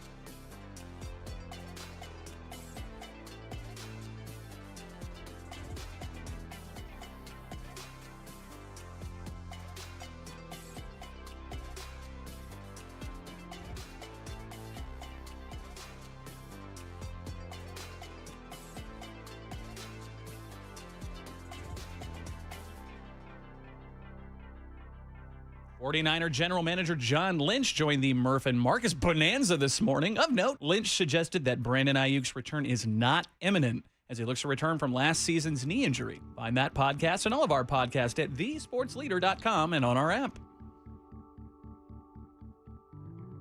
Hey, what's going on, everybody? Adam Copeland here. My good friend Steve Moskowitz is hanging out on the line. We do it every day because people have questions about taxes. When it comes to unfiled tax returns or being unable to pay your taxes, Steve, what do people do? They can call us. This comes up all the time. People just can't pay their taxes. They're not bad people. They just can't pay their taxes. And that's okay. First of all, you may not owe them. A lot of times the bills the IRS sends out are wrong. That's especially true if you haven't filed the tax returns. Because if you haven't filed the tax returns, one of the punishments is the government makes up a tax return. They even have a special name for it. They call it an SFR, substitute for return. And oftentimes those are way more than you really owe. Or if we can qualify, you just pay part and they write off the rest, so you never have to pay it. Or getting the penalties forgiven, and sometimes penalties and interest are more than the taxes. Or getting you a payment plan you can actually afford. Or shifting the taxes where they belong to a former partner, former spouse. There's so much there. We're very familiar with it. We've been doing it for years. We have a free consultation. The only thing you have to do is pick up the phone and say, hey, Steve, get me out of this mess. Steve Moskowitz can help. Give him a call, 1-888-TAX-SEAL, or you can find him online at moskowitzllp.com.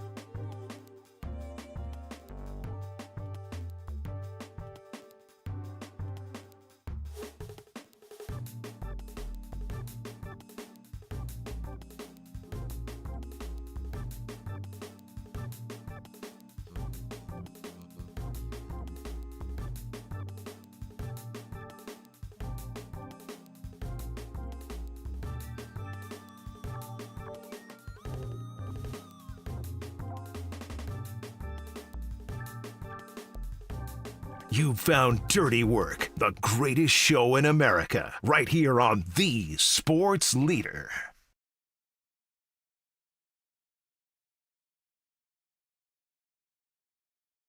We are waiting to make the connection with 49ers head coach Kyle Shanahan. Going to join us in just a few minutes here for his weekly conversation. Mike Silver at 3:50, Rich Aurelia at 4:50. No Giants baseball tonight, the final off day of 2025. And it's official. The Dodgers have won the NL West for the 12th time in the last 13 years. Okay.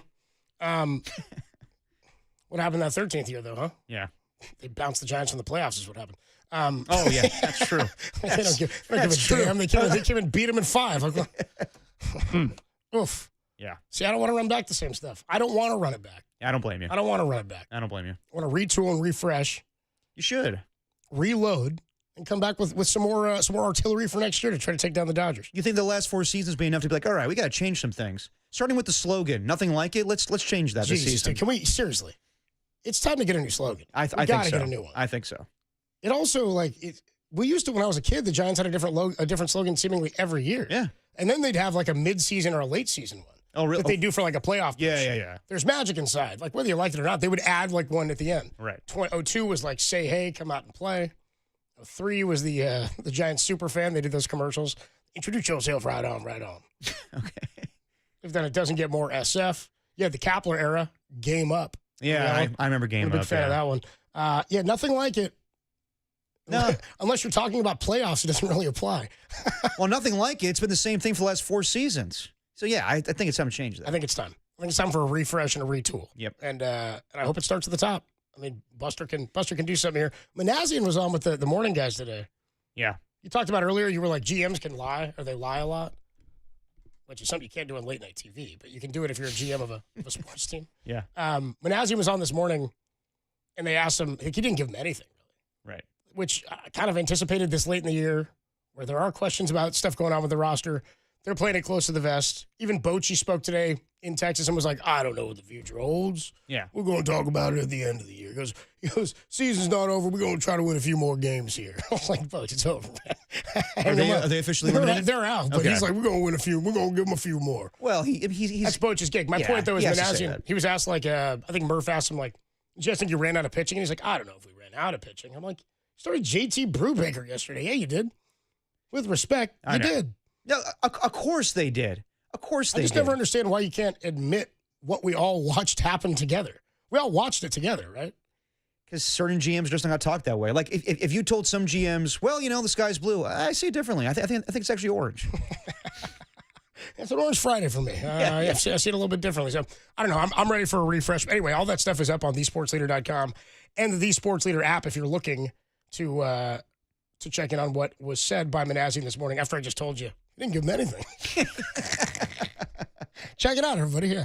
I do think we'll have something next week. Like, I'm sure Buster will have a press conference. They'll do the end of the season sort of like state of the franchise type thing that they do, like their address to the media at the end of the year. And there'll be any announcements.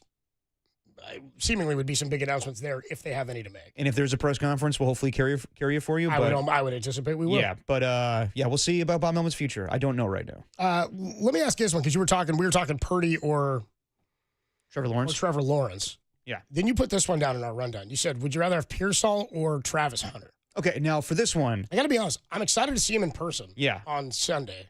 I also, I confess, and I assume it hasn't been electric because I haven't heard anything about it. I confess I have not, because of my work on weekends, seen how much he's played on both sides of the ball. Well, let me tell you, it's equal parts on offense and defense, but he's not flashing whatsoever. And for whatever reason, they had him line up against Jamar Chase, that Week 2 game against the Bengals. That is a tough assignment to ask Travis Hunter right away, especially a guy that has to split time. And he's not making an impact on offense either. A lot of people thought that he would definitely be more of a wide receiver than he is a cornerback. I always thought that he would make his presence felt on the defensive side of the football. What I'm saying, though, in this comparison is, would you rather have somebody that splits time equally, you don't get the best out of him so far? Who's to say? But with Ricky Pearsall, he's flashing right now, and he's a pure wide receiver. You don't have that right now in Brandon Aiyuk. You never had it in Deebo Samuel, in my opinion. Would you rather have somebody you could count on that's going to be your first down go-to guy? Not really a touchdown machine, but, when you have a you need to pick up a third down, it's third and long, you go to Ricky Pearsall now more than Juwan Jennings. Would you rather have him, or would you rather have a unicorn that is Travis Hunter where you don't know what you're going to get, but he's going to play a little offense for you and play a little defense for you? Based on what the 49ers needed, I now from what I've seen, like I'm happy with Ricky. I'll take the bird in the hand. Yes. I don't want I know that the potential of what Travis Hunter is, and I think everybody agrees, if he were a DB or a corner, like he has that skill set to be one of the best in the league at that position. That's the belief. Right. But he wants to do both. Can he play well enough at a high enough level? Shohei Ohtani forced everybody's hand, right? Shohei was like, I want to pitch and I want to hit. And the only way this is going to happen is, and then basically he was good enough at both where the team had to figure out a way to make it work. He's to the point now where he's again offering to play in the outfield so that the Dodgers can use him in relief. And I told you before, I think that is the best possible scenario for him, his pitching and his value. And I think that's ultimately where they'll get later in his career, whether it's playing outfield or just being a super reliever. Right. He can pitch every few days in addition to hitting every day. Travis Hunter, he's going to have to play at a really high level at both so that nobody thinks something's being taken away from his greatest asset, which is being a DB. Right. Just playing corner. So, I mean, I don't know. Is it the team that he's on? Is it the offense he's in? Is it I don't really know what to anticipate. And corners, it's tough because it's oftentimes an opportunistic position, right? Like the ball has to kind of be thrown your way. You can play great defense, but it doesn't necessarily show up as flashy or splashy. Yeah, this is why this is so unique because it's never happened. Like there's been two-way players, but the guys that have played offensively sparingly, it's not the same. It's, Mike Vrabel being a tight end in the Super Bowl sometimes. It's Deion Sanders being a wide receiver on certain plays. It's Charles Woodson maybe once or twice in his career catching a pass, or Champ Bailey. They're trying to do it all the time with this guy, and I just don't think it's feasible. I remember you asking Dante Whitner about this and Steve Young a year ago before he went to the Jacksonville Jaguars, and so many guys have said, I don't think it can be done. And Devontae Adams just recently, during training camp, said, why would you do this? It makes no sense. I think the Jacksonville Jaguars, we'll ask Mike Silver about this more because he was in their war room when Travis Hunter was drafted. I think it's, the potential of it's incredible, but just because he did this in college with Deion doesn't mean he could do this in the NFL. And I'm not trying to say that Travis Hunter won't be a great player. I just think that he should stick to something to be that great at it. When you're doing, offense and defense equally, it's going to run you down. It happens to everybody. And we're seeing it right now. He's not making an impact on either side of the football. What do you want him to be? Do you want your offense to thrive? Do you want him to be one of the second best wide receiver in football next to Brian Thomas, or do you want to be a shutdown corner? Have you seen the snap counts though? Like, is it almost exactly even? No, is he on the field the whole game? It's equal parts. I mean, there's probably a little more offense than defense, but week 2 they definitely amped it up a little bit. I was watching the game with my little brother, and he was lined up against Jamar Chase, and Jamar Chase went off that game. And I'm not saying that Travis Hunter's not a good corner. It's just you ask any rookie quarter to cover the best wide receiver in football, that's going to happen. That was the Browning too. Yes. Got torched by Browning and Chase. I mean, that happens. I was more thinking about how much he was playing on both sides. Like, does he never leave the field? His snap count's he's increasing his defensive involvement, it sounds like, with the Jags. He's playing around 42 or 43 defensive snaps and about 42 offensive snaps in a recent game total. So it's even, yeah. He's 121 and 125 for the season offense defense. And that's why they drafted him second overall. That's why the Jaguars moved up to second overall in the draft, and now they don't have a first-round pick next year. And, their GM, James Gladstone, like he had one of the weirdest press conferences post-draft where he was like, when you see Travis Hunter and his ability to be an offensive player and a defensive player, well, that should inspire anybody to go to work in the morning or do the hard stuff in life, do the dirty work even. Did he say that? I don't know if he said dirty work, but the bottom line is with me is if Travis Hunter's a great player, then it'll show on one side of the football. I think that's what he should focus on at the moment. But I don't think it's anything like, Kyle Shanahan needs to stay up at night thinking about, what's Travis Hunter going to do on offense and defense? He's just kind of like for lack of a better term, a circus show a little bit for Travis Hunter when he's not really doing much in the football field. Yeah, they're not throwing him the ball either. He's got 10 catches for 70-something yards. And that's happened with a lot of, young wide receivers right now, like Matthew Golden, another wide receiver, not getting a lot of touches with Green Bay. Terrell McMillan's, getting some catches with the Carolina Panthers. It's really about, I'm with you. But, I mean, again, these are guys who were drafted high to bet some bad teams, too. Exactly. Like, what production do you have to get out of him to justify the pick? Or if he's just a great DB, a corner, does he justify being as high up as he was for the picks they gave up? Like, does he have to be a Pro Bowl level player on both sides of the ball to justify his draft status? No, because he still would have been a high first rounder, even if you were only going to play him at corner. No, but to justify the draft status, you probably need to be an all-pro on one side of the football. Yeah. And most scouts, I remember prior to this draft, a lot of people said he is going to be a fantastic corner in this league. I think doing the wide receiver stuff maybe he's thrown that off a little bit. So, I don't know. I think that Travis Hunter is a very unique draft prospect. He's probably the best draft prospect of all time when you think about it, when he plays so well on both sides of the football. Probably the best athlete to come out of college.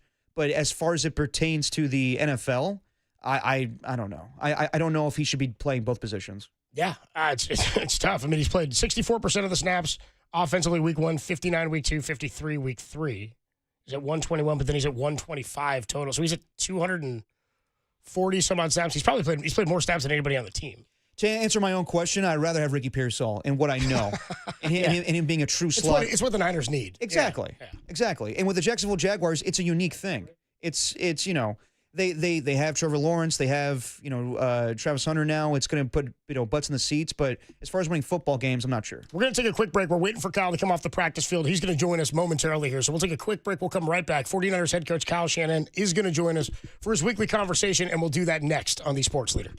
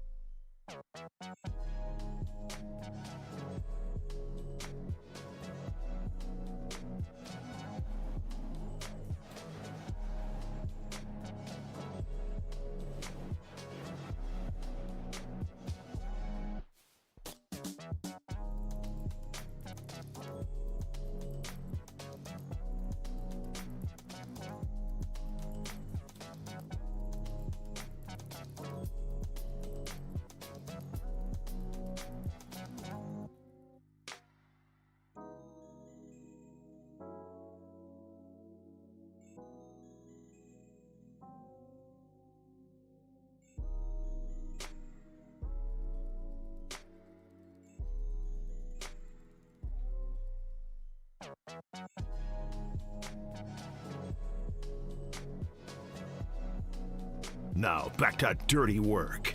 Adam Copeland and Derek Papa in the KNBR Casino Matrix Progressive Jackpot Studios. Casino Matrix Progressive Jackpots are here. Where are you? Just drop in. Please play responsibly. Call 1-800-GAMBLER. 49ers head coach Kyle Shanahan is going to join us here momentarily as the Niners get ready to take on the Jacksonville Jaguars on Sunday. 3-0, and we're hoping for the return of Brock Purdy. We'll talk to Kyle about his status and how he looked at practice today after he was a limited participant yesterday. When he was asked yesterday, Kyle, was about Brock or Mac. He said Mac was a little banged up too, but they both did get some reps in. So we'll see what today's status was. We do know that Juwan Jennings did not practice today. Yeah, so we'll see what happens tomorrow, but I would say it's looking like Brock Purdy's going to be your quarterback on Sunday, and Ricky Pearsall is now going to play, it looks like. So We'll see about Juwan Jennings. We have made the connection with 49ers head coach Kyle Shanahan. Faithful to him, it's not just a team, it's family. I appreciate everyone in here. Love you guys. Yes, sir! Here's the head coach of your 49ers, Kyle Shanahan. You got a chance to do something this year, man. On the Sports Leader. We do it with 49ers head coach Kyle Shanahan every week on the Yuma guest line. He is sponsored by Ayala Morgan and Bazard. When you've been injured in an auto accident, you don't just need an attorney, you need a heavy hitter. Contact Ayala Morgan and Bazard. By Amici's East Coast Pizzeria, when you want the best pizza in town, Amici's delivers. And by Friedman's Appliance, proudly serving all of Northern California with a wide selection of luxury appliances. Visit them in Pleasant Hill to see the Friedman's difference. Kyle on the Yuma guest line. What's up, Kyle? How you doing, man? Good, guys. How you guys doing? We're doing well. Just off the practice field for today as you guys get ready to take on the Jags. Just any update on Brock and his status for this week relative to what you said yesterday? I mean, another day where he's able to get out there, do some stuff. I think it's feeling better each day, and if that continues, he should be good on Sunday. But hopefully that continues. It's always delicate here with the toe.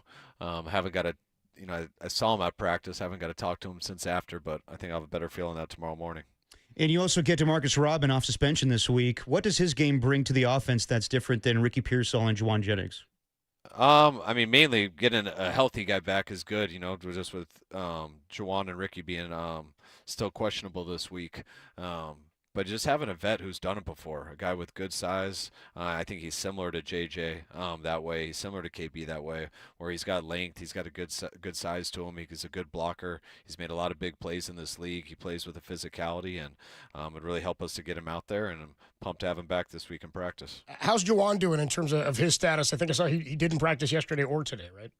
Yeah, it's been the same as last week. Obviously, it is getting better, but hopefully he'll have an improvement and be able to get out there to practice tomorrow. So for last week with the 4th and 2 play, what were you seeing from the defense to make you feel confident in calling what you called trips right 3-jet Florida, which led to Mac throw a deep pass for 34 yards to Ricky Pearsall? Well, I mean, it's one of our most consistent plays. There's a bunch of options on the play.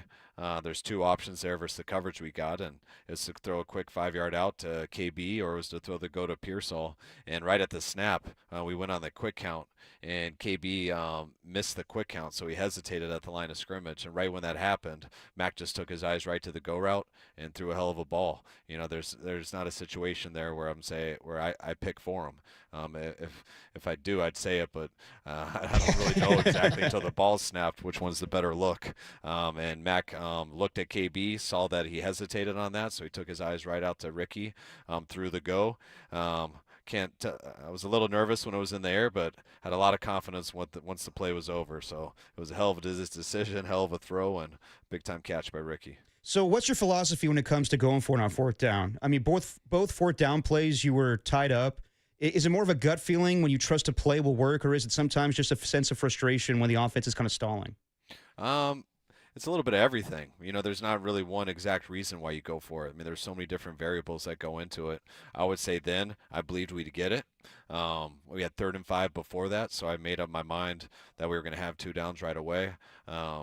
I thought we should have got the first down running the ball there on 3rd and 5. We came up 2 yards short, and I'd already decided I was going to do it. It's great if you pin him back there in the near their goal line, which Timo has done a hell of a job so far this year. But I felt confident in us getting it. I thought it was the time to do it. I didn't want to sit there and just wait watching them. I thought we could go win it right then, and the 4th down worked out for us, fortunately. How frequently do you do that? I imagine, game situation, field position helps you decide on 3rd down. We're going to go for it if we don't get it here on 4th, but it helps also with breaking up 2 plays in a way that you want, right? How often does that happen? Especially in that area of the field, it's a little more consistent. Like in certain other areas, it's a little bit harder. If you run the ball there and it's 3rd and 5, like I already felt good about going for it on 4th and 5. Yeah. So you try to run it to see if you even need 4th down. But regardless, you're going to go for it. Where there's sometimes I'll try it on 3rd and 8. You try to sneak in a run, which can be a really good call because they're not expecting it. But man, does it look like a really bad call when it doesn't work. And then you sit there at 4th and 7, you're like, never mind, I'm punting that. We didn't get close enough. So both of those go into it, but I definitely have a higher percentage of going for it when I kind of know I already am on 3rd down. On the 4th and goal play, when you guys got stopped up against the goal line on the incomplete to McCaffrey, were you trying to get a timeout in at that situation? I was contemplating it. Yeah. What happened there is, again, I knew on third down that we were going to go for it on fourth down. But I really wanted to call this bootleg on third down. It was actually the one that we scored on later in the game, the next drive, the one we hit juice on. I really wanted to call it on third down, but on second down, Mac hurt his knee, and he was stumbling so bad back to the huddle on second down that I didn't call that play because I wasn't sure if he could do it. So I called a run, and we got 0 yards on it, and it made 4th and goal from the 2. And I was still wanting to call the bootleg, but I was still watching him limp, so I was hesitating on that play. And then I went to my second play that I was going to go to in that situation, and that was another rollout where he needed mobility.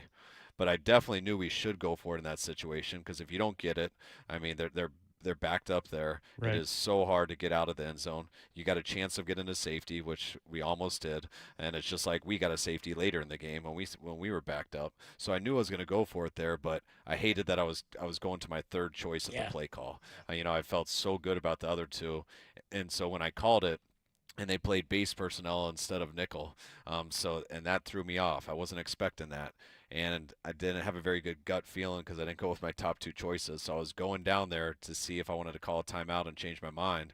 And then I got down there and I said, you know what, screw it, let it ride. And they ran a blitz and we threw it to our hot route and they decapitated our hot route. And I was like, damn, maybe I should have called that timeout. And then, but then our defense got a safety and I was like, oh, totally, that's how it's supposed to work. But then that safety got challenged and didn't work out. But fortunately, in the long run, we made it up and ended up making it work. Talking to 49ers head coach Kyle Shanahan on the UMA guest line. You gave us a little bit of an update on Brock Purdy, saying he's looking better each day. How has Mac Jones looked with him being banged up a little bit?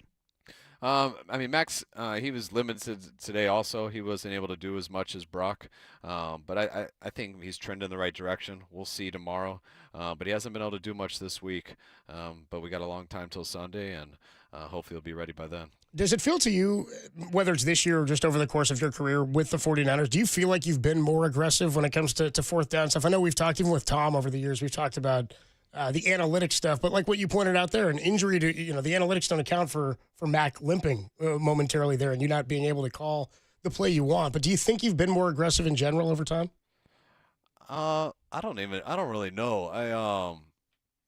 I'd say I'm about average if I had to guess. I mean, I think aggressive is there's a lot of guys like that now who decide before the year starts that they're going for it because they're going to be aggressive. Like, that's not really how I work. I think I'm naturally more aggressive because there's nothing I hate more than when it's fourth down and the special teams coach looks to me and goes, do you want to punt? Like, it drives me crazy to have to say yes. So just being an offensive coach, like you always want to go for it, but I don't ever really make an absolute decision on that. I always try to think about the game, what gives us the best chance to win, and usually I feel like I would guess that kind of puts me in the middle of the pack. You guys are first in passing offense right now, but 23rd in rush offense, and that doesn't really matter when you're 3-0, but you've always wanted to run the football. So what is the key for you to improve the running game a little bit more? I think it's a different thing each week. I think in those first 2 weeks, we had a number of chances for a big one, and we just had one guy off to where I looked at both of those games, and the numbers didn't bother me as much just because I saw it all there. Our team saw it all there. We watched it, and we're like, man, we had 4 runs there. We could have had 60 yards on, and you do that. You just do one of them, and all of a sudden you're top 10 in yards per carry.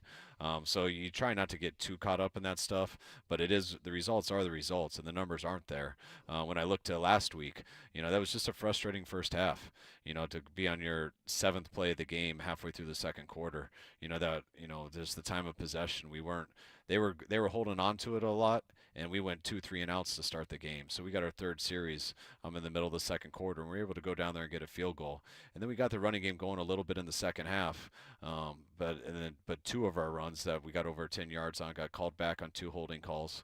We were able to make it up and get it going, but we were kind of late to start the game on that. And anytime you go 2 of 10 on third down, it's going to be tough to get those run calls in. You're going to limit your plays. You're not going to stay on the field as long, but we definitely got to get better in that area. I don't just count on us staying number 1 and throwing the ball throughout the year. We're going to try to be balanced, and if you do have to just depend on throwing the ball like that, it's been great these last 3 weeks, but it's really hard for that not to lead to turnovers, to lead to more bad things, and we got to take some of the pressure off our pass game, and that always starts with running the football. Talking to Kyle Shanahan, a few more minutes here on the UMA guest line. Are those moments like those drives? I mean, when it ends well for you, it's obviously great. But are those drives as a play caller fun? Because it's cool as a fan when you're watching it a minute and a half and you know how much time you got and you're running, getting the play in. They're not huddling. Like it's an exciting moment, especially when things in chunk yards start to get picked up. The screenplay was fantastic. Everybody loved that. Gets into scoring range for the field goal. But is that a really enjoyable part of your gig? It's kind of hard to give a word for it. It's something that I feel like I live for. I feel like it's something that I truly am passionate about, and you love competing it, but you are kind of in a fight or flight state. Like you're so locked in. You know what rides on it, and you know the play clock, everything that's going into it. So you don't really have time to sit there and enjoy it. It's a huge challenge. It's almost like being in a fight. Like in the middle of a fight, I don't think anyone's having fun. No. You're just you're in fight or flight. You're just going. But after the fight, if you're won, you feel pretty good about that. You feel good about that experience, and that's something that, to me, that's something that if you ever get out of football, if I ever retire, that's something I feel like you're not going to sit there and be like, man, I love the grind, I love that moment. No, you love being in those moments, and you love the feeling after it when it's all over, and that you were victorious with it, and you did it with a group of people. And there's no better feeling than when you go through some of those moments and how intense they are, and you know what rides on it for every player, for every coach, for all the fans, for everybody. It's such a big deal. And so it's cool, but when you get in that locker room and you know you pulled it off, and you get to sit there and kind of just look at everyone, that's the feeling that's fun. And it's not just that game, it's what you did for 6 days of it. Like I always talk about Sunday night's my weekend, and I don't care whether it's a plane ride back or whether it's sitting at home with my family.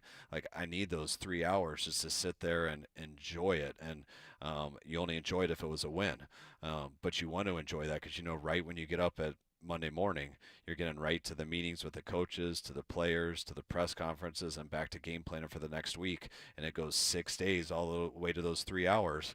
But you kind of get addicted to it, because when you can put that work in and kind of earn something like that with a group of people, that's really a feeling that I think it's really hard to get elsewhere. You've gone up against Liam Cohen before when he was with the Rams and Buccaneers. Is this offense similar from what you've seen to what Sean McVay runs, or Kevin O'Connell, or even Zach Taylor? Yeah, I think they all resemble each other. We all do to a degree. Everyone's got a little bit different flavor, a little bit what they emphasize. I think what Liam does the best is how he runs the ball. I think he did an unbelievable job of that in Tampa. And I think he's doing a really good job of that in these 3 weeks with Jacksonville. He's got 2 good running backs. The style they do to it, you can see on tape. And I saw that in Tampa, and he's carried it over there. And I say that's the thing I believe he's doing the best. Just a quick thought. I know we don't talk tons about other players and other teams, but they've got a young guy in Travis Hunter, just a two-way guy. Just your thought on that. I mean, he's playing 70% of the snaps almost on both sides, which is kind of incredible. Your thoughts on a guy doing that at the NFL level. We'd never really seen that before consistently. Yeah, I mean, it'll be interesting to see how it plays out, because I know he's a great player. You could see it all in college, and I know he can be great at corner, and I know he can be great at receiver. So, I mean, he's 3 games into it. Each one of their games has been a little bit different. So it hasn't been real consistent for me just to see exactly how it's going. But I can tell that they're kind of experimenting with it too. Sometimes a little more on offense, sometimes a little bit more on defense. Sometimes I've seen him play inside, I've seen him play outside. So I still think they're trying to get a feel for it, but yeah, it is a huge challenge. That's why you haven't seen many people do it. But this guy's definitely got the ability to do it, and I'm excited to see how that story ends up. Just last one for you. Trevor Lawrence, the starting quarterback on the other side. He went number 1 the year you guys had the number 3 pick, and you interview and talk to a lot of players. And even though he went 1, did you guys interview him? Did you guys have a sit down with him or evaluate any of that? No, I mean, I always watch the tapes and stuff, but no, we didn't do a lot with him because I think consensus. We saw Urban talking to him at his workout, and we knew the deal then. And we had a lot of other guys we had to look into. Kyle, good luck this weekend, man. Always appreciate the time. We'll do it again next week. All right, guys. Good talking to you. Take care. Good stuff. Thanks, Kyle. From Kyle Shanahan, 49ers head coach. Wide-ranging stuff there. First of all, on the Brock front. Yeah. Sounds pretty good. I think so. He all but said unless something happens, he'd be the guy. Says if it continues in the way it's going, he should be good to go, was the quote. If anybody's a long shot, I would say it's more Mac Jones from what he told us, but we'll see. But yeah, it sounds like Brock Purdy's trending in the direction of playing.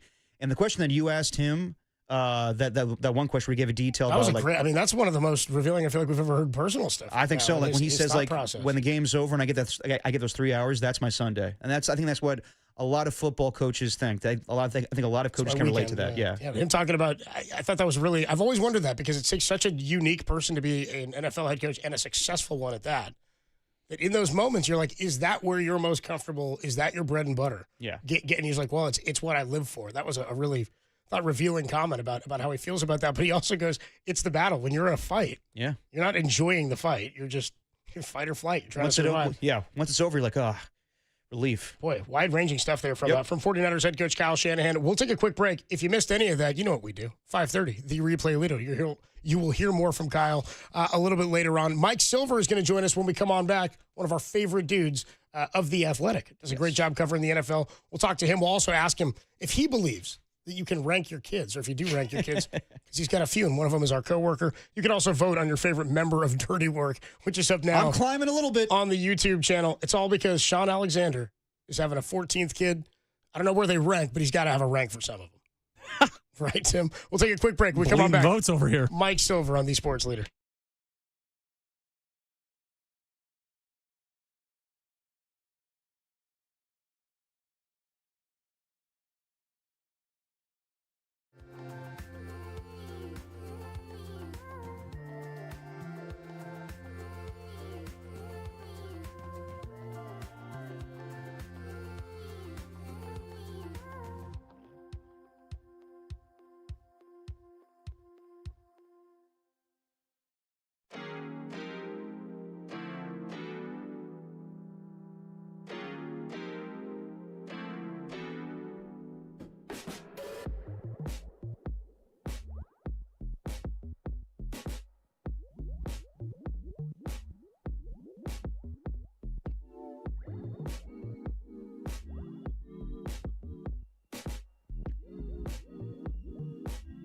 The Giants salvaged the final game versus the Cardinals last night, 4-3 behind 7 innings of 2-run ball from JT Brubaker and Carson Seymour, if you had that one on the bingo card, while Raphael Devers added his 34th homer of the season. Off day tonight, then it's the final 3 games of the season against the 43-115 Rockies. For everything Giants, keep it locked right here to the 115 losses leader.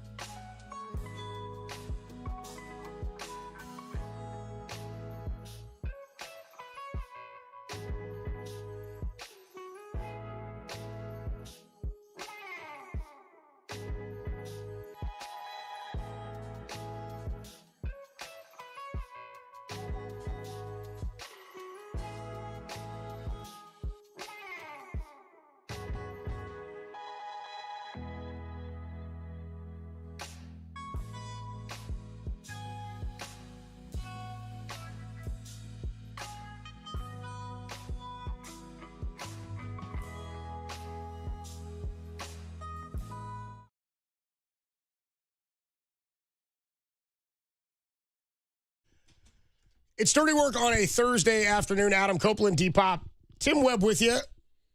Kyle all but said, barring a setback, Brock Purdy could be the guy under center for the Niners on Sunday. Like he says he hasn't talked to him since practice, but he said the toe is healing up, and if things continue this way, he should be good to go. Joining us on the Uma guest line, one of our favorite guys, and the dad of the guy who was just in the studio with us a minute ago. He came back all the way from Santa Clara. Mike Silver covers the NFL for The Athletic. He joins us on the Uma guest line. What up, Mike? How we doing, man? Good, guys. How are you? We're great. Oh, we're fantastic. Great to have you back on. We just spoke to Kyle and got the update on Brock Purdy. How are you? How have you seen the 49ers to this point this year? Because they've gotten by the skin of their teeth seemingly, but also they're 3-0 and their starting quarterbacks played one game. Yeah, skin of teeth is good this time of year, right? It's it's hard to be dominant, or it's kind of irrelevant to be dominant early. You just have to find a way to win. It's character building. It really reflects well on Robert Saleh's return and what he's been able to do with that unit. And obviously that just got way, way, way harder. No way to sugarcoat that. But all of that is cool. Like it's, if you took away the Bosa news, I'd be like, yeah, there's like, it's pretty cool. Like who knows where this could go, but it doesn't mean it can't go somewhere good. But, there's just, it's really hard for me to not say that completely sucks and will have a major effect on their fortunes, because there's a reason you pay people like that the most money other than quarterbacks. No doubt. But based on the coaching, the players they'll go back on offense, and maybe most importantly, the schedule they have, do you still believe they can make the postseason without Bosa? Yeah, totally. And the schedule is a big deal. And I'm not a big schedule believer because it changes so much and we don't know who's going to be good and who's not. Like all of a sudden you look at the Colts on the schedule and you're like, oh man, the Colts, watch out. But I do think the schedule, because even like if you looked at the schedule going into the season, you're like, oh, like, they got to play the Texans in Houston. Now it's like, well, if they can score 13 in that game, I kind of like their chances. I do think there's a real opportunity. Obviously, the NFC West early has been super impressive, and I think that win in Seattle is going to age pretty well the way they're playing. But 3 2-1 teams, the Rams are obviously very good and looked poised to beat the Eagles in Philly before it all fell apart. So that Thursday night game will be really interesting. But unfortunately, we're talking about this under the backdrop of a very, very, very valuable person who, by the way, closed out that game in Seattle, being gone. Talking to Mike Silver on the Uma guest line. So with the 49ers at 3-0 and they have the injuries, they just lost Nick Bosa, they've won their games by the skin of their teeth. Can you say right now they're the best team in their own division? No, but, I can't say they're not either, right? I mean, I think the Rams are probably on paper the best team. Even blowing a game, a close loss to the Eagles in Philly doesn't, I don't think you look at that and go, oh man. But I think you don't have to be the division champion to make the playoffs, right? And if 7 get in, it feels to me like they're the type of team that could get in, maybe be building on something, growing. Quarterback is certainly capable of elevating, and wow, it looks like they're capable of winning games with the backup quarterback, which is really nice. Talking to Mike Silver, nice enough to join us on the Uma guest line. What have you heard, if anything, about what people inside of football or how they're viewing the Travis Hunter experiment in playing both sides of the ball? Do people still think this can happen at a high level? Yeah, it's a great question. It's very early, right? And I know I'm as guilty as anyone, having been the one who wrote on Deadline about J.J. McCarthy being the guy based on one quarter. And now it's like, God, can he get his job back? Because Carson Wentz had a good game. I mean, where are we? What is going on? That was a defensive game. Yeah. Yeah, and I saw, like Michael Penix, are they going to bench him? I'm like, bench? Like, I don't know. It's all happening very fast. But, I think, like a lot of people, I wondered after a couple of weeks of Travis Hunter, I'm like, because, I was in their draft room and I kind of understood how transformative they believe he can be. And, like a lot of people, I was kind of like, wait, he's not really popping on either side of the ball. Now, in fairness, there was a play that he was about to catch a touchdown, but Trevor Lawrence got clocked, and it was, I think intercepted, and then he made a play that could have closed out the game against the Bengals, and they called kind of a cheap PI, and then the Bengals went down and won. Now, if you change the outcome of those two plays, I think it's a different narrative. You're going, Travis Hunter made a game-turning touchdown catch, and then, broke up a pass to end the Bengals drive. Like, I think, we'd see it differently, but yeah, no, I think it's fair. So if you step back and look at the Jaguars, he hasn't popped, and the quarterback, Trevor Lawrence, has been up and down.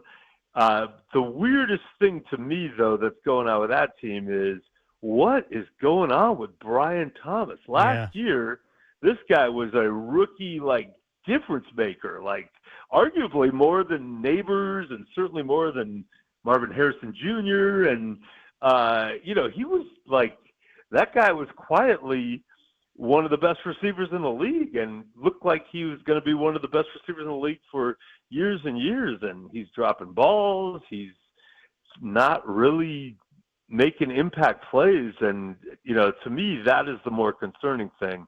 I believe that, I heard Liam Cohen's quotes where he talked about maybe we got to, make sure we're not overcomplicating things for Travis as he tries to figure all this out on both sides of the ball.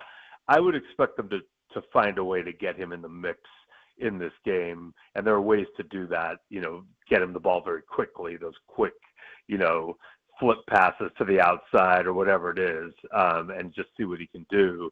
But I'm really more curious to see what goes on with Brian Thomas because I just don't get it. That's weird. No, very weird. You watched the LA Chargers this past weekend, along with the 49ers. They're one of the 6 undefeated teams remaining. It feels different this season with Greg Roman kind of letting Justin Herbert play more like the high-caliber QB we believe he is. Do you think right now they're the second-best team in the AFC next to the Buffalo Bills? Wow, we have a lot of coronation in September. So let me repeat. I coronated J.J. McCarthy as a guy who was it was a great move by the Vikings after one good quarter, and now he's played 7 bad quarters and one good one, and he's hurt, and people are like, he's trash. Are the Chargers the second best team in the AFC? Right now. I don't know, but it is really cool to play your whole division the first 3 weeks, especially a division perceived as top-heavy with the Chiefs and Broncos, and then to win all 3 games. Now, that was a very winnable game for the Broncos on Sunday.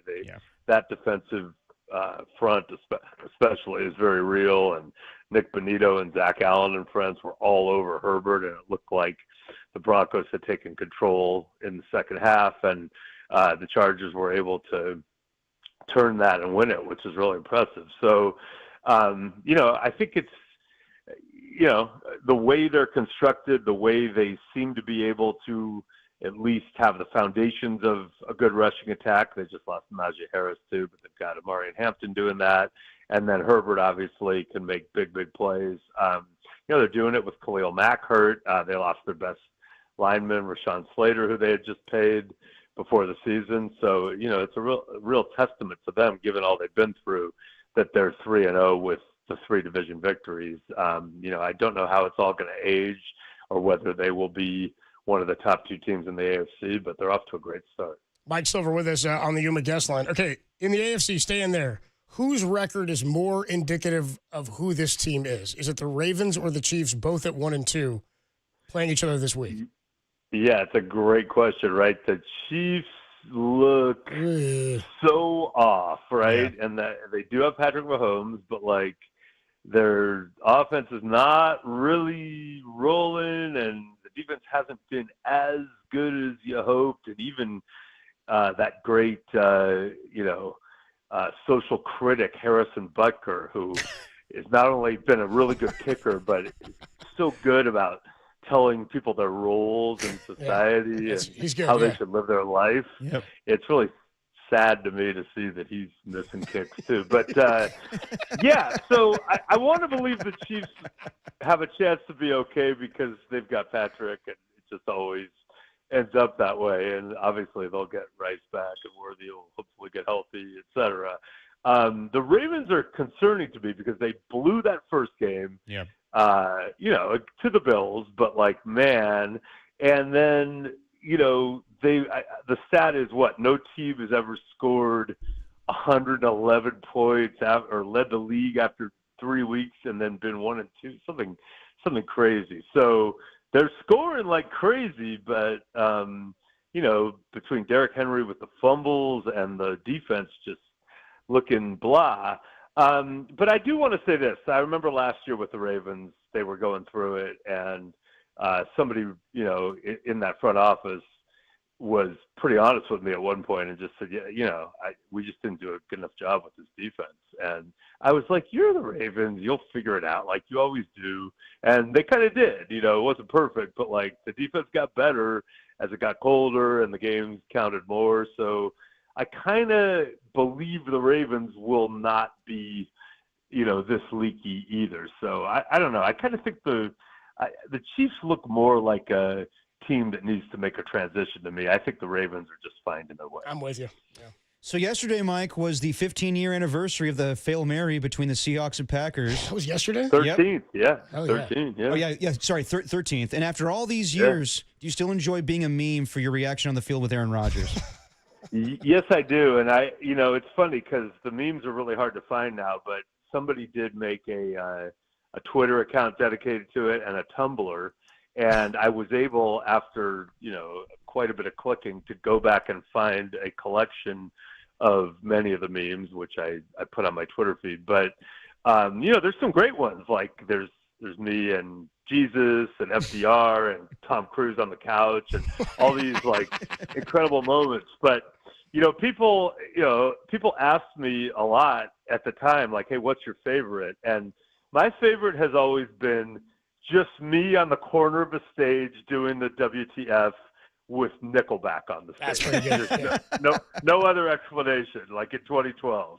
Like, Nickelback, come on, man. So, listen, it was such a fun time. I was, first of all, I learned in 2012, and this is back when the FCC was a little less invasive maybe, but there were definitely rules, and I learned you can pretty much drop an F-bomb on live national television if you speak for America in that moment. And so when ESPN cameras caught me on the field saying to Aaron Rodgers, what the F just happened, which was a sincere, I didn't know. I was kind of in the corner, and he was saying it, but he knew what happened, but he was more like, WTF, like, how can this be happening? But, it was just such a fun thing. I mean, in retrospect, like, I kind of probably would have had a cooler leather jacket and maybe had my hair,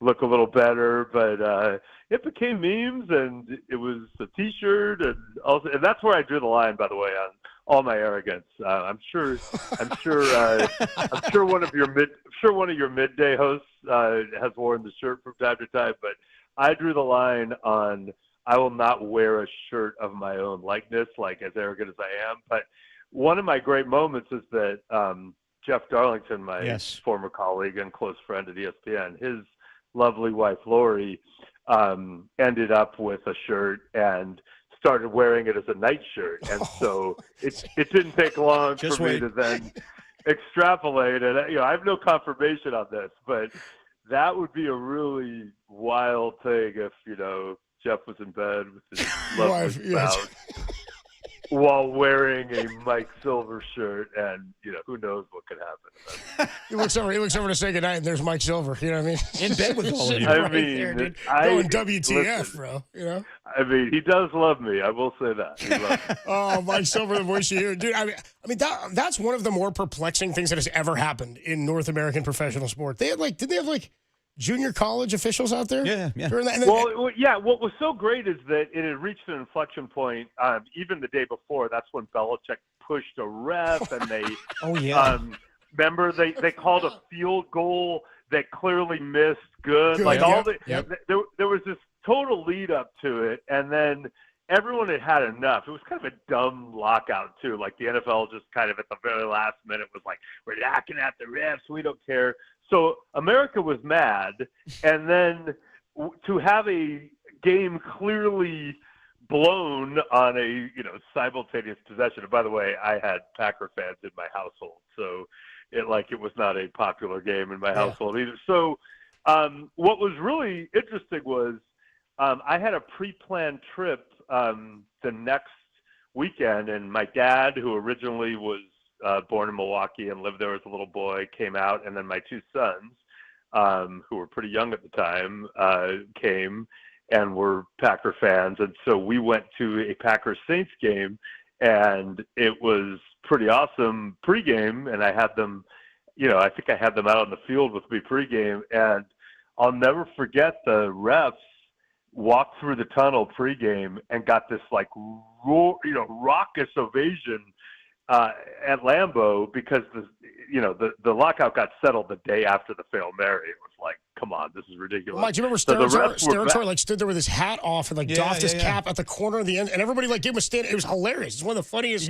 Funniest videos. So the refs got it, but it was so great because here the refs get an ovation, especially for Packer fans who got screwed. Right. And it's this really cool game. It's Aaron Rodgers and Drew Brees, back and forth, and then late in the game, some call went against the Packers, and it was right back to you're a bunch of bums. Yeah. Or as Steve Kerr and I were fond of saying in our, when we'd attend games as kids, if you had another eye, you'd be a cyclops. It's a good line. You and Kerr were yelling that at games at an official blue call? Oh, yeah. Kerr and I still will, if there's a terrible call on the game and I'm, my phone will often just, it'll just say, Cyclops. Nice. It's beautiful. That's perfect.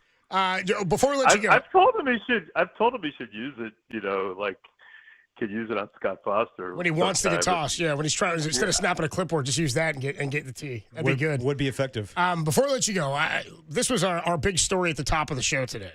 I know you got scooped by Kay Adams and the Up and Adams podcast, but Sean Alexander announced today that he's having his 14th child, which prompted me at the top of the show to say, look, well, I said even Jesus only had 12, right? 14's too many. He was 12 apostles is good.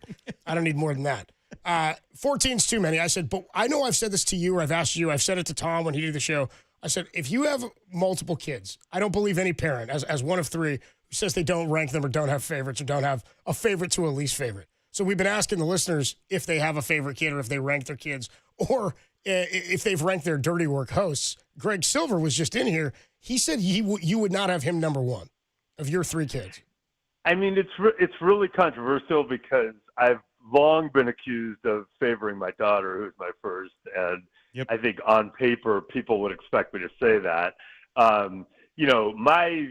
My younger son Robbie lives with me still. He's working nearby and saving some money, so I kind of want to say him because he's with me, so he's winning some points here. That's what Greg said. Greg said he'd be number one. Greg said I think he'd be one, and then I said, what about you or your sister? I think Robbie might have it, and Robbie is, he's the only one in our family who isn't loud, and he has probably said of the five of us, 2% of the words ever uttered, but of the top 10 lines in the history of our family, he has at least 9.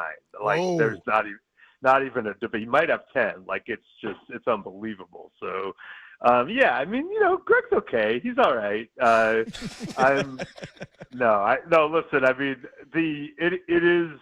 it is wild to me that someone could have 14 kids, but I look at Justin Forsett and Angie Pressey, his lovely wife, who was a All-American volleyball player at Cal and in the U.S. national pool, and they are the ones who have gone the furthest on what was something I conceived about 20 years ago, which I call Cal breeding, and that is I want to take Marshawn Lynch and All-American softball pitcher Jolene Henderson and just for the university have them procreate 14 times, for example, and just replenish all Cal athletic programs accordingly. And if I really could do this right, and I think this would not be forced, by the way. I think I've talked to a lot volunteer of people for this, who yeah. could be involved, and people seem down, on paper. So like, I think if you love your school and you are really intentional about it, you could do an incredible job of just setting up the program to thrive. I would say SF State. I'm right here. Give me a call. The voice you hear is Mike Silver, The Athletic. We love talking to you, Mike. It's always fun whipping around, dude. Enjoy the rest of your afternoon. Enjoy the evening and Thursday Night Football. All right, I'm gonna have fun. I've got my lovely son Robbie here, and I might holler at Greg too. He's okay. What up, Robbie? Robbie's our guy too. Robbie. We're Robbie Silver guys. All right, Mike. Enjoy the night, man. We'll talk to you later. Thanks, Mike. Thanks a lot. Good stuff, dude. One of my favorite people, Mike Silver. Absolutely hilarious. He's the man. Great stories. He's the man. Dude, he and Steve Kerr saying, if you had one more eye, you'd be a Cyclops. I almost wanted to ask Mike this because I know they're friends. I don't want him to divulge, sacred information between two friends. They want to ask him like, so how's Steve feeling about Media Day coming up? That's gonna be rough. That is gonna be rough. Shoot him a text. I'll tell you. All right, we'll take a quick break. The great Mike Silver. That was fun whipping around the NFL with him and some good insight from Mike Silver. Plus, he admitted parents are ranking their kids. Robbie Silver, number one. There you go. How about that? Greg Silver pretty much told us that. Actually, Greg Silver called his shot, too. Babe Ruth did on his way out. He said, it's going to be Robbie. He's number one. You can still vote on who your favorite member of Dirty Work is. No, you don't. You can. It's up there. We'll get to the poll a little bit later. Rich Aurelia going to join us, by the way, at 4:50. You'll hear the Kyle Shanahan replay on the Replay Leader at 5:30. But when we come on back, something we didn't do yesterday, a little coach speak. Hell yeah. NFL and college coaches talk, and we hear it, and it's hilarious. We'll do it next on the Sports Leader.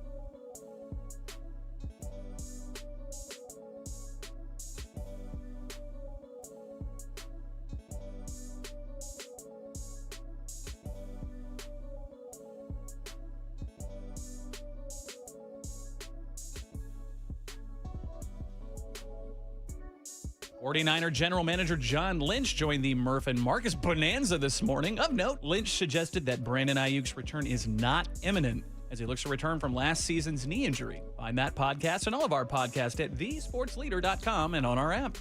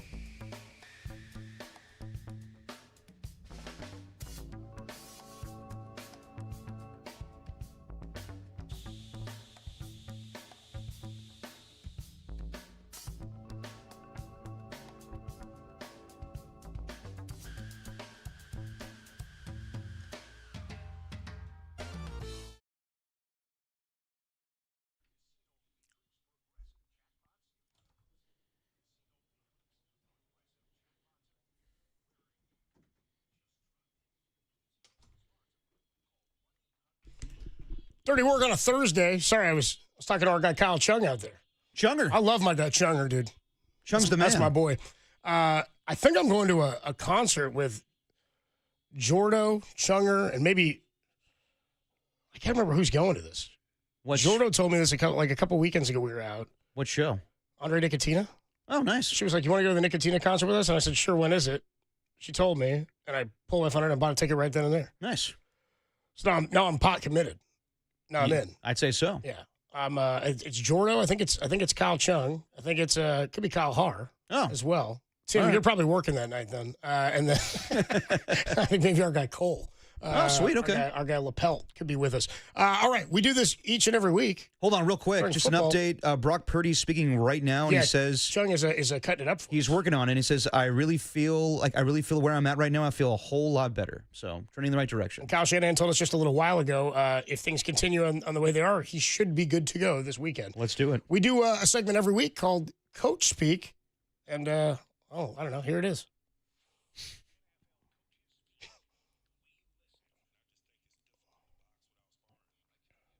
It's football season. Most players play football in football season.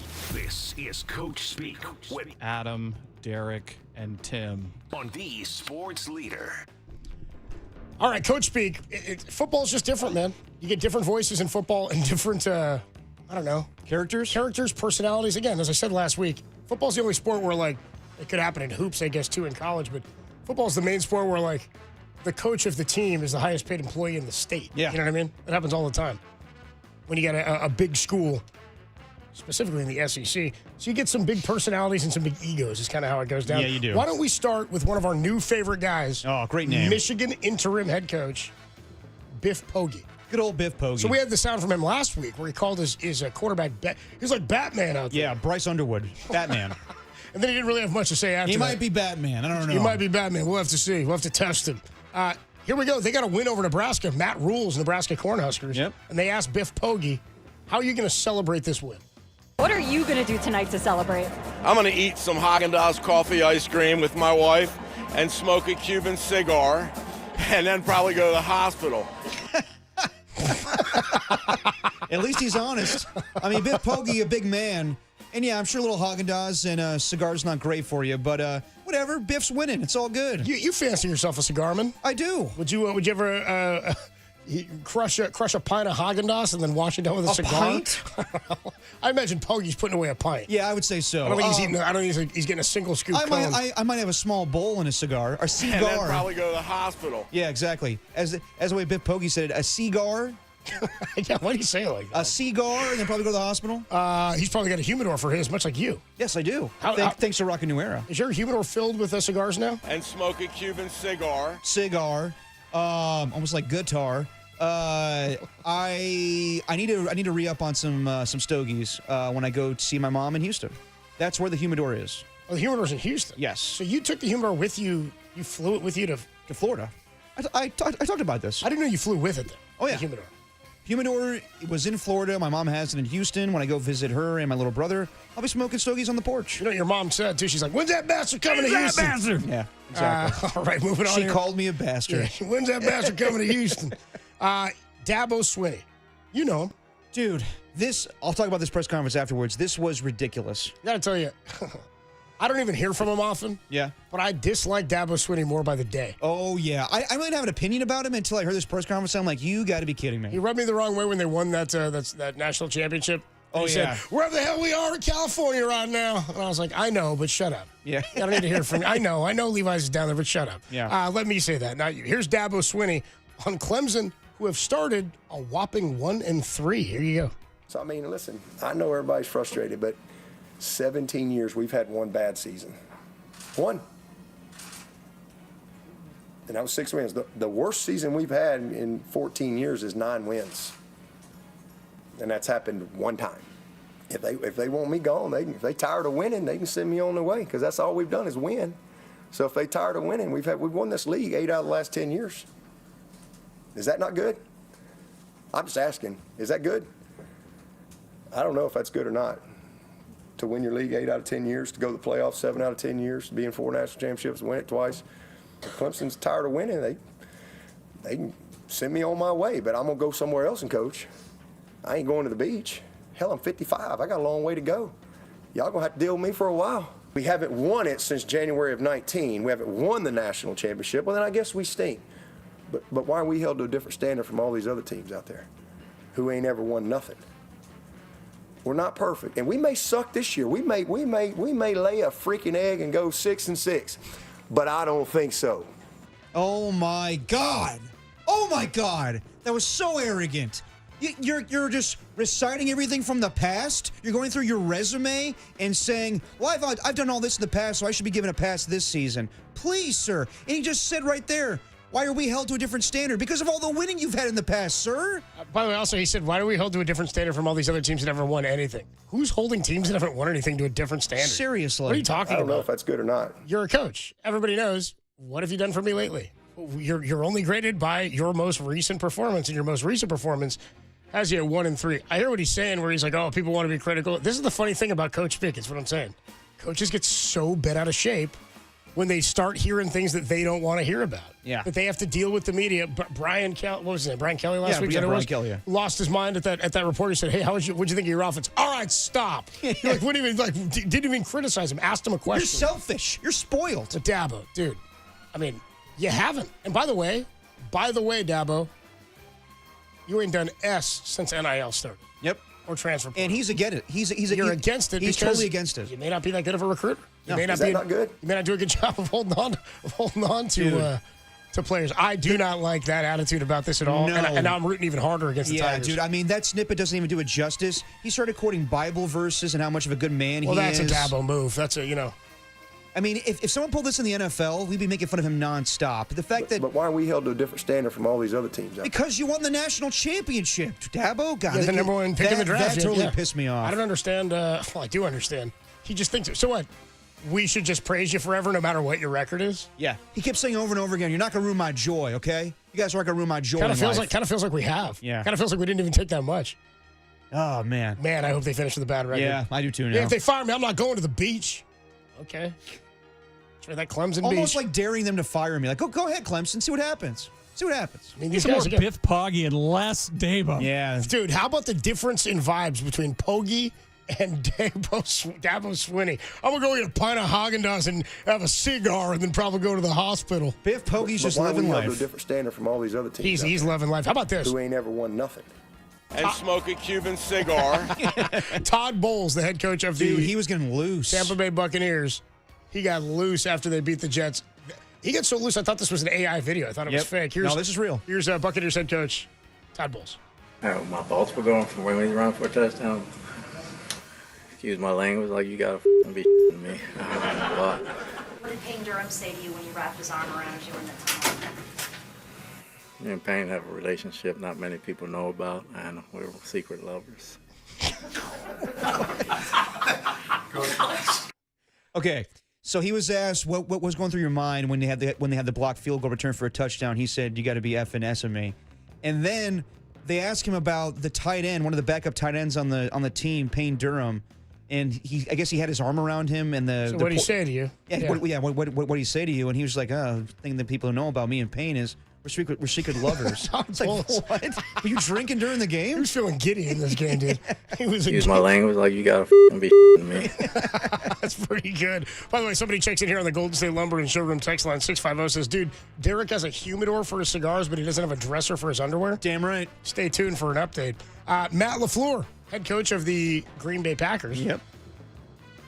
He's talking about how players talking about going undefeated before they lost to the Browns. They were 2-0. Yeah, so Rashawn Walker, their left tackle, was talking about, hey, we may go undefeated this season. And now that they lost the Browns, he's like, yeah, that's going to stop right now. Yeah, there you go. Talking undefeated as they went in to play the Browns. Here's Matt LaFleur.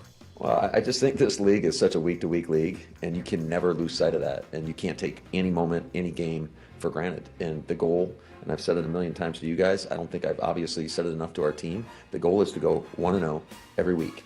And it pisses me off when we start talking about things outside of the next game, things that are way down the road. Like keep the focus on the present, on the now, and worry about getting better each and every day. Yeah, I mean, I think that it was stupid for some of their players to talk about this. Even Jaden Reed, and he was kind of, a little drugged out from his hospital bed. He was going live on IG saying the Packers could go undefeated.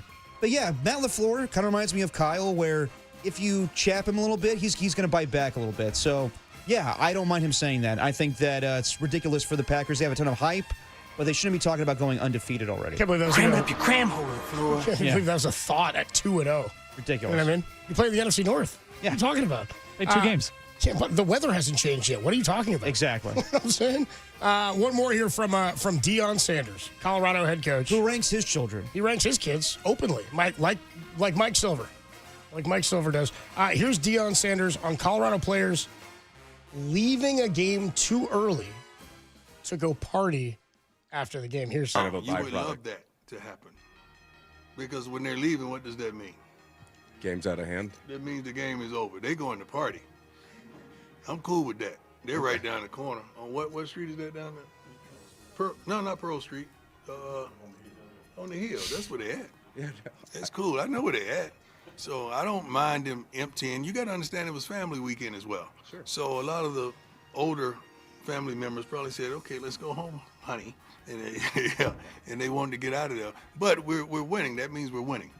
I don't mind that.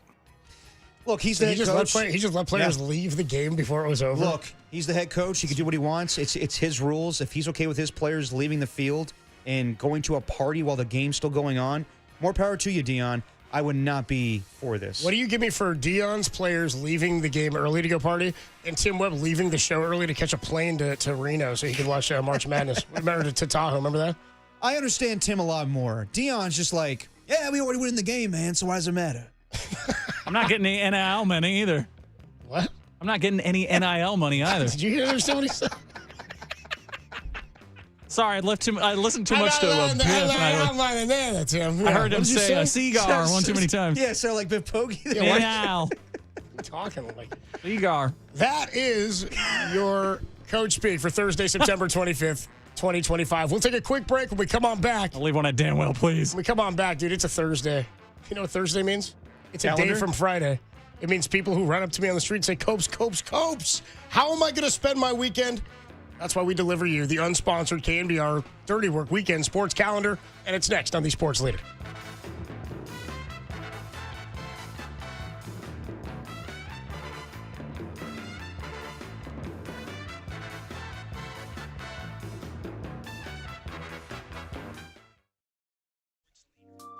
Hey, what's going on, everybody? Adam Copeland here for O'Donnell Financial Group. You can declare your retirement independence today with a call to O'Donnell Financial Group.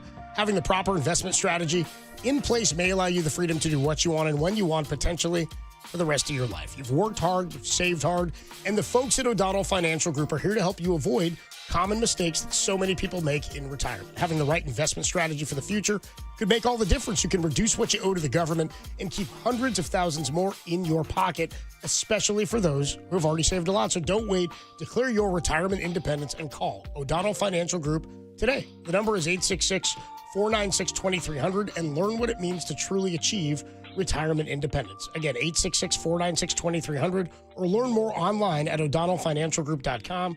That's 866-496-2300 or odfigroup.com to learn more. O'Donnell Financial Group. Let us help you retire confidently.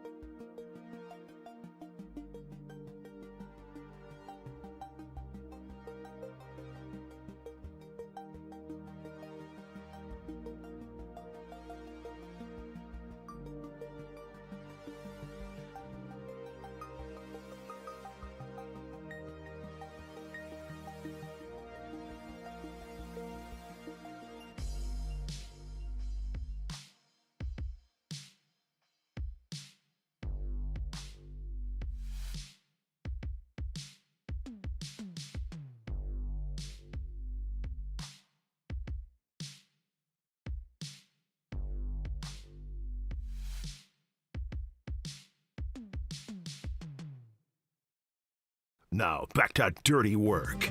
Adam Copeland and Derek Papa in the KNBR Casino Matrix Progressive Jackpot Studios.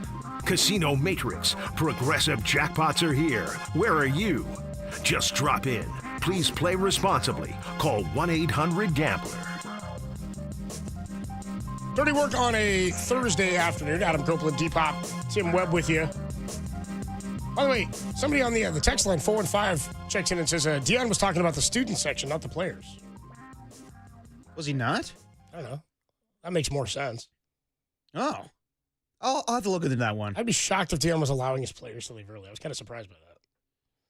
That's what it sounded like when I saw that. I was like, I'm surprised by that. Okay.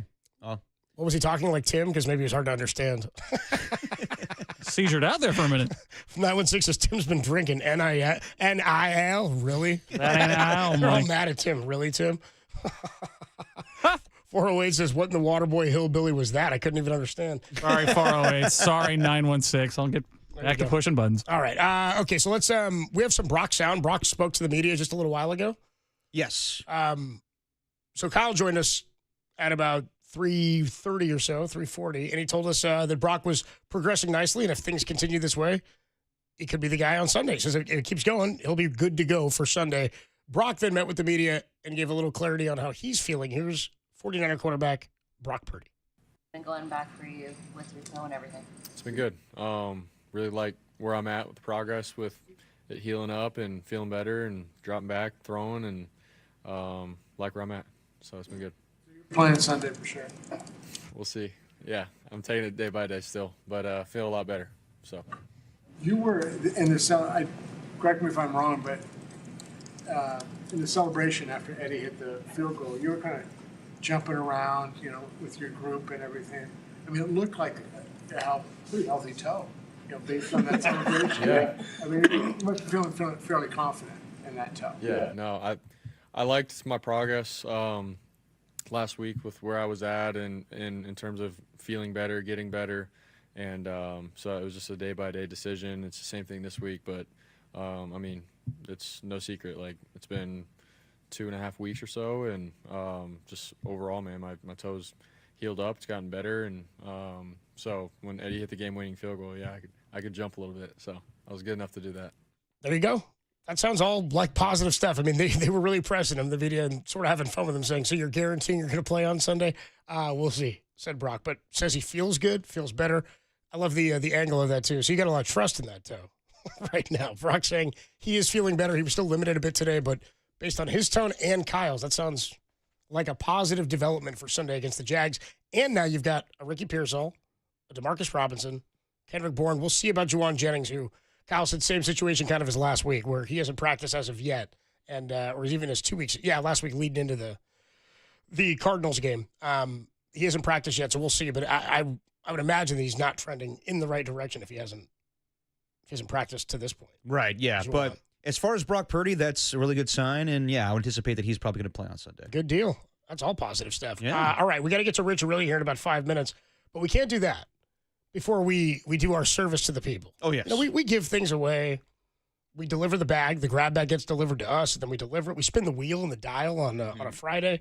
But maybe the most important thing we do is informing the people about what's going on in the Bay Area this weekend. And that's why on Thursdays, sometimes Fridays, but on Thursdays, we deliver to you the unsponsored Dirty Work KNBR Weekend Sports Calendar with an honorable presentation presented by Beak up in Seattle. Our guy Beak last week said he wanted to pay to sponsor the calendar, and he bought us a round of beer. So there you go. Our guy nice. Beak sent us some way to get some beer. So the Bay Area Sports Calendar, it's Thursday. And we here at Dirty Work know what you're saying to yourself. We do. The weekend's right around the corner. What the hell am I going to do with myself? As always, let's start with the basics. Of course, you know about the 49ers and their traditional longtime rival, the Jacksonville Jaguars. They come to Levi's on Sunday for a 1 p.m. kickoff. And don't miss pregame. You don't want to miss it. On Mike Holler's KSFO 810 with myself, Tracy Sandler, and Todd Husak. KSFO 810, while you're crushing fireball shots and Rumpelmans, it's the final weekend of Giants ball as they take on the Rockies, where you can answer for yourself, how bad are they? 115 losses bad? That's bad. Don't forget, it's preseason hockey for the Sharks in San Jose as they take on the hated Vegas Golden Knights. That's a Friday night puck drop, 7 p.m.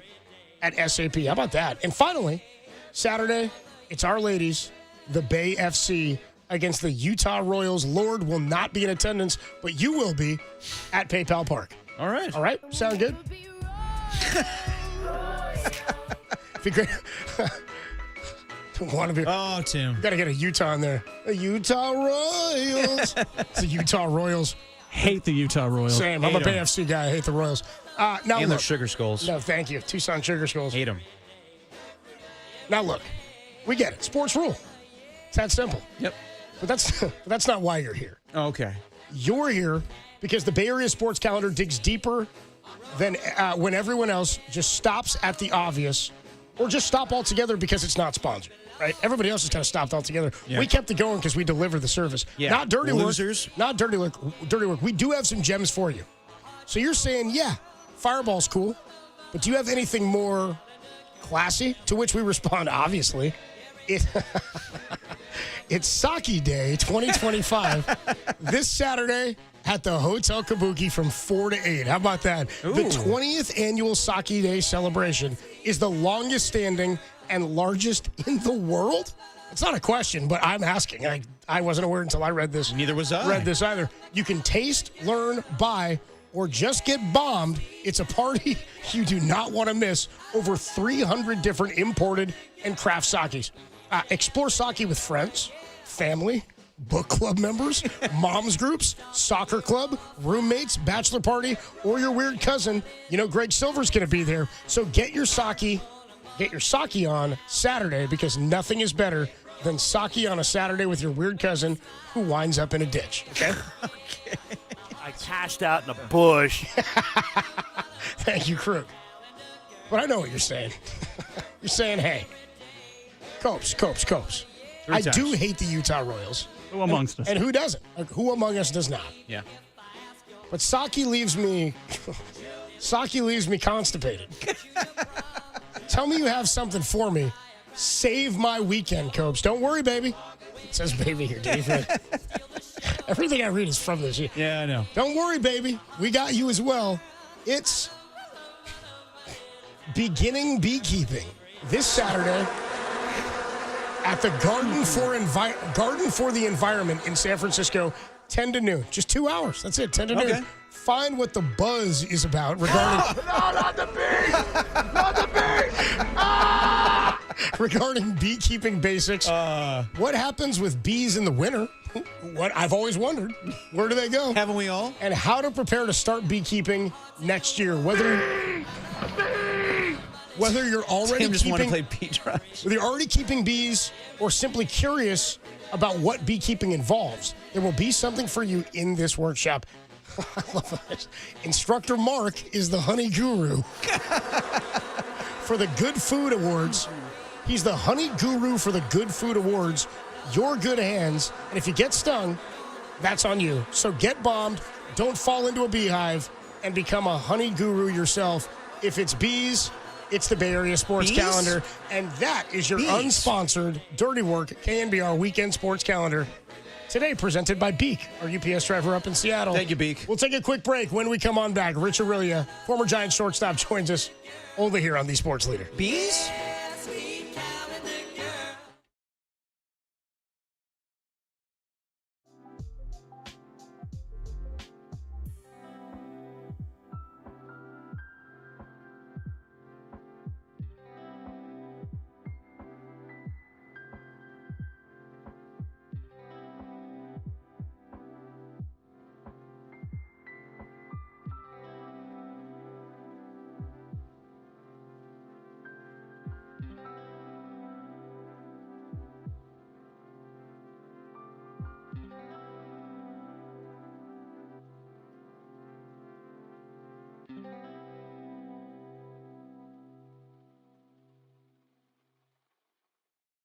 Now, from the O'Donnell Financial Group Sports Desk. Learn more at odfigroup.com. O'Donnell Financial Group, because planning is a process, not a product. Did you miss the Tim Ryan football hour? No, that blows. Why on earth would you risk upsetting Tim frickin' Ryan? You got a big mouth. Shut up. Find the entire hour at thesportsleader.com and on our app. But we all know what his favorite show really is. Dirty work.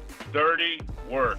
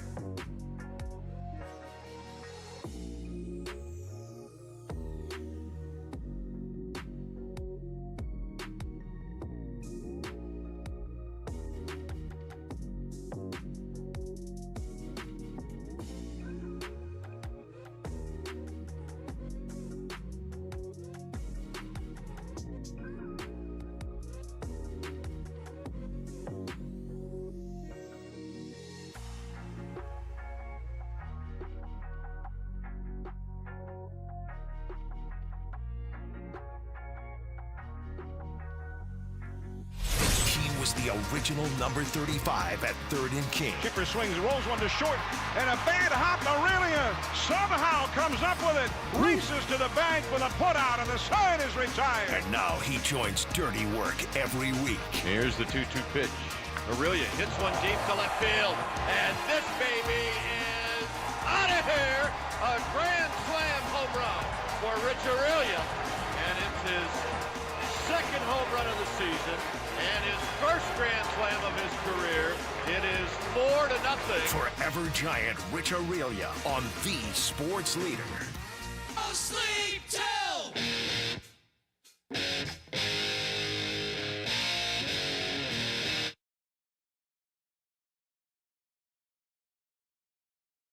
We do it every week with Rich Aurelia, former Giants shortstop, all part of NBC Sports Bay Area's pre- and post-game Giants coverage for 2025.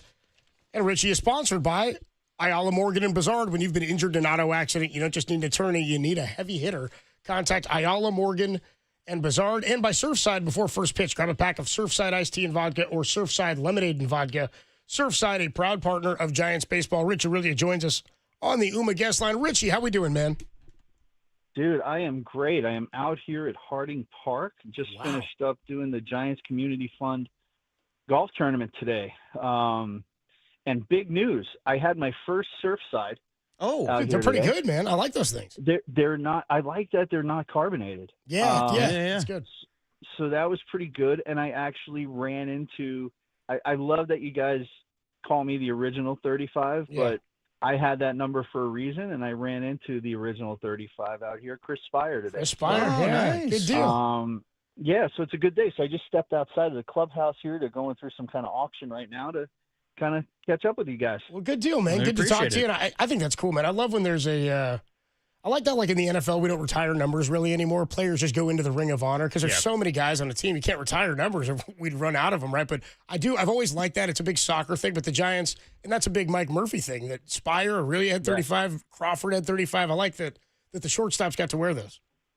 Well, it was funny because the first thing Chris said to me today, he's like, hey, we got to get Adames to wear number 35. And I'm like, well, Verlander has to not be here first. then maybe he could wear 35. But, I think Willie's going to wear whatever he wants, moving forward. But it was a great tradition that Murph started, and the quick story of that was I remember when I got called up in September 95 and I was number 57, which was, of course, a great shortstop's number. Yeah, right, of course. Yeah. But after the next spring, I came in and I was number 26, and I got cut the last day of spring training, like the Bay Bridge series that we would have against the A's. And I got called back up a week later, and I told Murph, I said, hey, just give me a number that's good luck, man. I want to be here for a little while and not go up and down. And he gave me 35, and I never really asked him about it until like either the end of that year or the beginning of next year. And he told me, he said, one of my favorites I ever had, Chris Spire, was here, played shortstop for a long time for this team, and I want you to be here for a long time. So I think that passed from me to Craw then when Craw got his chance. So, it's been a good number for the Giants at that position for a really, really long time. So, Rich, let's talk about, unfortunately, the Giants being officially eliminated from postseason contention. And next week, we'll talk to you again, and we'll focus more on what they need to change this offseason. But just to focus on this season, now that, it's basically over, there's 3 games left in the regular season. But just how would you describe the season just through all the frustration, getting Raphael Devers, it's Buster's first season? Just what went wrong in the end? Honestly, I mean, my gut tells me there needs to be, more of a level of consistency throughout a year, right? I mean, you can have good months, you could have bad months, but it just seemed like the good months were really good and the bad months were really bad. And I feel like the bad months outnumber the good months, 4 months to 2, which put them behind a hole, put them behind the 8 ball. And I just think if there's a way to, have some more consistency, on a day-to-day basis, and whether that be with the bullpen, the rotation, the lineup, the, hitting with runners in scoring position, I just feel like there was a lack of consistency. And I can't even pinpoint why, and I don't think, there is a reason why. It just happened that way this year. And, you go into the off season and now you have to, make judgments on, okay, what did we do good this year? What do we need to work on?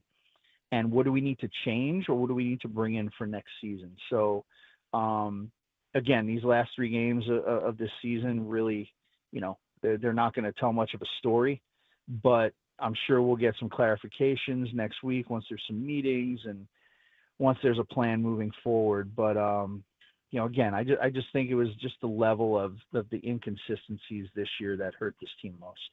What is this time of year like? I mean, we would say playing out the string at this point, right? Is it you didn't play many of these or didn't have many of these? I mean, you were on a lot of teams that were in contention either until the final weekend or the final day or into the playoffs. So, I mean, what is this time of year like? It's tough, man. I mean, it almost becomes a self-motivating factor. Yeah. If there's something you're playing for, if you have some kind of personal numerical goal to get to, or, something like that. I mean, it's I won't say it's hard because it's your job, right? And that's what you get paid for, to be a professional athlete, to be a professional baseball player. And your job is to go out there every day and give all you got, whether you're in the race or not.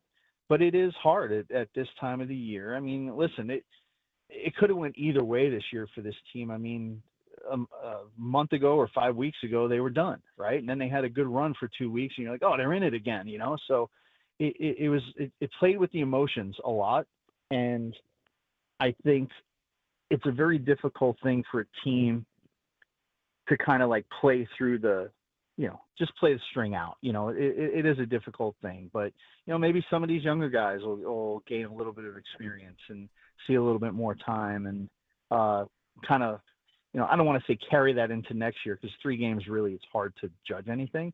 But at least get a little confidence level, a little self-confidence in yourself, and say that, I started a few games, or I got some games under my belt, and I'll be better for it going into next season. Talking to Rich Aurelia on the UMA guest line, Logan Webb the other night said that this Giants team is the most talented he's ever played on, including the 2021 team that won 107 games. Would you agree with him? I would tend to probably agree with him. Yeah. Listen, we've talked before, on this show, listen, 2021, man, tell me one thing that went wrong. Like, seriously, like everything went right. Who hits 18 pinch hit home runs? Doesn't make any sense. I mean, in a season, like, you got, Darren Ruff had a great year. Gosman was there. He had a great year. Logan Webb had a great, Belt and Crawford had career years, right? I mean, everything kind of went. Buster had, his second best year of his career. I mean, everything went right that year. So for me, like, that year was kind of an outlier where everything went, or the ball rolled their way, or everything went in their favor.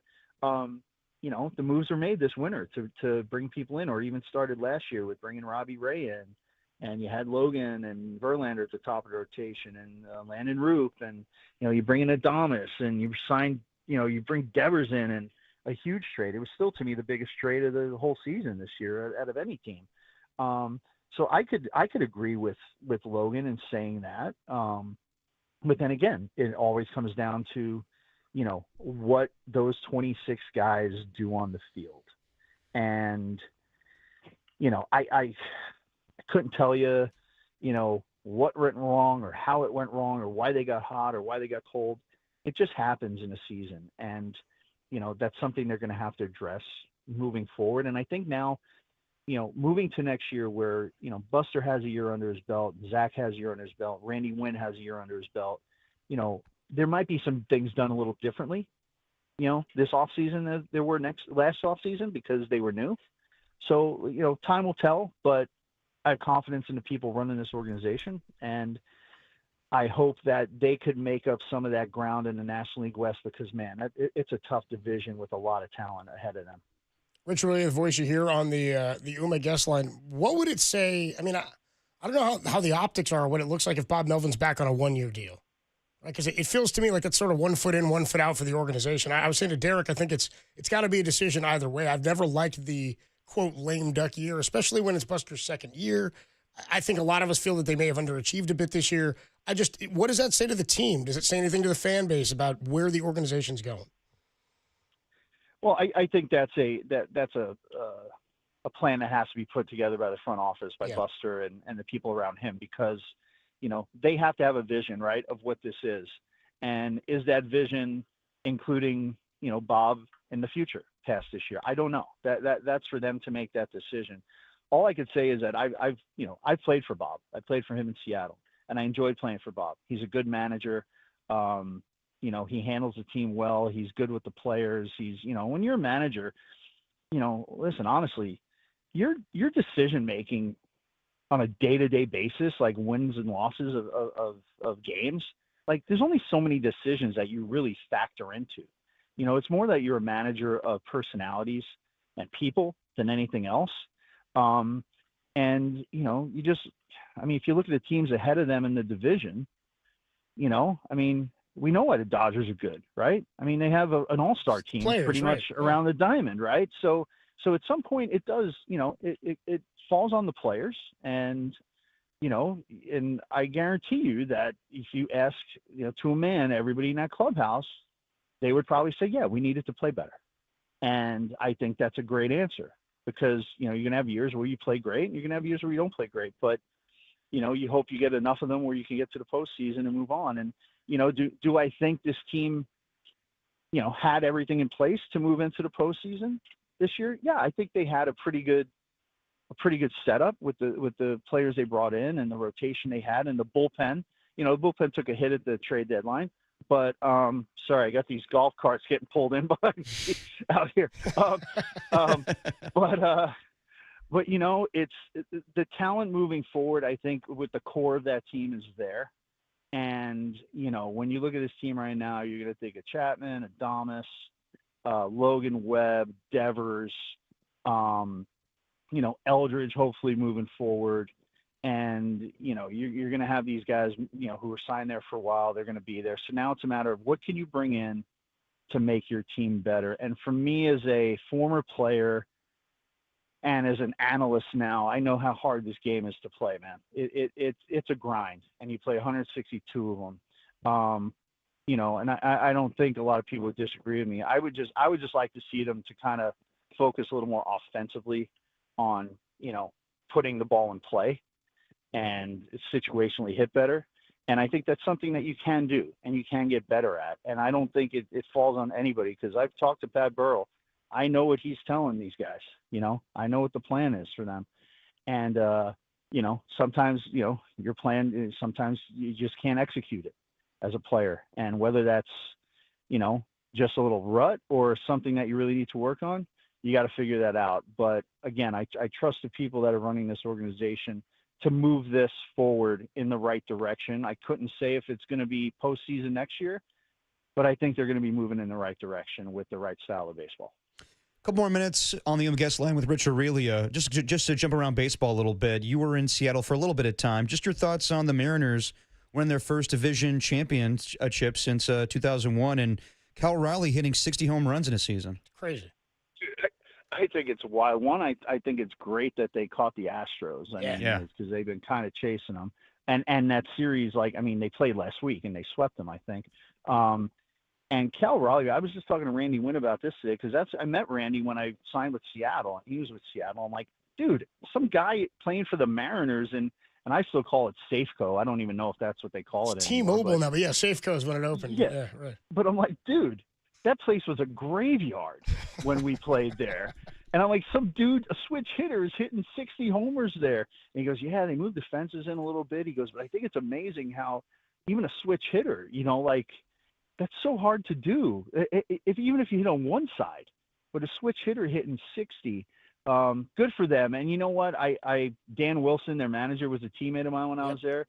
I don't know if you'd be hard fought to find a nicer guy in the game of baseball than Dan Wilson. So I'm really happy for him. And, we'll see how far they go. They got some sneaky good pitching over there. So we'll see how far they can make it. Brian Wu at Alameda. They got a couple, a local guy there. Yeah, they got some good players. It's incredible to say it that way, too. A switch hitter. Mickey Mantle never hit 60 in a season, right? That's incredible that it happened that way. Yeah. Richie, always appreciate the time, man. Enjoy the rest of the Giants Community Fund golf tournament, and we'll talk to you next week. Thanks, Rich. Yeah, and hey, Derek, I'm really glad to hear your dad back on, man. It made my day. I appreciate that, man. Thank you. All right, guys. Have a great Rich. weekend. Good to talk to you, brother. Later, Richie. Good stuff, man. The great Rich Aurelia How cool was that story about Mike Murphy saying, he said, I want to change my number. Give me a lucky number. And he said, you'll be here for a long time. You were 35. No, that's pretty sweet. And then Craw did too. Pretty cool. Yeah, dude, 60 bombs for the big dumper. Yeah, man. I mean, hands down, it has to be AL MVP, right? No question. Aaron Judge or anybody else. It has to be him. It could be Judge. The difference is that the Mariners don't go to the. I mean, maybe the Yankees don't go without Judge, but the Mariners certainly aren't division champions without Cal Raleigh. So the value has to be there. I would say so. It's the greatest offensive season for a catcher and a switch hitter ever. Yes. Remember early in the year I was telling you about that? Like for the first 2 months of the season, his weighted runs created, his numbers were better, and he catches damn near every day. Right. Like it's not like he's a part-time catcher. The dude's a great defensive catcher, one of the best in the game. And his numbers were better this year when he caught than when he played first or DH'd. Yeah, it was funny to me when we were going through the Giants lulls when offensively and people were after Patrick Bailey. And people on the text line were talking for Cal Raleigh. Yeah, exactly. Like at the trade deadline, trade for Cal Raleigh. Are you insane? Why would you do that? Why would they do that? Why the hell would they do that? They're a playoff team. Let's give away our best player. We're a playoff team. Well, not to mention, too, that Seattle has been through a huge stretch of not being able to make the playoffs, where the Yankees kind of go every single year, or at least close, or contend for it. He's got to be the MVP. I don't even think it's a question. Yeah. Since 2001. I mean, they went through last night, like everything that's happened since 2001. I think they had the longest playoff drought in the 4 sports, didn't they? In the 4 major sports? I mean, they've never won a title. I think that was the longest playoff drought. Because the Kings were up there. The Kings were close. Until they went recently, right? When they... Did the Mariners go recently? Yeah, they went a couple years ago. That's their first division crown. You're right. They did end that streak. Yeah, I mean, that year in 01 was crazy. I think you're right. I think it is the longest. Yep. It was 116. They had the most wins in regular season baseball history. Yeah. And they got bounced in the first round. Yeah, because the A's, I think the A's won like 103 games that season and still were a wild card team. In 2001. In 2001, yep. Yeah, tough deal. Yeah. They both got bounced in the first round. Yes, they did. Oof. I think the Yankees got Well, no. Was it Yankees and Mariners in the ALCS? Was it? I thought they lost in the division series. I want to say the Yankees beat the A's obviously in the first round. I want to say the Mariners won the first round. They lost in the ALCS 4. Yeah, they won in 5 over Cleveland. They lost to the Yankees. Yeah, 5. funny enough, it was back-to-back years. It was Yankees and Mariners in 2000, and then again in 2001. Yeah, but 2001 was a much different looking team too, because that was the first year Ichiro showed up there. They didn't have Griffey, they didn't have A-Rod. Yeah, had a good pitching staff. Still had Edgar Martinez that season. The Mariners division champs in the West. The Dodgers clinched the division. Yeah. The one I've been watching. Oh, dude, the AL Central. That's been the most fun because the Tigers, who were the hottest team in baseball basically since August of last year. Yeah, absolute free fall. They're 1-9 in their last 10. At one point, they lost like 9 in a row. It's bad. And they're a game back now of Cleveland. But Stephen Vogt, I believe in Stephen Vogt, man. It's unbelievable. 1 back of Cleveland, 3 to play. They've lost 8 in a row of the Tigers. Did he win AL Manager of the Year last year? I think he did. Yeah, I think he did. Could he win it back-to-back years? Sure, for sure. I think Dan Wilson's going to get it this year. Yeah. I think that's it. That makes sense. The other thing too is we were talking Aaron Judge. Judge is now. I mean, he's become one of the all-time great power hitters in the history of the game. Absolutely. He had another 50-homer season. And by the way, the AL Central is interesting right now. The AL East, I think they're even right now. The Yankees and Blue Jays for that division. Because the Blue Jays have clinched a playoff spot, as have the Yankees, but they're competing for the division crown. Yes, which is wild. And by the way, the Red Sox traded away Devers. They're 87-71. Yeah. Remember we were like, did Buster fleece the Red Sox? Could have. By the same time, the Red Sox, they're still a good team. They have like Jordan Hicks and they have Kyle Harrison. Not a ton of impact from those guys. Whatever. I know, but that makes it even worse. They didn't even need what we gave them. Yeah, I know. They didn't even need it. And you had one of their best players, and the Giants didn't do anything. Craig Breslow was like, "We think we're better now," and everyone's like, "Yeah, right, Breslow." Buster's going home, and Breslow's going to the playoffs. Somebody said earlier when we played the Dabo sound when we talked Giants and how they've gone this year, we should play that clip. I don't know. Is that good? I don't know. Is that good? Yeah, exactly. Is that good? I feel like is it good? I don't know. Yeah, can you imagine Buster Posey has that like attitude in the press conference, being like, "So we missed the postseason for the first straight year. Is that good, guys? We got Devers. Is that?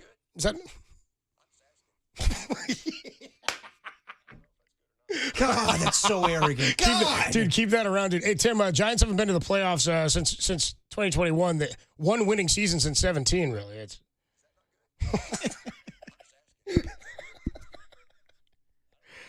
yeah, they got Devers, and then the Red Sox got better. Can you imagine? They got better after that. Can you imagine, like, if a NFL head coach or any head coach besides Dabo would pull that crap? how people react to that. Like, you know what? Brian Kelly kind of did the same thing last week where he was like, we're 17-1 in games a night. That's not this team right now. God, I can't stand that stuff. Yeah, it's bad. I don't like that.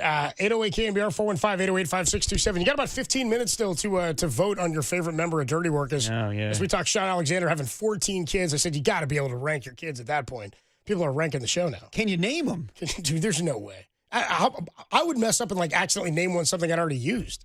I run out of names. Hold on. And that's why you got to go George Foreman and name them all after yourself. Teachers can usually name all of their kids in a classroom. I'm pretty sure Sean Alexander can name all of his kids. I'm sure he can.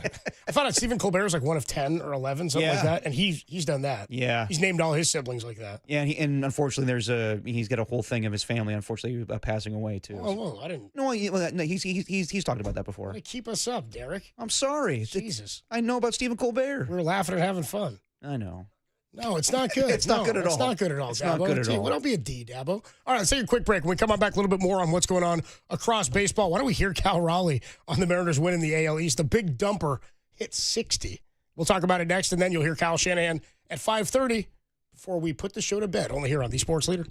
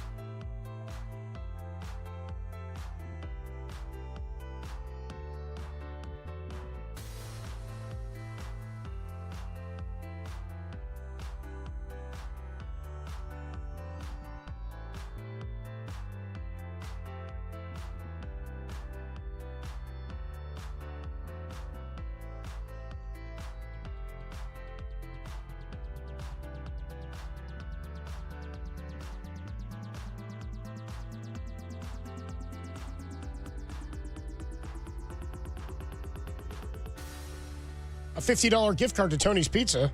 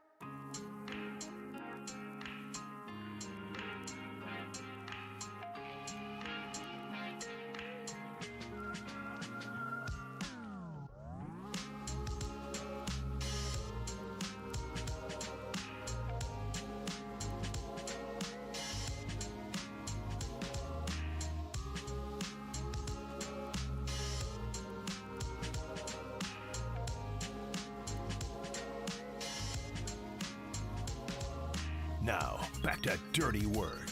Adam Copeland and Derek Papa on KNBR 104.5 and 680 AM.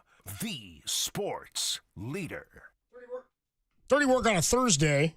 Larry Krueger, by the way, top of the hour at 6 o'clock with your Niners Nightly on a Thursday night. No Giants baseball as they wrap up the season this weekend against the, Tim, did you say 115 lost Rockies? 43 and 115. That's bad. That's Well, bad yeah. ball. Yeah, they've been terrible all season. They've been terrible all franchise. Yeah, Like, well, they're not good. They're 2007. a terrible franchise, which is their only redeemable year. And they got hot in the final month. Like, it wasn't like they were a good team all season, you know? Right. Somebody texted in a few minutes ago, said, have you guys talked at all about the Willie Mack Award? Any thoughts on the Willie Mack Award, people say? Because tomorrow night is the night they'll give it away, the final Friday home game of the season. I love the Willie Mack Award. Diehard Giants fan. I've loved it my whole life. Mama Susie and I, my brother, we always used to wonder who it would be. You love to see who it's going to be. I hate the handicapping of the Willie Mack Award. I hate that fans think they have a take on who it should be and then get upset sometimes. Oh, it was that guy? It defeats the whole purpose of the Willie Mack Award. I don't even like that fans get a vote now. I think it's terrible. It doesn't make any sense. Because the Willie Mack Award was designed to be voted on by players and coaches within the organization for the player, who's basically the heartbeat of everybody, who was the central focal point, who did everything in the way you wanted him to be, the best teammate possible, et cetera, so on and so forth. So it's like, it's great when legends that we love have won it. Like, with respect, Barry didn't win one. Right. Barry wasn't going to get a vote for a Willie Mack Award. But it was voted on by players and coaches and the guys in the team. They knew. And it told you, like, when a guy like Kruk had won it or Hunter Pence won it, you got to know that's exactly who we thought he was. It came through. Like, we got to see him be a leader on the field, and he was obviously that way behind the scenes, right? Jeff Kent wasn't winning a Willie Mack Award. JT Snow was. I mean, guys like that. There's sometimes it's a surprise to people who wins it. Like, oh, that guy won it. I'm like, that should tell you how important that guy was to everybody on the team. So I don't know who's going to win it, and I don't care, and I'll be happy for who it is, because that'll mean that guy meant the most to this team. I would guess probably Willie Adames. Just good vibes maybe in the locker room. I don't know. I mean, look, I understand that Again, award. that's why we're doing it from a standpoint of I just watch the games, and so that's who I would think it is. But Yeah. and I think there's a damn good chance. I think it means more to the players. It should. But as far as the fans, like, I remember, a similar award. It's not the same, obviously, but every year the Raiders had the Commitment to Excellence Award at the end of the year. And when you're going 4-12 or 5-11, who cares who wins that award? And half the time it was Shane Leckler or Sebastian Janikowski. Yeah. So I get it. That award means a lot to the players. Totally understand that. It also means a lot to the fans as well. But when the last 4 years you've missed the postseason, does it really matter? I don't know. Well, it does. It does in baseball for sure, because it is about you have to play. We just heard Richie say there's 162. It is a brutal mental grind. And there is so much time away from family, so much more travel than any other sport. Of course. So much downtime where you're just with these guys, right? There's so many games every single day. No, Going back to spring. I know what you mean. I know. What I'm saying, though, is, like, I understand that award means to a lot to the players, and I'm not diminishing that. What I'm saying, though, is as far as, like, a debate for us to have, That's what I mean. It doesn't mean anything. Yeah. So, and the quality of the team isn't really, it's more about, even in a bad year, it might mean more to have that Willie Mack guy. You know what I mean? In a year where you're not good, or you've had these ebbs and flows and ups and downs. Oftentimes, the Willie Mack Award is somebody we weren't expecting, and they show up and they, like, make an impact. It could be Willie Adames. The guy who I think it might be is Wilmer Flores. Just because if you're if you're thinking about people, think about how they like rallied around him, and they're trying to hit batters on the other team on the Marlins because he just kept getting drilled. He's a guy that's a vet, may not be back next year. I have no idea. I just know the guys love Wilmer Flores. So it doesn't matter who wins it to me. What matters is that person was impactful for a team that obviously needed it. Right. Again, it doesn't matter what we think. I think two guys that could get consideration would be Justin Verlander and Dom Smith as well, because, veterans that came in and kind of just had an impact, and people kind of rallied around them. Or some guys are quiet leaders and they don't say anything, and that's not, who knows? That's my point, is to vote on it is ridiculous. And I know the fan vote counts as like one vote, like one person. I think the fan vote does. Mm-hmm. But I'm like, why are we voting? We're not there. Yeah, exactly. I've always thought that was odd. But I do love the Willie Mack Award. I love that that's something that we still do to honor Willie McCovey. All right, should we hear from Cal Raleigh? Absolutely. The big dumper, the big thumper. He hit his 60th home run. He actually hit 59 and 60 last night. Nice. And the Mariners won their first division crown since 2001. That's awesome. That's pretty cool, man. Yeah, that is very cool. Here's Cal Raleigh on the 60th homer and the Mariners division win.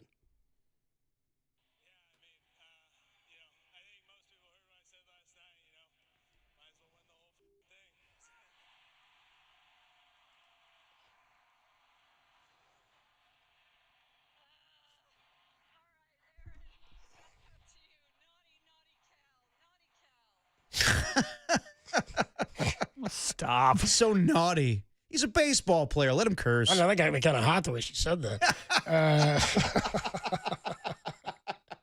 Take a shower. Oh, naughty. Naughty Cal. Naughty Cal. I also heard what he said about how he loved the city and he loved his family and he loved the team. And it was just an awesome moment. Made me sad that the Giants have been so mediocre for so long because that feeling is awesome. And it feels like it's been a really long time. Yeah, that's pretty cool. 510 says, come on, guys, stop it. You know they're going to pick Adames. He was the biggest cheerleader guy. I just said. Dude, maybe they will. My point is, I don't know because I don't know what's important to every player who votes for that. For us fans, that's the guy we saw. In the clubhouse, maybe there was another leader who did stuff behind the scenes.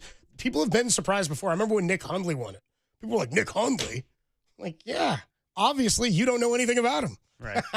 Obviously you have no idea what quality teammate this guy is because you weren't on the team. And so, I think there's a good chance it's Adames too. I think that guy plays, and we knew this from the minute he got here. The teammates everywhere else loved him. Right. He is a beloved guy. Would not surprise me, and I would love it for him if, in fact, that were the case. Who knows? Who knows? I'd say he's a leader in the clubhouse. Without question. Everybody said that when he got here, too. Yeah. By the way, the one we said we're paying attention to, Guardians. Dude, the Guardians were 11 out like a month ago. They have a one-game lead now in the AL Central. The other races that we're looking at in Major League Baseball right now, in terms of playoff hopefuls, the way the wild card is shaking out right now, the Yankees have clinched a playoff spot.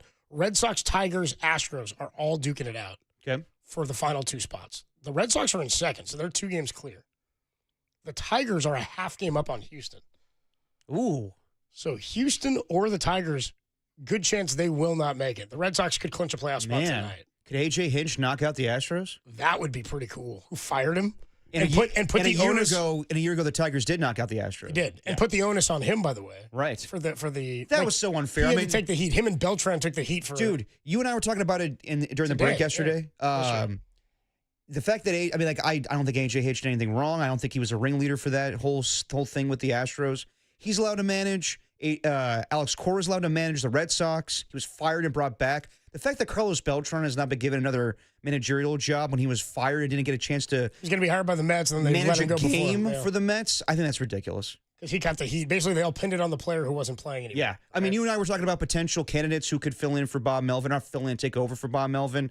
I threw a Carlos Beltran because he did play with Buster back in the day, but and you said, well, he's kind of ostracized from baseball right now. I'm like, that shouldn't be the case. That's so He also unfair. didn't really play with Buster. He came in 11 when Buster was hurt. He was on the team while Buster was here, but I mean, neither here nor there. I don't know. He's never managed really before. I don't know. I imagine he's a great baseball mind. One of the best switch hitters of all time. I think he's a Hall of Famer. Real quick, I want to get your thoughts on this. The Athletic reported today that Netflix is going to feature Major League Baseball's opening day game between the New York Yankees and the San Francisco Giants next year. It's going to be at Oracle Park. The primetime game will be the only matchup that day. The rest of the clubs will open up the next day.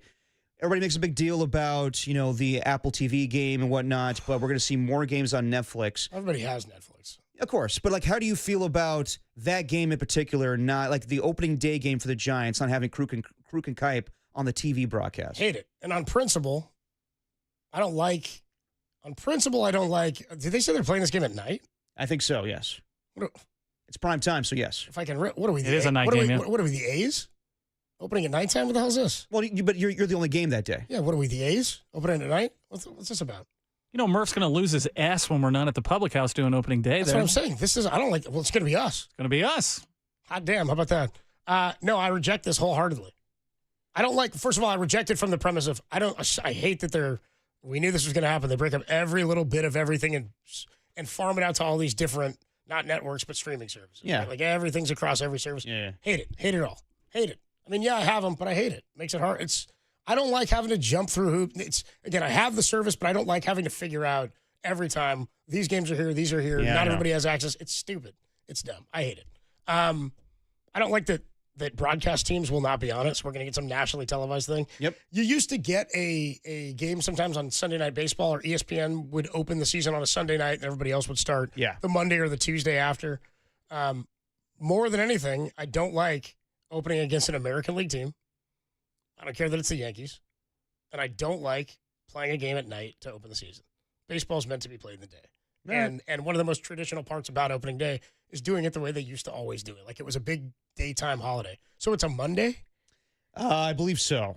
And not only that, next year between Netflix and NBC and Peacock, the Field of Dreams game, the Rickwood game, the MLB Speedwood game will all be on streaming platforms. So, yeah, Home Run Derby, that as well will be on Netflix. I don't care about any of the other branded crap Major League Baseball tries to throw at me. You guys watched the Field of Dreams game? Yeah, well, I saw the movie, and I watched the one they did the... Who cares? Yeah. It's cool. Yeah, it's cool for a minute, but these aren't these marquee things for me to go find. No, that's They fair. want so badly to be football and to have these holiday days, then do a better job of promoting your players. You know what I mean? Yep. Frankie Lindor just had he just hit his 30th home run. He's 30-30. You know what I mean? Promote your players if you want people to fall in love with it. The Giants playing on Netflix, I'm just going to go to Dabo, dude. Yeah. Is that not good? It's not good. I'm just asking. Is that good? I don't know if that's good or not. No, it's not good. Nah, I don't not like really. it. I don't like it. I'm not into it. Yeah. Anyway, there you go. I don't like it either. Well, you can listen to it right here on The Sports Leader. Yeah, we'll All benefit right, from that. We'll take a quick break. 49ers head coach Kyle Shanahan joined us a little while ago. By the way, somebody's saying it's on a Wednesday, not a Monday. Yeah, I think, yeah. So they'll play on the Wednesday, and then everybody else will open Thursday the will next day. be opening day for everybody else, yeah. Way to go, Manfred. Okay. All right. Well, when we come on back, you'll hear from 49ers head coach Kyle Shanahan and his update on Brock Purdy. That's next on the Replay Leader. Hey, what's going on, everybody? Adam Copeland here for Tony's Pizza Napolitana. I'm always talking Tony's because I love eating Tony's. We got Tony's here at the station. It's delicious. Earlier this week, we also gave away a Tony's gift card. You know me. I'm picky about my pizza, but not when it comes to Tony's. Tony's is top of the line, and they've got something for everybody. Tony Gimignani is a world champion. They've got all kinds of pie. Neapolitan, New York, Detroit, Sicilian, grandma style, whatever you're into. It's perfection. I'm a sucker for the New Yorker. It's big, it's bold, it's cheesy. The Diavola is that pie when I want a spicy kick, something a little hotter. And don't sleep on some of their other menu items. They've got great pastas, the penne alla vodka pasta, fantastic, Nonna's famous wings, or the honey fried chicken sandwich. It's next level stuff. Here's the best part. You don't have to be in North Beach to eat Tony's. It's a great place to go. I'd recommend going to Tony's in North Beach. But if you're somebody who lives elsewhere, you can go other places in the Bay to get Tony's Pizza. They've even got a location inside of SFO now, so you can grab a world-class slice before you fly out, or you can hit up Slice House. They're all over the Bay Area, including inside of Chase Center and Levi Stadium. If you've never been, you got to make it happen. Tony's Pizza Napolitana. Go hungry. Trust me, you are going to leave happy. It's Tony's Pizza Napolitana.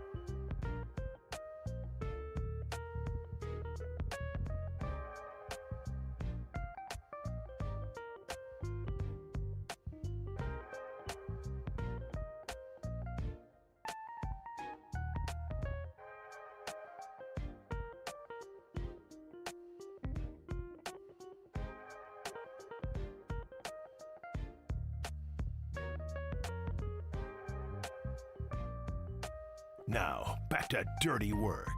Adam Copeland and Derek Papa on KNBR 104.5 and 680 AM. The sports leader. We have made the connection with 49ers head coach Kyle Shanahan. Faithful to him, it's not just a team, it's family. I appreciate everyone in here. Love you guys. Yes, sir! Here's the head coach of your 49ers, Kyle Shanahan. You got a chance to do something this year, man. On the sports leader. We do it with 49ers head coach Kyle Shanahan every week on the Uma guest line. He is sponsored by Ayala, Morgan, and Bazard. When you've been injured in an auto accident, you don't just need an attorney, you need a heavy hitter. Contact Ayala, Morgan, and Bazard. By Amici's East Coast Pizzeria, when you want the best pizza in town, Amici's delivers. And by Friedman's Appliance, proudly serving all of Northern California with a wide selection of luxury appliances. Visit them in Pleasant Hill to see the Friedman's difference. Kyle on the Uma guest line. What's up, Kyle? How you doing, man? Good, guys. How you guys doing? We're doing well. Just off the practice field for today as you guys get ready to take on the Jags. Just any update on Brock and his status for this week relative to what you said yesterday? I mean, another day where he's able to get out there, do some stuff. I think it's feeling better each day, and if that continues, he should be good on Sunday. But hopefully that continues. It's always delicate here with the toe. Haven't got I saw him at practice. Haven't got to talk to him since after, but I think I'll have a better feeling that tomorrow morning. And you also get DeMarcus Robin off suspension this week. What does his game bring to the offense that's different than Ricky Pearsall and Juwan Jennings?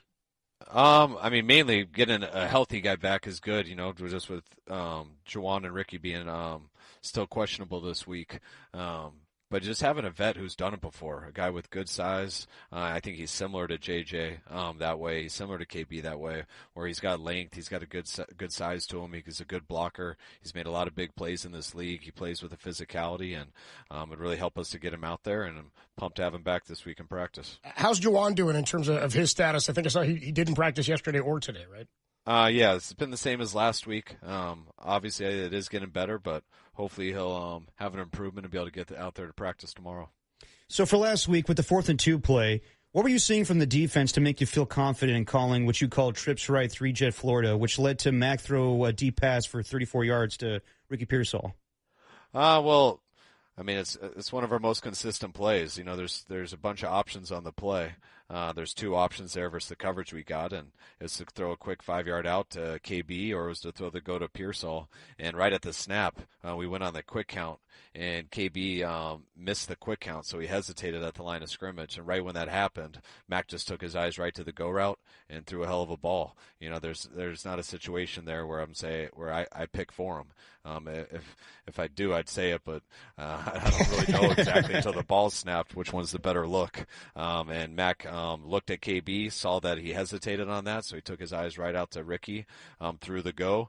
I was a little nervous when I was in the air, but had a lot of confidence once the play was over. So it was a hell of a decision, hell of a throw, and big-time catch by Ricky. So what's your philosophy when it comes to going for it on 4th down? I mean, both 4th down plays you were tied up. Is it more of a gut feeling when you trust a play will work, or is it sometimes just a sense of frustration when the offense is kind of stalling? It's a little bit of everything. There's not really one exact reason why you go for it. I mean, there's so many different variables that go into it. I would say then I believed we'd get it. We had 3rd and 5 before that, so I made up my mind that we were going to have 2 downs right away.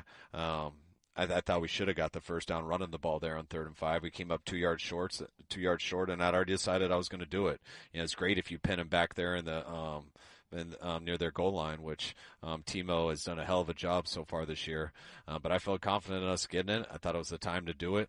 I didn't want to sit there and just wait watching them. I thought we could go win it right then, and the 4th down worked out for us, fortunately. How frequently do you do that? I imagine, game situation, field position helps you decide on 3rd down. We're going to go for it if we don't get it here on 4th, but it helps also with breaking up 2 plays in a way that you want, right? How often does that happen? Especially in that area of the field, it's a little more consistent. Like in certain other areas, it's a little bit harder. If you run the ball there and it's 3rd and 5, like I already felt good about going for it on 4th and 5. Yeah. So you try to run it to see if you even need 4th down. But regardless, you're going to go for it. Where there's sometimes I'll try it on 3rd and 8. You try to sneak in a run, which can be a really good call because they're not expecting it. But man, does it look like a really bad call when it doesn't work. And then you sit there at 4th and 7, you're like, never mind, I'm punting that. We didn't get close enough. So both of those go into it, but I definitely have a higher percentage of going for it when I kind of know I already am on third down. On the 4th and goal play, when you guys got stopped up against the goal line on the incomplete to McCaffrey, were you trying to get a timeout in at that situation? I was contemplating it. Yeah. What happened there is, I knew on third down that we were going to go for it on fourth down, but I really wanted to call this bootleg on third down. It was actually the one that we scored on later in the game, the next drive, the one we hit juice on.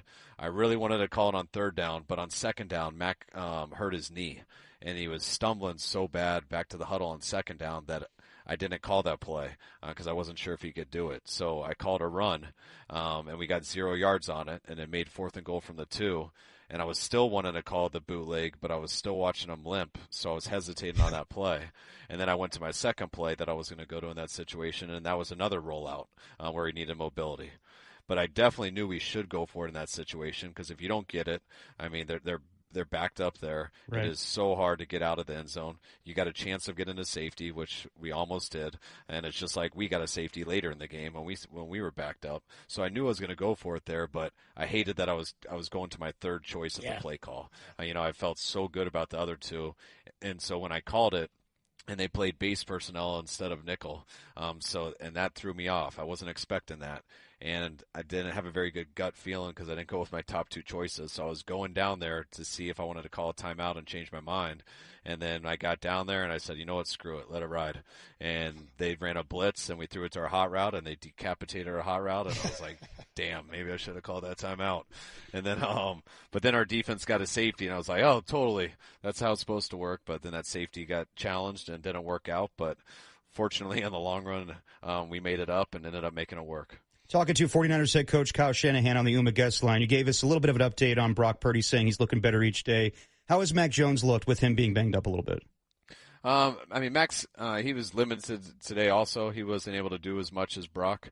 But I think he's trending in the right direction. We'll see tomorrow. But he hasn't been able to do much this week.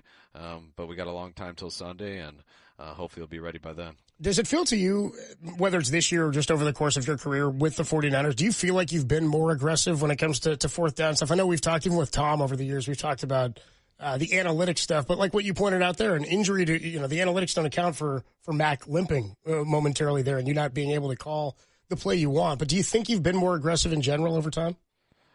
I don't really know.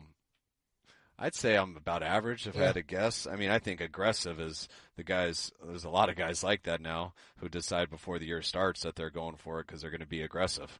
Like, that's not really how I work. I think I'm naturally more aggressive because there's nothing I hate more than when it's fourth down and the special teams coach looks to me and goes, do you want to punt?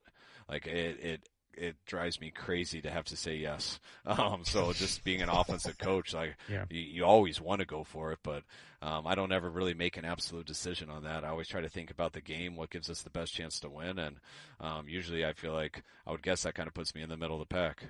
You guys are first in passing offense right now, but 23rd in rush offense, and that doesn't really matter when you're 3-0, but you've always wanted to run the football. So what is the key for you to improve the running game a little bit more? I think it's a different thing each week. I think in those first 2 weeks we had a number of chances for a big one, and we just had one guy off to where I looked at both of those games, and the numbers didn't bother me as much just because I saw it all there, our team saw it all there, we watched it, and we're like, man, we had 4 runs there we could have had 60 yards on, and you do that, you just do one of them, and all of a sudden you're top 10 in yards per carry. So you try not to get too caught up in that stuff, but the results are the results, and the numbers aren't there. When I looked at last week, that was just a frustrating first half, to be on your 7th play of the game halfway through the second quarter, there's the time of possession. They were holding on to it a lot, and we went 2 3-and-outs to start the game. So we got our third series in the middle of the second quarter, and we were able to go down there and get a field goal. And then we got the running game going a little bit in the second half, but 2 of our runs that we got over 10 yards on got called back on 2 holding calls. We were able to make it up and get it going, but we were kind of late to start the game on that. And anytime you go 2 of 10 on third down, it's going to be tough to get those run calls in. You're going to limit your plays. You're not going to stay on the field as long, but we definitely got to get better in that area. I don't just count on us staying number one and throwing the ball throughout the year. We're going to try to be balanced, and if you do have to just depend on throwing the ball like that, it's been great these last 3 weeks, but it's really hard for that not to lead to turnovers, to lead to more bad things, and we got to take some of the pressure off our pass game, and that always starts with running the football. Talking to Kyle Shanahan, a few more minutes here on the UMA guest line. Are those moments like those drives, I mean, when it ends well for you, it's obviously great, but are those drives as a play caller fun? Because it's cool as a fan when you're watching it a minute and a half and you know how much time you got and you're running, getting the play in, they're not huddling. Like it's an exciting moment, especially when things in chunk yards start to get picked up. The screenplay was fantastic. Everybody loved that. Gets into scoring range for the field goal. But is that a really enjoyable part of your gig? It's kind of hard to give a word for it. It's something that I feel like I live for. I feel like it's something that I truly am passionate about, and you love competing it, but you are kind of in a fight or flight state. Like you're so locked in. You know what rides on it, and you know the play clock, everything that's going into it. So you don't really have time to sit there and enjoy it. It's a huge challenge. It's almost like being in a fight. Like in the middle of a fight, I don't think anyone's having fun. No. You're just you're in fight or flight. You're just going. But after the fight, if you're won, you feel pretty good about that. You feel good about that experience, and that's something that, to me, that's something that if you ever get out of football, if I ever retire, that's something I feel like you're not going to sit there and be like, man, I love the grind, I love that moment. No, you love being in those moments, and you love the feeling after it when it's all over, and that you were victorious with it, and you did it with a group of people. And there's no better feeling than when you go through some of those moments and how intense they are, and you know what rides on it for every player, for every coach, for all the fans, for everybody. It's such a big deal. And so it's cool. But when you get in that locker room and you know you pulled it off, and you get to sit there and kind of just look at everyone, that's the feeling that's fun. And it's not just that game, it's what you did for 6 days of it. Like I always talk about Sunday, like Sunday night's my weekend, and I don't care whether it's a plane ride back or whether it's sitting at home with my family. Like I need those 3 hours just to sit there and enjoy it. And you only enjoy it if it was a win, but you want to enjoy that because you know right when you get up at Monday morning, you're getting right to the meetings with the coaches, to the players, to the press conferences, and back to game planning for the next week. And it goes 6 days all the way to those 3 hours. But you kind of get addicted to it because when you can put that work in and kind of earn something like that with a group of people, that's really a feeling that I think it's really hard to get elsewhere. You've gone up against Liam Cohen before when he was with the Rams and Buccaneers. Is this offense similar from what you've seen to what Sean McVay runs or Kevin O'Connell or even Zach Taylor? Yeah, I think they all resemble each other. We all do to a degree. Everyone's got a little bit different flavor, a little bit what they emphasize. I think what Liam does the best is how he runs the ball. I think he did an unbelievable job of that in Tampa. And I think he's doing a really good job of that in these 3 weeks with Jacksonville. He's got 2 good running backs. The style they do to it, you can see on tape. And I saw that in Tampa, and he's carried it over there. And I say that's the thing I believe he's doing the best. Just a quick thought. I know we don't talk tons about other players and other teams, but they've got a young guy in Travis Hunter, just a two-way guy. Just your thought on that. I mean, he's playing 70% of the snaps almost on both sides, which is kind of incredible. Your thoughts on a guy doing that at the NFL level. We'd never really seen that before consistently. Yeah, I mean, it'll be interesting to see how it plays out because I know he's a great player. You could see it all in college, and I know he can be great at corner, and I know he can be great at receiver. So, I mean, he's 3 games into it. Each one of their games has been a little bit different. So it hasn't been real consistent for me just to see exactly how it's going. But I can tell that they're kind of experimenting with it too. Sometimes a little more on offense, sometimes a little bit more on defense. Sometimes I've seen him play inside, I've seen him play outside. So I still think they're trying to get a feel for it, but yeah, it is a huge challenge. That's why you haven't seen many people do it. But this guy's definitely got the ability to do it, and I'm excited to see how that story ends up. Just last one for you. Trevor Lawrence, the starting quarterback on the other side. He went number 1 the year you guys had the number 3 pick, and you interview and talk to a lot of players. And even though he went 1, did you guys interview him? Did you guys have a sit down with him or evaluate any of that? No, I mean, I always watch the tapes and stuff, but no, we didn't do a lot with him because I think consensus. We saw Urban talking to him at his workout, and we knew the deal then. And we had a lot of other guys we had to look into. Kyle, good luck this weekend, man. Always appreciate the time. We'll do it again next week. All right, guys. Good talking to you. Take care. Thanks, Kyle. From Kyle Shanahan, 49ers head coach.